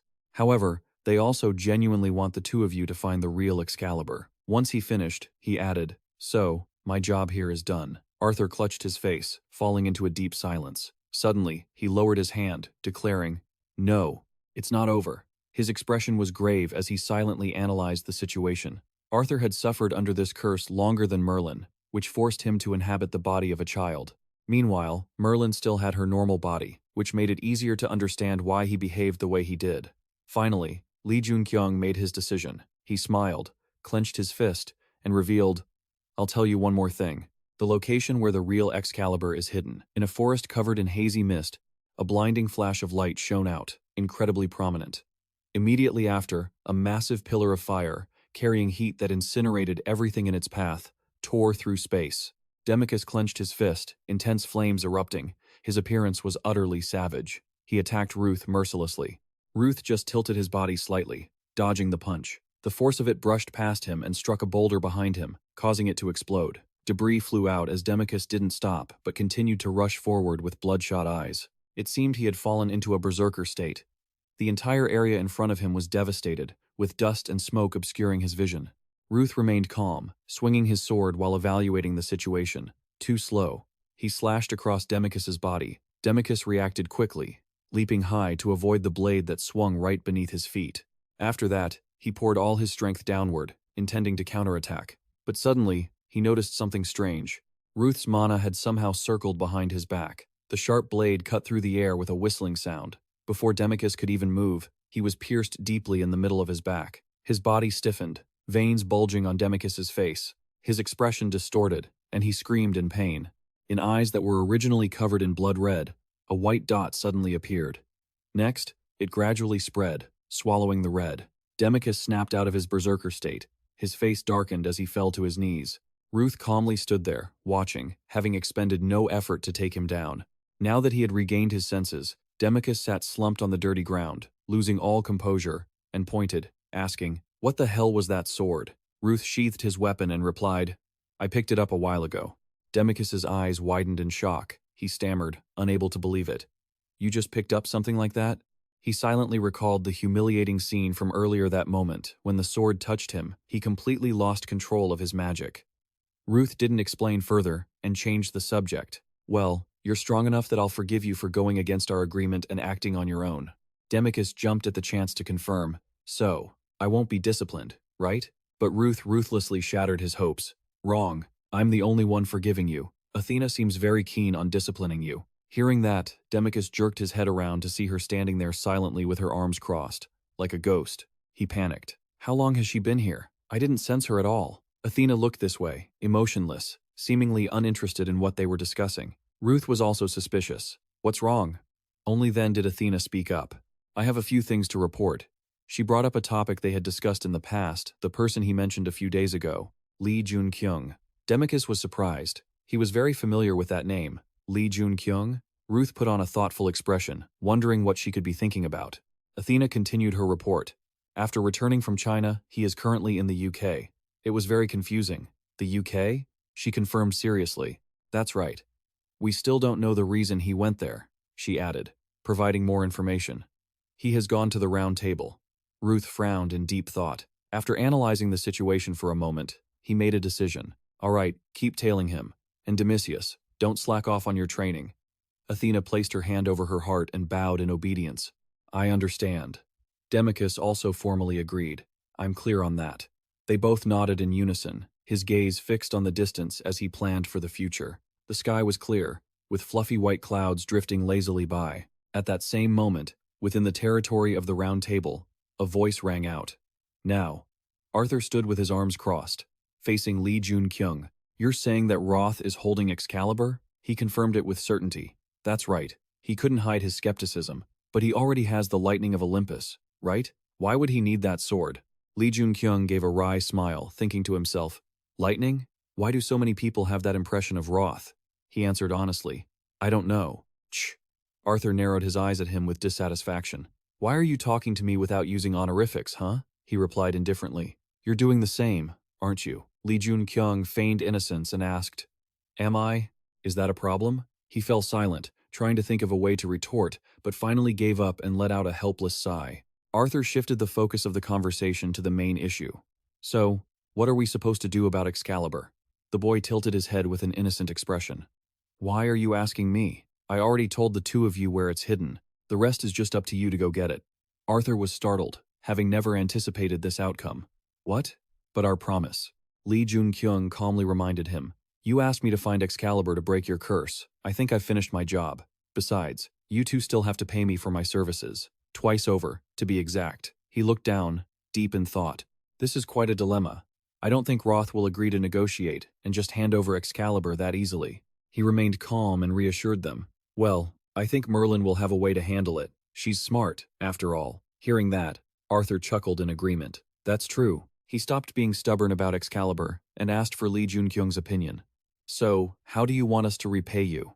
He calculated silently. Merlin said she was busy with a meeting about restoring Excalibur, which would take a long time. If I tell Arthur, you don't know anything about the power, then he acted mysterious. When Merlin returns, I'll tell you. No sooner had he finished speaking than footsteps echoed. Merlin slowly walked up. Arthur noticed her and looked over. She knew they were waiting for her. All right, speak up. Joon-kyung was happy. He stopped beating around the bush. The thing I want. His face turned serious. He declared something unimaginable, that the two of them must survive. Arthur's eyes widened in surprise. He was bewildered. Huh? Merlin had a similar expression. Joon-kyung spread his hands and continued adding to his request. I also want you both to trust me completely and listen to what I say. If you agree to this, I'll consider wiping out your debt. Arthur was puzzled. Why are you demanding two things for one debt? Joon-kyung didn't answer but asked back, Are you planning on dying or something? I want to make sure you stay alive. He swallowed hard, feeling uneasy. Merlin spoke up and accepted. All right, we understand. However, I think we'll need a clearer explanation from him, he said in a low voice. It'll be soon. Something important is about to happen. Arthur questioned him. What kind of important thing? Joon-kyung recounted the truth. A special portal and a strange source of mana. I know you can feel it too. Otherwise you wouldn't have gathered the Knights of the Round Table, would you? Merlin frowned and admitted. So, my intuition wasn't wrong. The density of magical power across the kingdom is increasing at a strange rate. I gathered them because of the special portals. He confirmed it seriously. That's right. And there will be even more of them appearing in the future. She was concerned with another matter. Is that the big event you mentioned? And what about the part where you want us to survive? Lee Joon-kyung immediately denied it. No. His expression was grave. That's for when all those special portals disappear. We have to prepare for that moment. Both of them went silent at these words. On the calm surface of the lake, two figures, one tall and one short, stood facing each other. Their sharp blade strikes crossed, forming a cross shape. Arthur held his sword and introduced it. This is where I train alone, because not everyone in the round table knows of my existence. He suggested a practice spar. It seems like you've gotten stronger since the last time. And then he activated his mana. Lee Joon-kyung was happy to oblige. Fine by me, he said, summoning his spear and declaring with full confidence, I'm quite different from before, you know. He had something he wanted to be answered. But first, have you ever fought that lightning guy before? Arthur looked stunned. Huh? Arthur kindly warned him. You'll die if you go around saying stuff like that. Lee Joon-kyung didn't care and persisted. Answer me. He had no choice but to smile and answer his request. Of course I have. Finally, he was satisfied. All right. Lee Joon-kyung's attitude turned serious. His pupils glowed red like blood. A preemptive strike. He lunged forward, the water surface splashing high from the impact, and he thrust the spear directly at Arthur. Arthur provoked him while parrying. Are you really serious? You're still too slow. The water was affected by the clash between them. Lee Joon-kyung retreated a long distance, silently staying alert, trying to find a suitable method. A duel with Arthur wouldn't just test his combat skills. He had to use everything he knew. Fierce flames engulfed the entire spear. The system continuously notified him that the fire magic of the Muspel spear had been converted into stats. Under the influence of the Fire King, the fire would bring him advantages. Bright red mana surged around Lee Joon-kyung. Arthur began to feel intrigued. Oh, impressive. The two fought intensely, moving from place to place, fire and water colliding. Neither was willing to lose to the other. After a while, the two separated. Lee Joon-kyung having been sent flying by Arthur. He raised his hand, condensed mana, and fired it decisively at his gut. Lee Joon-kyung still had the strength to retaliate, water splashing everywhere. Arthur's eyes glowed, looking down with contempt. Is that all? Blood stained the corner of his mouth. He had to admit one thing. The guy was truly strong, but he wouldn't just go down like that. Lee Joon-kyung was determined. At least he had to land one hit on this guy. Sharp slashes cut through the air. The hot mana flow grew increasingly fierce, powerful flames covering the entire spear. Arthur was astonished to witness this sight. What? Is he absorbing magic? The system notified him. The dragon heart is releasing magic. A massive explosion suddenly occurred, the sound shaking the surrounding area. Smoke swirled, obscuring his vision. Droplets of water fell like thick rain. Arthur's silhouette slowly became clear. Arthur had a terrifying expression, a scratch on his cheek bleeding. He asked, "What was that just now?" Lee Joon-kyung was silent. After a long while, he spoke a name, Fire Sunday. Arthur smiled and praised him. Fire Sunday, a top-tier skill. As soon as he finished speaking, invisible mana threads coiled tightly around Lee Joon-kyung's body. He lost consciousness and collapsed. Arthur felt a bit apologetic. Sorry, it's been a while since I was this excited. I couldn't control my strength. Arthur withdrew his mana and continued to mutter to himself. You asked me about the white lightning earlier, right? You aren't capable of pulling that off yet. However, Lee Joon-kyung was already too far gone to hear the answer he wanted. Who knows? Maybe you'll be the one to defeat them. Time passed, and flocks of birds flew over the city skyline. Inside the room, Lee Joon-kyung remained in a deep silence. The bracelet emitted Hyun-woo's concerned voice. Are you all right? He raised his hands to check himself. Luckily, he had recovered thanks to Merlin's skill, and he replied to it. Yeah, I'm fine. He closed his eyes, reflecting on the fight. I lost, but at least I managed to land a hit on him. Lee Joon-kyung bragged happily to the bracelet. My spear actually touched the leader of a major organization. I've gotten stronger. Suddenly, a knock sounded at the door. One still wore his usual icy expression. Are you in there, Lee Joon-kyung? Flocks of pigeons soared across the city sky. Lee Joon-kyung and Wan stood facing each other. The boss took the initiative. I heard from Merlin that you warned us about the crisis that's going to engulf England. He bowed politely to express his gratitude. I sincerely apologize to you once again for the rudeness our knight showed you, and I thank you for the upright and mature way you handled him. You're too kind. It's nothing. He then voiced his own suspicions. But I don't think you came all this way just to thank me, right? One was silent for a moment before finally whispering. Lee Joon-kyung was startled as he looked at him. One stated his purpose. I know you had a friendly match with Arthur yesterday. I've been wanting to spar with him too, but I haven't had the chance. One gripped his sword hilt and began circulating his mana. Even though it was phrased as a suggestion, he had already taken a battle stance. So, would you like to spar with me? Lee Joon-kyung sighed helplessly. He knew it. Having no other choice, he agreed. Fine. I'm actually quite curious about your skills too. His eyes glowed red, and a surge of mana covered his entire body. The deep blue sky was filled with drifting clouds. Lee Joon-kyung thought to himself, I guess this is a common trait among these British knights. He recalled the image of Galahad back at the round table, and was surprised that even Lancelot wanted to fight him. Next, Lancelot's serious face flashed through his mind, as if he had realized something. He had apologized to Lee Joon-kyung and requested an unofficial duel. Lee Joon-kyung felt drained and weary. I came to the round table to return Excalibur, right? Why is it just duels, duels, and more duels? A red necklace lay in Lee Joon-kyung's palm. Remembering the past, Merlin had given it to him. This necklace will give your stats a slight boost. I think it will be a big help to you someday. He smiled softly and sincerely. I was helped a lot while I was in China, too. Thank you, she then suggested with good intentions. And if you have the time, would you like to visit the Nile? Lee Joon-kyung hesitated. The Nile? Merlin reminded him of everything that had happened. Do you remember that hunter from the Nile who came by last time? The one who caused all that chaos? He was slightly suspicious. Why would she suddenly bring him up? Lee Joon-kyung remembered the time they met, when he was standing on a tree branch chatting with him. Last time, when I was struck by a spear during the Battle of the Great Warriors in England, he came to find me and told me to visit the Nile. I heard that after he returned to the Nile, he was disciplined. Merlin explained her intentions. So you still remember Inep, that poor child. He asked me to beg you to come and meet him at the Nile one more time. I heard his punishment in the Nile is finished. So, if you have time, Lee Joon-kyung didn't decide immediately, analyzing the situation carefully because the round table was a neutral force. They would likely warn other groups about the catastrophe. I've finished everything I needed to do at the round table, but there's still one last thing I need to resolve in England. In the end, he gave a non-committal answer. I'll think about it. Merlin replied politely, Thank you. The city was built with ancient buildings, an architecture completely different from Korea. A whispering sound echoed in his ear, Goodbye. Lee Joon-kyung noticed it and glanced toward the top of the clock tower. Arthur was standing there, silently seeing him off. Firestarter. Lee Joon-kyung sighed helplessly. First, he gives a nickname to the lightning guy. Now I get a nickname too? Seriously? I hope you can do your best when the disaster strikes, Arthur said. He moved to another location. The door opened. A bell chimed, followed by the voice of the shopkeeper. Hearing no response, Lee Joon-kyung repeated himself. Bugin? But he only saw a stranger with short hair. She looked at him suspiciously. Who are you? He was certain he hadn't gone to the wrong place. Isn't Park Jujin here? Isn't this Park Jujin's shop? Minji-ji crossed her arms and pondered. She rubbed her chin, intently observing Lee Joon-kyung.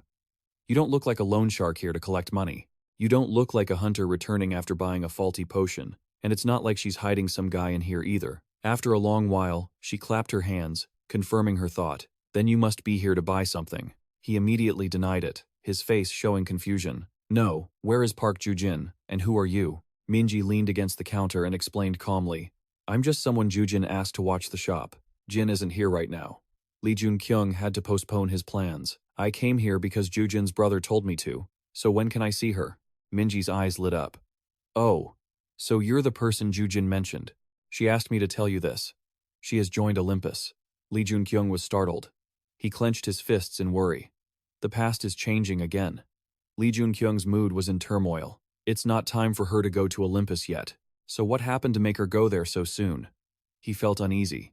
Don't tell me, is this my fault? He fell into a deep silence. A new worry had emerged.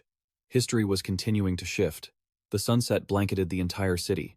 Lee Joon-kyung was walking while on the phone. Hello. At the same time, at the beach, the waves lapped against the sand, and the sound of the wind put people at ease. Dong-in-jung was sunbathing when the ringing phone disturbed her. What is it? The person on the other end gave instructions. Get ready. She jumped up, incredibly surprised. Huh, right now? Lee Joon-kyung urged her while asking for details. Please come here. She could ask Shang-gu for the details later. Besides, the White Tiger Group, is anyone else coming to Egypt with you? Dong-in-jung pondered for a moment. All right, but Egypt, that's a good place. It's perfect, actually. I was looking for something to do anyway. Somewhere else, traffic snarled and horns blared incessantly.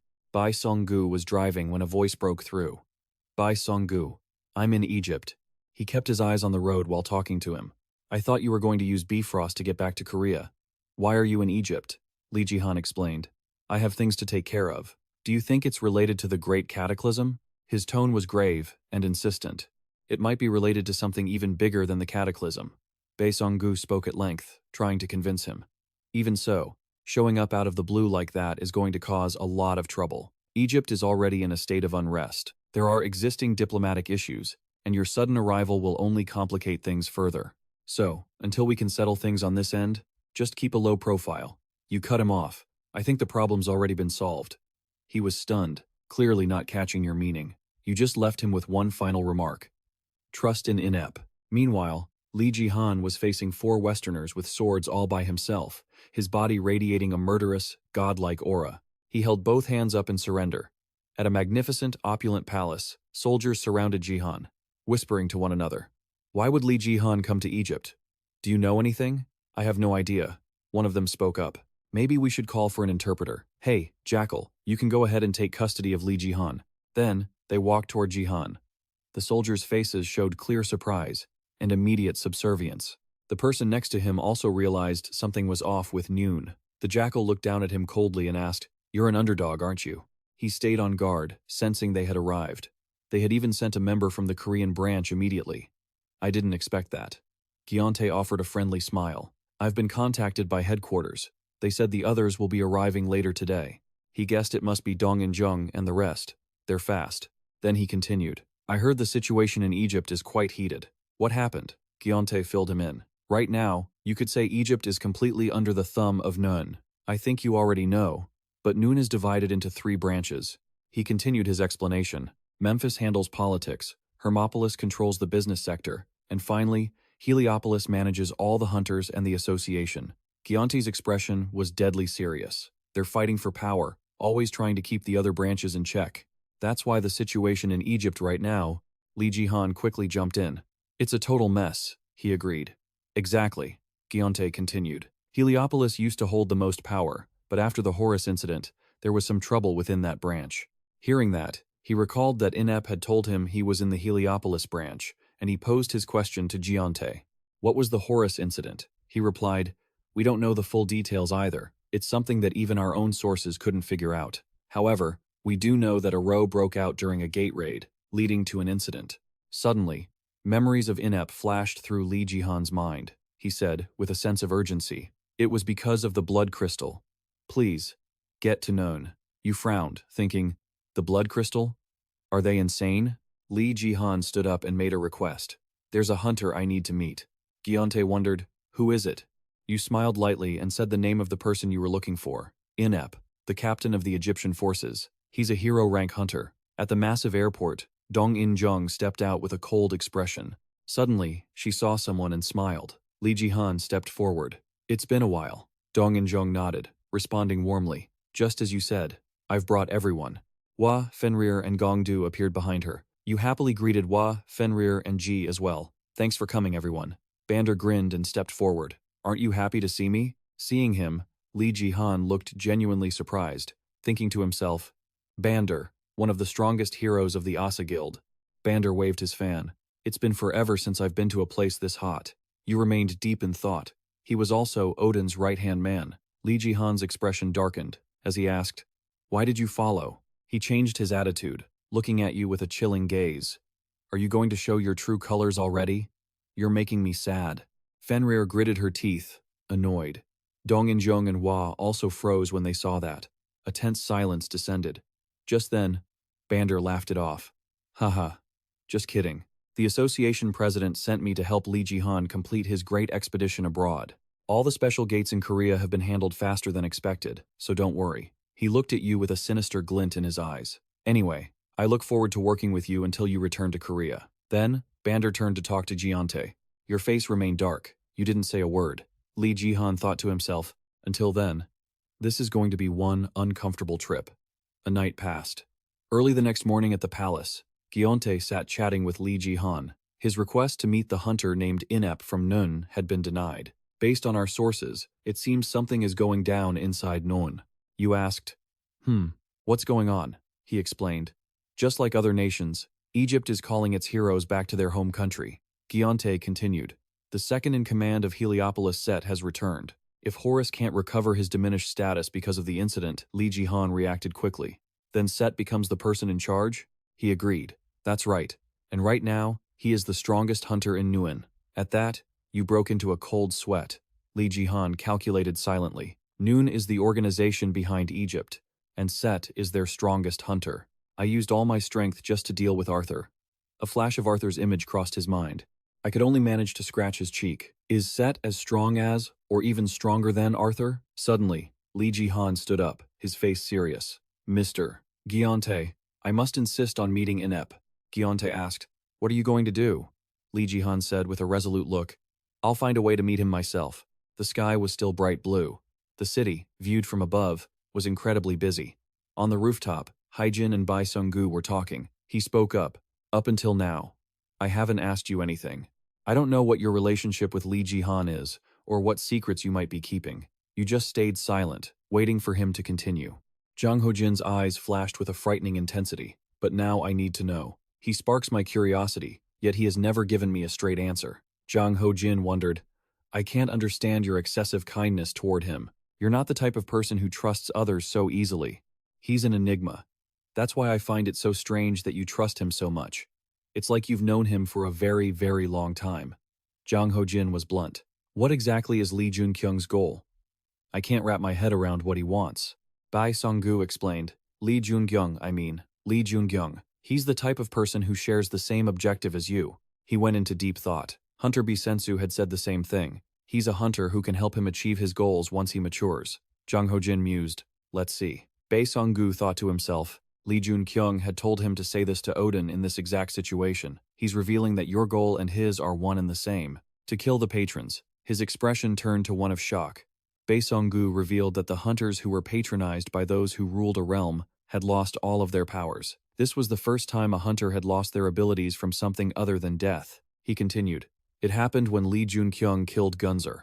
Zhang Hojin chuckled. This is truly fascinating. Inside the opulent palace, Li Joon-kyung and Bander sat facing each other. Bander was nonchalant. So, what is it you want to say? Li Joon-kyung got straight to the point. Bander, which hero in 9 has ties to Asga? He was a bit surprised by how direct Li Joon-kyung was. Bander brought his coffee cup to his lips.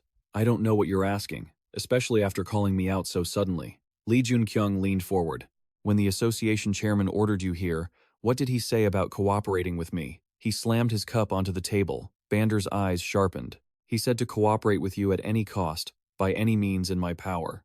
Li Joon-kyung crossed his arms. Then tell me, which hero in 9 has ties to Asga? Bander suddenly stood up, exuding a dangerous vibe. I'll tell you later. It's a bit of a secret, you see. Li Joon-kyung gestured for him to leave. Fine, he replied. I'll be going then. He remembered Gante's words. We don't know the details either. It's something that even our sources can't uncover. However, we do know that there was an argument due to an incident while raiding a gate. Part of the previous line's context, Li Joon-kyung analyzed the situation based on what the manager of the Korean Association said. They must truly be here. A hero-level hunter like that is enough. A while later, he took a walk with Dong In-jung, W, and Fenrir. Dong In-jung fanned herself. It's really hot, isn't it? W Hua smiled. But isn't hot better than cold? She tilted her head. I guess so. He was curious. By the way, Li Joon-kyung, may I ask what your ultimate goal is? Dong In-jung looked puzzled. Now that I think about it, I don't know what your ultimate goal is either. He confided. It's as if you're always striving towards some purpose. Even though I know your temporary objectives, I still don't know what your endgame is. Don't tell me it's something like world domination. Li Joon-kyung stopped walking, pondered for a moment with a dangerous look, and then turned his head. I think it actually might be something like world domination. Dong In-jung was speechless. When you say it like that, I can't even tell if you're joking or being serious. Fenrir jumped as if she had sensed something. A group of people approached from afar, accompanied by massive, floating currents of dark magic. Li Joon-kyung warned them to step back. The jackals are coming. A man appeared with a strange seal printed on his hand. He stepped out arrogantly. He muttered, Z, he's really strong, he could be on par with Athor. Set stood before him. So, you're Li Joon-kyung. He didn't hesitate to reply. That's right, he said bluntly. I'm here to have a brief discussion with you. Li Joon-kyung nodded in agreement. On the palace terrace, Set turned his back to him. After Egypt became independent from the kingdom, it gained the name of the Republic. However, Did you know? He looked into the distance. Egypt is still part of a kingdom, under the dynasty of 9. In truth, everything in Egypt is controlled by them. Joon-kyung remained calm. Are you trying to succeed that dynasty? Set looked intrigued. Exactly. What a sharp young man. He was excited. So, my sharp young friend, would you like to take a guess? He remained calm. Guess what? Set pointed to himself. Why would I want to inherit Osiris as the head of 9? And what do I need to do after becoming the ruler? His face no longer held a playful look. Try to guess. Joon-kyung was confused. Before meeting him, I thought he had caused an accident to seize the throne. But if he's doing this for more than just power, what is it? Why is he doing this? He speculated. Is he trying to become a true king? In the vast kingdom of Arabia, where castles are built with unique, intricate patterns, their team walked along the wide but empty main road. Dong In-jung opened the conversation to check the situation. How did it go with Set? He looked at her. He asked me to guess what his goal was. She was curious. What did you say? He paused, deep in thought. I can't even guess what his goal is. I thought he only wanted to be king for the power, but that's not it. Set had changed his perspective on him. He was a dangerous man, but he wasn't evil. In other words, he wasn't black or white, he was neither. Interrupting his train of thought, Bander asked suspiciously, "Where did you go?" Not letting him answer, she was annoyed by Bander's meddling.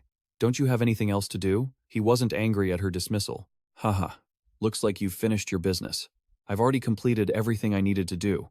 But his eyes darkened. Thinking about it, it really is strange. Your Joon-kyung is truly something else. Seeing the signals he was giving off, they became worried. Everyone in the group is a hero-level hunter. So why hasn't anyone joined Azga? They looked wearily into his eyes. Gulp. His gaze. Questions were fired repeatedly. Hunters who weren't in Azga knew the organization's secrets. It seemed to amuse him. Is there anything more dangerous than that? Dong In-jung didn't have a good opinion of Bander. Is he testing us? Joon-kyung stopped him in time. Quit it. He threw the question back at him. What is the answer to the question I asked you earlier? He explained slowly. Odin told me to cooperate with you at any cost in my power. Then, a loud noise cut their conversation short. Both of them turned their heads toward the sound. The tremor was so massive that the explosion could be seen from far away. Electricity seemed to streak through the air, lightning bolts striking straight down, piercing through multiple layers of clouds. The lightning curled like a whirlwind, converging into a single massive cluster, opening a space filled with energy. Everyone nearby witnessed the entire event.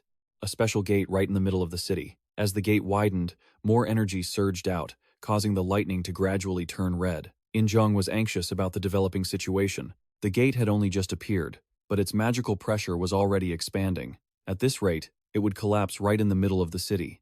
So many people are going to be in danger, she immediately shouted to him. Park Jahui-hyun, we have to stop it. It's about to collapse. He calmly tried to reassure her. Stay calm. Seeing how relaxed he was, In-jung got angry and brushed him off. How can I stay calm? People are going to die. We have to do something. He remained patient, trying to make her understand. It's fine. We aren't in South Korea anymore. She didn't care. No, even if it's just me, I'm going. A purple energy suddenly erupted, surging powerfully around her body. She drew her sword. I don't know why you're hesitating, but every second counts right now. As she prepared to leave, her eyes suddenly froze. Massive, muscular, jackal-headed warriors soared across the sky. Their sharp, emotionless gazes were fixed straight ahead. Among them, a powerful figure led the charge. He pointed out what they were capable of. We aren't in South Korea. This is 9. 9 has its own way of handling things. Understanding this, her emotions slowly settled. I understand. Even as he reassured In-jung, he couldn't help but be surprised by their methods.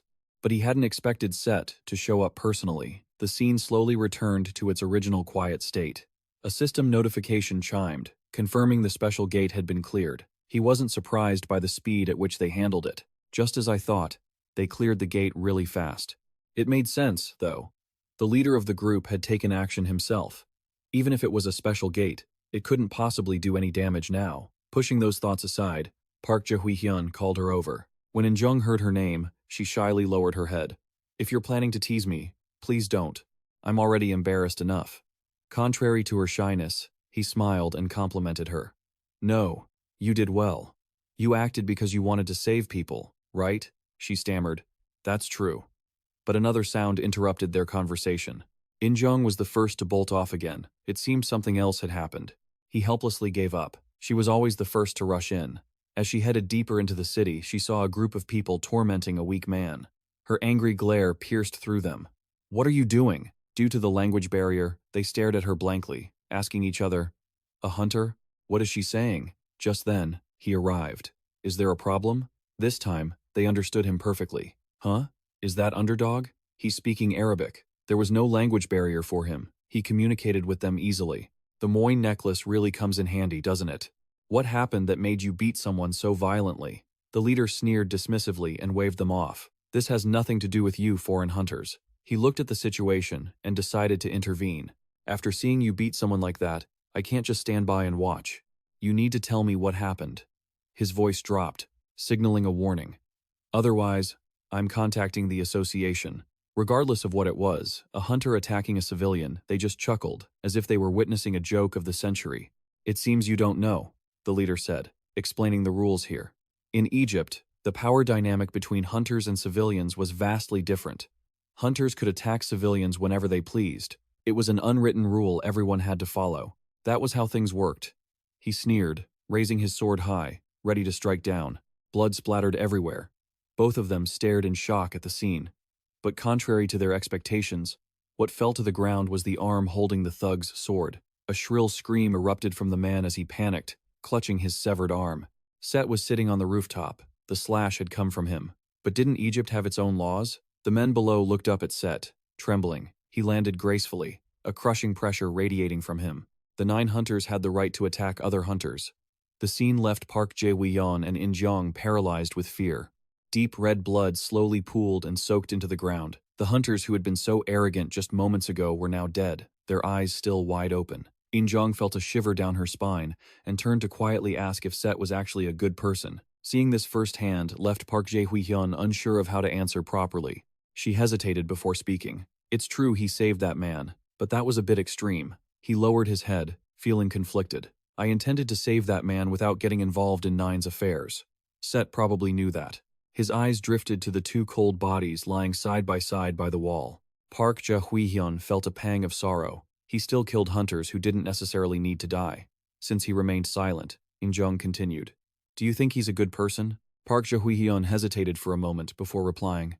I don't know. The Egyptian sky was already dyed in sunset colors, with pink clouds floating on the breeze. Soon after, bright stars began to emerge in the twilight sky. A magnificent palace glowed in the sunlight, signaling the start of a new day. As planned, Park Jae-hyun, Gion, and Bander were at the palace. Facing the two, Inep was already seated, with Bastet behind him. He politely asked, It's been a while, hasn't it? But who is that behind you? The woman with platinum hair immediately introduced herself. My name is Lamia. My codename is Bastet. He observed her carefully, realizing the issue. I wanted to meet Inep alone, but just as I thought, Nine and Ozga are keeping an eye on us. Inep got straight to the point. It has been a while. The reason you wanted to see me, he smiled naturally. I just wanted to see you. But immediately after, Bastet suddenly sensed that something was happening. Bander experienced a similar phenomenon, causing him to narrow his eyes. To keep the investigation discreet, Park Jae-hyun decided to use telepathy to speak with Inep. Can you hear me? Inep, if you can hear me, if you want to confirm something, give me a positive answer. If you want the opposite, give me a negative answer. Inep thought to himself. Can he even use magic? He's impressive.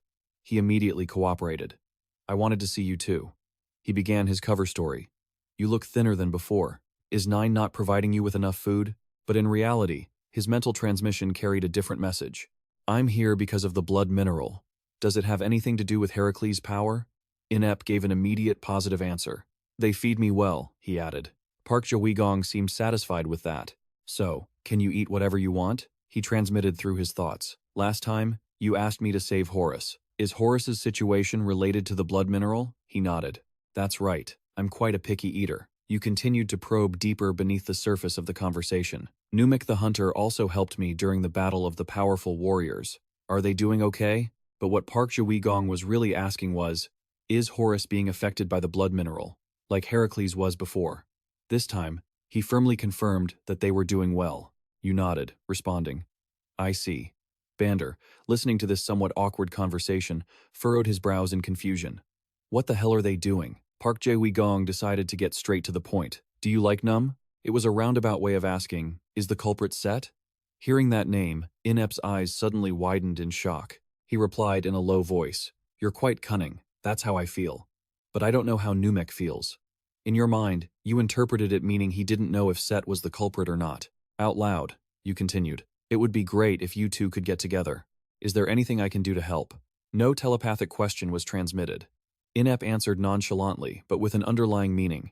If you could help me, that would be great. Park Jae-gong didn't hesitate. I understand.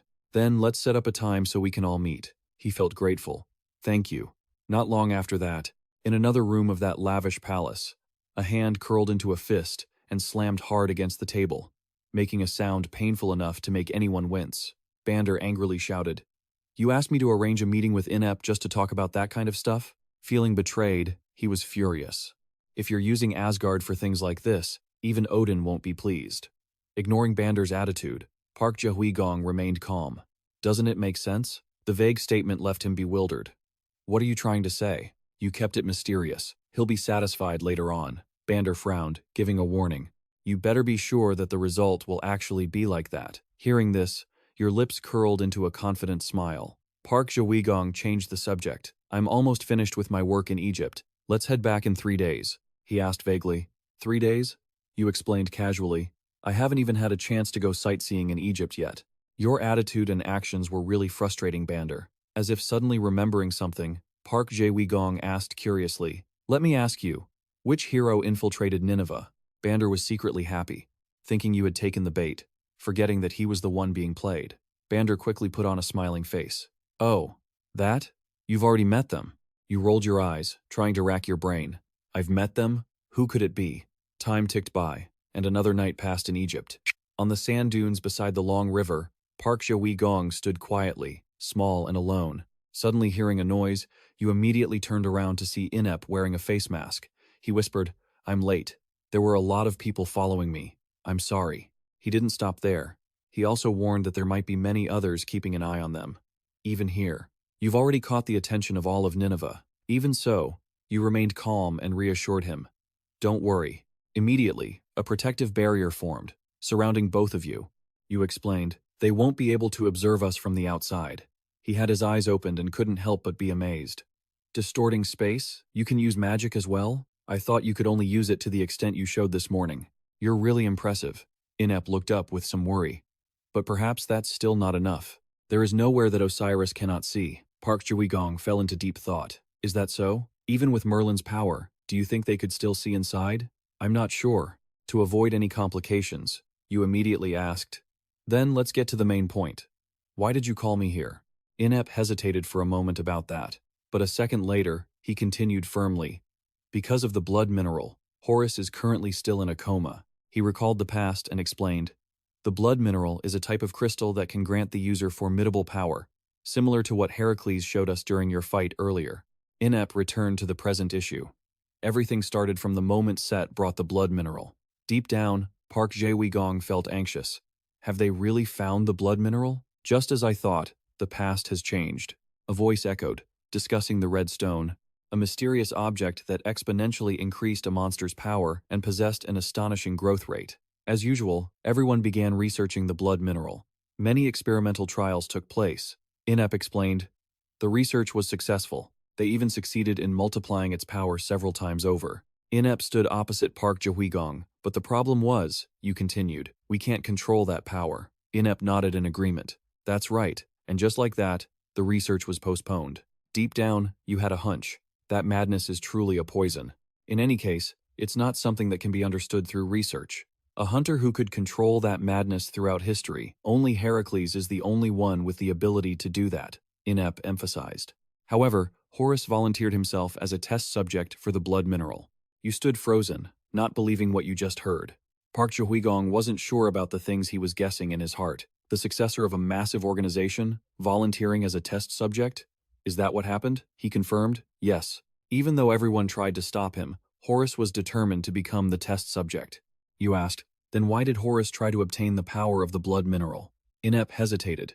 He didn't hide it but revealed that it was because of Set. Even though Horus was the rightful successor to Nineveh, Set still wanted to control it himself. Remembering when Set was arguing loudly with someone, he recounted how Osiris and Set frequently quarreled, but he was too powerful to negotiate with. So, to stop Set, Horus wanted even more power. Park Jae-gong rested his chin on his hand, pondering about Set. An image of Set appeared, using his full power, running so fast that he emitted steam. His body was massive, burning with intensity, standing somewhere.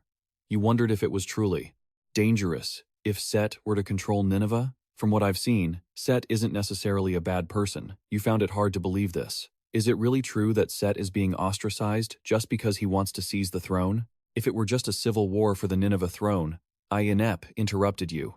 It's not just that. Horus is a very upright person. He actually intended to hand over the throne to Set.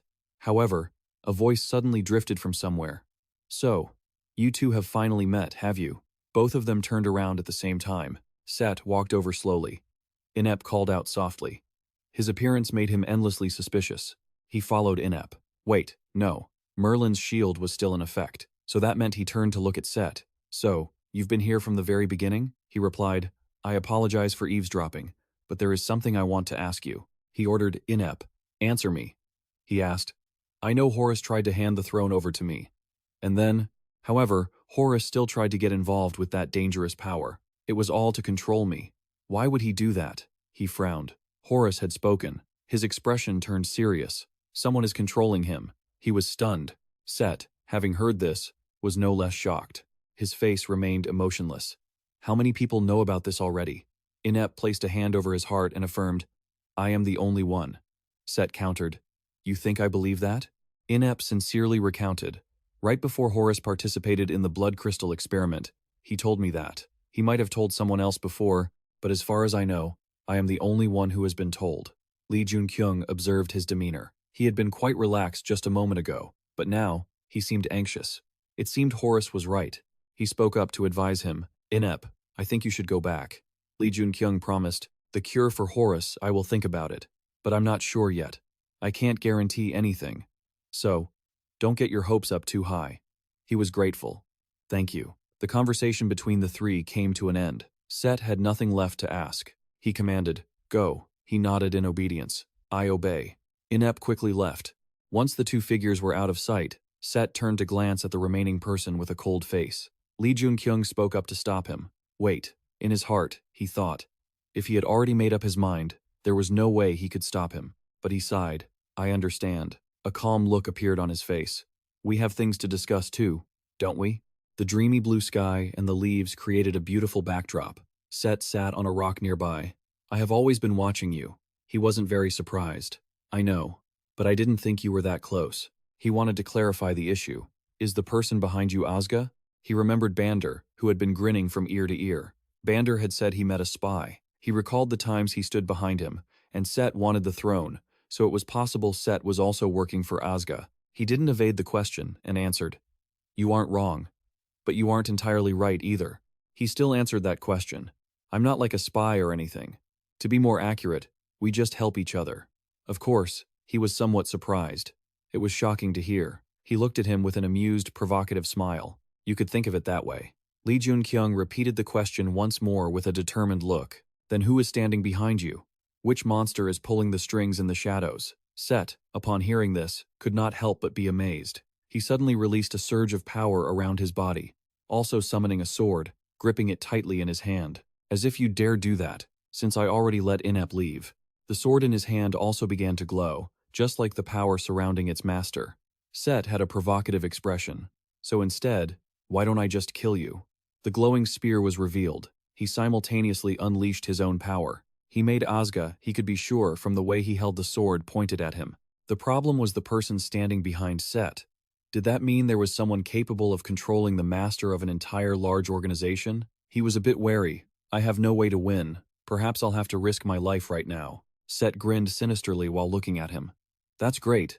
But you know what? He said something else, then disappeared instantly. Joon-kyung's eyes widened in surprise. He disappeared. Suddenly, Set appeared behind him with the blade against his throat. Joon-kyung managed to lean back in time to dodge Set's blade. He was quite surprised by his agility. He immediately jumped back 2 steps, widening the distance from Set. Joon-kyung pondered. It was only for a split second, but he had seen it. He felt lucky. If it weren't for the duels he'd had with them, he might not have been able to dodge that. It was all thanks to Arthur and the Knights of the Round Table. Set was excited. Just as I thought. My eyes don't deceive me. He continued with a proud look. You really are unbelievable. That's right. I didn't get the red ore by coincidence. That person gave it to me, and me alone. Set's words startled Joon-kyung. That person, he said nonchalantly. Earlier, you asked me what I wanted to do when I became king. Do you know the answer now? He was stunned. You? He suddenly gritted his teeth. You're an imposter? That Set was taken aback. Imposter? Joon-kyung was calm. I am pathetic for thinking you were like him. Even for just a second. At the same time, he remembered his impression of Set, a notorious hunter who made others tremble in fear. A hunter who tried to change everything with his notoriety. He concluded, the Demon King. When he saw Set, he thought of the Demon King. Joon-kyung's eyes were fixed on Set. The reason you want to control the Nile is that you want to become king. That is because you want to become a king who can do whatever he wants. In other words, a tyrant. Darkness covered every expression on his face. Then, he slightly curled his lips, and Set burst into insane laughter. He just kept laughing gleefully, not caring about him at all. He affirmed, that's right. The darkness gradually dissipated, along with the truth. The next day, at the palace, Joon-kyung was sitting in contemplation. That guy, did Asuka know that someone else was behind this event? He worried that if Asuka didn't know about it, he wouldn't let him leave. Or he might think that he wouldn't tell Asuka about Set. Just then, Dong-in-jung rubbed her eyes and stepped out. You didn't sleep? Joon-kyung explained. Oh, I was just thinking about a few things. She hesitated. So, about Set, there's something wrong. I don't think he's a good person. He wondered. Why do you think so? Dong-in-jung wasn't sure either. Should I say it's a hunch? What he shows us compared to what he's actually like. It feels like he's just acting. Joon-kyung smiled bitterly. He only realized that after meeting him last night, she really had a very good intuition. The door suddenly burst open. Bander rushed in and shouted, Joon-kyung, what the hell are you doing? He was confused. I don't understand what you're talking about. He replied, I don't know if you know about this, but as the informant and Asuka that I mentioned before, by the way, Bander continued. This morning, Set announced he was cutting off information exchange with Asuka, and the reason he suddenly did that must be because of you. Liu Park Shawijian, who usually keeps his eyes narrowed, was now looking at Park Shawijian with visible annoyance. What the hell are you doing? Why are you mumbling about what you've done? Park Shawijian's expression turned serious. That's what I have to do now. We're going to begin the discussion regarding the Nile. Trang was shocked. What? What are you talking about? Meanwhile, Bander just stared at him coldly. Outside the temple, the jackals were lined up in a row. Bastet was brimming with excitement. It's such an honor to meet you all. I've been looking forward to your arrival at the Nile, heroes of Asuka. Park Jae-hwi-jeon replied formally. The honor is ours. I am here today as a representative of Asuka. She signaled for them to follow.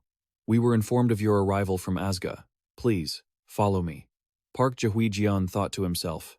Using Odin was actually a pretty good idea. Everything is going according to plan, he thought confidently. Once we reach the heart of the Nile, we can easily infiltrate it. The group walked down the path. Bastet suddenly looked ahead in surprise. Oh? They came face to face with Z standing there. She looked confused. Z only responded with a suspicious smile. Park Jae-hwi-jeon wondered, what's with that look? This is concerning. I need to execute the plan before it's too late. He suddenly called out to Bastet. She tilted her head. Is something the matter, sir? Park Jae-hwi-jeon asked, feeling curious. Where is Horus? Bastet grew defensive. Park Jae-hwi-jeon spoke up. I'm going to try to treat Horus. She feigned ignorance. What are you talking about? Someone interrupted them. It was inept and numb. Bastet turned around. Inept? What is this? What does this mean? Suddenly, Inept dropped to one knee. The leader of Egypt, Horus, is one of your most beloved protectors. I implore you, he pleaded. Please, allow Liu Park Jae-hwi-jeon to treat Horus. It had been a while since they arrived at the Nile. By now, Bastet and Inept were rushing down the path. Inept suddenly felt a wave of gratitude. Thank you, B. She replied coldly while running. Inept, I just hope your decision wasn't a mistake. At the same time, Park Jae-hwi-jeon and Bander were hurrying just as fast. Bander worried to himself, if we can't save Horus, we're all going to die. And, of course, that includes us too. He looked at Park Jae-hwi-jeon's back. If I have to, I'll use him to restore the relationship between Asuka and the Nile. Trang probed Bastet. What are the chances of us being discovered? Bastet replied. We've already been discovered. But more importantly, It's about Liu Park Jehuijian. Can you really save him? Park Jehuijian looked at her calmly. I think it's a little late to ask that. I can't say for sure, but I will give it my all. The tension was clear on his face. I can't guarantee anything, but if I don't succeed, we won't be able to stop what's coming. The scene shifted to the interior. Fierce jackals were blocking their path. Stop. You are reckless to dare and advance toward the heart of the Nile. Bastet stepped forward, flanked by Inep and Park Jae-wi-jeon. She spoke up. Please move aside. I don't want to hurt any of you. This hunter is with me. The jackals were stunned. Bastet? Why? One of them snarled. It's not too late. Bind their hands and bring them here. In a flash, like a passing wind, Bastet's blade sliced through 3 of the jackals in an instant. With every strike, another one collapsed to the ground. Trang watched the whole thing in disbelief. What are you doing? They trusted you. Bastet. They could have helped us. Bastet replied sternly. That is exactly why. A hand was placed on Trang's shoulder from behind. Trang was still stunned. What? What do you mean? Park Jae-wi-jeon explained slowly. Bastet has been deeply concerned about them. If we fail to save Horus, they will be in danger too. Trang sheepishly admitted his mistake. I'm sorry. I was being short-sighted. He suddenly realized that Merlin's necklace was truly amazing. Not only did it work for him, but it even translated for his teammates. Immediately, everyone gathered in front of the massive central gate. Bastet looked ahead. Horus is just beyond these doors. She turned back to call Numek. Bastet asked directly, Will you help me guard this place? Hearing this, Num couldn't help but be suspicious. Inep stepped forward. Thank you for trusting us, Num. But if you don't want to go any further, you can turn back now. Num got visibly annoyed and blurted out. It would be an honor to fight alongside you, Bastet. For a moment, Bastet felt. She didn't know why, but she seemed determined now. The gate slowly creaked open. Num and Bastet stayed outside, watching the others pass through. There was so much to say. She shouted Inep's name. He quickly turned back to look. Num blushed and looked away. If you succeed, stay with me. Inep reassured her with a smile. Don't worry, we will definitely succeed. Num's heart skipped a beat, her face flushing red. On the other side, Trang declared heroically, Now, we really can't afford to fail. Park Jae-wi-jeon didn't deny it, following along. I guess so. They continued their journey, the team rushing through each area until the light from the exit appeared ahead. As they stepped inside, a glowing sarcophagus lay at the center of the chamber. A woman stood before it and spoke. I knew you would come for my son. Seeing her, Inep whispered, Lady Isis. Beside him, Park Jae-wi-jeon suddenly remembered. Isis, he had heard that name somewhere before. He had almost grasped her identity. She was Osiris, the ruler of the Nile. She was his wife, and also the mother of Horus, the one he needed to treat. She was also one of the most powerful beings in the Nile. Isis glared at them. Do not come any closer. Suddenly, a circular reflection formed, enclosing the space around the sarcophagus and cutting off the room into outer and inner sections. Park Jae-wi-jeon was overwhelmed, thinking to himself, a barrier. We won't be able to get any closer by normal means. The Nile was hiding a monster too. Inep looked up, pleading with Lady Isis. Isis continued to express, I know that my Horus thought highly of you, and I have heard many times that you would find the one who could save him. She questioned them sternly. So, Inep, I ask you, do you truly believe that this man can save my son? Inep confirmed, meeting her gaze. Yes, I am certain of it. Isis glanced at Park Jae-wi-jeon, wanting to confirm one more time. Then let me ask you, can you truly save my son? Park Jae-wi-jeon was stunned for a moment, then responded a response that left Trang and Bander shocked. No. Isis's face darkened in horror. He faced her directly. I cannot guarantee that I can save him. Park Jae-wi-jeon admitted honestly, I will simply do my best to treat him. Her hands fell limply to her sides after hearing those words. A group was now standing in front of an ancient structure, revealing a sarcophagus in the center. Trang observed thoughtfully as the barrier vanished. Lady Isis announced, when the sarcophagus opens, the seal will vanish. It will last for 30 minutes. Once the seal disappeared, her eyes suddenly glowed with a menacing light. There's no way to seal it back up. No one leaves this place alive. He stated it with absolute certainty. A god wouldn't plan on dying. A pair of footsteps approached softly. Wu had long since readied the needles hovering over his palms. Both young men wore expressions of total confidence. A dim, hanging light illuminated the entire space. Sok sat cross-legged, perfectly poised on a large rug. Joon-kyung must have already begun the treatment for Horus. Isis was there, too. Her gaze suddenly turned heavy. Her first love still had a long road ahead. I can't believe I'm hesitating to rebel for the sake of my love. After steeling his resolve, he stood tall and announced clearly, "Jackals, today we begin our rebellion." The pack of jackals replied in unison, loud and clear. The more Sok spoke, the more fired up he became. "Today, I will take the throne of the Nile." Their spirits soared. His pupils flickered toward Anubis. As a sign of respect, Anubis placed a hand over his chest. The Lord of Storms gave the order, "Go, gather the jackals and lead them to where Horus is." He couldn't help but feel puzzled. "What are you planning to do?" He firmly revealed, "I'm going to slit the pharaoh's throat." He continued, "Osiris, I'm certain he's trembling in fear right now. It's time to end this ill-fated relationship between us." Dense purple smoke swirled around his palms, causing their shape to shift. Anubis growled each word with gravitas, "I will reap the death." Elsewhere, Joon-kyung gave detailed instructions. "Wu, I need you to control this person's power as much as possible." Though his face was already drenched in sweat from anxiety, he still answered with a promise. "I understand." His hand gently plunged the magic-infused needle downward. Not until every needle was embedded into the body of Horus, lying in the sarcophagus, did Wu begin to channel his power. The atmosphere was deathly silent. Everyone watched the unfolding events in stillness. Dong In-jung fidgeted, looking around, constantly whispering two dear names in his head, Nu and Bastet. Joon-kyung suddenly spoke up. "Bander." The other party asked back as if to confirm, "Are you certain you can save him?" He seemed extremely confident in his own abilities. "I think I can do it." Bander had no further objections. "Very well." He then turned his back and ran toward the other side. He reached out to adjust the tie of the one in Trang, Fenrir, and Hyun-woo. "I trust you all." Hyun-woo appeared obedient. "I will pay attention to your orders." Fenrir let out a few instinctive growls. "Yeah, princess." Dong In-jung hurriedly reassured everyone. "Don't worry."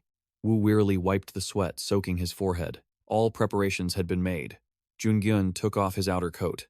"I'll let Bander handle Set. Once I start treating Horus, I'll be completely defenseless." He skipped the stairs entirely, leaping across the gap. Standing before the cold, coffin-radiating spirits across the land, he whispered to himself that he would have to leave the rest to his team. Even so, his eyes still kept a watchful eye behind him. While intently watching Isis and calculating, he thought, "Now we have a powerful ally on our side, comparable to Set. Perhaps instead of fighting the entire Nile, we will now have others standing with us against Set because of Isis." He quickly summoned his massive trident, using its sharp tip to strike straight down. The weapon was planted right into the mummy's body inside the coffin. Isis displayed an expression of utter shock at the scene. "What?" In a heartbeat, he was gone, leaving only a deep footprint on the ground. She gathered two massive energy orbs in her hands and charged forward. "You bastard." Fortunately, Dong In-jung stepped in to protect them just in time. He stood with arms wide open, trying to block the enemy's advance. "Please stop, Lady Isis." She was now fundamentally unable to keep her composure. "Get out of my way, warrior." Wu hurriedly tried to suppress the tense atmosphere. "Please, stay calm and look." Strange red mist suddenly began to rise from Horus's entire body. Isis widened her eyes in disbelief. "No, it can't be. The boy is absorbing the red magic power." Notifications popped up continuously. "The dragon blood stone is absorbing the madness. The dragon blood is flowing back into his blood." Red veins began to appear clearly on the back of Joon-kyung's neck. "The madness is flowing into me." It was just like what happened to him during the Battle of the Great Warriors. Intense memories flashed through his mind. Back then, because of the dragon bloodstone, he had been pushed into a state of frenzy and ran wild. His entire body changed dizzyingly, his hands still gripping his weapon tightly. However, "I'm different now." Absorbing the maddening power with the dragon heart. Another new piece of information. The dragon heart was containing the dragon bloodstone. Dong In-jung finally felt a bit panicked. Will this be okay? Red magic spread across the mummy over time. The bandages of Horus, dyed red by the madness, were returning to their original color. But looking at Joon-kyung, his eyes had turned blood red, and his breathing had become heavy. Steam rose violently from Joon-kyung's mouth. Nevertheless, his mind remained perfectly clear. Just treating Horus isn't enough. To defeat Set, I need to evolve to the next stage. Fierce power swirled around the tip of his trident. By reversing the flow of the dragon bloodstone, I can swallow the madness. A name suddenly echoed in his head. Garoda to evolve my dragon heart. Intense energy erupted from his entire body. Red magic veins ran all over him. His eyes glowed with a ghostly red, his teeth clenched in resignation. Wu watched the scene unfold with worry. He's absorbing all of the red magic power. Dong In-jung was in a similar state but could only helplessly stand and watch. Li Joon-kyung, Lady Isis broke into a satisfied smile. The red magic that swallowed Horus is now returning to Li Joon-kyung. That means Horus will wake up. Suddenly, Nulu's entire body was blown away. Concrete debris flew everywhere. She slid a long distance across the ground and lay there motionless. Dong In-jung ran over in a panic, calling her name loudly. Numek quickly summoned a potion, her other hand gently lifting her up.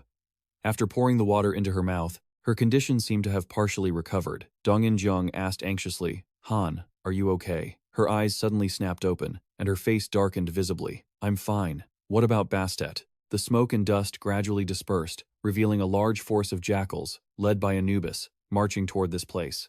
Lamia was hoisted into the air by his powerful grip. Isis shrieked in agitation, her golden pupils glowing, ready for battle. Anubis met her gaze with that same icy, murderous intent, as always. Without a word, he delivered a crushing blow to a completely defenseless Lamia. The massive shockwave sent her spitting up blood, blasting her out of the swirling smoke to share the same fate as Num moments ago. She lay sprawled out on the floor. Anubis's face darkened, almost as if it had detached from his head. He uttered a command in a raspy, jackal-like tone. Having understood their master's order, they shouted in unison. "Ha ha!"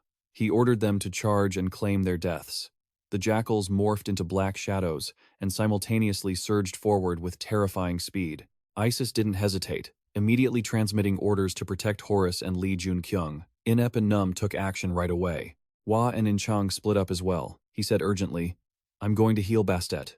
She quickly agreed, "I'll keep an eye on her for you." Outside the structure, everything remained as peaceful as if nothing had happened. But little did they know, inside was a chaotic battlefield. The jackals charged in, swords drawn, roaring. Set, at the sudden ambush by the three, Set just stood there, completely indifferent. He activated his golden eyes and couldn't help but sneer. How foolish. In an instant, a flash of light sliced right through one of them. Not stopping there, he unleashed another strike on the next one. He completely wiped out the group of jackals in just a split second, their bodies dissolving into sand and vanishing into thin air. The system notification chimed, "Desolate Desert Wolf," providing maximum support. Set looked at the sand drifting in front of him and muttered to himself, "It's a shame they don't even recognize their new ruler when he's standing right in front of them." His eyes widened with arrogance. "Wait for me, brother. Because Set, the one most fit to rule the Nile, is coming for you." With that, he turned and walked away, leaving the dusty remains of a jackal scattered on the floor. Shifting to a grand, vibrant golden setting, in the style of the Norse Asgard of Odin, a group of people dressed in jet-black robes sat neatly on 2 rows of benches in the center of the room. The leader in the center spoke clearly. "Let us begin the meeting." Jang Ho-jin interlaced his fingers, his expression showing absolute seriousness. "Set has begun an uprising. Although it seems like the Nile might fall, everything will be fine." His gaze lowered slightly. With that thought, today's meeting topic shifted to the Nile. On the connected screen appeared an image of Banner, Lord Odin's subordinate. He revealed gloomily, "Before long, Set and I will begin our fight." He did not hesitate to agree. "I permit it." Next was the scene of him turning around to face the very person they were talking about. Set showed no small amount of surprise. "How unexpected. I never thought you'd be the one standing in my way." Bander had already summoned 2 swords into his hands. "I didn't expect it either. I never thought we'd be clashing with blades like this." He curled his lips into a slight smirk. "So this is Asgard's intention then? Fine, that's perfectly okay. It looks like I'll get a little exercise before the main course." In a blink, he vanished, leaving only a powerful footprint on the ground. Set lunged straight at his opponent with a lightning-fast sword strike, but immediately, a harsh clashing sound rang out as 2 weapons crossed, blocking the attack. Bander crouched down, channeling force into his arms to hold off the immense weight. He was slightly amused and offered a compliment. "You're strong." Only then did he open one eye, showing his concentration pushed to the absolute limit. "You're pretty tough yourself." Both warriors braced themselves, ready to dive into an unforgiving fight to the death. Looking down from the pyramid, the jackals moved in with cold, piercing eyes and killing intent. Dong In-jung, with energy surrounding her blade, stepped forward, staring them down.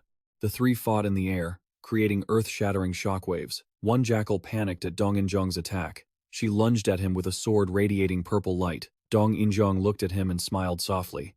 "You'll be the first to go." Suddenly, he lunged at her, joined by another jackal. They dove at Dong In-jung like two red needles. She frowned and swung her sword, creating a sweep of energy. Damn it. Massive explosions erupted one after another. Dong In-jung gritted her teeth, retreating amidst the thick, blinding smoke. She glanced at Hua. He frowned, lamenting, "It's unbelievable. Every one of them is a hero-class hunter. I can't imagine what kind of skills were passed down to them." She turned to look in their direction. "I don't think this is the time to be surprised." 4 jackals rushed toward Isis, but she blocked them all. Isis frowned, reaching out to reinforce the barrier. Suddenly, someone's mysterious footsteps approached rapidly.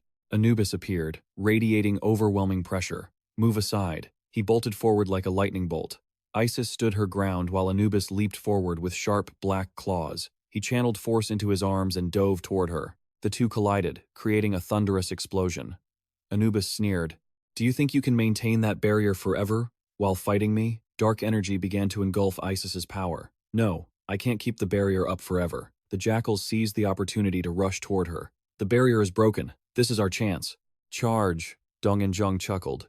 "You've made a mistake.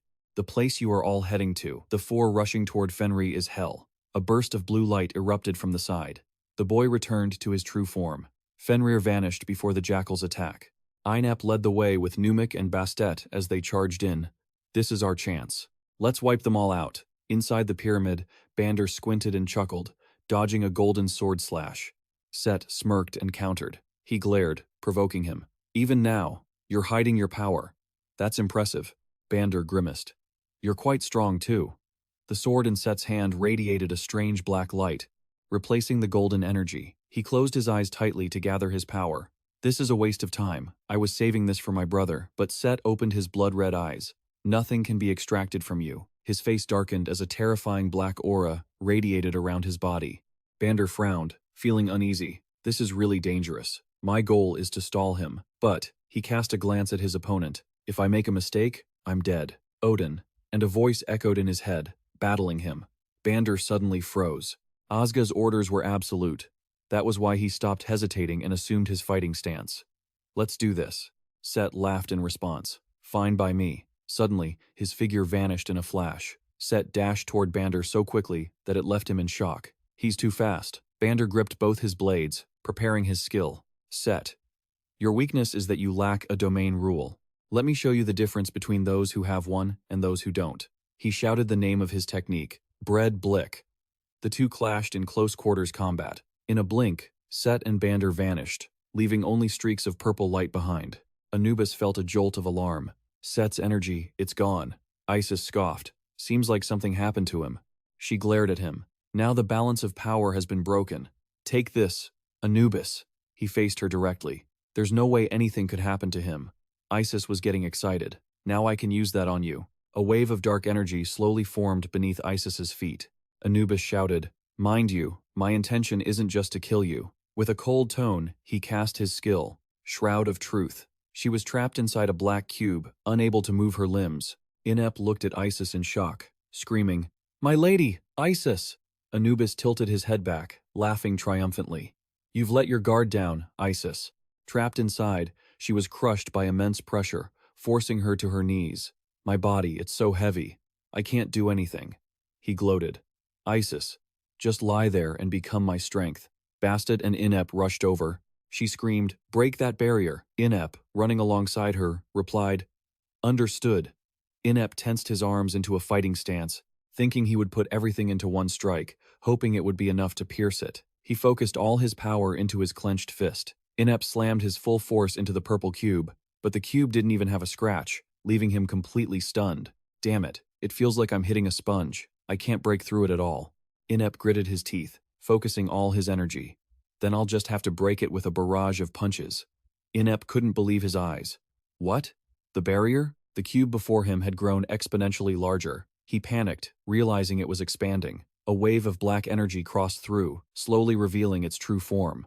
Anubis and Bastet were genuinely shocked. "No way, that guy. I can feel Lady Isis's and Inep's power coming from him."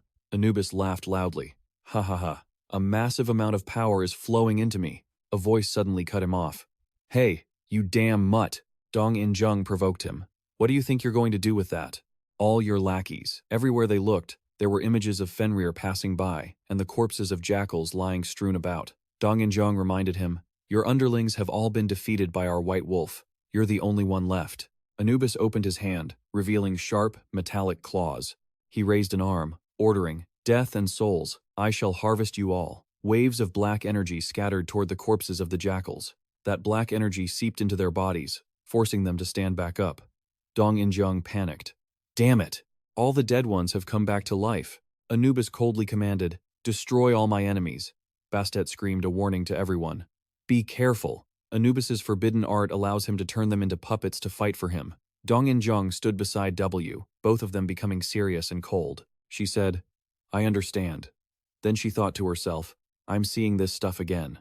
Dong In-jung recalled images of the giants, like back in China, where the Na giants were transformed during a massacre. Monsters created from the greed of a ruler. She speculated further. Set and Anubis, both of them, are just like that king of the giants. I can't forgive them. Dong In-jung affirmed, "It's fine. I've fought things like this before." Elsewhere, Bander spoke up, sounding dissatisfied. "This doesn't make any sense." He noticed that Rat Brick had been completely destroyed. The system notification rang out. Domain rule, an ability that allows the owner to have absolute power within a specific space. Even though his domain rule was still activated, Set had managed to escape. The wall was torn by pure power into a diamond shape, revealing the space outside. He had destroyed the domain rule that held him and escaped from the space entirely. Wisps of black smoke surrounded Set, who was panting heavily. Bander held his weapon, feeling terrified. Is he making me afraid? He worried that his domain rule was now useless. Is there no other way? Bander decided to speak up. "Odin, I'm going to use it. Please give me permission." A voice replied silently, communicating through thoughts to him. "Wait, if you do that, we'll lose too much. Just abandon the Nile. In the end, just use Linderdog and come back." Bander wasn't happy about it but accepted the order. "I obey." The weapon in Bander's hand turned into a beam of white light and vanished. Set smiled sarcastically, asking, "Is that Azga's will? To send you packing?" Bander hung his head in frustration. "It's humiliating, but I cannot disobey. The order is absolute." Set happily affirmed, "There's nothing to be ashamed of, Bander. Azga made the right choice." Then he smiled as he watched Bander disappear into a magnificent palace. Set stood in the middle of the grand hall, shivering as he looked up at Osiris sitting on the throne. Osiris spoke first. "You've arrived, little brother." Set looked calm, though he didn't seem to be doing well. "Brother, looking at your appearance, I suppose this was your decision?" He suddenly burst into anger, asking loudly, "Why does it have to be like this? Tell me why." He remained calm, telling his brother, "I do not regret my decision." Set continued to question him. "Is it because of me? The reason you craved such power that Horus almost died, is it because I was aiming for the throne?" Osiris coldly replied, "Don't be so arrogant. There are many powerful people hidden in this world, but not all of them act for the benefit of humanity." Set was startled and probed, "Wait, don't tell me you've already seen him?" Osiris looked puzzled, questioning, "Him?" He was referring to the person wearing the black suit. He was utterly surprised. Set laughed loudly, exclaiming, "Haha, I get it now. After meeting him, you felt like you'd been defeated. So, to defeat him, you became desperate for power you couldn't obtain." He recalled the image of him holding the red stone. "Even though your own son was absorbed by the blood mineral and on the verge of death, you still craved its power. Naturally, you are stronger than Horus, so you didn't lose everything. Instead, your youth and vitality were stolen by the blood mineral." Set pointed at Osiris and laughed mockingly. "But I am different from you, and I am different from him." Osiris was left in utter shock. "What? Cross your arms and channel your power, I'll show you." Set's power surged, dark, ominous energy swirling around him. Osiris couldn't believe his eyes. That power, it was way beyond the blood crystal. Dark energy coiled around him, and from his side, the head of a black beast emerged, its jaws lined with jagged, razor-sharp teeth. Set gave a mocking grin. "This is the power you were craving, isn't it? You backed the wrong horse, pal." The shadow lunged, the beast's glowing red eyes locked onto Osiris as it charged. Yet, the man remained calm, showing no hint of fear as he softly called out, "Horus." Set's eyes turned blood red with rage. He declared, "I will follow that man and rule over the entire world, not just this pathetic Nile and Egypt." Dong In-jung slashed with a sharp, violet-hued blade right across the resurrected jackal man. Swiftly, she took them down one by one in midair. Her gaze was cold, her blade ruthless, erasing her enemies from existence. "Gongju, fueled by adrenaline, smashed a jackal man to pieces. Magic gathered, forming glowing, floating bullets. Hyunwoo launched into the fray to take on the three standing before him. The mangled corpses of the jackal men lay scattered across the ground. But in seconds, a dark violet mist drifted in.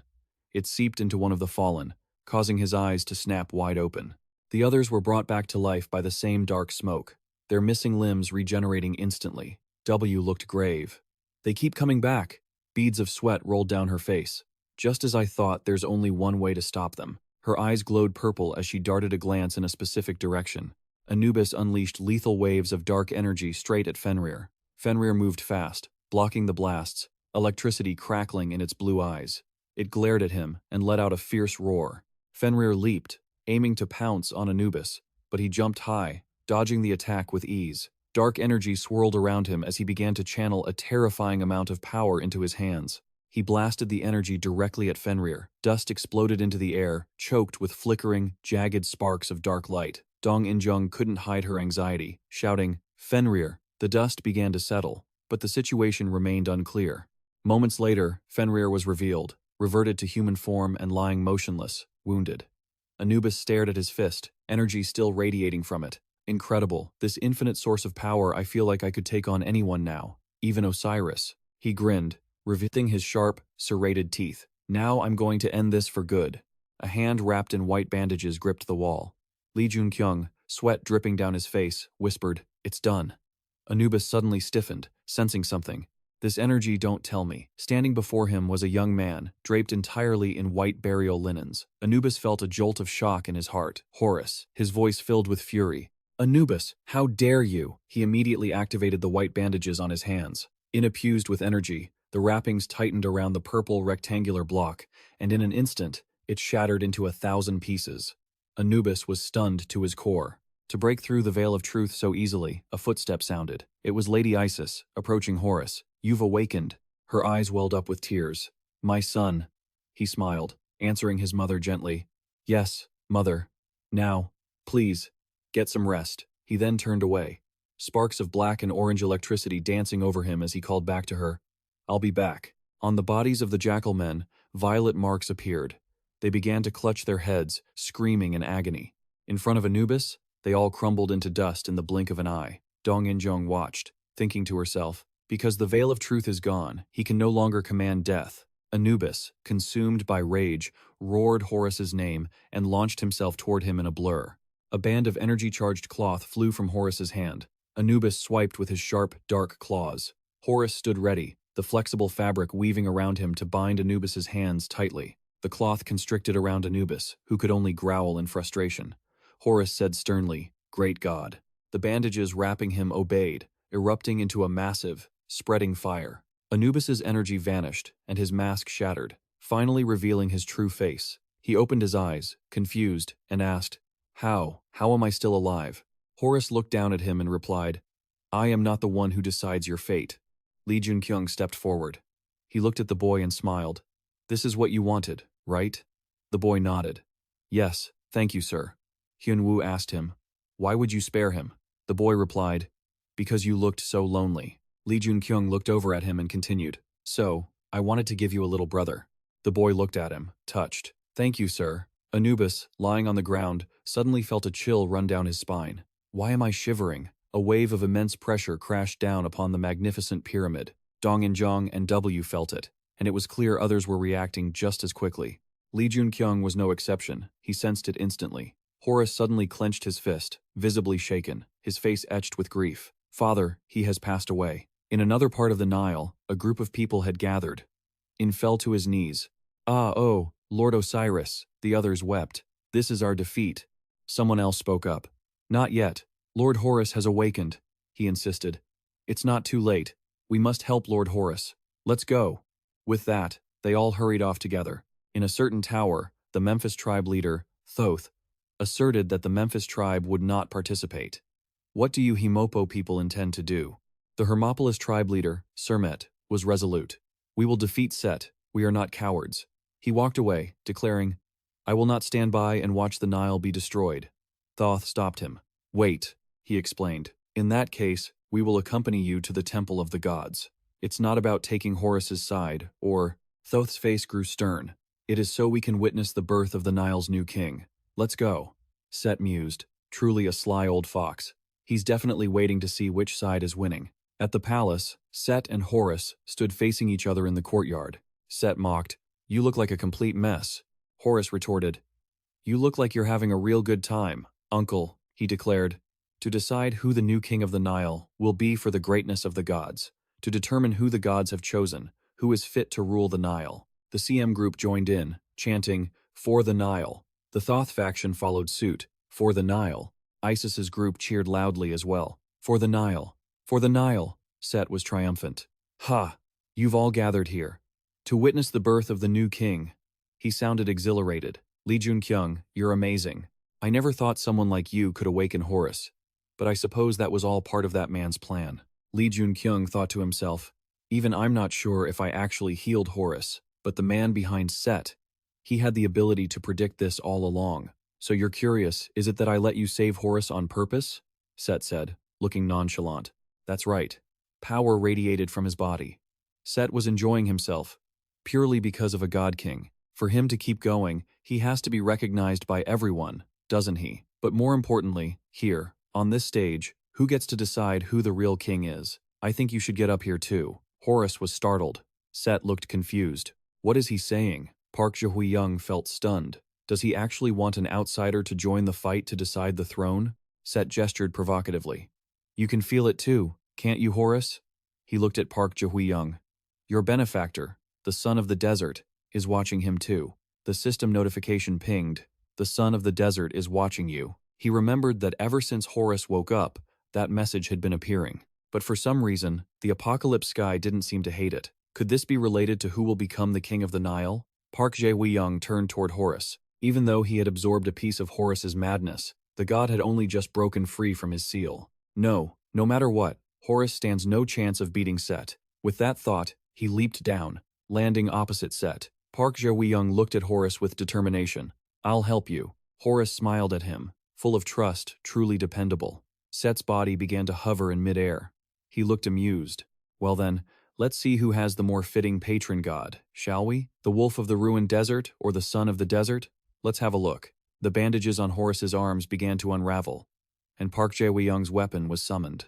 Both of them took their stances. Back at the Golden Palace, Jung Ho-jin sat at his desk, sighing to himself. The Nile, it really is the perfect thing to absorb. Jung Ho-jin hesitated as he thought of Set, but the power Set possessed, that dark red magic, could shatter the laws of the territory itself. He slammed his hand on the desk, his expression turning grave as he reached a conclusion. A feeling of fear, something he thought he had forgotten long ago, bubbled up. Purple mana swirled around Jung Ho-jin as he let out a wild, excited laugh. He was plotting. He had found a possibility. With the nameless power Set possessed, killing a patron god might actually be feasible. As the purple mana receded, he propped his hands on the desk. I said I was done with the Nile, but Set, this is a completely different matter. Once this civil war ends, I'll make my move. Suddenly, Jung Ho-jin sensed something. A figure in a black cloak appeared, shocking him. No way. Here? Right inside my own territory? No one should be able to enter without my permission. He barked. Who are you? How did you get into my territory? The stranger muttered. The black-cloaked Odin reached out a hand. I shall continue to grant you power. Meanwhile, Horus was weaving magic to control the fabric around him. They surged toward Set in a flurry, but every strike was blocked. Horus began to chant his spell. Under the gaze of the gods, he summoned a scorching energy wrapped in blazing flames rushed toward his opponent. Set stood still, waiting for the fire spears to reach him. Seeing this, he offered Horus some praise. You've gotten stronger, but you still haven't gotten used to your new power, have you, nephew? Then, he raised his hand to cast his own spell. Sandstorm. Instantly, 3 or 4 sand pillars enveloped him. They attacked Horus simultaneously, sending him flying back. Without letting up, Set braced himself to strike again. Then, he leaped high into the air, preparing to land a devastating blow on Horus. Just then, Set dealt a massive punch to Horus's chest, sending him crashing down into the ground. Dust and sand billowed everywhere. Suddenly, a fire-enveloped trident flew towards Set while he was on the move. Set caught it instantly, having sensed the attack. It was Park Jae-young's attack, but it had been intercepted. He looked at the boy, genuinely surprised. What's this? You've gotten a lot stronger too, haven't you? On his end, Park Jae-young tried to break free but couldn't pull his weapon back. He gritted his teeth, thinking silently. With someone who can easily block my attack like that, I have no choice. I have to use the shard of madness I absorbed. He channeled all his strength, gritted his teeth, and roared. Ha! Set looked at him, truly stunned, thinking to himself, I see.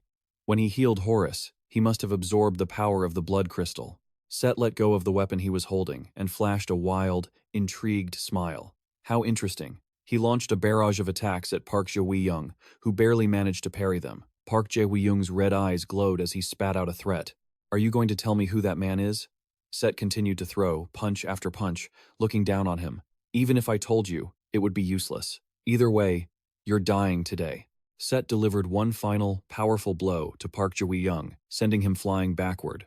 Suddenly, Set flew up to survey the surroundings before turning to evade the attacks Park Jae-young was sending his way. The attacks converged on a single point, aiming to blast him. Below, Horus shouted, scolding him. Was it really necessary to kill your own father? An explosion erupted right where Set was standing. Even so, Set was completely unharmed, protected by his barrier. He offered a hint of praise. Not bad. He began to approach them slowly. Park Jae-young and Horus stood opposite him, weapons held high, goading Set. How about this then? Set was left speechless. Park Jae-young's eyes burned red as he laid down a condition. If we manage to beat you, will you answer our questions? Set stepped forward, confident, a smirk playing on his lips as he claimed that would never happen. Park Jae-young assumed a proud, ready-to-fight stance. I wouldn't be so sure. He took a deep breath, using his ultimate skill, regardless of the risk. Using the power of that madness, my mana is overloading, but now I can actually use it. Heavenly flame, mana surged into the spearhead, wrapping around his body. Without a moment's hesitation, he shouted and launched himself forward, piercing through everything. In an instant, his power struck like an arrow, blowing everything around them away. Even Set, standing before such pressure, couldn't help but exclaim, I see why you were so confident. However, this still isn't enough. Not wanting to let the boy take the upper hand, he unleashed his own ultimate skill. Sandstorm. The two powerful forces collided, tearing everything apart and leaving those watching from below in absolute shock. A moment later, In-Rang leaped up, sword in hand to support Park Jae-young. The bald men below were still in a state of panic, caught off guard. Then, she sliced through the falling boulders. She dashed forward, warning the others. Everyone, fall back. I'll protect you. They scrambled away, feeling deeply grateful.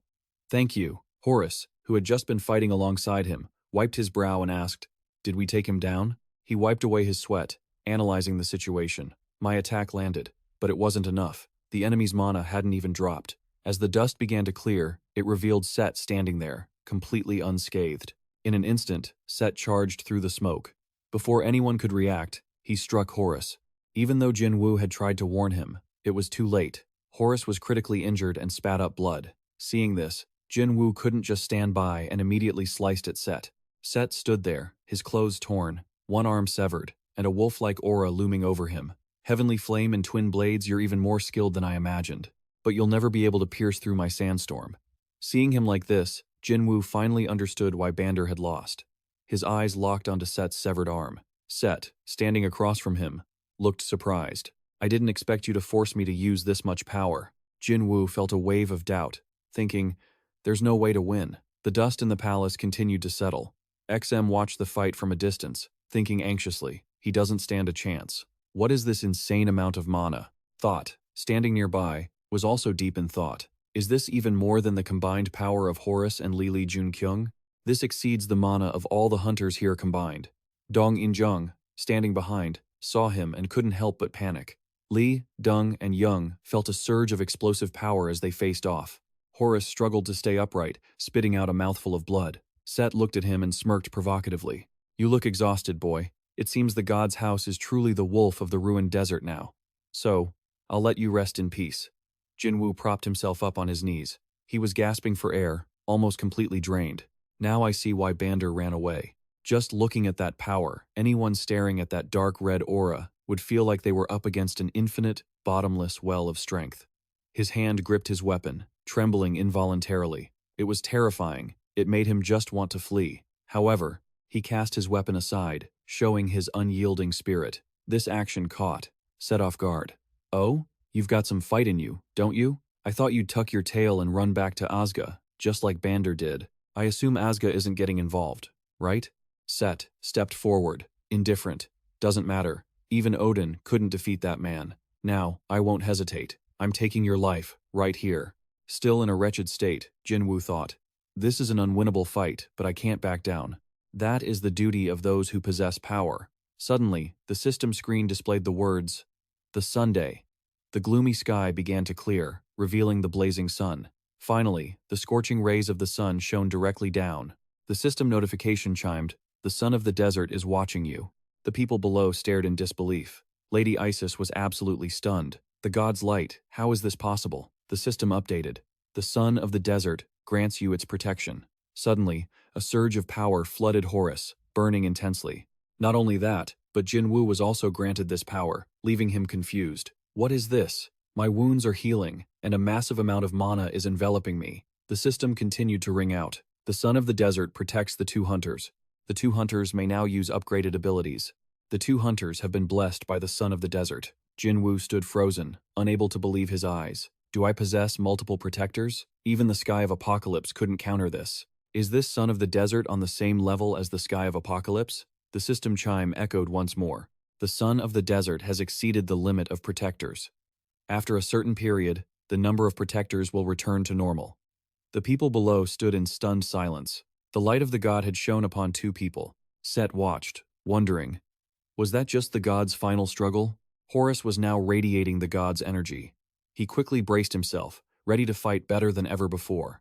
Set went into a frenzy, lunging with his wolf head-shaped hand. Horus leaped and dodged every attack, then flew straight at Set.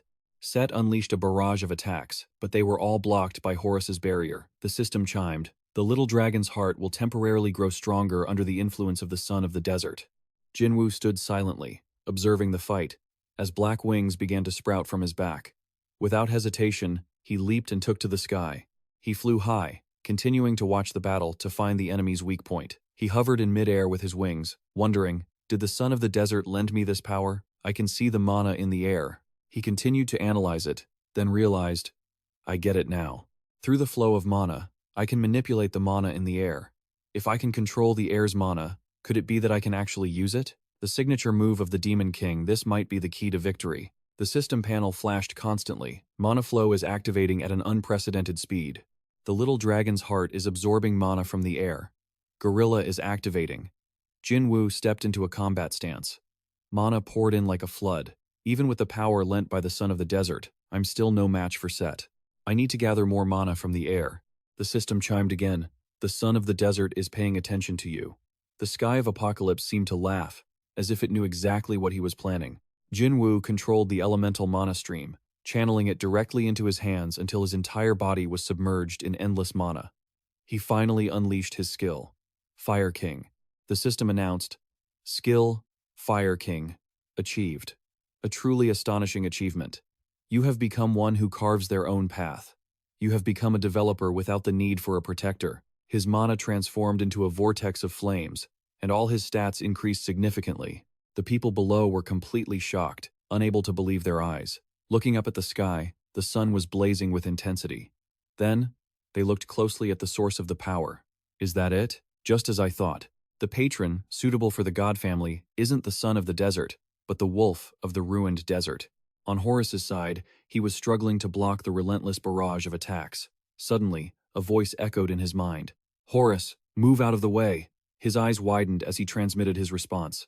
Joon-kyung didn't hesitate. He ignored how Set was attacking him and leaped away. Set thought he was a coward and mocked him. You run just like a scared little rat. Suddenly, he realized something. But it was too late. The mana orb created by Joon-kyung was closing in on him, and it made him panic. What is that? Instantly, an explosion erupted right where he stood before he could react. The orb didn't stop, it just grew larger. Everything around Set was blown away in the blink of an eye. They kept smashing down on the people below, who were scattering in a panic to save their lives. Run! Things weren't looking good for him either. He was struggling to withstand Joon-kyung's orb. Suddenly, his consciousness flickered as he fought to break free, and he finally managed to escape just in time. He panted, feeling lucky. Thank heavens I was able to escape before my body lost control. Set, this is your end. The The system chime sounded, and the desert sun grew furious. A dark sun appeared on the battlefield. Suddenly, a wave of black energy radiated from Set, slowly engulfing the orb. It grew impossibly large, causing him to be affected and slowly drawn in. I'm being pulled in.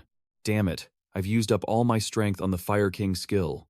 Now he struggled, grinding his teeth with all his might to run in the opposite direction. I don't have any strength left to escape, and slowly, his whole body was being sucked in. Joon-kyung woke up in a state of suspension. He looked around suspiciously. There was no exit, no sky, no sun, no temperature, no light, and no people. Just an abyss where nothing existed. Suddenly, his body began to fall. I'm falling, is this how I die? Just then, a voice rang out, waking him from his stupor. Keep your focus. Bander appeared, grabbing him and sprinting forward. Joon-kyung gasped. Bander quickly dashed out of the black mist, finally getting him to safety. He urged him urgently. Use Bifrost. It's about to blow. He felt his face go pale. An explosion? The black gas formed a giant sphere and vanished in a flash, appearing elsewhere and creating a cloud of dust.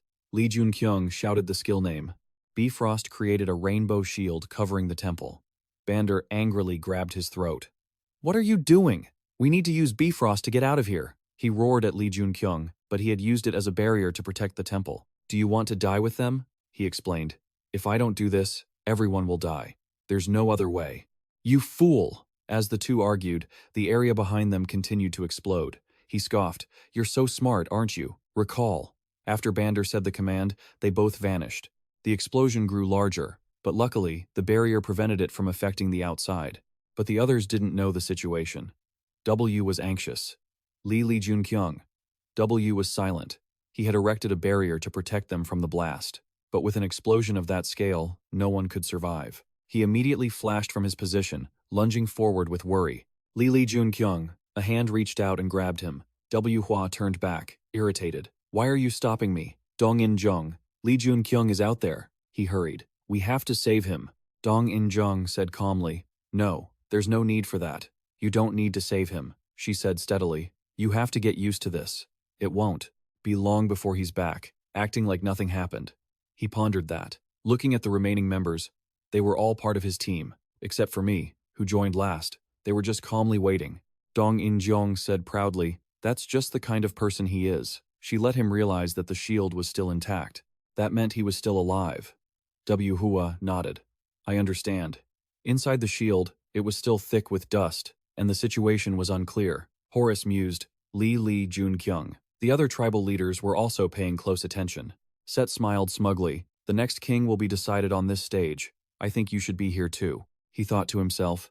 You received the light of the god family, another candidate for the throne. The system popped up. A dark sun flickered across the battlefield.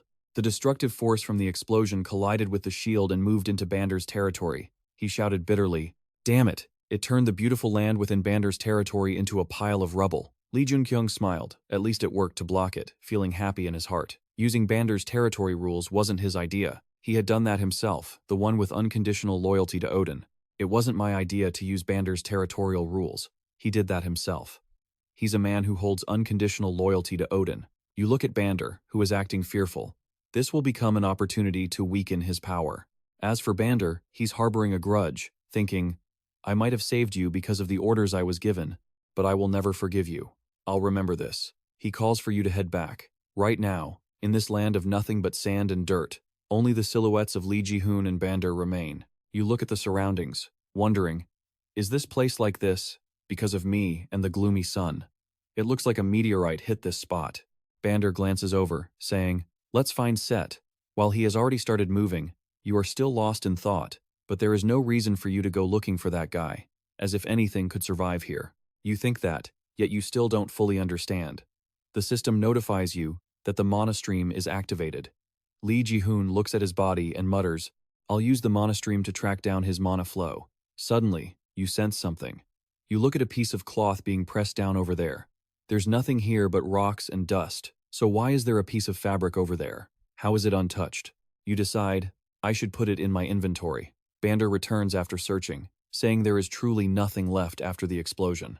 Did you find anything? You calmly reply, no, nothing at all. You decide, it's time for me to drop the barrier. The soldiers outside look over in surprise. Look over there. The barrier. Right now, the rainbow-colored barrier is slowly fading away. A pair of feet steps out. One by one, it's Lee Ji-hoon and Bander. W is overjoyed, just as she said. Lee Ji-hoon, I didn't have enough faith in him. She looks up with a face full of tears. See? Did you believe me now? I told you he would come back, he says awkwardly. I think you were the one who was most worried. Afterward, Dong In-jung rushes toward Lee Ji-hoon and immediately hugs him tight. A disaster occurred in Egypt, but is everything really okay? The number of hunters is gradually increasing. Common citizens worry that they will soon be replaced by hunters. But who is the one stopping Set? Lee Ji-hoon of Korea has appeared again. Outside the Cairo hotel, the scene is very peaceful. W. Hua asks, "How do you feel?" Lee Ji-hoon hesitates. "I feel okay, but could you check me again, please?" He suspects there is no way he could be okay, suddenly obtaining that much power and even healing Horus himself. And with the protection from the desert sun, his body must be overloaded. He asks you to hold out your hand, saying, "I'll check your pulse." W grabs Lee Ji-hoon's wrist, and he concludes, looking puzzled, "You're actually fine. Or rather, you seem even healthier than before." This is miraculous. Lee Ji-hoon feels much more at ease. "I'm not entirely sure, but I guess so." "I'm very glad to hear that from you, W. Hua." Just then, the door opens with a call. "Mr. Lee Ji-hoon." Dong In-jung runs in, holding a newspaper, excited to share the big news. She points to the newspapers that have your picture on them. Everyone is talking about the underdog. You place your hand on the stack of papers and ponder. A few days ago, the front pages were filled with news about hunters, but now there isn't a single line about them. You are confused. Instead, they are writing about you. Is someone trying to distract the attention? The system displays a message. The Sky of Apocalypse is very pleased with your resounding reputation. She tells you, the common people must be very surprised by this incident. You agree. I suppose so, too. That was surely the first time they witnessed the power of a hunter. Dong In-jung says the blunt truth. But not the power that just any hunter has. Lee Ji-hoon thinks about the results. Even so, this is still quite effective. Now everyone will have to be wary of hunters. A chill runs down your spine. If things continue like this, hunters will rule over the commoners, and the commoners will be no different from pets. A knock sounds at the door, and Inep enters, beaming as he greets you. Lord Lee Ji-hoon. Lee Ji-hoon quickly stands up. Lord Inep. He extends an invitation. I have been ordered by Horus to escort you to meet him. Will you come with me? Without a second thought, Lee Ji-hoon immediately nods. Sure. After the battle with Set, Leun couldn't meet Horus because Horus had been sealed for too long and suffered countless injuries in the fight against Set. He needed treatment. So, for the past few days, he has been undergoing medical care. Those are the things the new king of the Nile has been doing. As they walk, Inep thanks you. The Nile is very grateful for your help, Lord Lee Ji-hoon. He begins to open up. Although you are an outsider, you have received the blessing of the god's light, and therefore, you are the next king. Before he can finish, Lee Ji-hoon interrupts. I have no interest in the throne. I don't want to cause unnecessary trouble. You look at your palm, thinking the god's light will leave me soon anyway. Although it still says I am protected by the desert sun. System messages appear one after another, and the Sky of Apocalypse frowns at the sun. The desert sun is confused. Seeing this, you ponder. The Sky of Apocalypse is starting to complain that the desert sun cannot protect two people at the same time. Obviously, they will choose Horus. Inep bows his head. Then there is nothing left to worry about. Thank you very much, sir. By now, they have arrived at the main palace. When Lee Ji-hoon and Inep arrive, everyone is already there. Horus begins first. Please forgive me for keeping you waiting. You rescued me, and you also saved the Nile from its fate. He emphasizes that you are the savior of Egypt. Egypt decides to repay you. We will give you anything you want. Horus asks, so feel free to speak. What do you want? You quickly state your wish. I want all of you to change. The answer leaves Horus stunned. You continue. I have heard that the Nile once respected the human rights of commoners. However, in Egypt, I have experienced otherwise. You recall the scenes you witnessed where hunters killed commoners just because they felt like it. Therefore, I hope Egypt will once again respect the human rights of commoners. Horus affirms, those were things that happened when my father exceeded his limits while I was sealed. We guarantee everything will return to the way it was in the beginning. Actually, we are ready to grant any request you have. Horus breaks into a friendly smile. Because you are another king of the Nile. The two tribal chiefs are surprised. Lord Horus! Isis cannot believe it and calls out loudly. Horus! He stands firm by his words. Although he is an outsider, Lee Ji-hoon has received the blessing of the god's light. Everyone knows that. Does anyone want to deny that? Hearing this, the two tribal chiefs bow their heads and stay silent. Isis is also quiet. Lee Ji-hoon calmly speaks, "But the god's light within me is about to disappear." Horus is not surprised. "I know that. You ask, then you explain. Those things don't change the fact that you are the person who received the blessing of the god's light.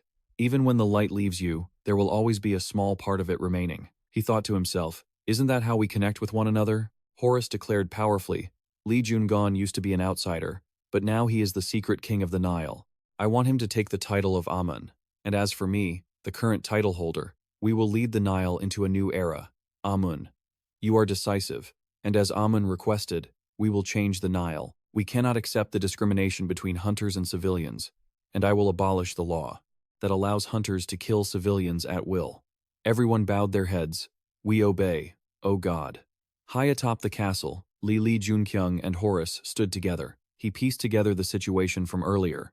These kings, those who call themselves kings, not one of them is normal. The images of Loki and Set flashed through his mind. The king of the giants is one example, and Set is just the same. Horus offered comfort. "It's more relaxed now that it's just the two of us. Don't worry too much. I'm not that fond of this king business either." He reached up and touched the bandage over his face.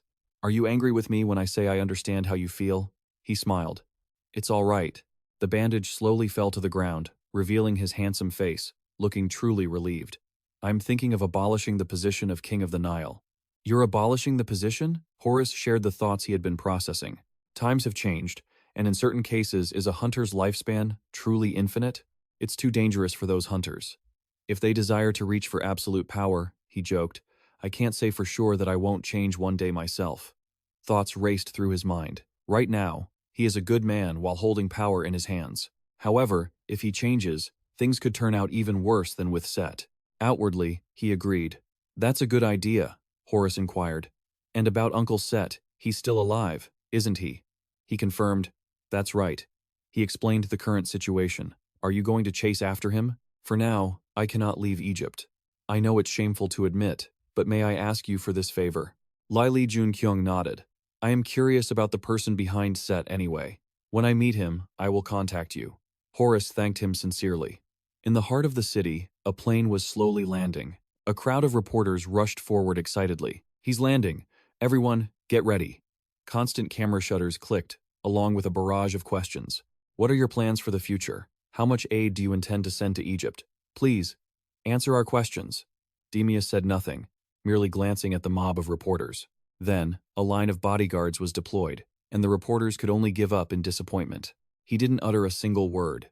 "Yeah, we're already used to that kind of reaction. A hunter." While they were still hesitating, someone suddenly shouted, "Korea! That's the Korean Association. Lee Joon-kyung is a member of theirs." This made them excitedly turn around. From the exit gate, Sangun was being mobbed by a crowd. The man everyone calls the next president of the Korean Association, Jeon Sangun of the Federation. Before the surprise could fade, someone else yelled, "Oh! Over there!" They immediately swiveled their cameras elsewhere. Where? What is it? The flashes of cameras shimmered brilliantly, blending together. The protagonist appeared with such a dazzling aura that the reporters gasped in astonishment. "It's the hero of Egypt, Lee Joon-kyung." As soon as Lee Joon-kyung saw Sangun, he smiled and asked, "You're here?" He replied, "Yeah." Shortly after, an article quickly broke the news about the two of them.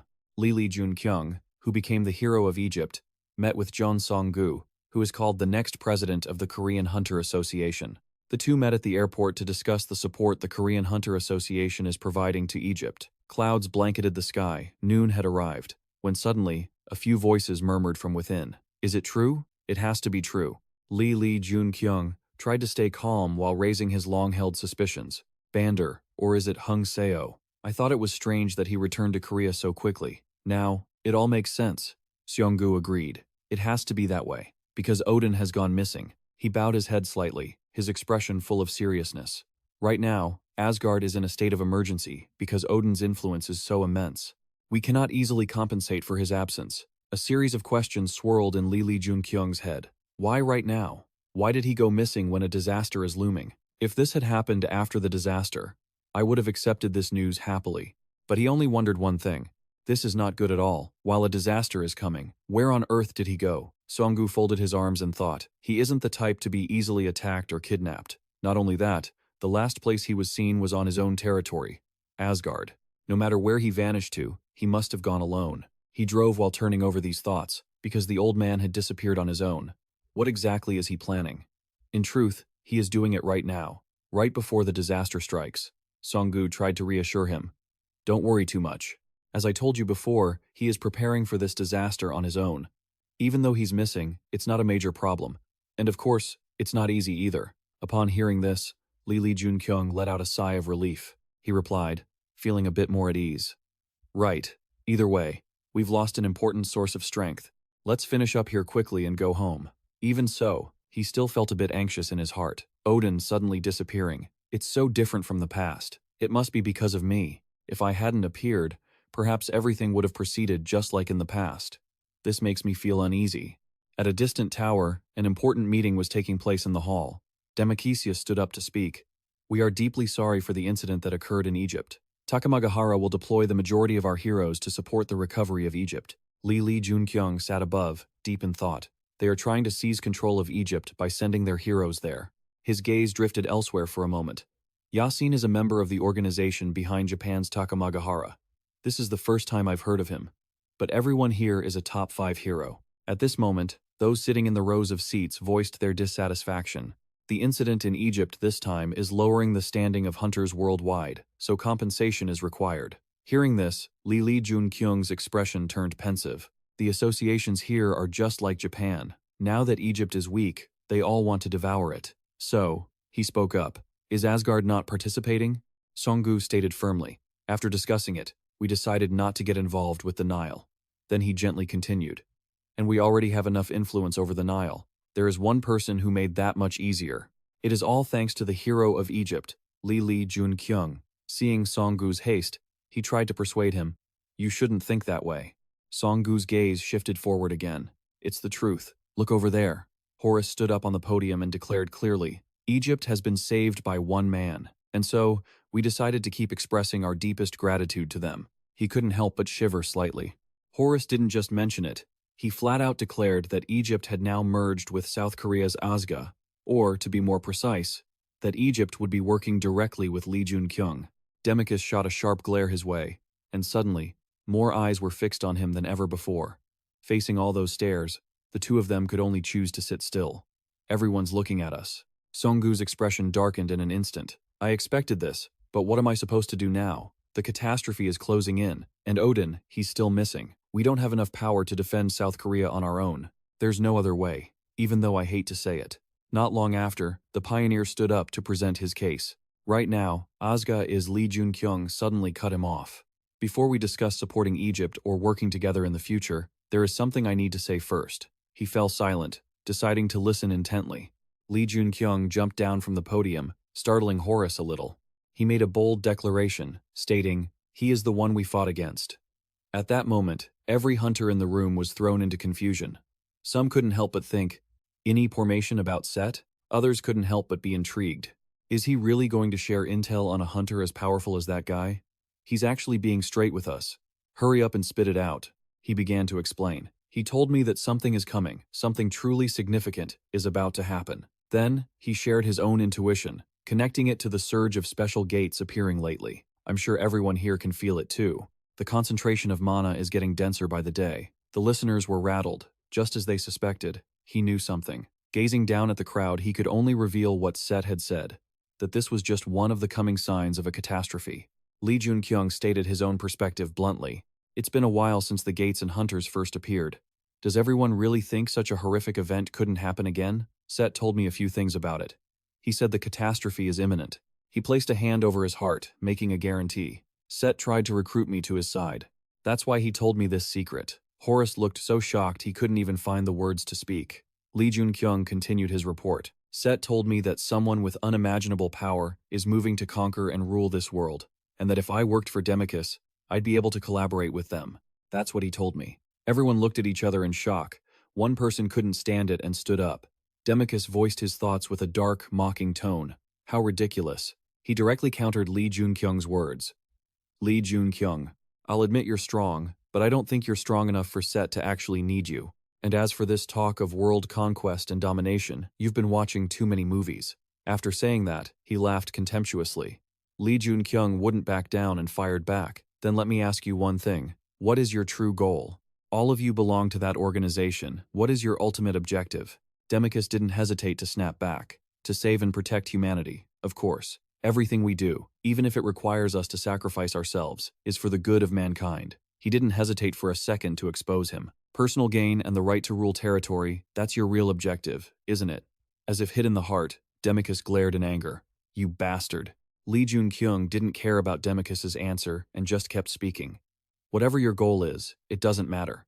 The people behind Set are moving to seize control of everything. Didn't he warn us about a serious catastrophe? His face hardened, looking dead serious. Of course, Egypt's issues are important, but since his goal is world domination, that means there isn't a single place in your territory that will be safe. Everyone who heard him was stunned, unable to believe their own ears. And so, the meeting ended, and they returned to the high-rise apartment. Sangun questioned him, telling them about the catastrophe. What exactly are you thinking? No one knows what's going to happen now that you've said that. He calmly explained. Those people are capable of shaking the world. They have the power to change everything completely. He stated firmly, there is one thing I'm sure of. By telling them about the catastrophe, many lives will be saved. Sangun was surprised to hear that. He continued to share his thoughts. They'll definitely try to do something once they hear about the catastrophe. It's the only way they'll be able to protect their own countries. Compared to the past, maybe more people can survive this disaster. He recounted everything he'd done, praising him to the high heavens. With Odin currently missing, you've gathered new people to help fight this disaster. You really are something else, you bastard. The two of them were clearly on the same page. He said confidently, let's pray that everything goes smoothly. The clouds gradually cleared, leaving the building standing in silence. Demicus stood on the rooftop, staring into the distance. A moment later he whispered the two words, catastrophe. His mind was a mess of thoughts. I came here to help Egypt and seize their power. But when I heard about the catastrophe, I thought it might all be a lie. He remembered Joon-kyung's clear, ringing voice on the podium. Set tried to recruit me to his side. That's why he told me this secret. That thought made him pensive and anxious. He didn't look like he was lying. Suddenly, he turned back and asked, what do you think? The girl, dressed in traditional red clothing with a blindfold over her eyes, stood silently. Demicus asked her one thing. Can you predict the danger that's coming? The girl hesitated. A catastrophe is coming. Hearing this, he grew anxious and contemplative. For the past few weeks, she had been saying that a disaster was on the way. Now, the word catastrophe was all that echoed in Demicus's mind. I think I need to see Joon-kyung, he announced. I'm stepping out for a moment, and hurried away. Returning to the apartment building, Demicus rushed inside. His expression was full of distress. 4 bodyguards turned in unison to look at the person who had just entered. Seeing them, Demicus wondered, are you all here because of the catastrophe too? They nodded in agreement. He immediately realized the organization behind the U.S. was the Streemasons. He began to argue. If what Joon-kyung said is true, then we need to discuss our next moves. The catastrophe is something even more devastating than the appearance of the gates. If it really happens, it will be even more dangerous for us. Because we have more territory to lose than the hunters. Demicus suddenly asked about his location. So, where is Joon-kyung? The other person answered honestly. He is currently in a meeting with Horus. Inside the conference room, the system displays the desert sun, observing his 2 incarnations. Horus asks again to confirm. Are you serious about this disaster? Facing so many confusing things, Horus can only express, I haven't heard a single word about this from you. So can you just tell me the truth? Joon-kyung secretly calculates. The desert sun is watching. It's hard to lie to Horus right now. That's not the truth. Horus has only said 4 words. So why are you? Before being interrupted. But it wasn't entirely a lie. Do you know that there is someone behind him? You are certain that the coming disaster is not a lie. He can't help but be confused. Then, underdog, how do you know about this? He silently looks up, wondering to himself. Can the apocalypse sky hide things from the desert sun? The system notifies. The apocalypse sky looks at you and winks. Joon-kyung clenches his fists decisively. He could be a reliable ally. I have no choice but to trust him. So, he decides to answer Horus's question. I will tell you the truth if you agree to keep it a secret. He shows empathy. I understand. Suddenly, he lowers his head and slowly reveals, I am from the future. This brand new, shocking information makes Horus blurt out, "What? From the future?" Outside the high-rise apartment building, the two go down to the lobby and run into everyone. Seeing this, he is somewhat bewildered. Why is everyone here? The chairman can't wait any longer and makes an offer. Joon-kyung, please come to the United States with me. We will provide whatever you want. Joon-kyung is shocked. I didn't predict this. He's trying to recruit me. He explained it thoroughly. The United States has far too few hunters compared to the territory we hold. If what you're saying is true, then we are facing a grave danger. So please, come to America, and we will grant you anything you desire. That conversation left the others feeling uneasy. America was recruiting Sung Jin-woo. Was Sung Jin-woo really that valuable? Then, two others took the opportunity to speak up. The Philippines welcomes you, too. Australia wants you as well. Suddenly, a noise grabbed their attention. Thomas suddenly unleashed his power. Please, come to Japan. Sung Jin-woo's sharp eyes flashed with complexity. It was Japan's Goto. He had pressured everyone here with his overwhelming mana. Thomas continued to tempt him. Anything you want. Suddenly, the building shook violently. No one knew what was going on. What is this? An earthquake? No, this is Thomas quickly sensed something was wrong. A gate had collapsed, and soldiers rushed over to sound the alarm. Over there! Hurry! Go save them! The situation was pure chaos, as swarms of hunting dogs attacked civilians, their screams of pain echoing out.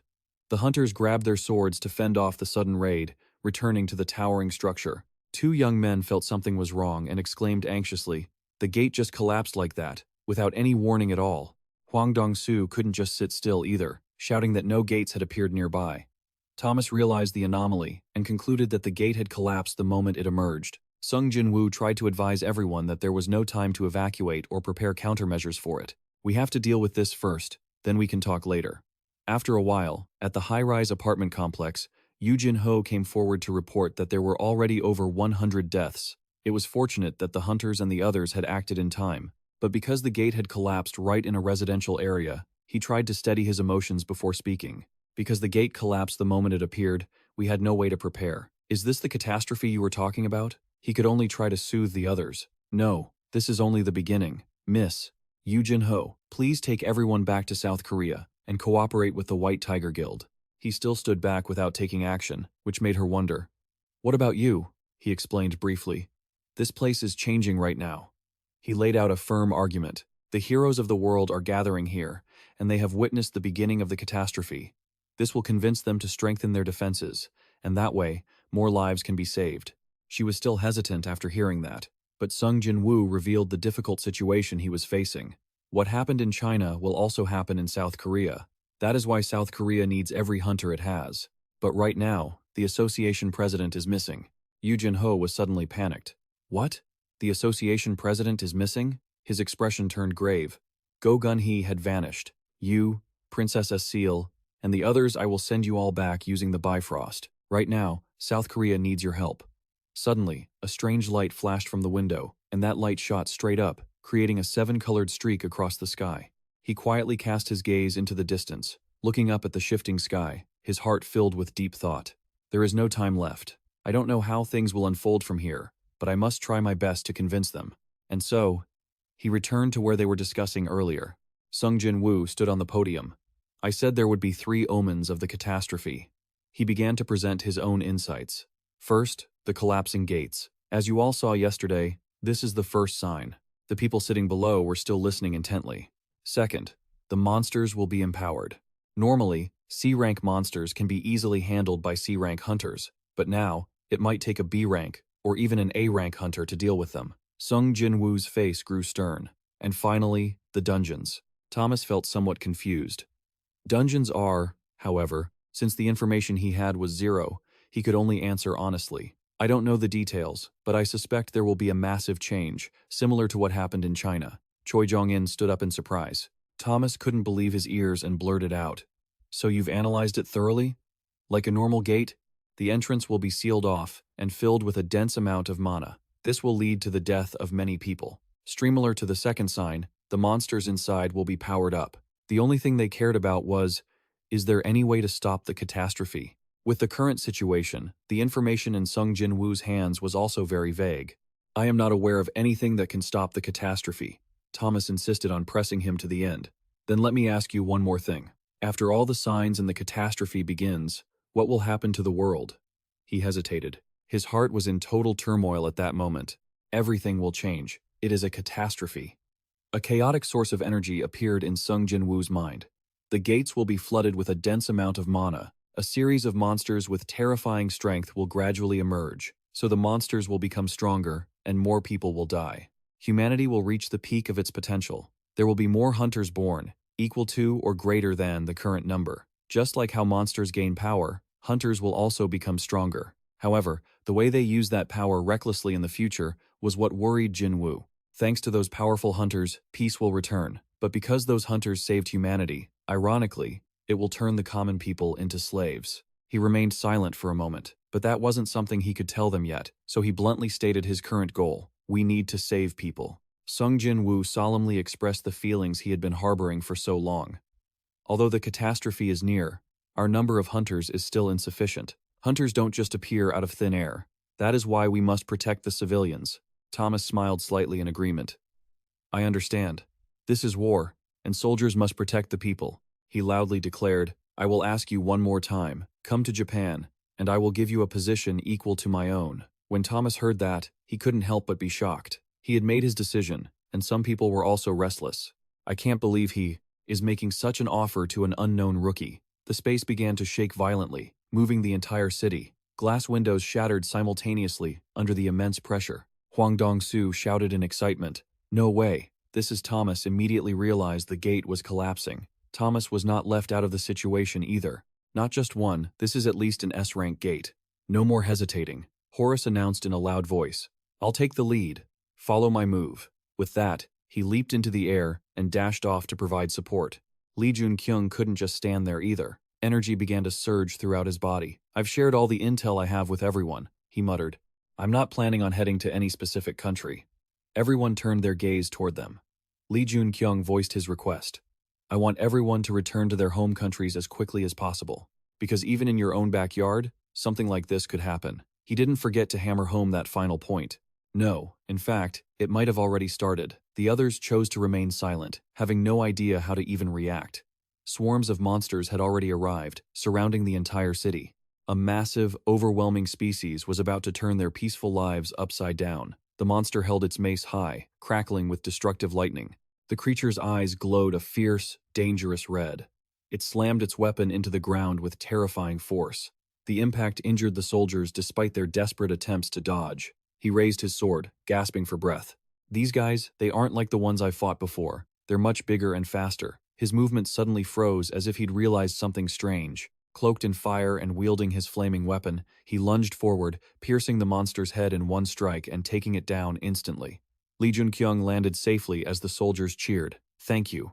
I wouldn't have survived without you. With the situation so dire, he could only offer a quick warning. We'll hold the monsters off, get the others to safety. He nodded and obeyed. All right. In a flash, he was gone. Fiery wings sprouted from his back, propelling him forward. Observing the scene from above, he pondered. The size of these creatures was strikingly similar to the giants of Utgard. Although they were just standard monsters, they were no different from titans. This was the true level of the beasts released from a collapsed S-rank gate. The lingering chaos from the gate kept Joon-kyung on edge. There was still one more monster that hadn't come out yet. Seeing the situation ahead, he became even more certain of one thing. I see the boss of the S-rank gate is trying to break through. I have to stop it. Below, Demicus watched as Joon-kyung streaked across the sky. He whispered the word underdog to himself. Remembering the mysterious girl's words that this person would help him fulfill his mission, he muttered, He's the one linked to my fate. He didn't even notice the giant mace swinging toward his back. He simply raised his sword and slashed a few times. The monster was torn into 100 pieces before it could even move. That sight made Demicus think. Strangely, whenever he looked at him, his heart beat faster, as if that person were pulling him in. Deep down, he had long since made up his mind. I have to follow him. Chaos gradually poured through the mysterious gate, and a coarse, gray hand began to emerge. The high-level monster was here to fight. Its massive hand gripped a skyscraper. Joon-kyung watched in awe. This thing is huge. It makes the buildings look like toys. All right. While it's still stuck halfway through the gate, I need to finish it. His spear swirled with immense power, focusing on a single point. Sunfire, piercing strike. In a flash, he surged forward with terrifying strength. An explosive shockwave obscured the view. The monster only staggered back slightly as it resisted.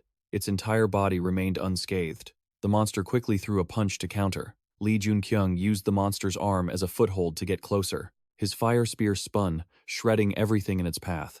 The excruciating pain made the monster let out a roar of agony. As the arm was locked down, Joon-kyung didn't hesitate to launch himself outward. With burning determination, he poured all his strength into the killing blow. The spear successfully drilled a huge hole straight through the monster's head. Breathing hard, he told himself, "I did it. I beat it." The creature's lifeless body began to tilt backward with nothing to support it. Realizing the danger, his eyes widened in horror. No! If it falls like that, everyone underneath will. It was just seconds away from crushing everything. Suddenly, someone quickly drew a sword from its sheath. Demicus danced through the air, carving razor-sharp lines into the monster's massive frame. In an instant, everything dissolved into particles and vanished into thin air. Job done. Demicus landed lightly on a nearby rooftop, turning to watch the debris scatter in the sky. High above, Joon-kyung watched on. The scene he just witnessed left him truly impressed. That's impressive. How could someone with skills like that be completely unknown in the future?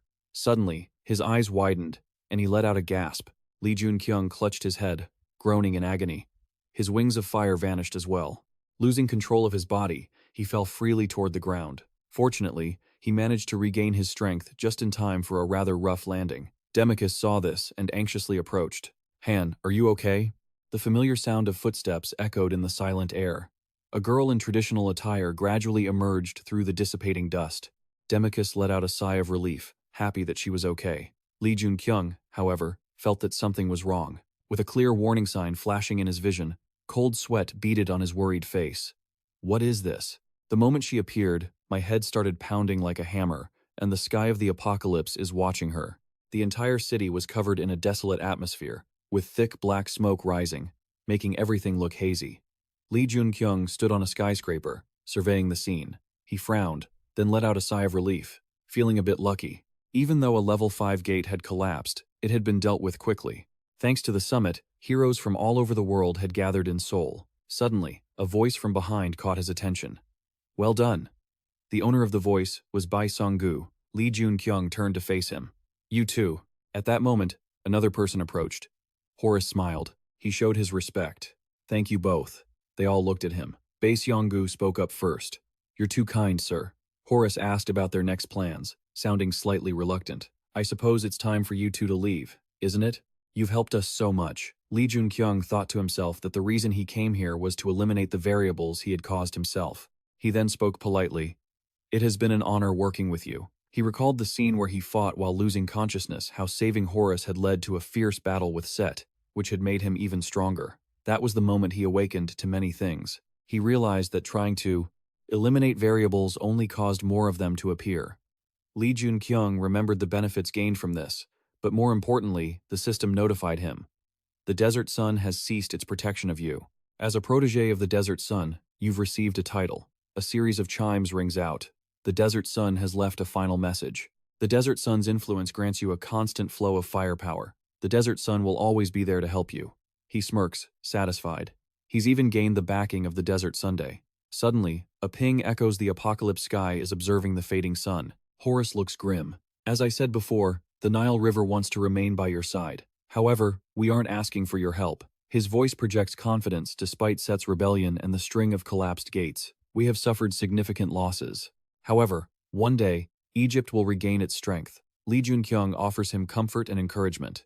"If you've managed to overcome this catastrophe, Egypt will surely see the light again." Horus's eyes darken. "That light," he mutters, then regains his composure. "It is the light of Egypt itself. No matter where you go, please don't forget that. Also, know that whenever you need help, Egypt will always be with you." Joon-kyung replies happily, thanking him. Horus shares his intent. "I am a bit embarrassed to ask, but I have a favor to request." Joon-kyung, curious, asks, "What is it?" Horus explains the current situation before making his plea. "Due to these disasters, Egypt has suffered heavy damage. It seems I cannot leave Egypt at this time, but you are also hunting for Set. If you happen to encounter him again, he entrusts a heavy responsibility to Joon-kyung. Can you find Osiris's eyes? He is caught completely off guard. Set might still be alive, but how could he be so sure?" Looking at Horus's sincere expression, He senses that he can feel a trace of Osiris's energy radiating from him. Perhaps that's why he's so certain that Set fled with Osiris's eyes. He places his hope in Joon-kyung. Please, find Osiris's eyes. As time passes, an airplane flies through the clear blue sky. Joon-kyung leans his head against the seat and sighs. Everything has clicked into place. He was asked to find Osiris's eyes. Bae-sung-gu, sitting across the aisle, looks empathetic. I can understand that. Being asked to find the greatest treasure of the Nile, then facing Set and the power behind him, that's no easy task. Joon-kyung agrees, his voice whining.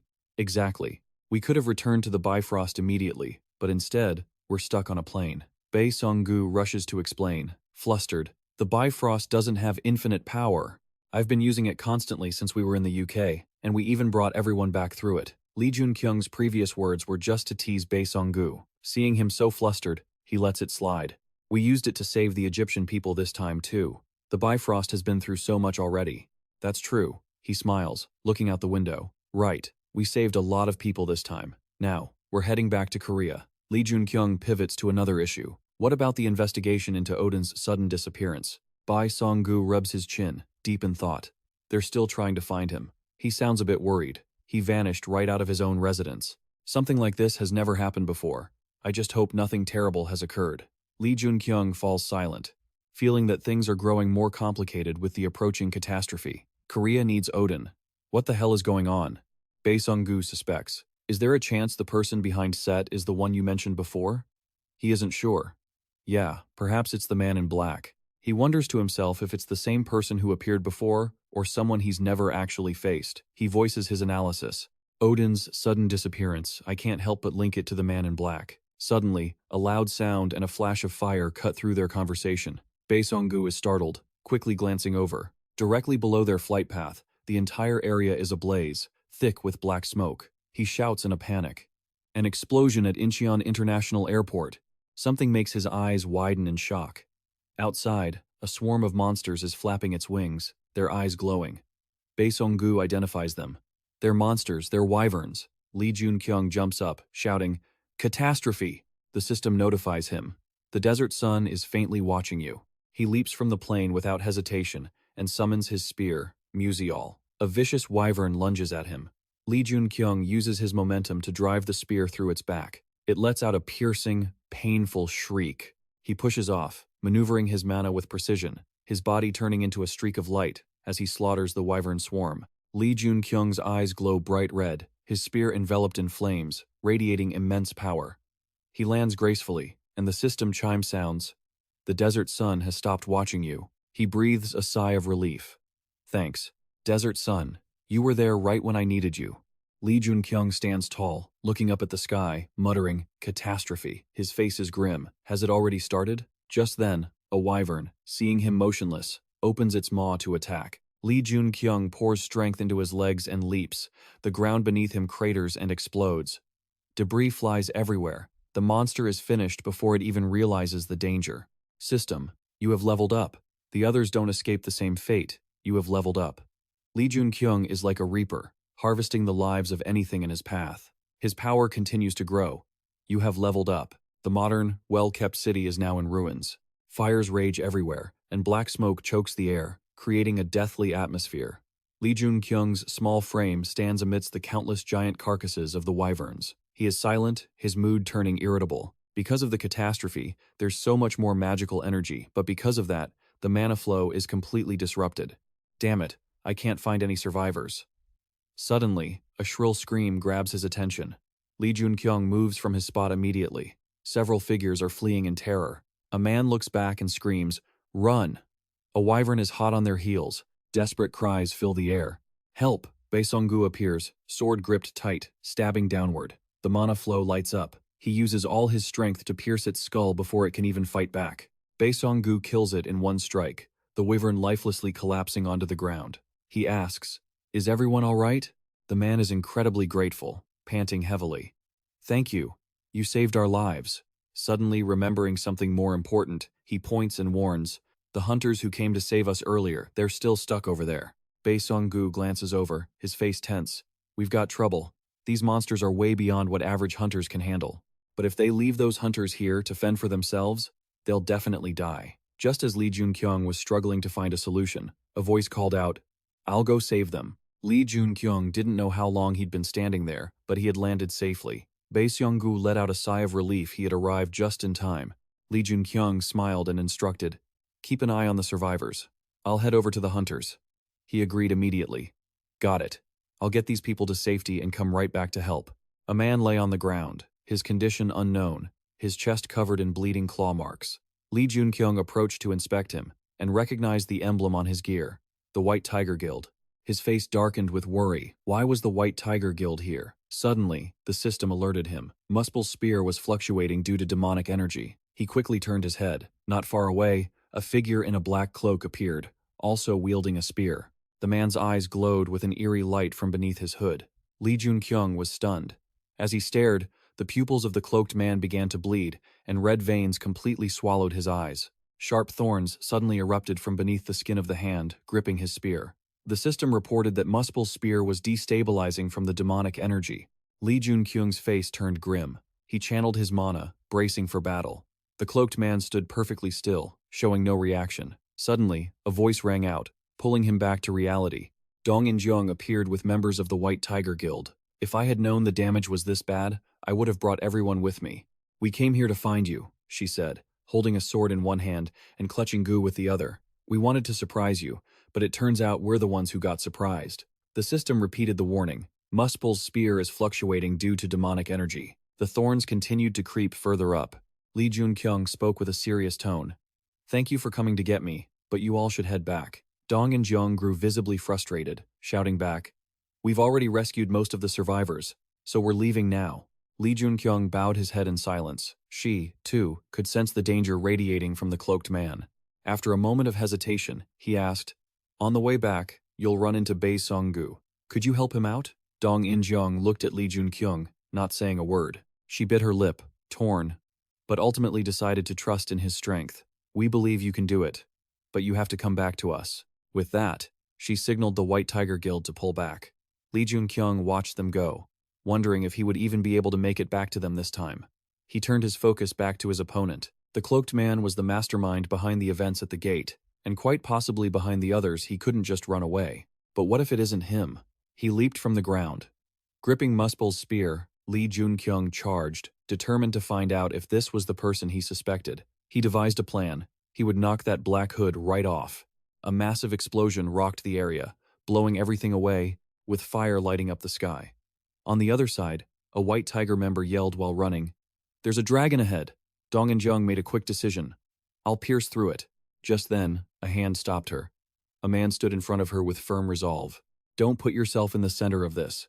Let us handle it. You're already injured from helping us, and the survivors." Dong In-jung knew her own limits. A single dragon wasn't enough to stop her, but she hesitated. Before she could finish her sentence, she felt dizzy, and the light in her eyes began to dim.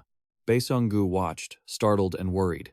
She dropped to one knee, driving her sword into the ground to steady herself. Dong In-jung tried to stay focused. "Why am I losing so much blood?" Left with no choice, she gave in. "Fine, I'm counting on you all. Let's fight together." They thanked her happily.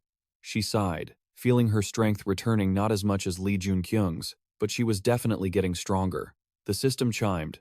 "The prince on the white horse, the king of Ogress, Svid, has granted you protection." Sunlight broke through the clouds, and Dong In-jung stood there, bathing in the glow. The prince on the white horse finally revealed his true power. Mana overflowed two currents of light, one white and one black, collided so fast that only after-images remained. They were locked in a stalemate, neither willing to yield. The screeching sound of metal against metal echoed through the air. Lee Joon-kyung was extremely tense. Even after unleashing his chaotic power, his mana flow, and the dragon heart, the cloaked man blocked his terrifying strikes with ease. The man in the black cloak remained as calm as he had been from the start. Overwhelmed by his opponent's power, Lee Joon-kyung was forced back, sliding across the ground on his knees. Lee Joon-kyung didn't give up and charged again. His suspicions grew stronger as they fought. This guy was very likely the one behind the actions of Ji and Set. Danger or not, he had to take the risk and expose his identity. He steeled his resolve. "I have to tear that black cloak off." Lee Joon-kyung poured all his strength into the attack. Their mana clashed violently. He leaped up, turning into a blur of lightning, slashing at the man from every direction. Yet, the man still stood perfectly still. easily deflecting his blows with a casual wave of his spear. The system suddenly flashed. Demonic energy is consuming your body. It wasn't just thorns anymore. A vine was coiling tightly around Lee Joon-kyung's arm. He fought desperately to get close, but the outcome remained the same. He grew increasingly agitated. He's only defending. Does he have no intention of killing me?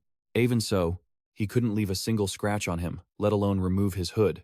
The system alarm blared again. Demonic energy is accelerating your madness. The cloaked man seemed to sense Lee Joon-kyung's state and smirked in mockery. The vines had now spread to coil around his upper body. He gritted his teeth against the pain. Ugh, it was squeezing the crystal inside him. The system simultaneously reminded him the blood dragon stone is resonating with the dragon heart.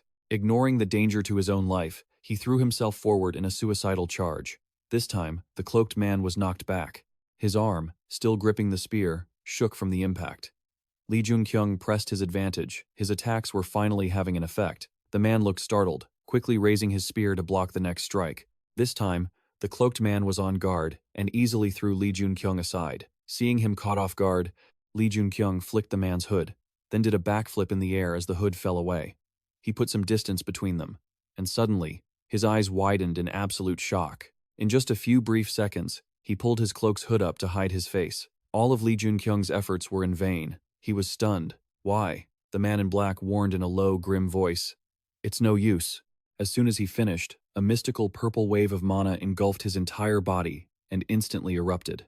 The silhouette of the man in black was swallowed up as well. Elsewhere, Dong In-jong felt a surge of overwhelming power flowing through her. She spoke up confidently. Please, step back a little. I'll handle this. The others sighed, wondering, what's going on? You just absorbed a massive amount of magical energy. Her mood right now was incredibly exhilarated. This is amazing. I should try using this new guardian's power. She stood facing the monster, when suddenly, an intense wave of golden mana shot out from somewhere. Green blood sprayed everywhere, and its head was sliced clean off before it could even resist. Witnessing this scene, Dong In-jong was shocked. She felt a bit intimidated by the sheer, terrifying power. Who was that? To kill a dragon in a split second. A sturdy figure holding a sword jumped down. Bae Song-gu smiled, resting his blade on his shoulder. I'm here to help. They were relieved to find that it was their acquaintance, Bae Song-gu. At the same time, at Lee Joon-kyung's battlefield, he knelt on the ground, his face dark with frustration. Up to this point, you've deceived everyone. The man in black standing before him denied it. No. His eyes glowed with an eerie light. I have merely foreseen a new future. It seemed his body had exceeded its limits, as he coughed up a mouthful of blood and then passed out, collapsing to the ground. A black crow flew to the side of the man in black. It landed on his shoulder. He whispered, Ho-jin, let's head back. Bae Song-gu and Dong In-jong returned together. They were startled by the scene before them. The man in black was still standing there, unscathed. Lee Joon-kyung was lying motionless, his injuries unclear. Suddenly, his body moved. A hand reached out to manipulate the mana. Lee Joon-kyung was pulled toward the two of them. Dong In-jong hurriedly sat down, hugging him and calling out with concern, Lee Joon-kyung. Meanwhile, Bae Song-gu remained silent, the atmosphere growing heavy with pressure. He was deeply bewildered. Sir, why? Sir. The man in black slowly lifted his hood. That boy still has his uses. He angrily questioned, Are you abandoning Asgard? The identity they had been wondering about for so long was revealed. Ho-jin gave a gloomy instruction. Survive. The man in the black cloak, even knowing he wasn't the man's match, Lee Joon-kyung still charged in. The man in black stood calmly in place, waiting. Lee Joon-kyung's arm sprouted sharp thorns that pierced his own flesh, imbued with the strength and speed of Muspello's spear. He spun in the air, using the momentum for his objective. I thought, at the very least, I could knock off his hood and escape.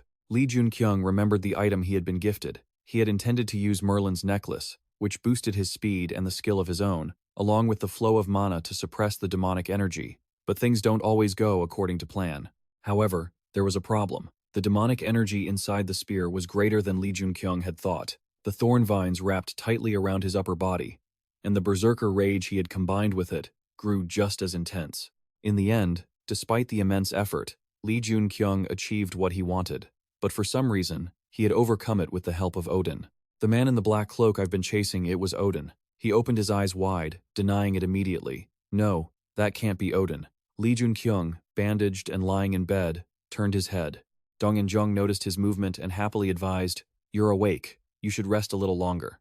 He pushed himself up to sit. More importantly, that man was Odin. A voice cut in. Yeah, I saw it too. Joon-kyung looked over. Bae-song-gu?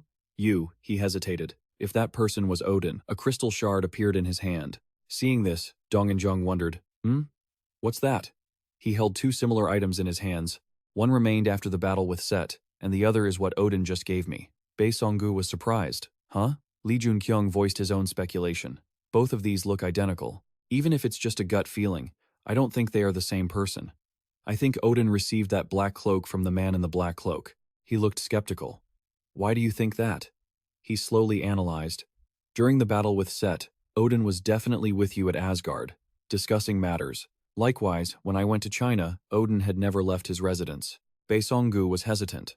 But it could be explained by one possibility, we can't be sure.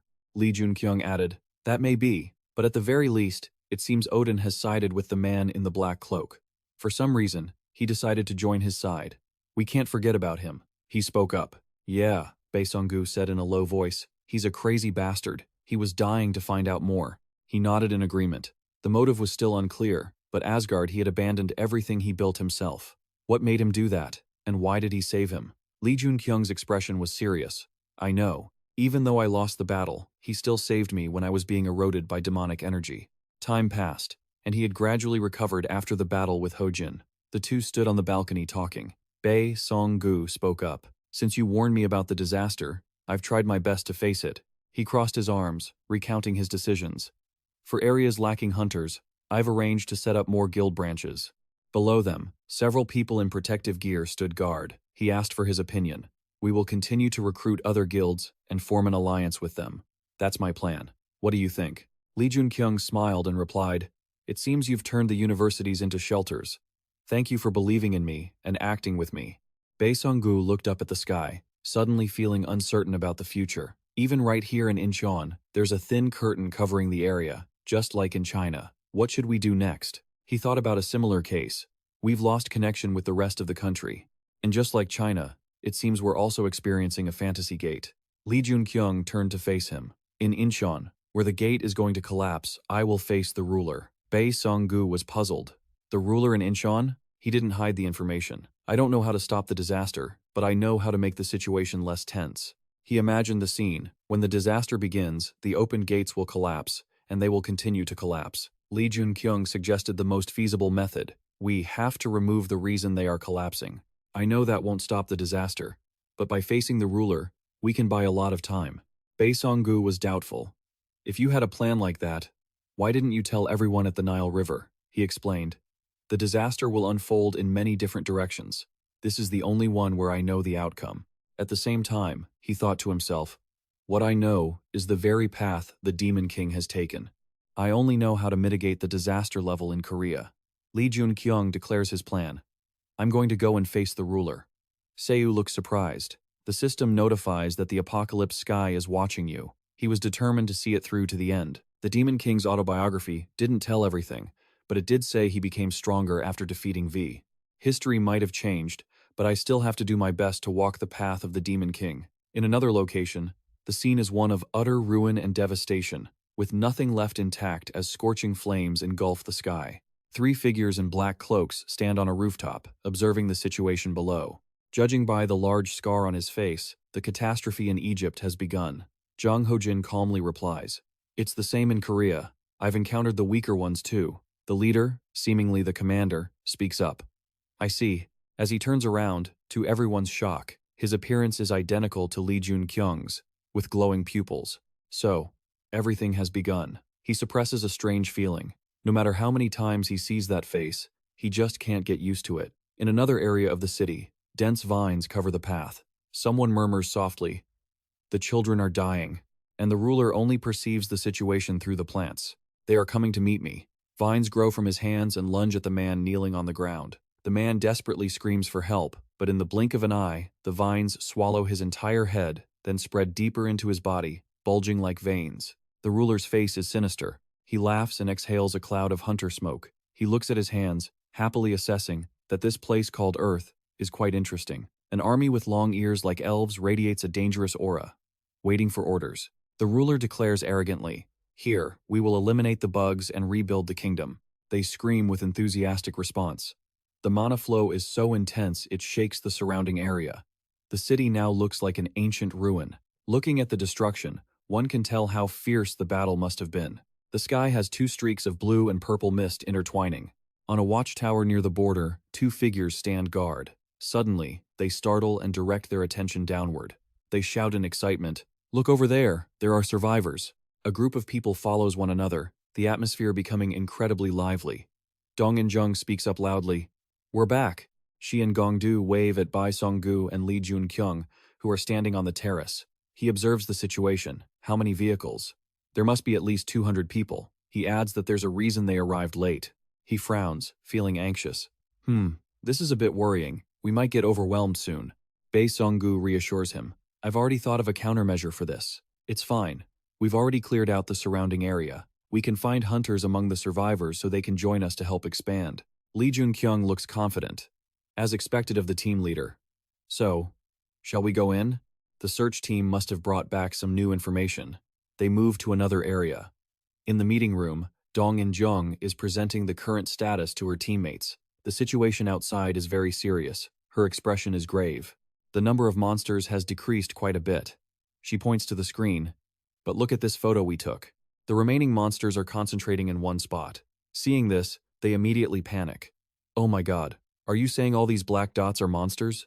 Dong In-jung continues to explain. Fortunately, because they are all heading toward that building, more people have survived. Lee Joon-kyung's face darkens. That is exactly where the ruler of this area is. The army of ferocious monsters acts according to orders. Rulers have the ability to control monsters after defeating another ruler, unless a new ruler appears after the Great Catastrophe. That means humanity has won. His expression turns grim. That is indeed what happened in history. Bai Seong-gu shares the news. We have succeeded in establishing contact with the outside. Fortunately, not all of Korea is in this state. They feel a bit more at ease, breathing a sigh of relief. Phew, that's good. Not letting them relax, he warns. But it's not everything. Most of the other areas are in a similar state to Incheon. In places where the situation is still stable, hunters are evacuating civilians and planning to send aid to isolated areas. Lee Joon-kyung thinks deeply. Sooner or later, all of Korea know. The whole world will become like this. However, there's no need to let the other hunters know that. Right now, what we need is hope. After encouraging everyone, we have contacted some other countries. But I heard most places abroad are even worse off than us. But humanity will win. The potential that mankind has shown so far is not weak. He frowns and declares in a low voice, "Now is the time for us to act." He then clenches his fist and shouts with determination. This is the first step in the war against the Great Catastrophe. Retake Incheon and push back the rulers. They are immediately boosted in morale, standing up to respond. Only Lee Joon-kyung remains lost in his own world, in the Demon King's book, and in the pages of history. There is no mention of which ruler is currently governing this area. We only know that after a difficult and challenging battle against the ruler, humanity won. His fighting spirit is firmer than ever. Ruler of Incheon, to follow the path of the Demon King, I will defeat you. The system notifies that the apocalypse sky is watching you. With the university, which has become a shelter for Lee Joon-kyung's group, as the center, the surrounding area is gradually being reclaimed. A group of people wielding swords scouts the situation. They no longer find monsters, and people start to restore the devastated city. The survivors they saved account for less than 10% of the total Incheon population. A human arm is exposed under the rubble, but even in that despair, hope still sprouts. As the gates open across the world and mana floods in, everyone feels a surge of strength in their bodies. They are bewildered. What is this? The gazes of the patrons fall upon the survivors. They are delighted to discover that their condition has transformed. A hunter? I'm a hunter too. And from there, hunters are born. A person in protective gear directs them. Those who just became hunters, please go this way. After new hunters appear and are trained, everything gradually stabilizes. Bai Song-gu and Lee Joon-kyung stand on the terrace. He smiles and asks, "Ready?" He turns his head and replies, "Yeah." He steps closer to the notification. "We will set off in 1 hour." Bai Seong-gu answers, "All right, but there's one thing bothering me. The ruler? How strong is that guy?" Lee Joon-kyung jumped, startled. "Odin?" He then shook his head. "No, not yet." His vague words left him confused. "What do you mean?" He explained calmly. "As time passes, they will only get stronger. We're We're still in the early stages of the Great Cataclysm, so it can't be that powerful yet. Bae Song-gu sighed in relief. Lee Joon-kyung fell into deep thought. Odin. He wondered why Odin hadn't killed him. If anything, the guy had helped him, so why let him live? Then, he clenched his fists, realizing that asking such questions right now wouldn't help. Lee Joon-kyung turned around, his face turning serious. Let's go. It's time to hunt the ruler. Countless trees had grown thick and wild in the heart of the city. Footsteps echoed. He scanned the surroundings, finding it hard to believe a forest like this had appeared in the city center in less than a month. Dong In-jung pointed. It's this way. The monsters spotted the intruders and immediately rushed to attack. She leaped forward, diving alone into the fray to slaughter them. Dong In-jung swung her sword excitedly, and the dismembered limbs of the monsters rained down. Lee Joon-kyung smiled as he watched the fight, noting that she had truly become strong. She hadn't fully awakened her skills yet, but she was on her way to becoming a complete powerhouse. Suddenly, a giant, barren, dead tree appeared before them. Its 3 eyes glowed with a sinister red light. They froze in shock. What is that? It's huge. And the mana, it's overwhelming. Lee Joon-kyung stepped forward. Is this tree the monster's base? He ignited his mana, preparing for battle. It was time to show the majesty of the Fire King. Flames soared into the sky, and black smoke billowed through the air. The forest became perfect kindling. The fire spread rapidly. The others watched the battle in awe. Wow, he's on a completely different level. I'm not even sure if we're the same kind of hunters. Lee Joon-kyung suggested they take a break before continuing. Bae Song-gu agreed that they should conserve their strength for any surprises. We'll rest for a bit. 20 minutes, then we move out. He summoned his status window. The screen immediately displayed his stats and information.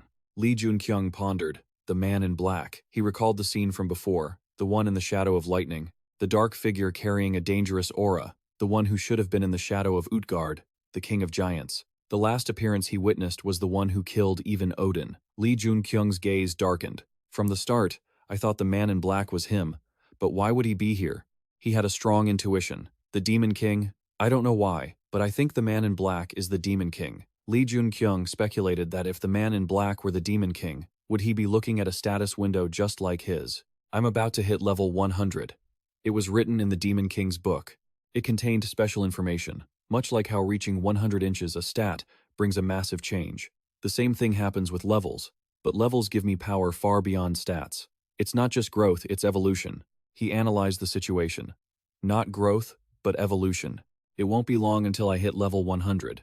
Thanks to the Great Cataclysm, my growth rate is much faster. Moreover, Lee Joon-kyung clenched his fists. The soul-stealing bone spirit will be activated soon. He smirked in anticipation of the Demon King's power, the very thing that made the strongest hunters in the world bow down. That special power was about to awaken. A faint green mist covered the entire area, looking incredibly eerie. The others were stunned. No way. How can that mana level be so overwhelming? They stared at the scene in fear. Is that what we have to face? Bae Song-gu was also tense. Are you confident? Lee Joon-kyung affirmed firmly. I can do it. This ruler and I were a good matchup. He decided, I'll trust you. He turned around calmly and warned everyone seriously. We are going to enter the ruler's lair right now. If anyone wants to turn back, you'd better do it now. It's there. Lee Joon-kyung's expression was grave. It will be hell. The others hesitated. At the same time, at the ruler's lair, a man lay unconscious on the ground. Vines burrowed under his skin, draining his vitality. His abundant mana was slowly being absorbed. The ruler smiled with satisfaction. How long has it been since I had such a satisfying meal? These recent ones have a different flavor. Are they called hunters? Rubiel nodded in confirmation. She was agitated, as if still hungry. Really? Go catch more of them. It seems some have gotten quite close. She bowed respectfully. Suddenly, the ruler jerked, eyes widening. What? Why are my children dying so quickly? He frowned in anger. I underestimated them just because they were bugs. But I was wrong. There are some strong bugs mixed in. Rubiel, use that thing. She responded robotically. Understood. On the other side, fire engulfed the entire forest. The temperature kept rising. Lee Joon-kyung's group watched from outside the affected area. The others were amazed by the sight. I've seen plenty of rank 5 hunters, but I've never seen such a powerful area of effect skill. He said he'd create a hell for monsters. The system notified. Level up. The conquest was going smoothly. He calmly assessed that everything was easier than expected, and his growth was progressing very well. The tree monster slowly approached, its footsteps shaking the earth. Dong In-jung took the initiative to charge. There are still a few left. I'll take care of them. She quickly vanished from her spot. Suddenly, she spotted someone hanging from a branch, struggling and begging. Save me. Dong In-jung froze, hesitating. A person. Just then, a slash carrying immense power cut through the air. Rubiel launched a surprise attack, leaving her no time to react. She attacked Dong In-jung frantically. She hurriedly parried the strikes coming from every direction, stunned by Rubiel's strength. What? A monster this skilled? She laughed excitedly, thinking victory was decided. Suddenly, she widened her eyes and glanced to the side. A blast of intense mana shot toward her, forcing Rubiel to quickly create distance to dodge. She turned her head in surprise to find the source. Joon-kyung was still in the posture of releasing mana, a dangerous aura radiating from his body. Rubiel felt it too. She momentarily stopped and landed on a branch. He silently assessed that she was a formidable opponent. I was sure she wouldn't be able to dodge that. Another person appeared. Bae-seong-gu cradled the man and landed gently. Rubiel looked back in shock, seeing the ropes had been cut. Dong In-jung sneered. A hostage and an ambush, how pathetic. Such cowardice. But what about now? Now that your hostages have been snatched away? She teased with a smirk. You seem pretty strong yourself. Let's fight fair and square. But she just sneered, dismissing her words like a joke. She looked annoyed. Huh? You're laughing? Suddenly, her expression shifted. In-jung recoiled. Countless people were hung from trees, their desperate screams echoing one after another. Save me, please.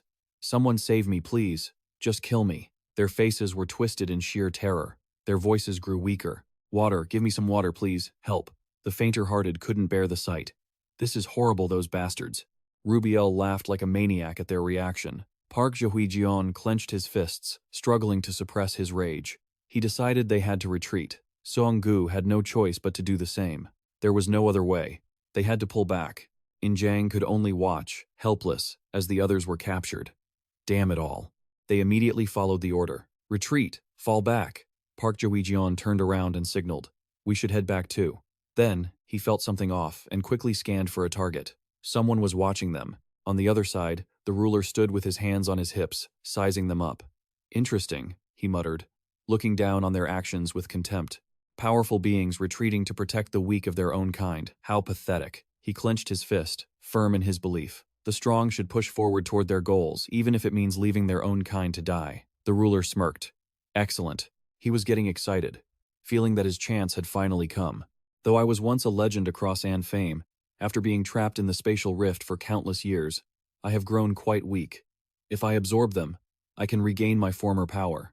He shouted his orders. Soldiers, drive them into a corner. Use their own comrades as shields and human spears. The ruler was filled with anticipation for what was to come. Once I absorb them, I will become the god of this place. Outside, his subordinates were effortlessly cut in half. Crimson mana tore through the enemy's bodies. Park Jae-hwi, In-jung, and Seong-gu worked in perfect sync to deal with them. She sighed, wondering, what exactly is this so-called ruler anyway? It feels like he's been hunting us. He fell silent, not knowing how to answer. Just then, someone reported, he's awake. The man they had just rescued was regaining consciousness. Ugh. They gathered around him. His body trembled uncontrollably, his face deathly pale. The terror was etched into his mind. That monster, it's a devil. Park Jae-hwi asked, what the hell happened to you? He shuddered at the memory, his voice wavering. It eats people. With those words, he lost consciousness completely, and someone nearby caught him just in time. He passed out, he reported. Seong-gu remained silent, while In-jang gritted her teeth in fury. Those bastards. Park Jae-hwi took charge. Let's head back. She immediately protested. No, he convinced her. Park Jae-hwi is right. We can't do anything in this state. Seong-gu analyzed the situation for her. This is the most viable path. Those monsters are using humans as shields to attack us. Even now, they haven't stopped. If we keep going like this, our own teammates will be in danger. In-jang's expression darkened, and she lowered her head. Still, Park Jae-hwi cut in. We won't go back empty-handed. He summoned his spear, Muspel. She watched his back, wondering, what are you planning? Fiery mana manifested in the air, growing increasingly intense. Park Jae-hwi took his stance, gripped the spear tightly above his head, and launched it with all his might. The ground beneath his feet shattered. The spear tore through the forest like a force of nature, obliterating every obstacle in its path. It finally zeroed in on its ultimate target, the ruler's base. The Muspel spear slammed into him. He hurriedly summoned a shield. Its power far exceeded his imagination. The ruler struggled to brace against it. Suddenly, his hands were badly burned by the intense heat. He lifted his hands to inspect the wounds. Did I underestimate them that much? It hurts. The ruler's initial arrogance had been crushed. This is a feeling I haven't experienced in so long. Perhaps driven mad by rage, he suddenly started laughing like a lunatic. Good, very good. How long has it been since I was wounded like this? How dare you harm Irv, the king of infame? I should reward you properly. He flicked his tongue across his lips in anticipation. The reward is to be eaten by me personally. Back at the group's camp, a sound echoed through the night. The two on watch were startled. Huh? They're back already? Park Jae-hui-jeon, Sung-gu, and In-jung huddled for a meeting. She frowned, suspicious. Don't they already know where we are? He was 90% sure they did. He was stunned, not wanting to believe it. Wait, you don't mean. But Park Jae-hui-jeon extinguished Seong-gu's hopes. That's right. I'm certain they're coming. The monster's all-out assault begins tonight. The city sky was gloomy, creating a heavy pressure that signaled the brutal battle to come. Rapid footsteps echoed. Seong-gu ran, leaped off the roof of one building, and cleared the gap to the next. He landed lightly. Waiting across from him were Park Jae-hui-jeon and In-jang. Seeing the core team was all there, he said, "Everyone's here." Seong-gu asked for their thoughts. "You want to go now?" He nodded. Yes. In-jang was also in a state of readiness. We're ready. After all, Park Jae-hui-jeon wasn't the type to let things slide easily. He smirked, confirming her words.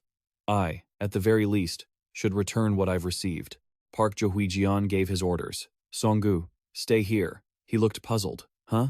Park Jae-hui-jeon's expression turned serious, warning him about what they had to face, just as he had seen during the day. Our enemies aren't just ordinary monsters. It would be a disaster if you thought they were mindless beasts they will attack. He fell silent for a moment before saying, The hunters here are enough, Park Jae-hui-jeon emphasized. Don't underestimate their power. In case a disaster happens, you, the wielder of Bifrost, must stay behind. Although worried, Song-gu knew what he was saying made sense. He had no choice but to sigh and accept it. He was still worried for them. So, you two are really going to try this on your own? Park Jae-hui-jeon's attitude was resolute. It's not a try. We have to succeed. There are still so many people in their hands. The more time passes, the more people will die. He promised confidently, We'll resolve everything quickly and be back. In-jung smiled, adding, We'll be back. Song-gu decided to hold down the fort so they could focus. All right, everything is under control here. You just go. With that, he took the leap off the rooftop without a second glance. Dong In-jung trusted in everyone's strength. There was nothing to worry about. We'll leave Gongdu here. So, what's the plan now? Lee Joon-kyung asked, his tone contemplative. Our mission today is, he declared, his gaze sharp and cold, to assassinate them. The monsters were gathered in one spot, countless species packed together, forming an intimidating army. In the center stood a colossal plant monster, capturing citizens. Every step it took sent clouds of dust billowing into the air. The two stood on a rooftop not far away, monitoring the situation. Dong In-jung's face was a bit pale. She hadn't expected their numbers to be this high. Lee Joon-kyung, with this many monsters, shouldn't we turn back? Your plan hasn't changed, right? They're already prepared. She tried to reason, but she added, They have no idea there are this many of them on our side. Look at that. There's no end to them. Lee Joon-kyung's attitude remained as steady as a rock. We must focus on our mission, and they must focus on theirs. Suddenly, he stiffened, sensing unusual movement. They've spotted us. He turned to urge Dong In-jung. Hurry, it looks like they've seen us. She was startled. What? Lee Joon-kyung explained the movement of the monster army. He was quite confident. He was intentionally letting all of his soldiers march out and was calling them over. The two immediately set off toward their target. Lee Joon-kyung led the way. Suddenly, he felt a dangerous presence, a killing intent. Rubiel appeared out of nowhere with a savage grin. She used her mana to slash toward him. Dong In-jung screamed, Lee Joon-kyung, before rushing forward to confront her. Rubiel's attacks were easily parried. The enemy spun the blades in her hands and continued her vicious assault. This time, Dong In-jung started to feel overwhelmed. The enemy retreated to create some distance. Rubiel stopped on the roof of a building, sneering with arrogance and mocking her. Dong In-jung's eyes glowed red. She was infuriated by the enemy's audacity. Lee Joon-kyung watched the short skirmish from the side, feeling anxious. She's too strong. Dong In-jung can't handle this alone. He decided to assist her. There was no other choice. As if she read his mind, Dong In-jung spoke up. Go. Leave everything here to me. Lee Joon-kyung warned her. That's no ordinary spirit.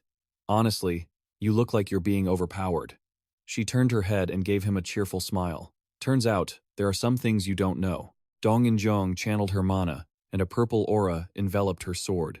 A gentle light suddenly emanated from the scar on her arm. It began to heal, as if she had never been injured. Lee Joon-kyung watched the scene in shock. Her wounds are healing on their own? The mana surrounding her grew more intense. It's not over yet. I've finished the Dragon Blood Stone. I arrived in Korea early, and went on a hunting frenzy. A blinding light flashed amidst the gloom like a beacon of hope. He widened his eyes in amazement. This is from the great hero in history. Dong In-jung was encased in a suit of sturdy armor. The one who slew the demon race. The one whose fame echoes across the world. The Dragon Slayer. 6 feet. The aura in her eyes shifted. She let out a gentle breath. A great hero was born at that very moment. Right after Dong In-jung became 6 feet, her energy exploded across the sky of Enon. A blue ray of light shot up, absorbing all that purple aura, and then exploded with a deafening boom, shaking the entire area. The shockwaves affected the surrounding buildings. Lee Joon-kyung felt a rush of joy sensing that intense power. Incredible. That's Graham. Though it's not perfect yet. But this is the technique that killed the Demon King's dragon. Dong In-jung thrust her sword into the ground, sending electricity crackling everywhere. He wore a smile filled with pride. She's grown so much. She has far exceeded my expectations and grown much faster than before. I think I can trust her and keep moving forward. After running for a while, he finally reached the skyscraper that remained peaceful. Standing before a massive gate with strange patterns, Lee Joon-kyung clenched his fist, observing the ruler of Enon inside. His eyes narrowed with gravity. At the same moment, the system sent a notification. Soul Collector activated. The skull bracelet began absorbing the surrounding mana, and he smiled to himself while looking at the Soul Collector. Perfect timing. Now I just need to name it and awaken it. Suddenly, he sensed something and looked up. The door before him was shooting out powerful bolts of lightning. Even Lee Joon-kyung had to be cautious, making an assumption. Is that the ruler? This mana, it's practically berserk. It's weighing me down. Before he knew it, he had stepped inside and heard Irv offer a greeting. Irv raised an eyebrow, intentionally emphasizing, the warrior from another world. This left Lee Joon-kyung confused. A warrior from another world? What does this guy mean? Is this overwhelming mana just a test? With that thought, he unleashed his own energy, filled with spirit. Fine, I'll play along. He quickly swatted away Irv's powerful mana. The blue aura immediately returned to its master, making Irv jump in surprise. Lee Joon-kyung chuckled at the other's comical expression. Why are you so surprised? Did you think I wouldn't be able to pass such a trivial test? This time, it directly enraged Irv, who shouted, Who are you? Which only made Lee Joon-kyung feel even more puzzled and lost. Mana currents swirled between the two of them. Finally, the ruler spoke first. I am Irv, king of Anfame, the kingdom of the Green Forest. I ask you again, who are you? Lee Joon-kyung's eyebrow arched as he saw the other thinking the same thing. I was about to ask him that, but he said it first. Should I provoke him further? Seeing him stay silent, Irv couldn't hold back and spoke with a deep, judging tone. From the information I gathered from those I've devoured, there is no existence like you among the warriors of this world, but you are very similar to them. The spear of Muspel appeared right in Lee Joon-kyung's palm. The fiery energy surged more intensely than ever. What do you mean? I don't understand what you're talking about. A blue arrow of light gradually formed in response to Irv's retort. My kingdom was crushed by them and vanished. Finally, it took full form as he looked at him suspiciously. Are you one of them? Irv's face was almost completely swallowed by shadows. Answer me. Despite his confident exterior, even Park Jae-hui, Jeon was tense facing such a powerful enemy. It's starting. He headed toward a city that seemed more peaceful. Since the catastrophe began, Soon hadn't seen much change. Everyone followed the procedures in an orderly fashion, and civilians began to evacuate. Those who possessed mana naturally wouldn't sit still. And the hunters, to stop the monsters pouring out of the broken portals. They are preparing to retake the land lost in the disaster, so they need to head to the Hunter Association skyscraper right now. At the office, Chairman Hoang Trang is fully decorated, and Bander steps forward to announce that Ozga will participate actively this time. He looks stern and makes the decision without letting anyone argue. Now that Odin is unreachable and we don't have Heimdall, I will take the lead. But the problem is, most members of Asga are powerful hunters, so they all have opposing thoughts. What? Why is Bander taking charge? Even though he is a strong hunter, the reality is that even if they are unhappy, Bander asks for protocol. Does anyone have any objections? The crowd can only put up with it, because no one else has the leadership capability or political skills to make others listen. That's the truth, so Kangoo is the first to agree. Whatever. Sion just tags along. Fine. Next is Doyun, who was just complaining. I agree. Tejun agrees as well. Me too. The question was just a formality, so Bander quickly continues. Odin has prepared a few things for situations like this, and I can say that the current situation is more serious than predicted. We must act fast. As soon as he finishes, Kangoo summons his weapon. Just tell us where to go. The only thing we know how to do is fight, they say, completely leaving him speechless and unsure how to react. How could Odin plan and work effectively with idiots like these? Helplessly thinking of another plan, he decides to change the subject and asks, does anyone know where Chu is right now? A powerful silhouette with a hammer in hand appears in his thoughts. Even though he isn't an Asga member, Hunter Chu can be considered Korea's strongest weapon. He left Seoul on Odin's orders. If he were with us, we would have a huge advantage. The team thinks for a moment and says, he only performs top-secret missions from the start, and Odin trusts him too much, even though he is not an Asga member, so his activities aren't even recorded. Suddenly, the office door opens, making Doyun glare in annoyance. Who is that? Is someone else coming? Tezun is so angry his veins pop. Who dares to barge into a meeting of the strongest hunters? The person walks forward, and to everyone's surprise, Bander recognizes him. You're here? He constantly radiates flows of energy. Still doing well, huh? Jang Ho-jin has barely revealed his face before blurting out shocking news. My son. Bander is startled, breaking into a cold sweat. What? That's Odin. Odin's aura has become even more violent. The others freeze when the focus shifts to that greeting. But wait, Bander is Odin's son. Looking at Bander's darkened face, he seems unhappy. In the Hunter Association skyscraper, bright under the sun, the wooden wall has a large hole in it. Chairs, tables, and documents are scattered across the floor. In the room right now, only Bander is left. He is deep in thought. Odin has returned while revealing a secret that he once said we should hide forever. Recalling the image of Jang Ho-jin arriving and saying, my son, Bander's hand clenches tight as he wonders what he is even striving for. Even before becoming a hunter, I had to try so hard. He leans back. Because I was an unrecognized child, left behind, to gain the recognition of a father who always ignored me, no matter what I defeated, no matter what I achieved. Father never used a single word to talk about me, but he squints his eyes, so annoyed he has to speak up. Is it Lightstyes? Bander stands up abruptly from his chair. I don't want those things to come back like this. Damn it. Suddenly, he hears something, a knock at the door. Even so, he didn't feel anyone approaching.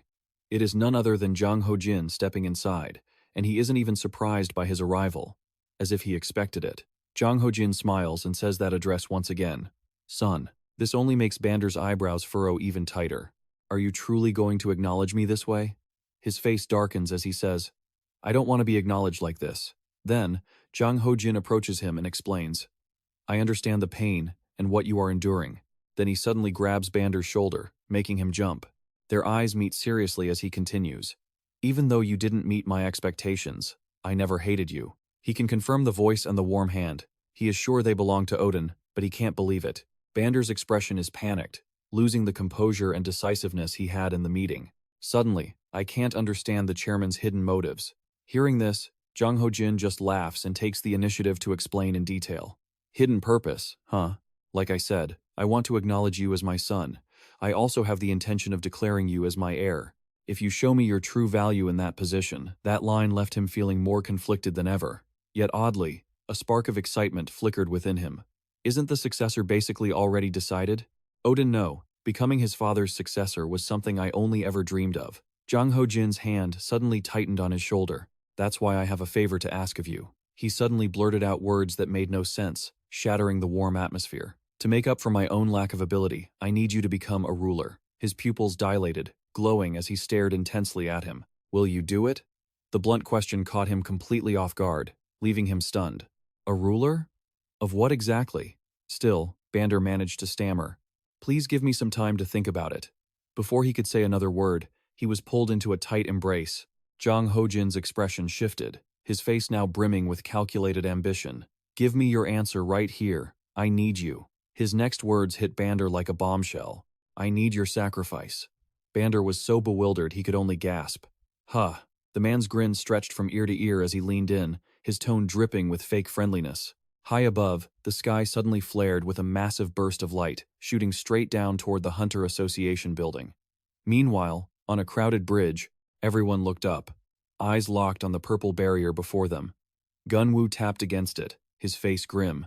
It's a sealing circle. There's no place that can hold back a catastrophe as perfectly as Sun. He lowered his voice, delivering the blow. Once you leave this place, you might never be able to come back to this safe version of Sun again. If anyone wants to stay behind, you're free to do so. Hence, he just chuckled in response. What are you talking about? Even if they aren't my own family, they're still the family of my friends. Of course, I have to go and help. Everyone else feels the same way. We wouldn't even be alive right now if it weren't for him. The person next to me chimed in, saying it wouldn't be right if only we survived.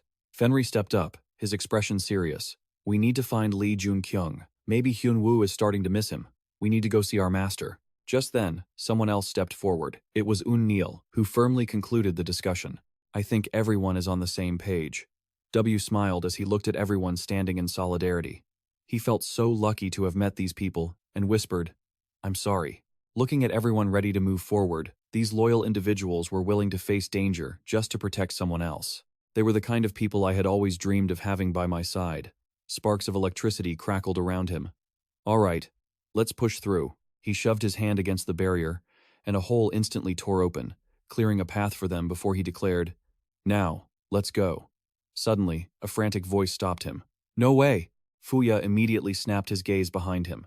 Because right then, in the middle of Sun, a golden light erupted in the sky, spreading out as if to consume the entire area. A barrier was being shattered. A gaping, golden dome appeared right before their eyes, leading back to the door with Earth's strange carvings.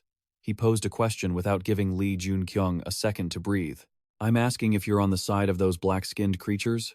His body tensed up as he tracked the trajectory of the arrow. It was heading straight for him, and without a second thought, he caught it with his bare hand. The force of it was so violent that it pushed him back quite a distance, but he easily snapped it in half. For some reason, Earth seemed convinced. So, you're not on their side. Lee Joon-kyung's hand was now trickling blood, looking as if it had been severely burned, while Earth flashed a grin that was hard to read. Even if you possess their energy, you aren't one of them. Lee Joon-kyung retorted. Them? Are you talking about the patrons? Earth looked confused. Patrons? You call them patrons? Lee Joon-kyung fell into deep thought. The rulers of certain territories who appeared after the Great Cataclysm, they could only be killed by the Demon King. His mind was racing, plagued by the question of why, in this world, only the Demon King could kill them. He spoke up with another question, getting straight to the point because he needed more information. Are you a patron? Earth summoned more arrows. Haha, a patron? You're asking if I'm one of them? One of those dark beings? Earth was firm. The answer is no, I'm not. I almost became one though. He continued to channel his power. But now I'm not even sure anymore. Streams of blue light surrounded the place. The power felt terrifyingly immense. He laughed maniacally. If I devour you, maybe I'll finally become one of them. As soon as he finished, a volley of arrows shot forward. Lee Joon-kyung gritted his teeth. Could he really become a patron just by eating him? He also mentioned he almost became one. He conjured his blade, Muspel, ready for the fight. I need to focus on this battle first. I can't let all those arrows hit me. He swung his spear, creating a massive wave of fire. The two forces collided with a thunderous roar, triggering a huge explosion. Earth looked surprised. My arrows can't pierce through his firewall. This isn't working at all. Lee Joon-kyung was determined. The identity of the patrons and these rulers that only the Demon King could kill. I need more information.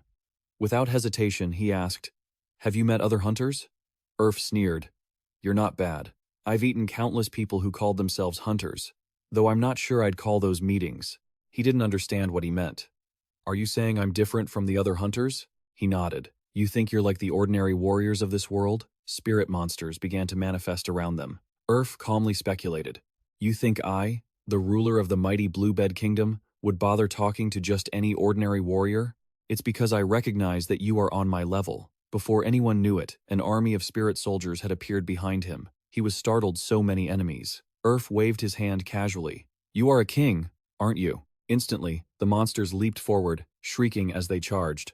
Lee Joon-kyung shouted his command. I name you. Energy surged into the skull bracelet as he delivered the final word, Heyo. As he finished, the skull cracked, the bracelet shattered, and a female spirit flew out. buzzing with excitement. A moment later, outside the ruined buildings, Dong In-jung lay sprawled on the ground, a pool of dark red blood beneath her. The clanging sound of a blade dragging along the pavement echoed. Dong In-jung panted, exhausted.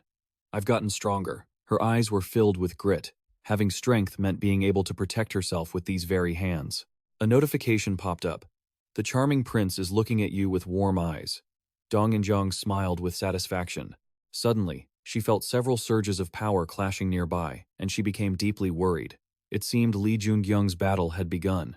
She gasped at something, her hand beginning to channel energy into her blade, a purple light pulsing through her body. Dong In-jung looked at her palm, delighted. "Isn't he called the Immortal XF? All the wounds I got from that battle with the Dark Goblin have been healed." She clenched her fist, her eyes shining with hope. "With this, the gap between me and Lee Joon-kyung must have narrowed quite a bit. Let's go, I have to help Lee Joon-kyung." She rushed toward the source of the energy she felt earlier.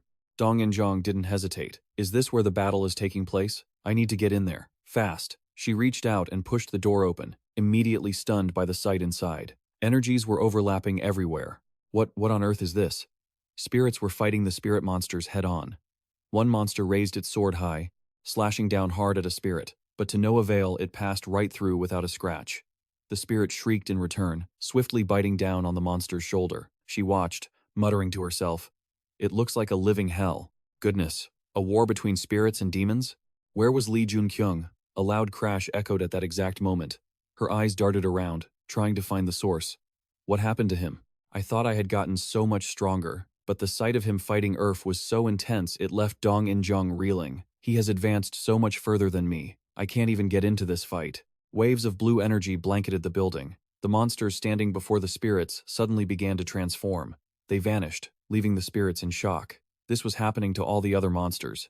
They were being drawn toward the blue orb that Earth was gathering. Dong In-jung clenched her teeth, anxious. All the magical energy from the elf soldiers was pouring into him. It was a terrifying amount of power. "Lee Joon-kyung, do you really think you can win?" A weapon materialized inside that green energy sphere. Irv grinned twistedly at the sword as it formed. Heh. Lee Joon-kyung's eyes glowed, locking onto the perfect moment. Suddenly, his spear erupted with a new surge of energy. He spun around and pointed it straight ahead. The system notification chimed. "Fire King has been upgraded. You have unlocked a mystery." He was bewildered. Fire King? The skill he thought had hit its peak after reaching master rank had actually leveled up. Since it was still a mystery, he couldn't be sure what it did. He stomped, shattering the stone floor beneath him, and launched his spear at Irv. Irv raised his sword, bracing to block the strike. Irv swung his sword, and the two weapons clashed violently. They slid past each other, the blade coming dangerously close to Lee Joon-kyung. Dong In-jung watched, unable to hold back a scream. Lee Joon-kyung. A blue explosion erupted instantly, mirrored by another blast of light from the opposite side. The two energy sources collided, sending shock waves through the surroundings. Overwhelmed, Irv coughed up blood as the spear pinned him against the wall. Lee Joon-kyung landed on the other side, completely unharmed. Irv couldn't believe it, muttering, "I am the king of Alfheim." Lee Joon-kyung calmly cut him off. "What a pity. If I had been fighting alone, I wouldn't have been able to stop you. Even a mighty king ruling a great kingdom cannot triumph over the resentment of those you've slaughtered." He paused for a heartbeat, then delivered the final blow. "In the end, you were taken down by your own karma." Souls transformed into specks of light, circling Irv's sword while whispering, thank you, I'm so grateful." Irv's face was dark, drained of all spirit. "One day, they came for me." Lee Joon-kyung watched him, lost in thought. The wild, obsessive madness in Irv's eyes had shifted. He asked directly, "They? Are you talking about the constellations?" Irv pointed at him. "If those are the ones you're thinking of, then yes." Irv tilted his head back, his gaze reflective. Alfheim had been unified under his rule after a long war, and those years of post-war peace left Lee Joon-kyung deep in thought. It was just like Earth's history. Everything seems peaceful under a single rule, but the virtual reality beneath it was already rotting. Irv continued slowly. "They came to a world stagnant from long-lasting peace, and to them, we were nothing more than saviors." He recalled it with bitterness. "They created a new enemy for us, a bridge to other dimensions." Lee Joon-kyung frowned. "A new enemy? What do you mean by a bridge to other dimensions?" Irv explained. "Interdimensional war. If we win, we become gods." As he finished, Irv's head slumped forward. Lee Joon-kyung stared at him in silence. He realized the man was gone. He was dead. He couldn't feel a thing from him anymore. Dong In-jung stepped up from behind, calling his name, Lee Joon-kyung. A flurry of new system notifications appeared. The Sky of Apocalypse is smiling at you with satisfaction. The Sky of Apocalypse desires a sacrifice. Do you wish to perform the sacrifice? Lee Joon-kyung jumped. A sacrifice? Was it talking about the king of Alfheim? He suddenly shouted, confusing Dong In-jung. Wait, he said, summoning Hyo. A soul-like head slowly emerged. Hyo appeared, leaving Dong In-jung shocked. Master, she stammered, panicked. A ghost? Lee Joon-kyung joked. You've already seen ghosts before. Why are you reacting like this now? This is just my new avatar. He looked up at the sky. Is it his body and power that you want? Hyo floated toward the corpse. It's done. The notification popped up. Sacrifice successful. The body vanished in an instant without a trace. A cascade of notifications followed. You have achieved the title, High Priest. The Sky of Apocalypse is sponsoring you. Lee Joon-kyung was stunned. The sword of Irv hadn't disappeared. He quickly grabbed the hilt. The system displayed. You have obtained the Mist Tier. He sank into deep thought. So, the weapon of the King of Alfheim was used in the final attack. I should store it in my inventory first. The Sky of Apocalypse smiled in satisfaction, showing blood-stained teeth. Lee Joon-kyung stowed the sword away. How long do you think it will take? It replied. Since this soul still clings to so many things, I think it will take quite a while. Lee Joon-kyung gave a faint smile. It doesn't matter how long it takes. Extract every last memory, don't leave anything behind. Hyo laughed excitedly. Understood. The scene was a city in ruins. The two of them stood in the middle of a street, buried in rubble. Dong In-jung breathed a sigh of relief. Ah, I thought I was about to wet my pants. Lee Joon-kyung turned to her with a smile. You saw the souls during the fight, didn't you? Why are you reacting like this now? She retorted. It was just the pressure of the moment. Lee Joon-kyung pursed his lips, thinking to himself. The Demon King and Irv, his thoughts drifted far away. They knew about the true existence of the constellations. They just didn't write it down, or they pretended not to know. It was highly likely that the hunters who fought against the rulers already knew the secret of the constellations. Stopping his speculation, he urged, Let's head back. Even though we stopped them, I'm still worried. The view of the city shifted to another location, becoming even more brutal, with piles of monster carcasses crushed under the debris. Sangu's group had just finished a battle with some monsters. He noticed something, looked up, and saw the two of them returning. You're back, Lee Joon-kyung teased. You look like a mess, Sangu. Hearing the jab, he retorted. You're not one to talk. Did you really defeat the ruler? He nodded. Yeah. Cheerful cries welcomed them home. Other teammates rushed forward. Yeah, the underdog wins. It's finally safe. Lee Joon-kyung stayed alert. Monsters will keep appearing. We shouldn't let our guard down. Seonggu agreed. True. But at least it won't be that dangerous anymore. Suddenly, Seonggu froze, noticing something. A multicolored sphere was slowly gathering in the palm of his hand. Lee Joon-kyung immediately recognized it. Bifrost. Seonggu clenched his fist, covering the light of the gem, and whispered the news to him. There's a message from outside. Lee Joon-kyung asked, hoping to confirm it was good news. Seonggu hesitated for a moment. It seems the great disaster has started in Seoul. Upon hearing this, Lee Joon-kyung and Dong In-jung couldn't hide their shock. The great disaster in Seoul? I knew Seoul would be affected, but this is happening way too fast. Seonggu was in a rush to get some privacy. I need to find a quiet place to contact them. We'll talk later. Lee Joon-kyung agreed. After the battle, they returned to their hideout in their apartment. Lee Joon-kyung voiced his concerns. What do you mean? Is Seoul on fire? Even if a disaster hits Seoul, there should be countless hunters protecting it, right? And what about the Asga heroes? How could there be such massive damage? Seonggu calmly revealed the rumors spreading. People are saying the strongest hunters of Asga have vanished. Lee Joon-kyung and Dong In-jung gasped in shock. What? What do you mean? He had looked into it further. It was a sudden disaster. Monsters flooded everywhere, and the leaders just disappeared. Those left behind are trying to control the situation, but since it all happened so suddenly, Seoul is already engulfed in flames. Lee Joon-kyung still had faith in the strength of the hunters there. The Asga hunters, Well, there is at least one piece of good news. Even without Asga, the South Korean guilds are still incredibly strong. As long as they're there, Seoul won't fall easily. Seonggu mentioned another piece of intel he'd gathered. That's true. But there's more news, and it's not good for you or Dong In-jung. They listened intently as he dropped the bombshell. They say the White Tiger Guild has disappeared, including Ungel. Panic flickered across Dong In-jung's face. Lee Joon-kyung couldn't maintain his usual composure either. They talked for a long time. Afterward, they had to keep moving toward their goals and helping others. Incheon started coming back to life. Hunters began pushing the monsters back, and the heavy magical energy in the air gradually dissipated. The city returned to its peaceful state as the magical pressure faded. After the death of Irv, the ruler of Incheon, the city was reborn. The citizens helped each other, everyone doing their part. Eat a little more. Come on, everyone, get your portions. After a grueling time, the young group sat down together to eat. I heard the one who saved us was someone considered weak. X-Fit was there too. Daily life gradually stabilized, and people regained their vitality. Lee Joon-kyung stood looking through the large window, thinking of the group that had saved them. He asked impatiently, "Any news?" The man reported grimly, "We've completely lost contact with Seoul. Incheon is only receiving fragmented reports from other regions. I'll do my best to keep you updated." In short, it seemed the disaster was beginning to affect all of South Korea. What are you going to do next? He pondered deeply. Even without us, Incheon will be safe. I need to decide our next move.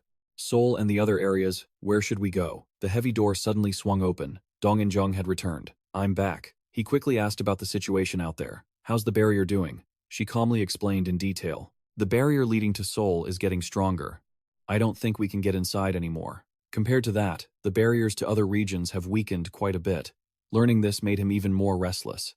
"It'll be very difficult to enter Seoul. We might be able to breach the barrier if we use Bifrost. But if we do, Bifrost will lose its power for a while, and we'll lose our only means of communicating with the outside world." Still, he couldn't bring himself to give up completely. For now, Dong In-jung, keep monitoring the barrier for a few more days. She agreed. All right. Lee Joon-kyung continued giving out tasks. Songgu, find the location of the White Tiger Guild and Unjul at all costs. He had no objections. Understood. Back in the center of Seoul, the attacks were relentless. Citizens were forced to evacuate in a panic.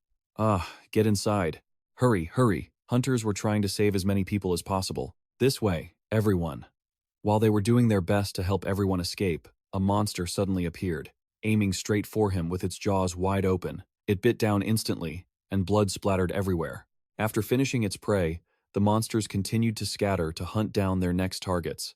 The situation grew more vicious. From high above, Bander calmly watched the entire scene. The power within him surged, his eyes turning a bright, crimson red, almost ready to burst outward. Outside the window, the winged monsters continued to breathe fire, burning everything down. Not wanting to watch anymore, the curtains were quickly drawn, cutting Bander off from everything outside. He walked lazily toward his desk, a smile forming on the corner of his lips. He chuckled aloud. This association president's chair seems to be firmly in my hands. Lightning flashed in his eyes. Is that so? It spread throughout the room, the lightning forming a massive web, binding his opponents inside so they couldn't fight back. The smile on Bander's face grew more twisted, full of hidden conspiracies. Back to Lee Joon-kyung's side. A week after Irv's defeat, Lee Joon-kyung's group was handling the monsters in Incheon. Life in Incheon was back to normal. The door opened. Inside the room, he and Dong In-jung were still discussing matters. Seoul is completely locked down. It's unclear what's happening inside. She expressed her frustration. This is so annoying. I wonder how the Unjul Guild is doing. He reassured her softly. They're still alive. Don't worry. I suspect Hyun-woo and Fenrir are with them. She looked in a direction, still uncertain. The sword in his hand showed information. It was the item he'd obtained after defeating the ruler of Incheon, like Seonggu's Bifrost or the lightning blade. It was a magical artifact. He asked her in return, "Did you manage to obtain anything?" She shook her head. "Nothing of value." He shared the little information he had. "I only know its spiritual energy is no joke. That's all? Its energy is similar to the one in Bifrost." Dong In-jung marveled. "That's amazing. It'll be useful in its own way." He stared at the sword in his hand, trying to refine the spiritual power from the artifact. "I've tried dragon hearts, dragon bloodstones, even Muspelheim's spear, but they were all useless. There must be a way." The necklace around his neck suddenly lit up, and he took it off. It was Merlin's necklace, and a voice came from within it. "Can you hear me?" He was startled, realizing who it was, and quickly put the sword away into his inventory, hurriedly responding. "Merlin?" He repeated the name continuously. "Merlin? Merlin!" The signal from the necklace was unstable. The connection kept cutting out, and he guessed there was something wrong with Merlin's necklace. Lee Joon-kyung looked around. "What the?" Why is the connection linking and stopping? Dong En-jong was confused. What are you looking for? He seemed to have realized the core issue. No way. He hurriedly summoned the sword back, gripping it tightly. The signal from the necklace clearly stabilized. Can you hear me now? He received a clear response. Yes. He looked satisfied. The connection with Missin was established. The other side started explaining their situation. My necklace was broken, but it's fine now. Then, they took the opportunity to ask about his situation. How are things over there? He asked, inwardly relieved. Bae Song-gu said the link to Europe had been cut, but thanks to Miss Toot, they were still able to listen in on the conference, and the Olympus faction revealed the crisis they were facing. They said the issues were much more difficult and dangerous than anticipated. The city was being isolated, but fortunately, thanks to early warnings, the council could respond to the situation in time. He smiled, feeling relieved. Thank goodness. However, the other side dropped a piece of critical news. However, there is an issue with Olympus. They said they couldn't find the ruler. Lee Joon-kyung's eyes widened, unable to hide his astonishment. Someone with power rivaling Odin, yet they couldn't be found? The voice on the other end continued steadily. We are in the eye of the storm, yet we still can't find them. They are very confused. All right, that's it for the UK for now. We'll arrange to meet Olympus. The signal was cut off completely, frustrating him. Damn it, lost connection again. To think that Olympus, a powerful guild that stood like a fortress, had just vanished. The two hunters, Odin and Set. Could it be that they had the same goal from the very beginning? Lee Joon-kyung had started to realize the mastermind behind everything. The one manipulating everything is the Demon King. What is he aiming for? Time and space continued to shift, arriving at a bustling, crowded area. Everyone was full of anticipation, waiting for the next vehicle. Finally, we can go home. The driver's call rang out. Everyone, keep track of your own belongings. They chatted excitedly. We're back. Those guys were weak, so it was easy. Hearing the chatter, he smiled. The young hunters were sharing information. There are about 500 new hunters. Our sponsors have been very concerned about us after that disaster, so everyone is improving more and more. Lee Joon-kyung congratulated them. That's good. He reacted immediately. This is all thanks to you, man. He didn't deny it. Now we can leave for other places with peace of mind. Hearing that he had to leave, the man looked sad.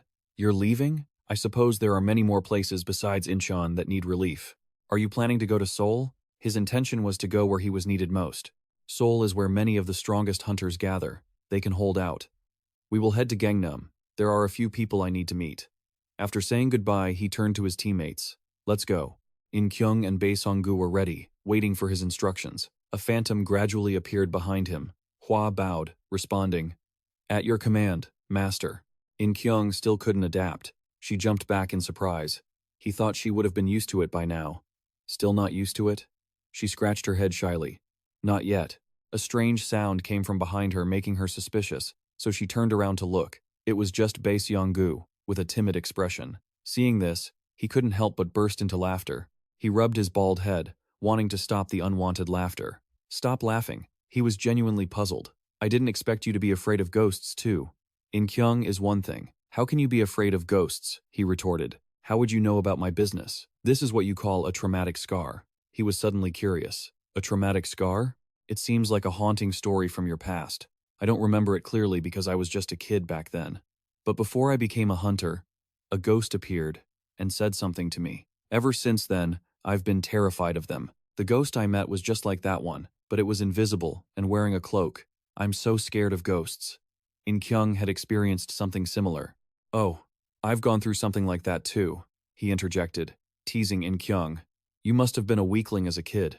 She glanced at him with a warning look. Bae Song-gu explained, just kidding, just kidding. Ha ha. Hearing their story made him realize the issue. Wait a minute. These unbelievable coincidences are all connected to me. Why do people around me all encounter these things?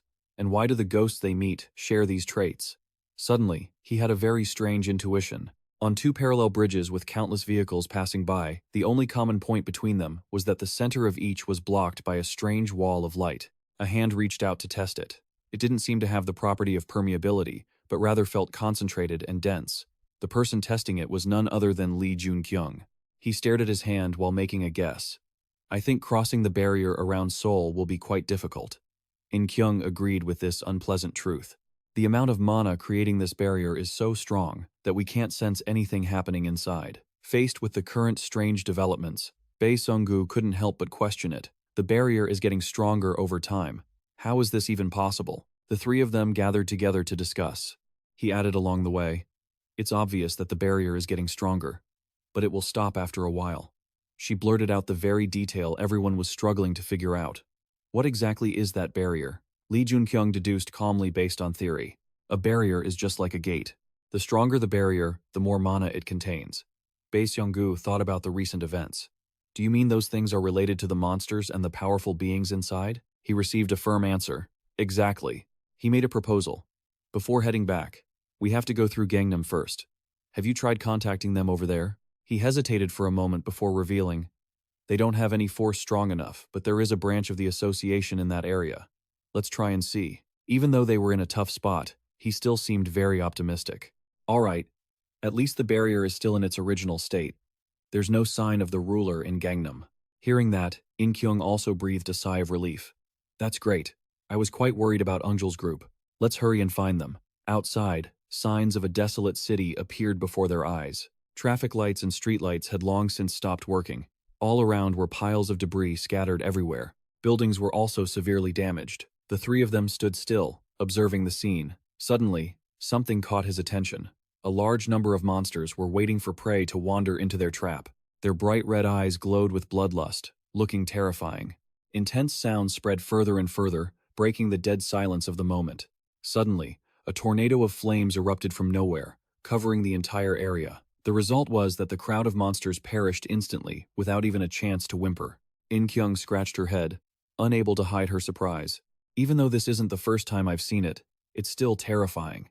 Even without a ruler here, monsters are still prowling everywhere. Bei Sunggu suddenly noticed another direction. This time, different types of monsters were flocking in, group after group. He channeled energy into the weapon in his hand, ready to engage in battle. That's right, there's an endless number of them.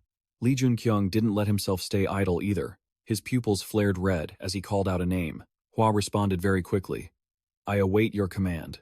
Instantly, a cluster of blue vines tightly coiled around the monster's furry feet. The moment it realized what was happening, its entire body was trapped in a crushing pincer movement. The others met the same fate, one by one being dragged into pits created by a surge of mysterious power. After the mission was complete, a soft voice reported in. The order has been carried out, as requested. Nothing remains but a lingering haze of dust and ruts in the ground. The impressive display left Seonggu and Dong In-jung both marveling.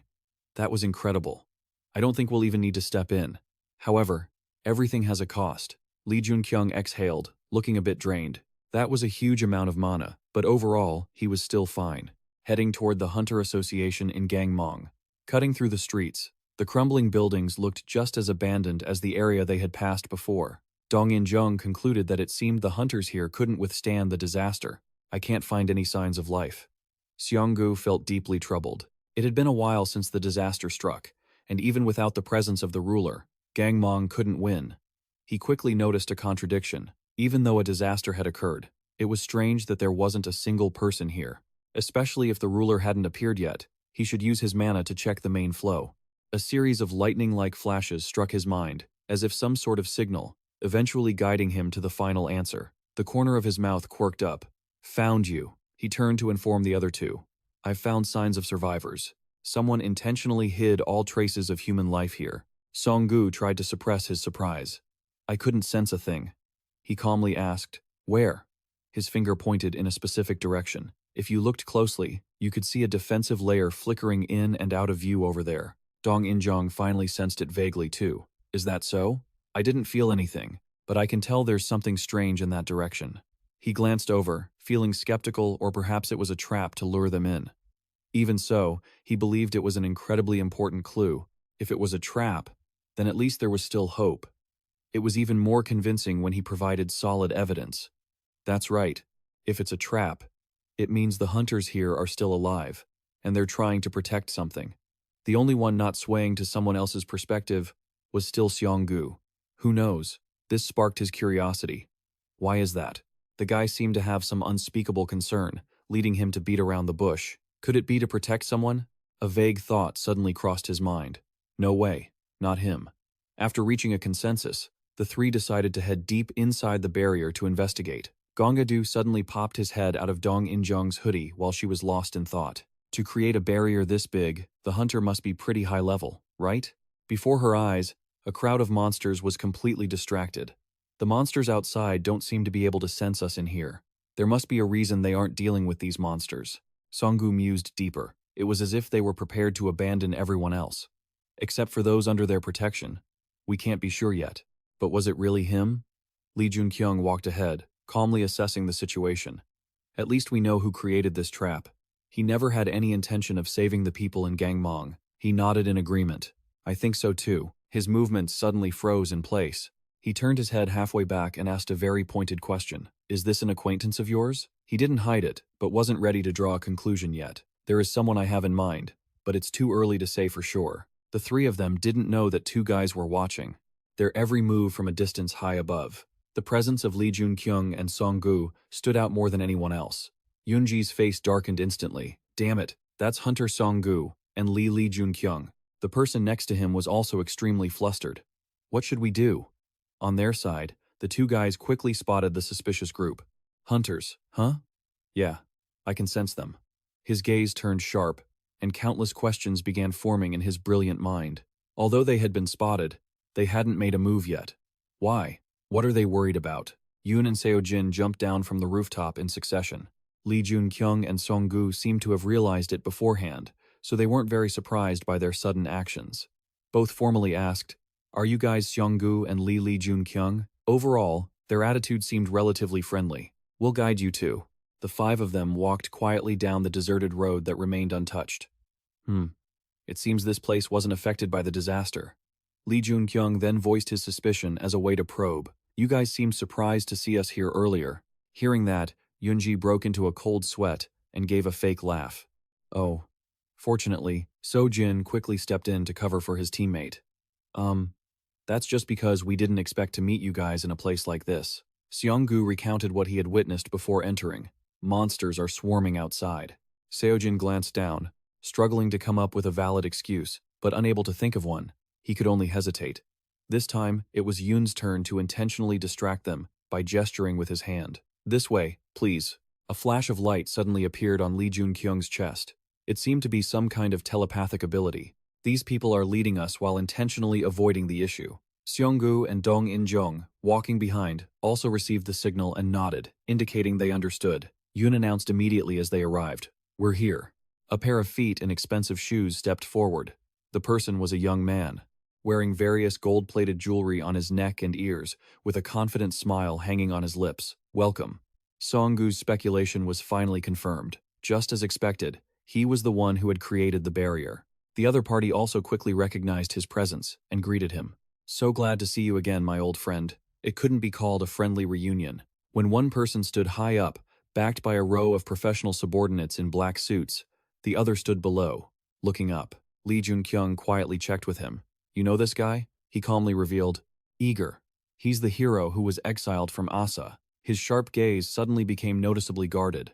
This situation is a mess.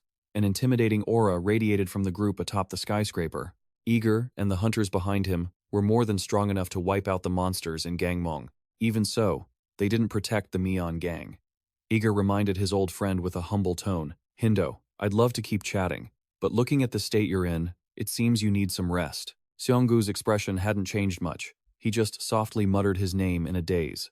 Suddenly, his pupils glowed like gemstones, and the surrounding jewelry reacted, sparkling incessantly. "Rest up first. I'll come find you later. I'll tell you the things you're dying to know right now." After saying that, the group on the rooftop turned and walked away.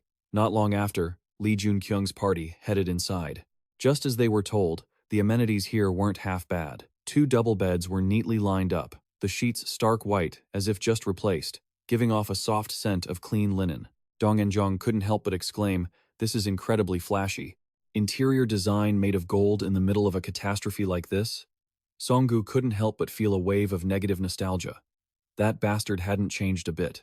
Lee Joon-kyung pressed for answers once more. Who exactly was Aegir? Seong-gu didn't want to keep it hidden anymore. He used to be one of Asgard's hunters. Aegir is just a fake name. Then came a slew of information about Aegir's past. He was a promising hunter who had completed secret missions under Odin's direct orders. His final mission before being exiled was to observe the situation in Europe. Lee Joon-kyung pondered silently. A promising hero-level hunter gets exiled, and the conclusion is that he defected? Seunggu added more, as if confirming an unspoken fact. He was a spy sent to monitor Olympus. However, he was discovered and ended up feeding them information about Asgard. His illustrious feats made Lee Joon-kyung feel a mix of admiration and confusion. Someone like that was just exiled? Seunggu explained in detail. He escaped. He was branded a traitor and cast out. So, there was nothing more we could do from our end. Asgard couldn't track him down. That's why, when I saw the barrier here, I thought it might be him, but it didn't stop there. Igor was so talented that he possessed countless identities across different fields. He even had another title in Olympus. As it dawned on him, Lee Joon-kyung's eyes widened in shock. No way. The scent of wealth radiating from him said it all. The endless sponsor. That's right. In Olympus, he's known as Midas. As time passed, Hayes slipped through the walls to scout the surroundings. At one point, it caught Yeonji sitting on the sofa with her arms crossed. It snapped its head away, strictly carrying out its data-gathering mission without letting its presence be known. Everywhere it looked, there was a glimmering light reflecting off mountains of gold. It immediately reported everything to Lee Joon-kyung, missing not a single detail. Every room is decked out in gold interiors. It's more like a palace. I also saw the others. The next sentence made Lee Joon-kyung freeze for a moment. But those people look more like slaves. Seeing him sigh repeatedly, Dong In-jung gently asked, "How is it?" His face hardened significantly. That guy, Igor, seemed to be holding people against their will. He had gathered a whole courtyard full of people and was monitoring them using other hunters. She couldn't help but feel a shiver down her spine. Why would he do that? Seunggu's voice was noticeably faint, as if he himself dared not confirm it. I doubt he'd do that again. He explained based on his knowledge of Igor. I heard he can turn a living person into gold. He was deeply puzzled. How did he know that? He received a very blunt answer. I read it in the Demon King's book. A terrifying theory was woven. Midas, the golden monster, the heretic who had captured people during the catastrophe and used their lives to create gold. The gold he produced, the cruel truth slowly revealed itself. It had become the funding source to build Eden. Hearing that, energy suddenly gathered in his tightly clenched fists, filled with rage. Dong In-jung's face darkened, looking no different than a demon. The killing intent surged, enveloping her entire body. The bastard couldn't control his agitated state and shouted, "We have to kill that damn bastard right now." Lee Joon-kyung stood up abruptly to stop her. "We can't," she immediately retorted. "So we're just going to watch?" He quickly cut her off, his expression looking no better than hers. "No, we've already walked into a trap." His words plunged her into extreme confusion. A trap? Seunggu shared the same thought. If we act rashly, Aegir will immediately. Outside, many soldiers were guarding the refugee camp. If they acted out, there would only be one outcome. The lives of all the people trapped in the courtyard would be taken. Her pupils dilated in disbelief. Wait. What? He emphasized the gravity of the situation once more. Those people are exactly what's holding us back. In other words, they were hostages. Meanwhile, back at the main building, the subordinates were asking Aegir, "Is this really okay?" Jejun spoke coldly. "That's the leader of the Lick Guild and Ryu Lee Joon-kyung. Is it really okay? The fact that the people from Incheon came here?" He let out a cheerful laugh. "It means the problem in Incheon has already been handled." A hint of malice flashed in Jejun's eyes. "That's why we should kill them." Hearing that, Aegir said nothing but slowly stood up, looking down at him arrogantly. "Can you kill them? Do you really think you could kill them?" Both Jejun and his subordinates behind him were scared stiff. Aegir raised an eyebrow. "It's not like they can do everything." Jejun asked cautiously, "How can you be so sure?" Aegir laughed out loud. "I know Seunggu very well," and he flashed a crazy smile. "He knows we have leverage. He won't act recklessly. We can't threaten their lives with this indefinitely, but it's enough to restrict their actions for now." Jejun looked at him nervously. "Even if Seunggu is like that, according to rumors, Ryu Lee, Joon-kyung, and Siegfried aren't the types to sit back and endure it." Aegir answered impatiently, "You people don't know anything. You think too much of Seunggu's power and rank. No matter how angry Ryu Lee, Joon-kyung, and Siegfried get and want to act on their own, Seunggu will stop them." After speaking, he stroked his chin, as if realizing something. Remembering Lee Joon-kyung's cold face made Aegir smirk. Ryu Lee Joon-kyung. Huh? His aura is as strong as Seunggu's. Siegfried is the same. Then he gave the order, "Actually, keep a close eye on them. Even if they can't do anything for now, they are still terrifying lunatics in the end." Park Jae-wee barked an order. "Understood." Suddenly, Ayer called him back. Bring some girls here. I can't hold back my excitement for those bastards anymore. Although Park Jae-hui put on a mask of obedience, saying, "Yes, I understand," he felt pure disgust inside. What a twisted scumbag. He turned and left immediately, not wanting to look at the man's face for a second longer. Left alone in his room, Ear laughed maniacally. Ever since I discovered I could create gold from living beings, I've had to hide away and live in seclusion. He looked at his own hands with a nostalgic expression. The moment I thought my life was over, who would have thought it could turn around like this? Shortly after, several girls were brought into his room, like offerings laid out for a deity. Outside in the courtyard, chaos had taken over. People were scattered everywhere, barely clinging to life, looking like hollow shells. In-jung watched the scene, her heart breaking. It was horrific. Even children, a gaunt man, clutching a frail, sick child, rushed up to a hunter. "Please, give me some food. My boy is sick." The hunter bellowed coldly. "Shut your mouth. Do you want to die? You think we've got anything for trash like you?" The man wouldn't give up, not with his child so sick. "Please," the hunter, furious, punched him square in the face. "This bastard talks too much, doesn't he?" The man, already starved and weak, was sent flying. The child fell from his arms, but a hand quickly reached out to catch it. The man scrambled up, screaming in pain. "Kim Nyong!" In-jung stepped in gently. "The child is fine." After taking the boy back, the father hugged him tightly. "Thank you so much." The surrounding hunters noticed and moved in to confront her. "Who are you?" A cold glint flashed in In-jung's eyes as she looked at these cruel people. Angry, she clenched her fists and unleashed a wave of mana, as if taking out her rage on their behalf. The hunters scattered instantly. The one who had been so aggressive a moment ago was now trembling in the corner. Where the hell did this monster come from?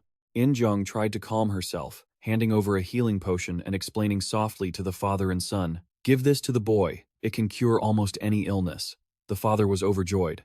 "Thank you." Suddenly, a scream rang out from somewhere else. "Me too." In an instant, a desperate crowd surged toward her. "I'm sick too. My child as well. Please, help us. Give us the cure." In-jung was startled by the sudden movement. If all these people move at once, someone's going to get hurt. The guards finally snapped out of their shock and raised their weapons. "Back." I said, "Get back. You outsider. You're the one causing all this trouble." Joon-kyung felt a chill run down his spine. The situation was spiraling out of control. Seonggu sighed, helpless. "It looks like we have to step in." But then, a cold voice rang out. "Stop." The voice was so commanding that even Joon-kyung couldn't help but turn his head. The crowd froze in terror. No one dared to even twitch. Everyone stood in silence, looking up at the figure standing atop the building. It was none other than Ayer. "I will not tolerate this chaos. Hunters, find out who started this." His subordinates immediately bowed. "Understood." He then looked toward In-jung and scolded her. "You shouldn't cause such a scene. Guests should know how to act like guests." In-jung thought angrily. A disaster could have happened just because of me. It was infuriating, but since the situation had been resolved by him, she had to force herself to hold it in. "I have to just keep my mouth shut." Ear smiled with satisfaction at her display of submission. Meanwhile, In-jung, humiliated, could only drag her heavy feet away. Joon-kyung kindly reassured her that it wasn't her fault, but she just whispered, "Thank you." Once the mess was cleared, Ear announced, "We will begin distributing food now." The crowd below could only bow in gratitude. "Thank you, sir. Thank you." Back in her small room, In-jung shouted in frustration. "Why do they even follow him?" She unleashed all her bottled-up anger. "Is it all because of that gold? They're hunters. They should be protecting people." Joon-kyung speculated gently. "I don't think it's just about the money." He analyzed carefully. "Hunters aren't exactly the type to be desperate for cash. There can't be that many people following him just for gold." In-jung asked, puzzled. "Then why?" He thought for a moment before answering. "Maybe it's because they can't stop him. Even if they aren't short on money, they still want to save their own skins. Even if they risked their lives right now," her eyes darkened as she realized, "they still wouldn't be able to stop Ayer." He nodded in confirmation. "Exactly. Ayer has enough power and skill to be recruited by both Asgard and Olympus. He's a talent we've never seen before. We have no idea what he's actually hiding." He looked at Sangun, who answered with a look of pure contempt. "That piece of trash hasn't changed at all. He's very skilled at politics and acting like a spy.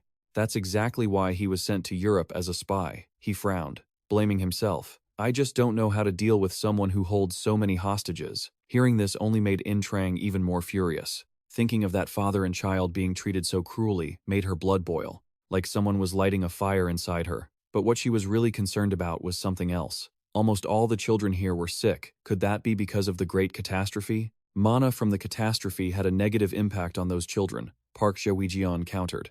Actually, no. In reality, mana has a positive effect on children, he began to explain. Because children's bodies aren't fully developed yet, their ability to absorb mana is actually better than that of an adult. In Trang's eyes widened in disbelief. Then why? Sangun gripped the armrest so hard his knuckles turned white. Aegir, that's his fault. His face had darkened, unreadable. There is no creature more full of life than a child. Trang gasped. No way. Sangun stood up abruptly, fuming. The material he uses to create gold is children. I have to go see Aegir. Meanwhile, Aegir was currently busy admiring his pile of shimmering gold.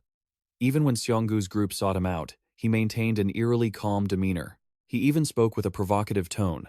Do you like this empire of mine? In Seonggu's eyes there was a mix of anger and complex, indescribable emotions. Seeing this, Aegir lost interest and tossed a gold nugget aside. The sound of the gold hitting the pile was so pure, it would captivate anyone who heard it. Aegir was so amused he actually laughed. What do you gain by lecturing me? That's exactly why you haven't achieved anything. You're too soft-hearted. That's why you can't reach the summit. Look at me, am I not the king of this place already? Hearing this, Park Jae-jeon fell into deep thought. It seemed he knew that Seonggu wouldn't attack because of the hostages. Although Aegir was powerful, it wasn't as if they couldn't take him down. Watching Seonggu's sturdy back, Park Jae-jeon couldn't help but feel curious. Even with hostages, the easiest method was still to punish him. What would Seonggu choose to do? By now, Seonggu had been pushed to the edge by Aegir. The mana radiating off him showed just how intense his fury was. But Aegir just smirked. Don't even think about doing anything stupid. Immediately after, thousands of golden threads appeared, accompanied by his arrogant tone. All the children in this district are. Seonggu realized something was wrong and quickly reined in his killing intent. Even Park Jae-jeon was horrified. Those thousands of golden threads they were, Aegir, looked at their expressions and let out a sleazy smile. If I die, thousands of children out there will die with me. Wouldn't that be a wonderful spectacle? A series of those golden threads were connected to the huts outside. I am a mastermind of exceptional talent. He happily boasted about himself, a man who devoured the dreams and lives of children. The madman said it as if it were a righteous thing. Seonggu, I just want to rule this place in peace. The more Seonggu listened to his rambling, the tighter his brows furrowed. Do you think you can just do whatever you want? This world will soon return to its original state. Do you think you'll be safe here? Aegir just curled his lip. Well, who knows? But if that time comes, I'll have even more children's lives in my hands. His face now looked as malicious as a demon's. Children's lives will bring a different future if this world collapses. Isn't there a saying that children are as precious as gold? He concluded nonchalantly. I just want to rule this place quietly and live comfortably. Seonggu had a headache, thinking he didn't like this one bit, but he had to borrow the name of someone the guy would be intimidated by. He spoke up, using Odin's persona. Aegir heard this and immediately cut him off. The truth about Odin having disappeared? I know that, too. Seonggu's eyes widened in shock, not expecting him to know that. Aegir looked at him arrogantly. I also heard that rewrote has disappeared. These words terrified Seonggu completely. How do you know these things? Seeing this, Aegir smiled triumphantly. You seem surprised by my information network, don't you? Of course. I don't intend to tell you. The only thing he could say was he raised an eyebrow and started shooing them away. Just leave quietly. Killing you would be too much trouble for me. Rest however you want. Whether you want to save the world or die, that's up to you. Just get out of my city. Seonggu was suddenly backed into a corner. Should we really retreat like this? If we leave now, we won't have another chance to save the people here. Sacrifice the few for the many? The children will have to be sacrificed just to kill this bastard. He was struggling with the decision. No, I don't want to go down that path. I don't want to follow in Odin's footsteps. Just at this tense moment, Park Jae-jeon stepped up. All right, we will leave. He firmly blocked Seonggu, not letting him have any more contact with a cunning person like Aegir. Aegir saw this and laughed softly. Good. But Park Jae-jeon himself didn't let things go that easily. In exchange, give us some time. Seonggu understood his intention. So that's it. He's come up with a plan. Aegir heard this condition and was slightly stunned. Time, you say? He wondered. What is he planning to do? After a moment of contemplation, he decided, I can't give you much time. Leave within 2 days. Park Jae-jeon agreed readily. Fine. After that, they left the room, leaving Ager with a mess of thoughts in his head. Does he really have another way? He unconsciously rubbed his chin. Well, fine. Maybe that's better. 2 days won't be dangerous for any of you. That's also the time I need. Ager immediately ordered everyone to be gathered. While Park Jae-hwi-jeon's group was completely unaware, he had made a bold decision. We will proceed with the ritual. Outside the building, Park Jae-hwi-jeon sat down to discuss with Seonggu and In Trang. He is preparing as well, Park Jae-hwi-jeon emphasized. He's definitely going to set a trap so we won't be able to do anything. Do you really have a way? Park Jae-hwi-jeon smiled and replied, Of course. I was a bit scared when I heard he was an infinite sponsor. But in the end, it's just sad. Seonggu's face became a bit brighter. That title only has meaning when incredibly powerful hunters receive sponsorship from him. He can only become a hero thanks to his massive wealth. So, what's your plan? He replied slowly. Regarding this Park, Jae-hwi-jeon looked at In Trang. She looked confused and pointed at herself. Me? He stated confidently. That's right. You are the way we beat him. Park Jae-hwi-jeon recalled the image of him using his skills. When we met Ager, I observed the mana he was spreading. It was connected to many people. Those affected by his moves, he can take many lives whenever he wants. Park Jae-hwi-jeon stood up, reaching out to explain. In Trang, you want to save those people regardless of what is sacrificed, right? She responded immediately. That's right. His face was stern. It's going to be a bit painful. Is that okay with you? In Trang calmly asked. Will I die? Lee Joon-kyung's gaze was dead serious. What if I told you I could do it? Her face darkened, and she let out a weary sigh. Her eyes burned with determination. I'm still going through with it. Lee Joon-kyung cracked a smile. Well, that's just like you. He began to explain the plan. I'll find a way within these next 2 days. The problem is, he'll sense it and start prepping more defenses. Dong In-jung glanced over her shoulder at someone approaching. The doors slowly creaked open, and they walked in, facing Lee Joon-kyung's group. He called out, What's going on? Du and his teammates were begging for help from Lee Joon-kyung, Sved, and Mr. Bae Song-gu. They knelt, pleading, Please, you have to help us. Lee Joon-kyung and Bae Song-gu were caught off guard. The scene shifted to the outside of the building. Jae-sun shouted, Everyone, gather around. At the same time, IER stood from above, looking down at the people below. With his hands in his pockets, he asked, Is everything ready? Park Jae-wi reported, Yes. We've rounded them all up, not a single one is missing. He raised his hand, channeling his power. Good, then let's begin. He opened his palm wide, unleashing his skill. Mystical, glowing light rained down upon the crowd below. It transformed into strings, tethering every single person. Ager clenched his fist, a cunning, twisted grin spreading across his face as he let out a loud laugh. Ha ha ha, come on, give it your best shot. Everyone was affected by his skill. Ager arrogantly taunted.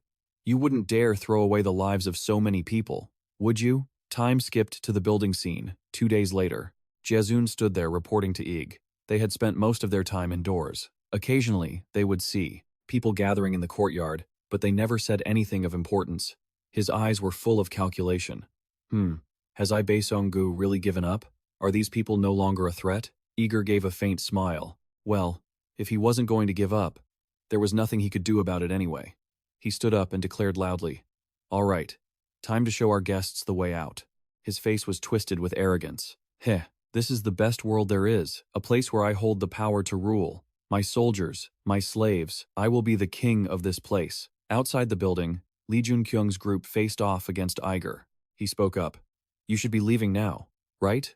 Bae Song-gu immediately replied, That's right. The time we agreed upon has already passed. Ager was sweating with anxiety. Humph, they're plotting something.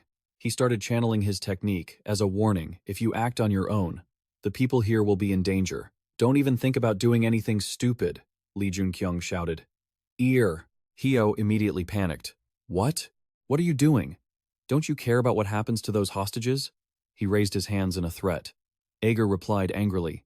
You bastard. You dare to play games with me? I'll kill 10 people just to show you what happens when you cross me. These people are dying because of you. A sword slammed straight into the ground. He glanced over, worried. Dong In-jung slowly pulled the sword out and shouted, Ram, activate. Ager looked down at his hands, stunned. No way the strings connected to the hostages. They're not. The strings connecting them started to fluctuate. His technique was focused on binding her. She did it.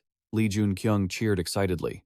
Dong In-jung had just activated another one of Graham's skills. Graham could absorb magic and mana from the surroundings. Now, we can start our counterattack.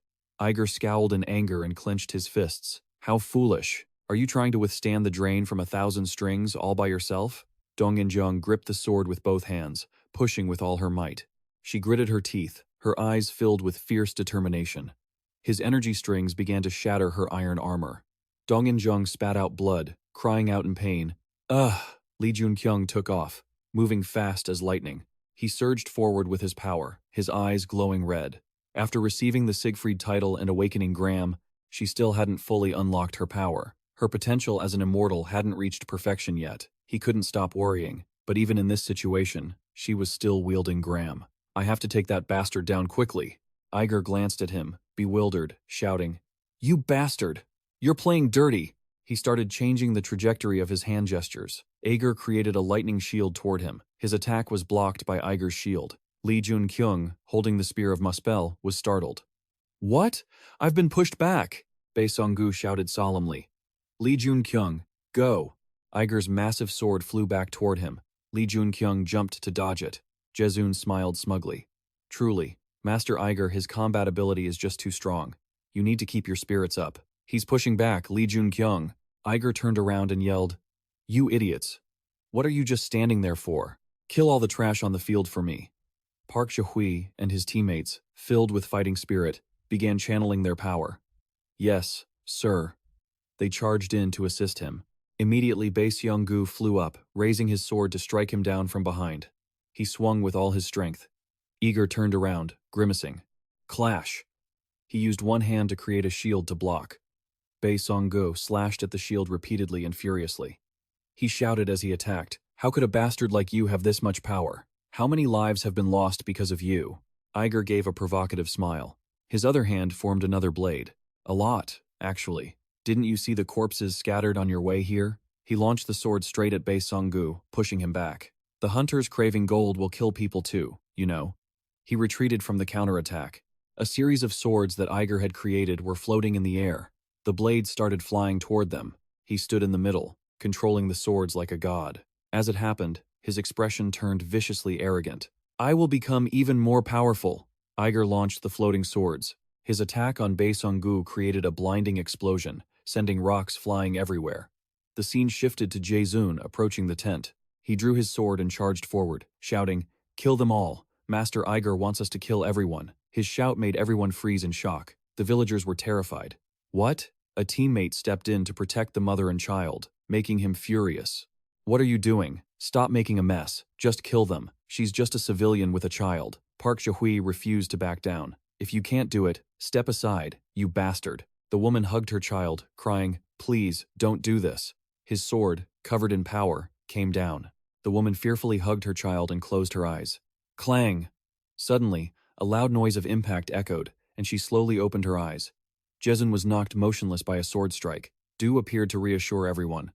"It's okay. Evacuate this place immediately." The mother gripped her child's hand and stood up, stunned. He stood with his teammate to explain. "I'm sorry for the previous times we weren't strong enough to stop Iger. We'll hold off Iger's men. Everyone, get out of here fast." The woman replied sadly. "But we have nowhere else to go. There's no place safer than this." A voice sounded, making her jump. "This way." Hyo appeared and spoke. "The master has created another place for you." Both factions started clashing. "You bastard! How dare you betray us? I don't want to live like a coward anymore." Yoonji raised his hand to signal. "Everyone, run. This way." At the battlefield, Bae Song-gu continued to slash at his opponent. One strike from him sent Iger flying dozens of feet. The impact looked like a small explosion. He kept slamming into one thing after another. When he finally stopped, Iger immediately coughed up a large mouthful of blood. He looked shaken and stared in total disbelief. A monster? How? Seeing that his opponent was not only tall and sturdy but also that strong, he was completely stunned. I knew from the start that Bae Seong-gu was strong, but he reminds me of Lee Joon-kyung, that underdog who drained all my gold. At this moment, Dong-in-jung was still gripping her weapon tightly. "Siegfried has blocked me from the main energy source. Damn it, my kingdom." Suddenly, a surge of energy flickered from Iger's position. His eyes turned golden, and he gritted his teeth. "No, I can't let it end like this. Even if I have to sell my soul, I will kill everyone." Little did he know, before he could even make a move, Bae Seong-gu was already behind him. "Is this your karma?" The surprise left him unable to react, confused. Then, He swung his blade, slashing directly at Iger once more. The agonizing pain left him only able to stand still and howl. Ah! Not stopping there, he rushed forward, filled with danger. Are you afraid of dying? Once again, a colossal weapon, crackling with terrifying energy, descended fast, precise, and clean. This time, it successfully landed a direct hit on him. The sheer force of that brutal attack was enough to bring him to his knees. He couldn't hold his ground anymore. As the dust settled, Ager remained in that kneeling position, finally paying the price for his sins. Bae Songgu narrowed his eyes and said coldly, his voice dripping with venom, "This is your karma." With that, he turned to Lee Joon-kyung and reported, "He's dead." The tragedy of it all left him deep in thought. These rulers appearing in this world were no different from apocalyptic disasters. Calling them monsters wasn't an exaggeration at all. He turned to leave, thinking that Ager wasn't much different from a regular monster. However, before he could take a few steps, an unsettling wave of anxiety washed over him. Lee Joon-kyung, sharp and alert, scanned his surroundings. What is this feeling of danger? Impossible, Bae Seonggu interrupted. Let's go. We still have people to save. But he didn't answer. He just gripped his weapon even tighter. His reaction caught the others off guard, sparking suspicion. Dong In-jung, standing beside them, couldn't understand why Lee Joon-kyung was reacting this way after all. He was dead. However, the energy fluctuations surging around Ager's corpse spoke louder than any words. Right at that moment, Lee Joon-kyung suddenly tensed up and screamed, "Get back!" At that exact second, a fist packed with terrifying power suddenly closed in on them. Thanks to his reflexes, Bae Songgu managed to raise his blade just in time to block it. Even so, the sheer force of the impact sent him skidding backward a long distance. The sudden turn of events left him stunned. How? The owner of that golden fist was none other than Ager, the man everyone thought was dead. But Lee Joon-kyung keenly sensed that there was no life left in his eyes. He really was dead. So why can I still feel the ruler's energy coming from him? Not leaving them much time to wonder, Ager, in this bizarre state, suddenly let out a deafening roar. Lines of text appeared on his system notification board. Apocalyptic sky, charming prince, king of the rainbow is watching. 3 question marks in a row left Lee Joon-kyung utterly shocked, and Dong In-jung felt the same. The notification continued, displaying words that made their skin crawl. Watching you. The scene cut to the other team's battle area. Rugg decisively put his strength into a slash, striking his opponent and making him scream. After taking one final, heavy blow, the enemy finally died. Du let out a sigh of relief and turned to the others. We've taken care of most of Ig's hunters. Thank God. Then he declared clearly, from now on, there will be more good hunters than bad ones. With that area successfully cleared, he issued his next command. All right, now let's go help Lee Joon-kyung's group. Suddenly, Ji startled, as if he sensed something. Yoon shouted quickly, warning him. Behind you, Du asked, confused, completely unaware that the enemy had suddenly come back to life right behind him. Huh? Behind him, the opponent had just manifested, and was already lunging forward with all his might. Faced with this sudden crisis, Duan was stunned. What the hell? Luckily, Seong-du, standing behind him, had already blocked the attack in his place. The impact of the blow even buried the opponent deep into the rocks in the distance. Du immediately calmed down and looked at him with gratitude. Haha, thanks man. To answer him, he happily gave him a thumbs up. But it wasn't over. Yoon continued to panic, screaming, "Look over there! The dead hunters, they're back!" Very quickly, everyone realized why the enemy had said they were coming back to life. The sight of the hunters rising in that eerie, strange way made everyone gasp in horror. Gold bodies? What is this? What the hell is going on? What is happening? Ire, having just revived, opened his mouth and roared. His voice seemed to amplify and spread everywhere. Not only that, it seeped into every single crack and ruin. That thunderous sound reached all the way to where John's group was fighting, leaving everyone confused. Ugh, what the hell is that noise? They soon got their answer when that group of golden hunters simultaneously turned toward one place. In an instant, the entire army of the undead was summoned and began running like the wind. Duan realized it, then the dead hunters were all running toward the source of the sound. The others were just as panicked. Where did Lee Joon-kyung's group go? Du was drenched in sweat, his eyes locked ahead. No one expected those hunters to become fuel for Ear to grow stronger. That golden giant, no way. That's Ager. Furthermore, the sight of hunters being sucked into his body left everyone even more stunned. Ager is absorbing the hunters who just came back to life. Seeing something so horrific, Duan clenched his fists. Then he spoke up. We're going to help Lee Joon-kyung's group. But his plan was quickly blocked. No, look at it, we'll die. Faced with such a dangerous situation, he didn't want to retreat even a little. Even if we have to die, we have to go. Not stopping there, he raised his voice to wake everyone up. Remember what we looked like before they came here. We were no different from those hideous golden monsters. If we run away again, we'll be no better than monsters ourselves. His words truly helped everyone see the truth. Even if I have to die, I want to die like a human being. Without another word, everyone followed him, one after another, charging into the fray. All right, let's move out. This entire army was filled with spirit and the determination to die with honor. Even if we have to die, we will die as humans. It's not like we can die twice anyway. Seeing this, Du couldn't help but smile with joy, completely unaware of what was behind him. Just then, a pig's voice rang out softly from the air. "Master, you don't need their help." This made everyone exclaim in surprise. It added, "He is strong enough and doesn't need anyone else's help." At that very moment, a massive collision occurred on the other side of the battlefield, as a giant golden IER was wildly swinging its fists toward Dong-in-jung. Dong-in-jung didn't flinch, raising the precious sword in her hand to strike him. As she leaped, her attack landed squarely on him. Seeing the result, she told herself, "I hit him. He must have taken some damage."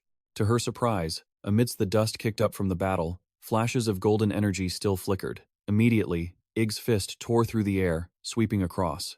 Then, that fist, filled with power, clashed directly with Dong-in-jung's attack. The rocks and earth in the surrounding area were once again devastated by that terrifying energy. Dong-in-jung's strength was severely drained after that clash. She raised her hand to wipe the blood from around her mouth, feeling furious. "I couldn't even hurt him at all. What is he? He's not a hunter, nor is he a monster." As she wondered in confusion, Seonggu looked suspicious.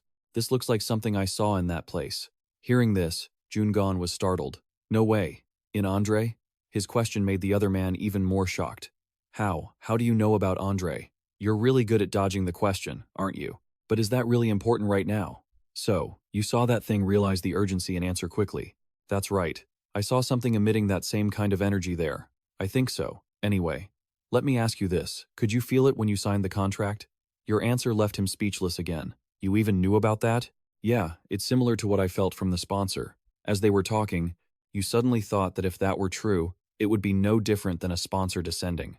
I can't be sure, but if a transcendent being like a sponsor were trying to manifest in this world, Lee Joon-kyung broke into a cold sweat. That would definitely be an unstoppable catastrophe. Before you could even think it through, he stepped forward. Bai Song-gu spoke coldly. I'll do it. With every step, the power you mentioned grows stronger. It's a power I never want to stop. Not until now. But he didn't expect you to grab his shoulder just in time to comfort him. It's going to be okay. Then you stepped in front of him, ignoring his shock at your words. I know why you sealed your power and haven't been using it. That power is nothing but poison to you. I'll be the one to do it. Your eyes flashed red, and the energy around you began to glow. The great catastrophe had empowered the hunters. You thought about reality and a flashback to those early days. Powerful hunters gaining new strength, just like how the print grew stronger and used the GAM. After thinking through the core of it, you became even more determined you could do it too. Break past your limits. So, the moment you became stronger arrived, and that power was no longer suppressed. Bae Song-gu, standing behind you, couldn't help but be stunned. Absolute black flame. Along with the moment dark flames engulfed you, the system notification appeared. The weak dragon heart had been filled to the maximum with magic power and evolved into the heart of the dragon god Revelation. At this very moment, a terrifying power belonging to Lee Joon-kyung exploded from where you stood. It didn't stop there. A bright red system window appeared simultaneously. The Apocalypse Sky is watching the battlefield. The Apocalypse Sky has decided to sponsor his avatar. That little notification couldn't distract you for even a second as you gripped your weapon tightly and thrust it straight toward the giant. He couldn't even resist. He could only take the beating. One after another, punches and uppercuts, each one packed with raw power, rained down on him. In just a split second, his heavy body was slammed onto the ground. And in another place, a black aura identical to yours suddenly converged. All the powers have formed me. Demonic energy, madness, dragon blood. From within those pitch-black flames, someone identical to Lee Joon-kyung wore a bloodthirsty smile. Everything had merged into one. Under this new, powerful black flame, I've now received all the delayed growth at once. At this moment, the once majestic and ancient city of London has become a blood-soaked battlefield everywhere. The troops, after a long fight, could only breathe heavily, their bodies drenched in blood. Facing power like that, Lancelot couldn't help but mutter, "What a monster, how can one person be this strong?" All of them stood at the foot of the tower, looking up at him. They looked at him in awe, he was just that strong. Right now, the Demon King was focused ahead, completely unaware that they thought he was creating a barrier and evacuating everyone by tearing through space, an unbelievable talent. At the same time, Arthur anxiously called out to the person beside Merlin. Even though she was tense, Merlin answered seriously, "Arthur, I'm okay." But she was even more confused than that. Perhaps she wasn't the only one wondering who this person was. Not knowing who he was, she still watched his every move and gesture, deep in thought. Suddenly, something made him jump in alertness. Then he turned his head to look in that direction, amidst everyone's murmurs. Goodness, it's hard to tell if they saw his sharp gaze and satisfied smile, but they were still stunned. It's like he's reached another level. Lancelot kept focusing his energy, frowning in annoyance at letting his guard down during such a conflict. However, Arthur suddenly realized something that seemed absurd: there were no openings. Having no openings wasn't a reason to back down. Energy began to fluctuate. Merlin seized the opportunity and shouted a signal. Lancelot reacted quickly and lunged to attack. "I will create an opening." Meanwhile, Merlin didn't stay still. She reached out to summon her weapon, thinking that Lancelot wasn't even worrying about his own life. Then she let out a piercing cry. Instantly, her chains and Lancelot's power intertwined, attacking straight toward where the Demon King stood. Seizing that brief opening, Arthur suddenly raised his sword and shouted, "Knights of the Round Table, protect England!" Following his command, the knights immediately charged without fear of danger. Ha ha ha. Yet, those chains that seemed so sturdy snapped the moment they approached their opponent's flames. With just a gentle wave of his hand, everyone's attacks, including Lancelot's, were neutralized, and even his spear fell from his hand.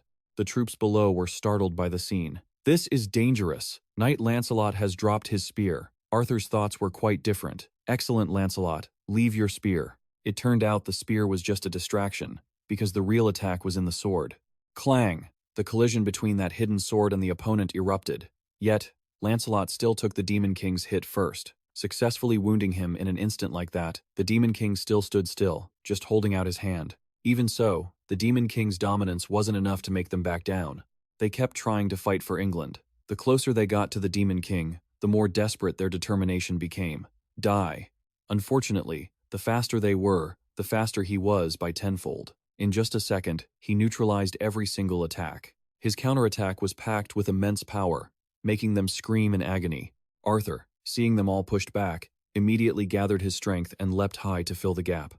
While launching himself, Arthur yelled, "Everyone, fall back!" Relying on his own strength, he quickly created a giant ball of energy in the sky. This variable made the Demon King look up in surprise, and when the moment was right, Arthur decisively slammed all that power down. He was standing below. It was a perilous situation, as that attack was far too massive compared to his own body. When it hit, it even created a super powerful explosion. This all-out attack almost destroyed an entire vast architectural area. After a long while, the shockwaves faded, and the surrounding buildings were filled with smoke and fire. The area that had been directly hit and the nearby vicinity seemed to have been razed to the ground. When Lancelot was found, the knight was in an absolutely wretched state, with one arm severed and the other charred. Merlin called out his name, Lancelot, but he was still alive to whisper one last time, "Princess Merlin, have I fulfilled my role well?" She replied through tears, smiling at him, "Yes, Lance, you did well. You truly just saved our England. You are the knight of loyalty and honor." And then he smiled with deep satisfaction upon hearing those sincere words. "You are also a benefactor to everyone here." Amidst the smoke and fire of war, his smile and faith shone brilliantly. "Thank you, Lord Tuan, Your Highness." These became the last words he left behind before returning to the motherland. Everyone stood in silence, bowing their heads toward him. The atmosphere was heavy, leaving no room for words. Even so, Merlin quickly lifted the army's spirits. "We have lost too much today. The Knights of the Round Table were nearly wiped out by a single person, the one who controls monsters and possesses evil power. I shall call him the Demon King." Saying that, she changed to a tone of pride and determination. "Elite knights have sacrificed themselves to protect England, but because of them, we have driven away the Demon King and achieved victory." Arthur stood nearby and immediately continued her words. "That's right, we have won, and we will continue to win." Sure enough, the morale spread quickly. Everyone became resilient again, thumping their chests and shouting, "At your command! At your command!" But then, a calm, out-of-place voice suddenly interrupted. "It seems a bit too early to celebrate victory, don't you think?" Merlin turned in terror toward that direction and blurted out, "How is that possible?" Arthur was equally bewildered. How is he still alive? I was certain I had sliced him to death. No one expected the man presumed dead to calmly pedal through the water to answer. "You always take things too lightly." He then calmly reached up to grab his hood and pulled it down. Just for a fleeting moment, Arthur hesitated in shock. "Good heavens, no way you are." As the stranger's appearance was fully revealed, the name was called out. Lee Joon-kyung, a figure with the exact same appearance as Joon-kyung, stood tall. That name created a wave of fear throughout the army. Juan hesitated, underdog? But Merlin didn't agree with them. "No, he is not Lee Joon-kyung. I can't feel my necklace on him." She didn't notice Arthur's abnormality. In the blink of an eye, he was already gnashing his teeth and charging toward the opponent. Waving his sword, he shouted, "You arrogant bastard! I will slice you into 2 pieces again." Merlin hurriedly screamed to stop him. "Arthur, no." She thought Arthur's mana levels had dropped significantly after the previous attack, but he didn't stop, still wanting to personally take down the Demon King. The attack from his sword quickly descended and clashed with the man's power, but with just a slight lift of his hand, he neutralized that powerful strike. "You can't kill me with that fake Excalibur." He even nonchalantly grabbed the blade. "I've spent too much time on this, so I will end it quickly." As soon as he finished speaking, the Demon King jerked the sword away, held it high, and threw it with force through Arthur's body. It all happened in a split second. Arthur was immediately pushed back. He clutched his shoulder and cried out, "Ugh." The Demon King saw this and coldly spoke, "Impressive. Thinking you could dodge that." Then he raised his hand to gather power and said lightly, "But that's all it amounts to." Streaks of energy quickly appeared, leaving Arthur with no time to react. He lowered his hand and uttered 2 words, "Die." A barrage of fireballs mixed with lightning exploded, making the scene suddenly flash with blinding light. Merlin screamed in panic, calling the knight Arthur's name. At the same time, the army ordered the knights to protect Arthur, and the entire force shouted in unison to defeat the Demon King. Suddenly, something happened that startled him. Right at that moment, a streak of blue light unexpectedly cut through the Demon King's field of power. After that, a person appeared, holding a sword in one hand and clutching Arthur in the other. Furthermore, he continued with a smirk, "A fake Excalibur, huh? Then how about the real deal?" Before the man's admission, the Demon King narrowed his eyes, repeating, "Excalibur." Meanwhile, Merlin, standing nearby, sighed in relief. Thank heaven, he arrived just in time. Arthur, being carried like a chicken, only glanced back in annoyance. This lightning guy is too late. Seeing that Excalibur was on their side, the Demon King became much more vigilant.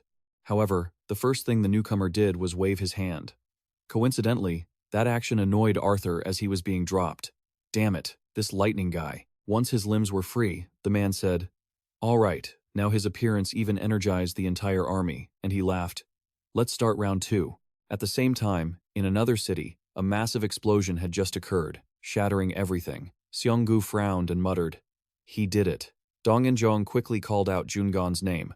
Amidst the hazy smoke rising from the recent collision, Joon-kyung's figure gradually became clearer.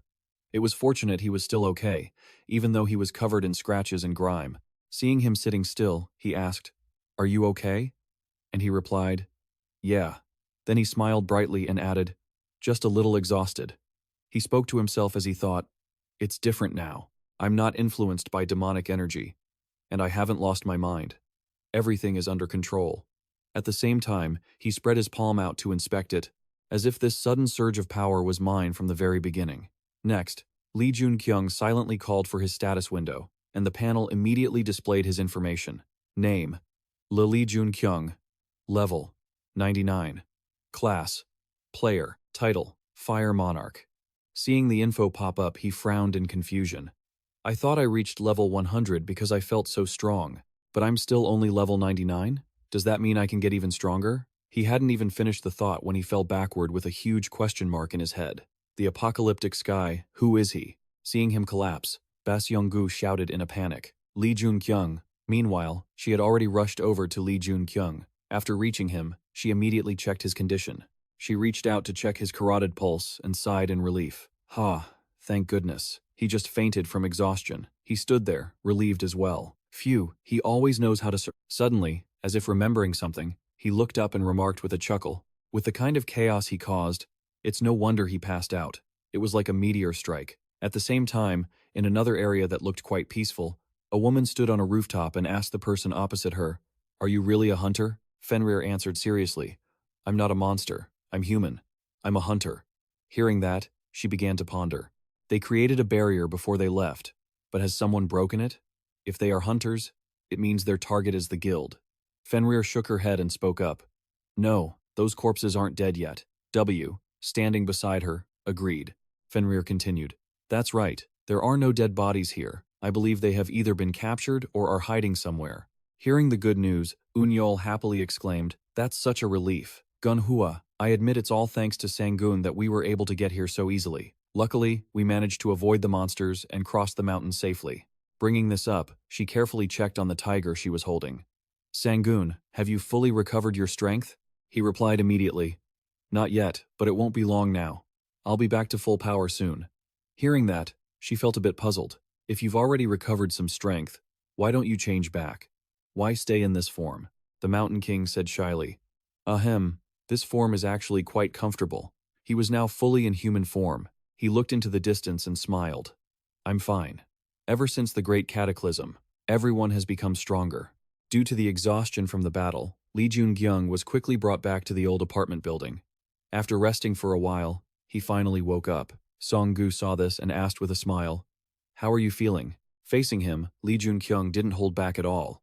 "I think my body was overworked from the sudden power surge, but now, I feel great." Hearing that, he replied immediately, "That's good to hear." As soon as one problem passed, another arrived. Joon-kyung frowned and asked, "What about the situation in Gangmyeong?" Song-gu didn't answer right away but tilted his head, signaling him, "See for yourself." Following his gesture, Joon-kyung stood up, looked outside, and exclaimed in shock, "My God!" The scene outside was a massive battlefield, leaving him speechless. "It's become a complete mess." Song-gu reassured him, "Don't worry, the people there are safe. It looks like Hiho is doing a great job." No sooner had he finished speaking than the door swung open, and Dong-in-jung appeared. As soon as she entered, she crossed her arms and sighed. "Why am I always the last one to arrive?" In response, Joon-kyung just laughed and said, "Because you're always so busy." It was just a light-hearted joke before she brought up the main issue. "I went to the shelter for a bit. Well, for starters, the food situation is stable for now." Suddenly, the stone that was always glowing red on his necklace began to change. It flickered and then went completely dark, losing every trace of energy. Faced with this sudden turn of events, Joon-kyung furrowed his brow, his face darkening with disbelief. Seeing his shocked expression, Seonggu asked hurriedly, "What's wrong?" Dong-in-jung stood there, also confused, while the one being asked could only cradle the stone, deep in thought and unable to speak. He remembered what Merlin had told him when she gave it to him. As long as he was safe, the necklace would continue to emit energy. At that thought, he gripped the stone tightly, his tone full of worry. It seems something is happening in England. There was one more thing he didn't dare say aloud, only thinking it to himself. Could it be the Demon King? A while later, on the rooftop of a building, Joon-kyung was face to face with Seonggu. He asked with an anxious face, "Any news?" Seeing his concern, he reported immediately, "It's quite difficult to communicate with the outside. The round table is powerful, don't worry too much." But this consolation didn't help much. Joon-kyung continued, "The last time I talked to Merlin, she said they were about to meet Olympus. And if what Ig said is true," he briefly thought about Ig's words. "I also heard about the disappearance of the rots." Then he reiterated, "If the rots disappeared, isn't it highly likely that the problems in England are related to Olympus?" Song-gu didn't dare to confirm anything. I'm not sure," he added. "Luckily, we can still communicate with Incheon. They're sending some hunters here." Finding one good piece of news, Joon-kyung exclaimed happily, "Thank goodness, we can go find Ungol's group." However, his tone hesitated, and his current attitude made Joon-kyung confused. He said seriously, "I don't think I can go with you." Joon-kyung quickly questioned him. "You mean you're staying here?" But his intention was different. "No, I think I need to make a trip to Seoul." Without letting him say anything else, he looked up at the sky with a smile. "Seoul has the most hunters, and the only people who can help the citizens out of this mess are the hunters." That was his reason. "I think I need to go to Seoul to get a few things sorted out." Currently, the two of them were standing on high ground, looking down at the ruined city. Joon-kyung said calmly, "I understand." At the same time, the hunters from Incheon who had been dispatched to help Gang Myung, had arrived, signaling that it was time for Lee Joon-kyung's group to leave. The two groups finally met on the cleared road. Duan quickly asked them, "Are you leaving?" For his part, Lee Joon-kyung kept a smile and replied, "That's right. We're leaving now." The help from Lee Joon-kyung's group had been incredibly timely. The more Duan thought about it, the tighter he clenched his fists. "Thank you. If it weren't for you, I don't know how long we would have had to endure those terrible times." He tried to hold back his emotions and admitted, "We know that the sins we committed cannot be easily overlooked." Then he blurted out, "The sins we committed were only because we thought we had no other choice. What should we do now?" Faced with this sincere attitude, Sangun was silent for a moment, before looking directly at him with a serious expression. "Your sins are certainly not minor." Just as they were sinking into deep remorse, he spoke, "But there is still a way to make amends and atone for your mistakes." He gripped Duan's shoulder firmly, as if trying to impart strength. He spoke every word clearly. "Beg for forgiveness for the rest of your life. Protect the people here. Save 10 times as many lives as those who were sacrificed, whether you are forgiven or not." Duan thought back to earlier, when a mother had rushed over, screaming loudly, "Let me go! Please!" The mother, clutching her child tightly in her arms, sobbed and begged, "Please, not my child, don't take my child away." At that very moment, Duan thought confusedly, "I had no choice. My family was being held hostage too." Thinking of his family, he couldn't hold it back anymore, and burst into tears. "Hoo-hoo!" Seonggu stood right there. How could he not understand? He firmly repeated one more time, "So, until people forgive you. No, even if they forgive you, continue to repent for your sins for the rest of your life." Strangely, the sky had become incredibly clear. His advice carried hope for everyone. Even if you can't change the past, you can change the future with your own choices. His words were like a light at the end of the tunnel. Duan immediately knelt down. Not only him, but the soldiers following him did the same. Everyone, filled with gratitude, shouted, "Thank you. Thank you so much." Sangun didn't realize that his words had also affected Lee Joon-kyung quite deeply. He stood silently behind him, slowly repeating, "Past and future, huh?" He then took a step away, muttering to himself as he walked. "I wonder, did he just keep moving toward the next path? Is this the past, or a future that can be changed?" His back looks calm enough now, but his heart is heavy with worry about what lies ahead. "I have no idea." Looking at the devastated landscape of Wachon, he quietly stated that the place was completely ruined. Dong and Jong, standing nearby, couldn't help but sigh with anxiety. "These monsters are strangely strong." Park Jae-gon frowned as he looked at her. "That's a side effect of the catastrophe." Bae Song-gu immediately added, "We've been searching all day, but we haven't found a single trace of survivors. What are you going to do now?" Facing the swarm of bizarre monsters below, he simply replied that saving people was one thing, but there were just too many monsters. He smiled and said, "Ungul's group is waiting. We should go."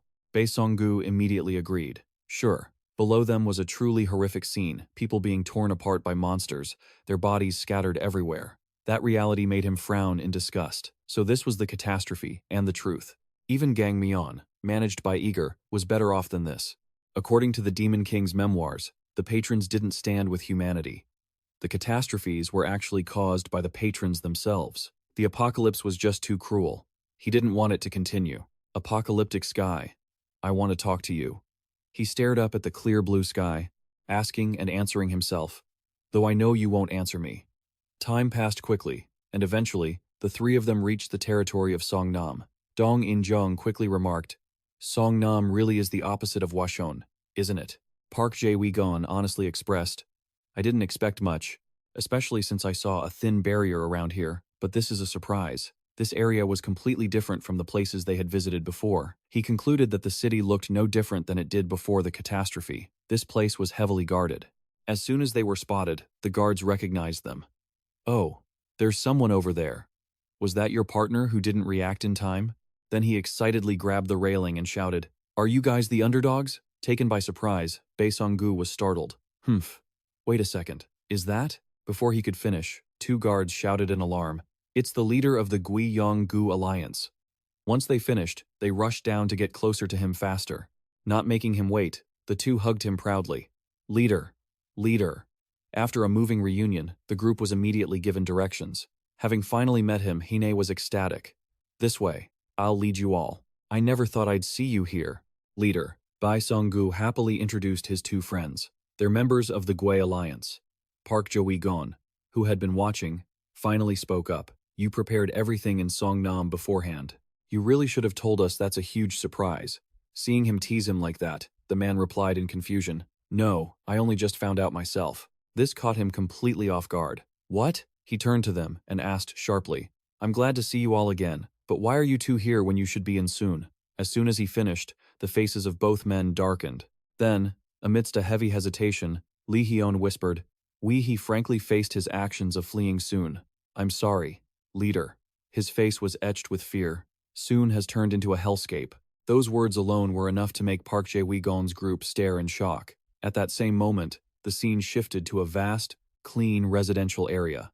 Sudden noises shattered the peace of this place. It turned out to be Yoon-yeol leading her group, rushing forward. Everyone's face was extremely tense. As she dashed, she frowned and thought to herself, the tracks are too long. The hunters targeting the Bichdu Guild must be high level. The remaining members of the Bichdu Guild are weak hunters. Can they really avoid them and make it this far? Facing the empty, traceless paths, she felt even more uneasy. Moreover, these roads showed no signs of struggle. The only trace was that the number of monsters had decreased. I'm so worried. Right at that moment, from the sky, black feathers suddenly fell down along with sharp cries. The sudden event startled her, and she looked toward the source of the sound. When she clearly saw its shape, she became even more suspicious. A crow, but she still raised her hand to signal her team to stop. Her hand gesture perfectly blocked Fenrir, who was about to rush in. They stood still, observing the strange crow. Its eyes were blood red, and a massive amount of energy radiated from its body. Hua Tuo clenched his teeth in tension and questioned, what is this insane amount of mana? Is it coming from that crow? In the blink of an eye, both of them transformed. Fenrir's body glowed blue, sharp teeth appeared, and her eyes flickered just like her true self. Hoon was also ready to fight, but unexpectedly, the crow spoke in a human voice. I have been waiting for you. This made Yoon-yeol even more vigilant. She silently stared at it. Contrary to the tense scene here, the sky on the other side was still peaceful and deep blue. In the Songnam area, buildings stood side by side, still retaining their appearance from before the catastrophe. At a certain cafe, someone handed Park Jae-gon a drink and said, Here, have some coffee. Faced with the other person's kindness, he smiled and replied, Thank you. It turned out to be Dawn. Seeing him thank her, she became flustered. No, it's nothing. I should be the one, thank you. Enjoy. After that greeting, she ran into another room. She was incredibly excited. Yay! I finally talked to him. I'm going to go brag to everyone. Seeing the scene that just unfolded, Bae Sung-gu couldn't help but tease. Didn't she ask you out on a date? Dong In-jung joined in. So popular, huh? He could only scratch his head in embarrassment. Stop teasing me. Anyway, it's been a month since we came to Songnam. We've been here too long. But he was still very happy. Yeah. But because we stayed and kept an eye on the monsters, people can go out on the streets now, and they've even reopened the schools. This place has become safe and full of life, just like before the catastrophe. Dong In-jung still had other worries. Park Jae-gon and I couldn't break the barrier around Ypyeon, where the Bichdu Guild lives. Even your Bifrost can't break it. Bae Sung-gu, I wonder if Eunjel's group is still okay. He immediately looked at him and probed. How is it? It seems things aren't going very smoothly. He just silently exhaled a puff of smoke, then said with difficulty, still no response from Soon. Crossing the barrier or communicating with those inside is impossible. The same is true for the outside world. Everything is slowly getting worse. Cities that were once safe are only now experiencing the catastrophe. He continues to press the issue. Any news from Egypt or Europe? He replies immediately. Egypt is still holding out, but the situation isn't looking good. Too many hunters were sacrificed during the S rebellion. He adds that in Europe, London seems to have been devastated. I can't reach them. This has been confirmed by the hunters who escaped, whom I've spoken with. Seeing the situation take a turn for the worse, Lee Joon-kyung can't help but be shocked. No way, not even Merlin and Arthur could overcome the catastrophe? The scene is still in Songnam City, where operations are slowly returning to normal. As Lee Joon-kyung and Dong In-jung are walking along the sidewalk, someone suddenly calls out, Oh, Mr. Lee Joon-kyung and Miss Dong In-jung. Seeing them makes him very happy, and he asks where the two are heading. Ben replies, We're planning to head to the outskirts of Ypyeon. Hearing that, he is immediately extremely worried. Ypyeon is very dangerous. That's where the hunters from Songnam have gathered. But he flatly refuses, saying, That won't do. Someone is waiting for us there. Seeing this, he doesn't press the matter further and says, I understand. Shortly after, a vehicle quickly approaches the spot where everyone is chatting. The car window rolls down, and Suzanne, sitting in the driver's seat, speaks up immediately. Hunter Lee Joon-kyung, let's go. Time to meet him. He is nothing short of surprised as he calls out Suzanne's name. Then, he and she get into the car. As the vehicle pulls away, he reminisces. Kim Suzanne, someone I've known since I first became a hunter. He manages hunters from all over the country, and he says that when the catastrophe happened, he was in Songnam. The white car keeps rolling down the street, lost in his thoughts. He has become the driver for Lee Joon-kyung's party. Seeing that Songnam has stabilized, there's no need to worry about monster attacks. The streets are empty, but peaceful and incredibly convenient. He thinks to himself, the roads aren't destroyed, allowing them to travel by car. After a long while, the wheels finally come to a stop. Everyone gets out of the car to observe. Suzanne suddenly asks him, have you found the path to Ypyeon yet? He quickly replies with a bright smile, found it. Lee Joon-kyung draws his spear, his weapon of choice, and grips it tight. He says, let me check one more time. Suddenly, a terrifying surge of energy erupts. Along the shaft of the spear, that flame roars to life, burning fiercely. Dong-in-jung stands by, smiling confidently. She can feel the mana condensing from that intense source of heat. This is actually feasible. Furthermore, he prepares to unleash a technique, his eyes glowing red and looking much sharper. He calls out Heavenly Flame. Following his command, energy rapidly gathers, waiting for the moment to explode. Finally, as he swings it, the massive heat source carrying that accumulated mana shoots straight toward the barrier, causing a violent collision. Witnessing such a grand spectacle, Suzanne can't help but exclaim, that's insane. Are you even human? But Lee Joon-kyung, the one who just unleashed that terrifying power, sighs. Looking at the barrier that still hasn't taken any damage, he says, I can't break through the barrier either. Saying that, he puts away his weapon, lost in thought, guessing that maybe attacking just one point won't work. Unless I attack the entire barrier continuously. He looks confused. Didn't you say you had a way? He still cheerfully admits with certainty, that's right. Suddenly, behind Dong-in-jung, a shadow of Heo appears. The person who just arrived doesn't make a sound, making her jump.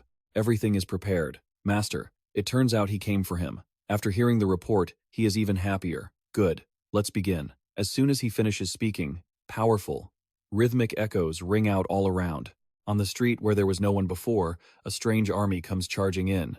They are an army of massive soldiers that look exactly like zombies. This sight suddenly hits his eyes, making Suzanne scream in a panic. Oh my god, those are! The name he utters coincides with the roars of this terrifying legion. There must be over 100 of them. Heo's eyes, just revealed, also glow with a cold, blue light. Time quickly passes. Just like that, the sky begins to dim, and on the ground, dry skeletons leaking disgusting blue gas lie scattered everywhere. Lee Joon-kyung pants heavily with exhaustion, sweat pouring down his face non-stop. Then he turns to ask the newcomer, what do you think? Is it feasible? Heo? Heo replies, yes, I think so. However, he adds with concern, but, will you be okay, sir? You look like you're overexerting yourself. It's just that time is pressing. We can't stop, he insists. Even so, I have a feeling how long will it take to prepare? Heo quickly answers, 1 week is enough. Lee Joon-kyung happily accepts, prepare as quickly as you can.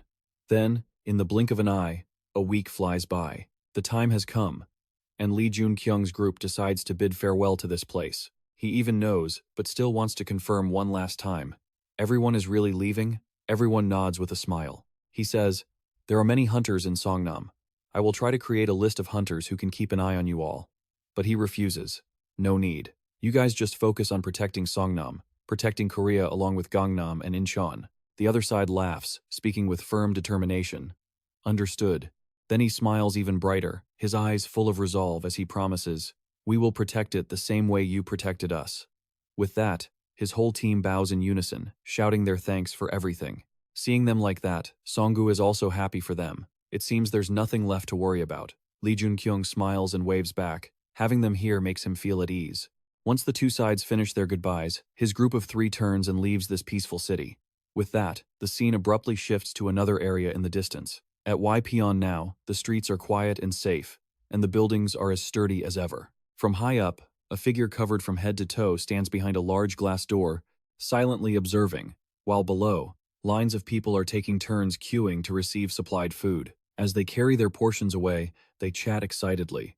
not having to worry about monsters attacking or a lack of food. All of it is thanks to him. He truly is a godsend. Next, someone calls out to gather everyone. New hunters, please come this way. We will begin training. And then, the man looking down clicks his tongue in praise. The hunters who went out scouting have brought back survivors. In the direction he is looking, a bus has just stopped, and from it, lucky survivors are being led out. But none of them feel the gaze of the mysterious person who has always been watching them. Then, it seems that the harmonious image makes him uncomfortable. He turns his head and mumbles in disgust. The mysterious figure turns toward the back, where Unjul is sitting quietly in contemplation. Neil lost her patience and let the others go in a huff. Jang Ho-jin just stood there, responding with cold indifference. If she wants to leave, let her go. He had become completely detached from whatever choice they made. If you go, I won't stop you, but I can't guarantee the safety of that wolf or the White Fox Guild. Hearing this, Unjul fell into deep thought.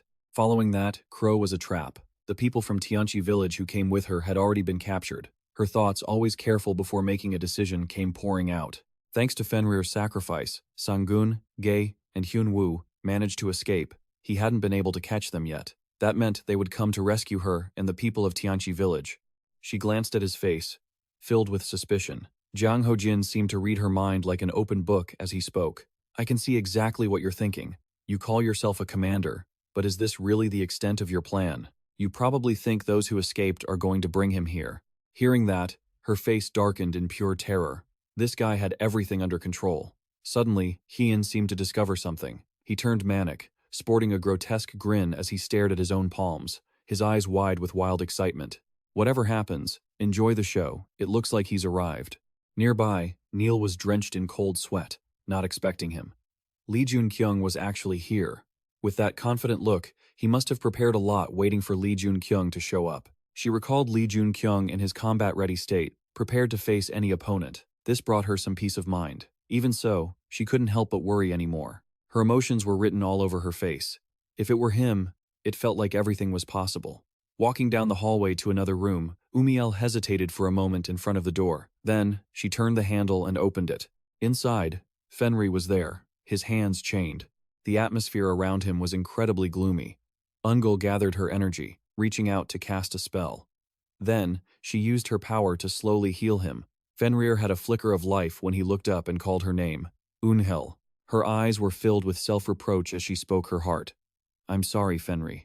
I've treated your wounds, but these chains are beyond my ability. After that, Neil informed him, I have good news. He'll be here soon. It left him speechless with shock. Finally, he saw a glimmer of hope and smiled for a moment. Soon? Is Lee Joon-kyung really here? Under the cloudy sky, thundering noises erupted from inside the blue cage. A swarm of monsters charged crazily, only to be electrocuted by the dome, their bodies covered in wounds. Their numbers were infinite. Long lines still stood waiting for their turn. Bae Song-gu observed from above, unable to hide his admiration. Incredible. Dong In-jung looked pale, constantly worried. Is everything okay? Are those monsters just bumping into the barrier? When Bae Song-gu turned to her, he shared her confusion. I don't know. The one who could explain it is busy, so we can't ask.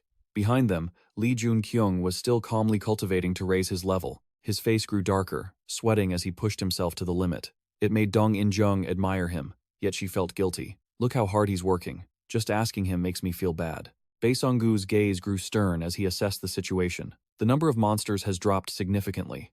Is it almost over?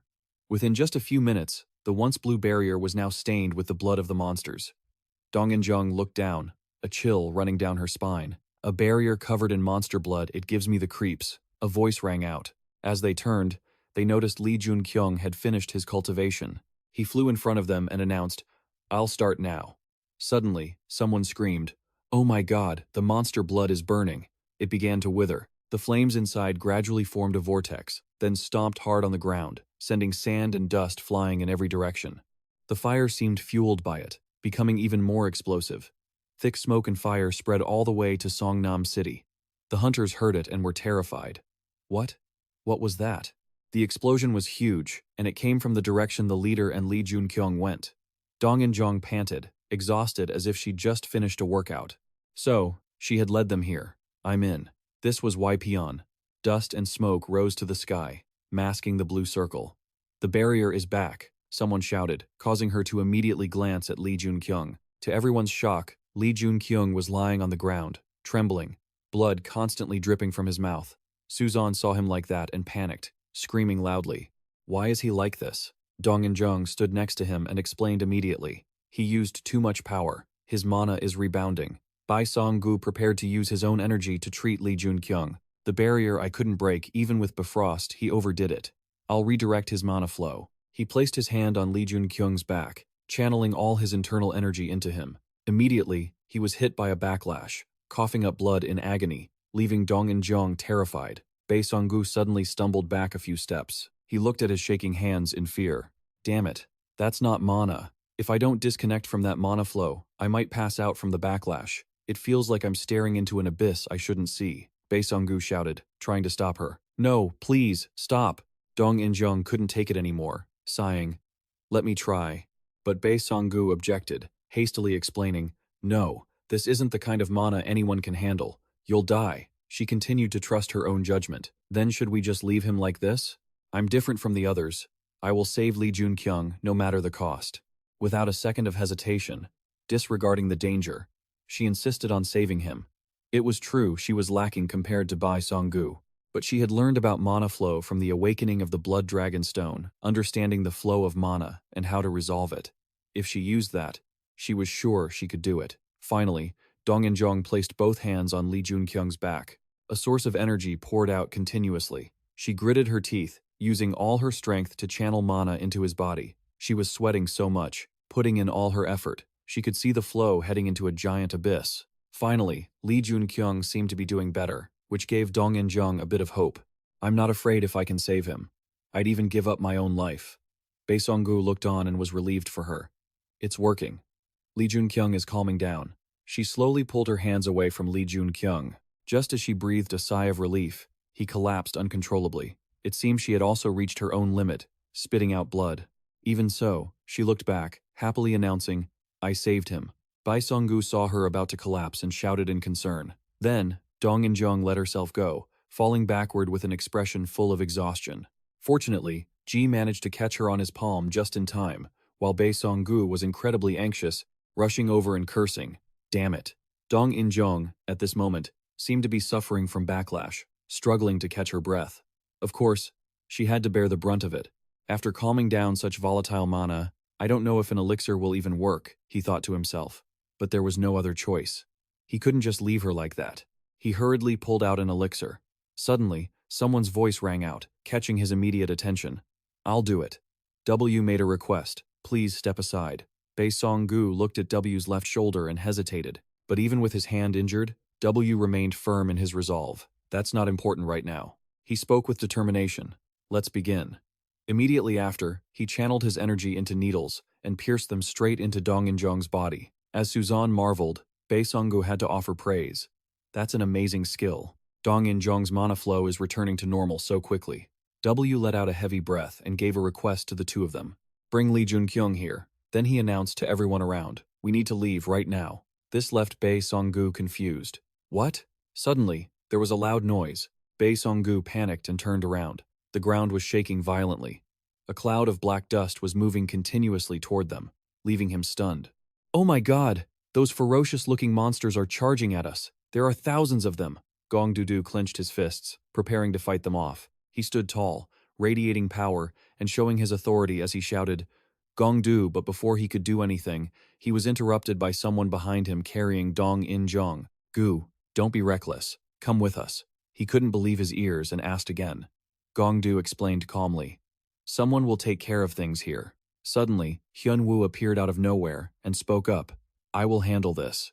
Take care of the master and run away. Bai Seong-gu looked at him with some questions but quickly understood. Master? Then you are? Before he could finish his question, the figure admitted it himself. That's right. I am Hyun-woo. Its gaze became sharp, filled with overwhelming pressure. An army for an army of monsters, I will handle this. Then, it summoned a skeleton army, ready to face the horde. The monsters grew in number, advancing with a limping gait. Hyun-woo stood majestically, completely unafraid, before his own army. Bai Song-gu, watching from the side, couldn't help but be impressed. Truly incredible. Facing an entire powerful legion, thousands of skeleton warriors. The scene shifts to another place, in the middle of an eerily quiet forest. The mist gradually faded, revealing a cave. Inside, people were taking refuge. This place is Bai. Sangun looked at the scene before him with a stern face. It was a shelter. Hua, standing beside him, admitted, "That's right." He urged them, "We must hurry." Hyunwoo approached Bai Sangun with a request. "Give the master to me." He felt grateful and said, "Thank you." Then W informed him, "I will go check on the treatment. I'm sure everyone has a lot of questions. I will let him explain it to you," leaving him curious. A foot stepped forward, followed by an introduction. "I am Sangun." He spoke in a deep voice.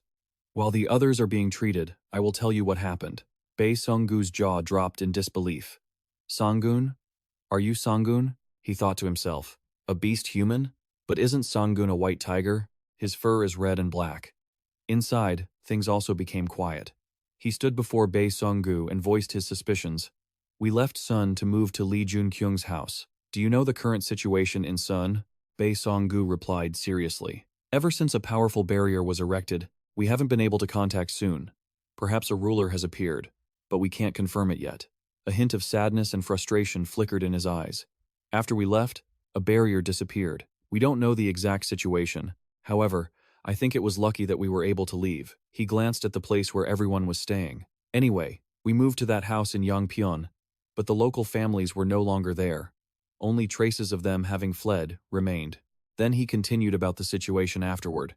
"With Fenrir's help, we followed the trails. We followed those trails for a long time. When we arrived, he was already there, as if he knew what was going to happen." Bai Songgu, hearing another person mentioned in the conversation, was curious. "Him?" Sangun replied. "He intended to capture us, and we realized we had to make a decision, whether to fight or flee." He seemed to realize something and quickly asked, "Wait, what about the others? Fenrir, Uniel, and him, the one you keep mentioning?" "Now." Sangun wore a twisted, resentful smile. "Fenrir and Uniel stayed behind to block him so we could escape. In the end, they all got captured." "Ha ha ha. Who is he, anyway?" Just then, he shouted in a blind rage, pointing his finger right in his face, revealing, "Odin! He's none other than your leader." He was completely stunned. "What? Even Sun couldn't have guessed it was Odin? Odin is in Y, not with Sun?" "Yeah.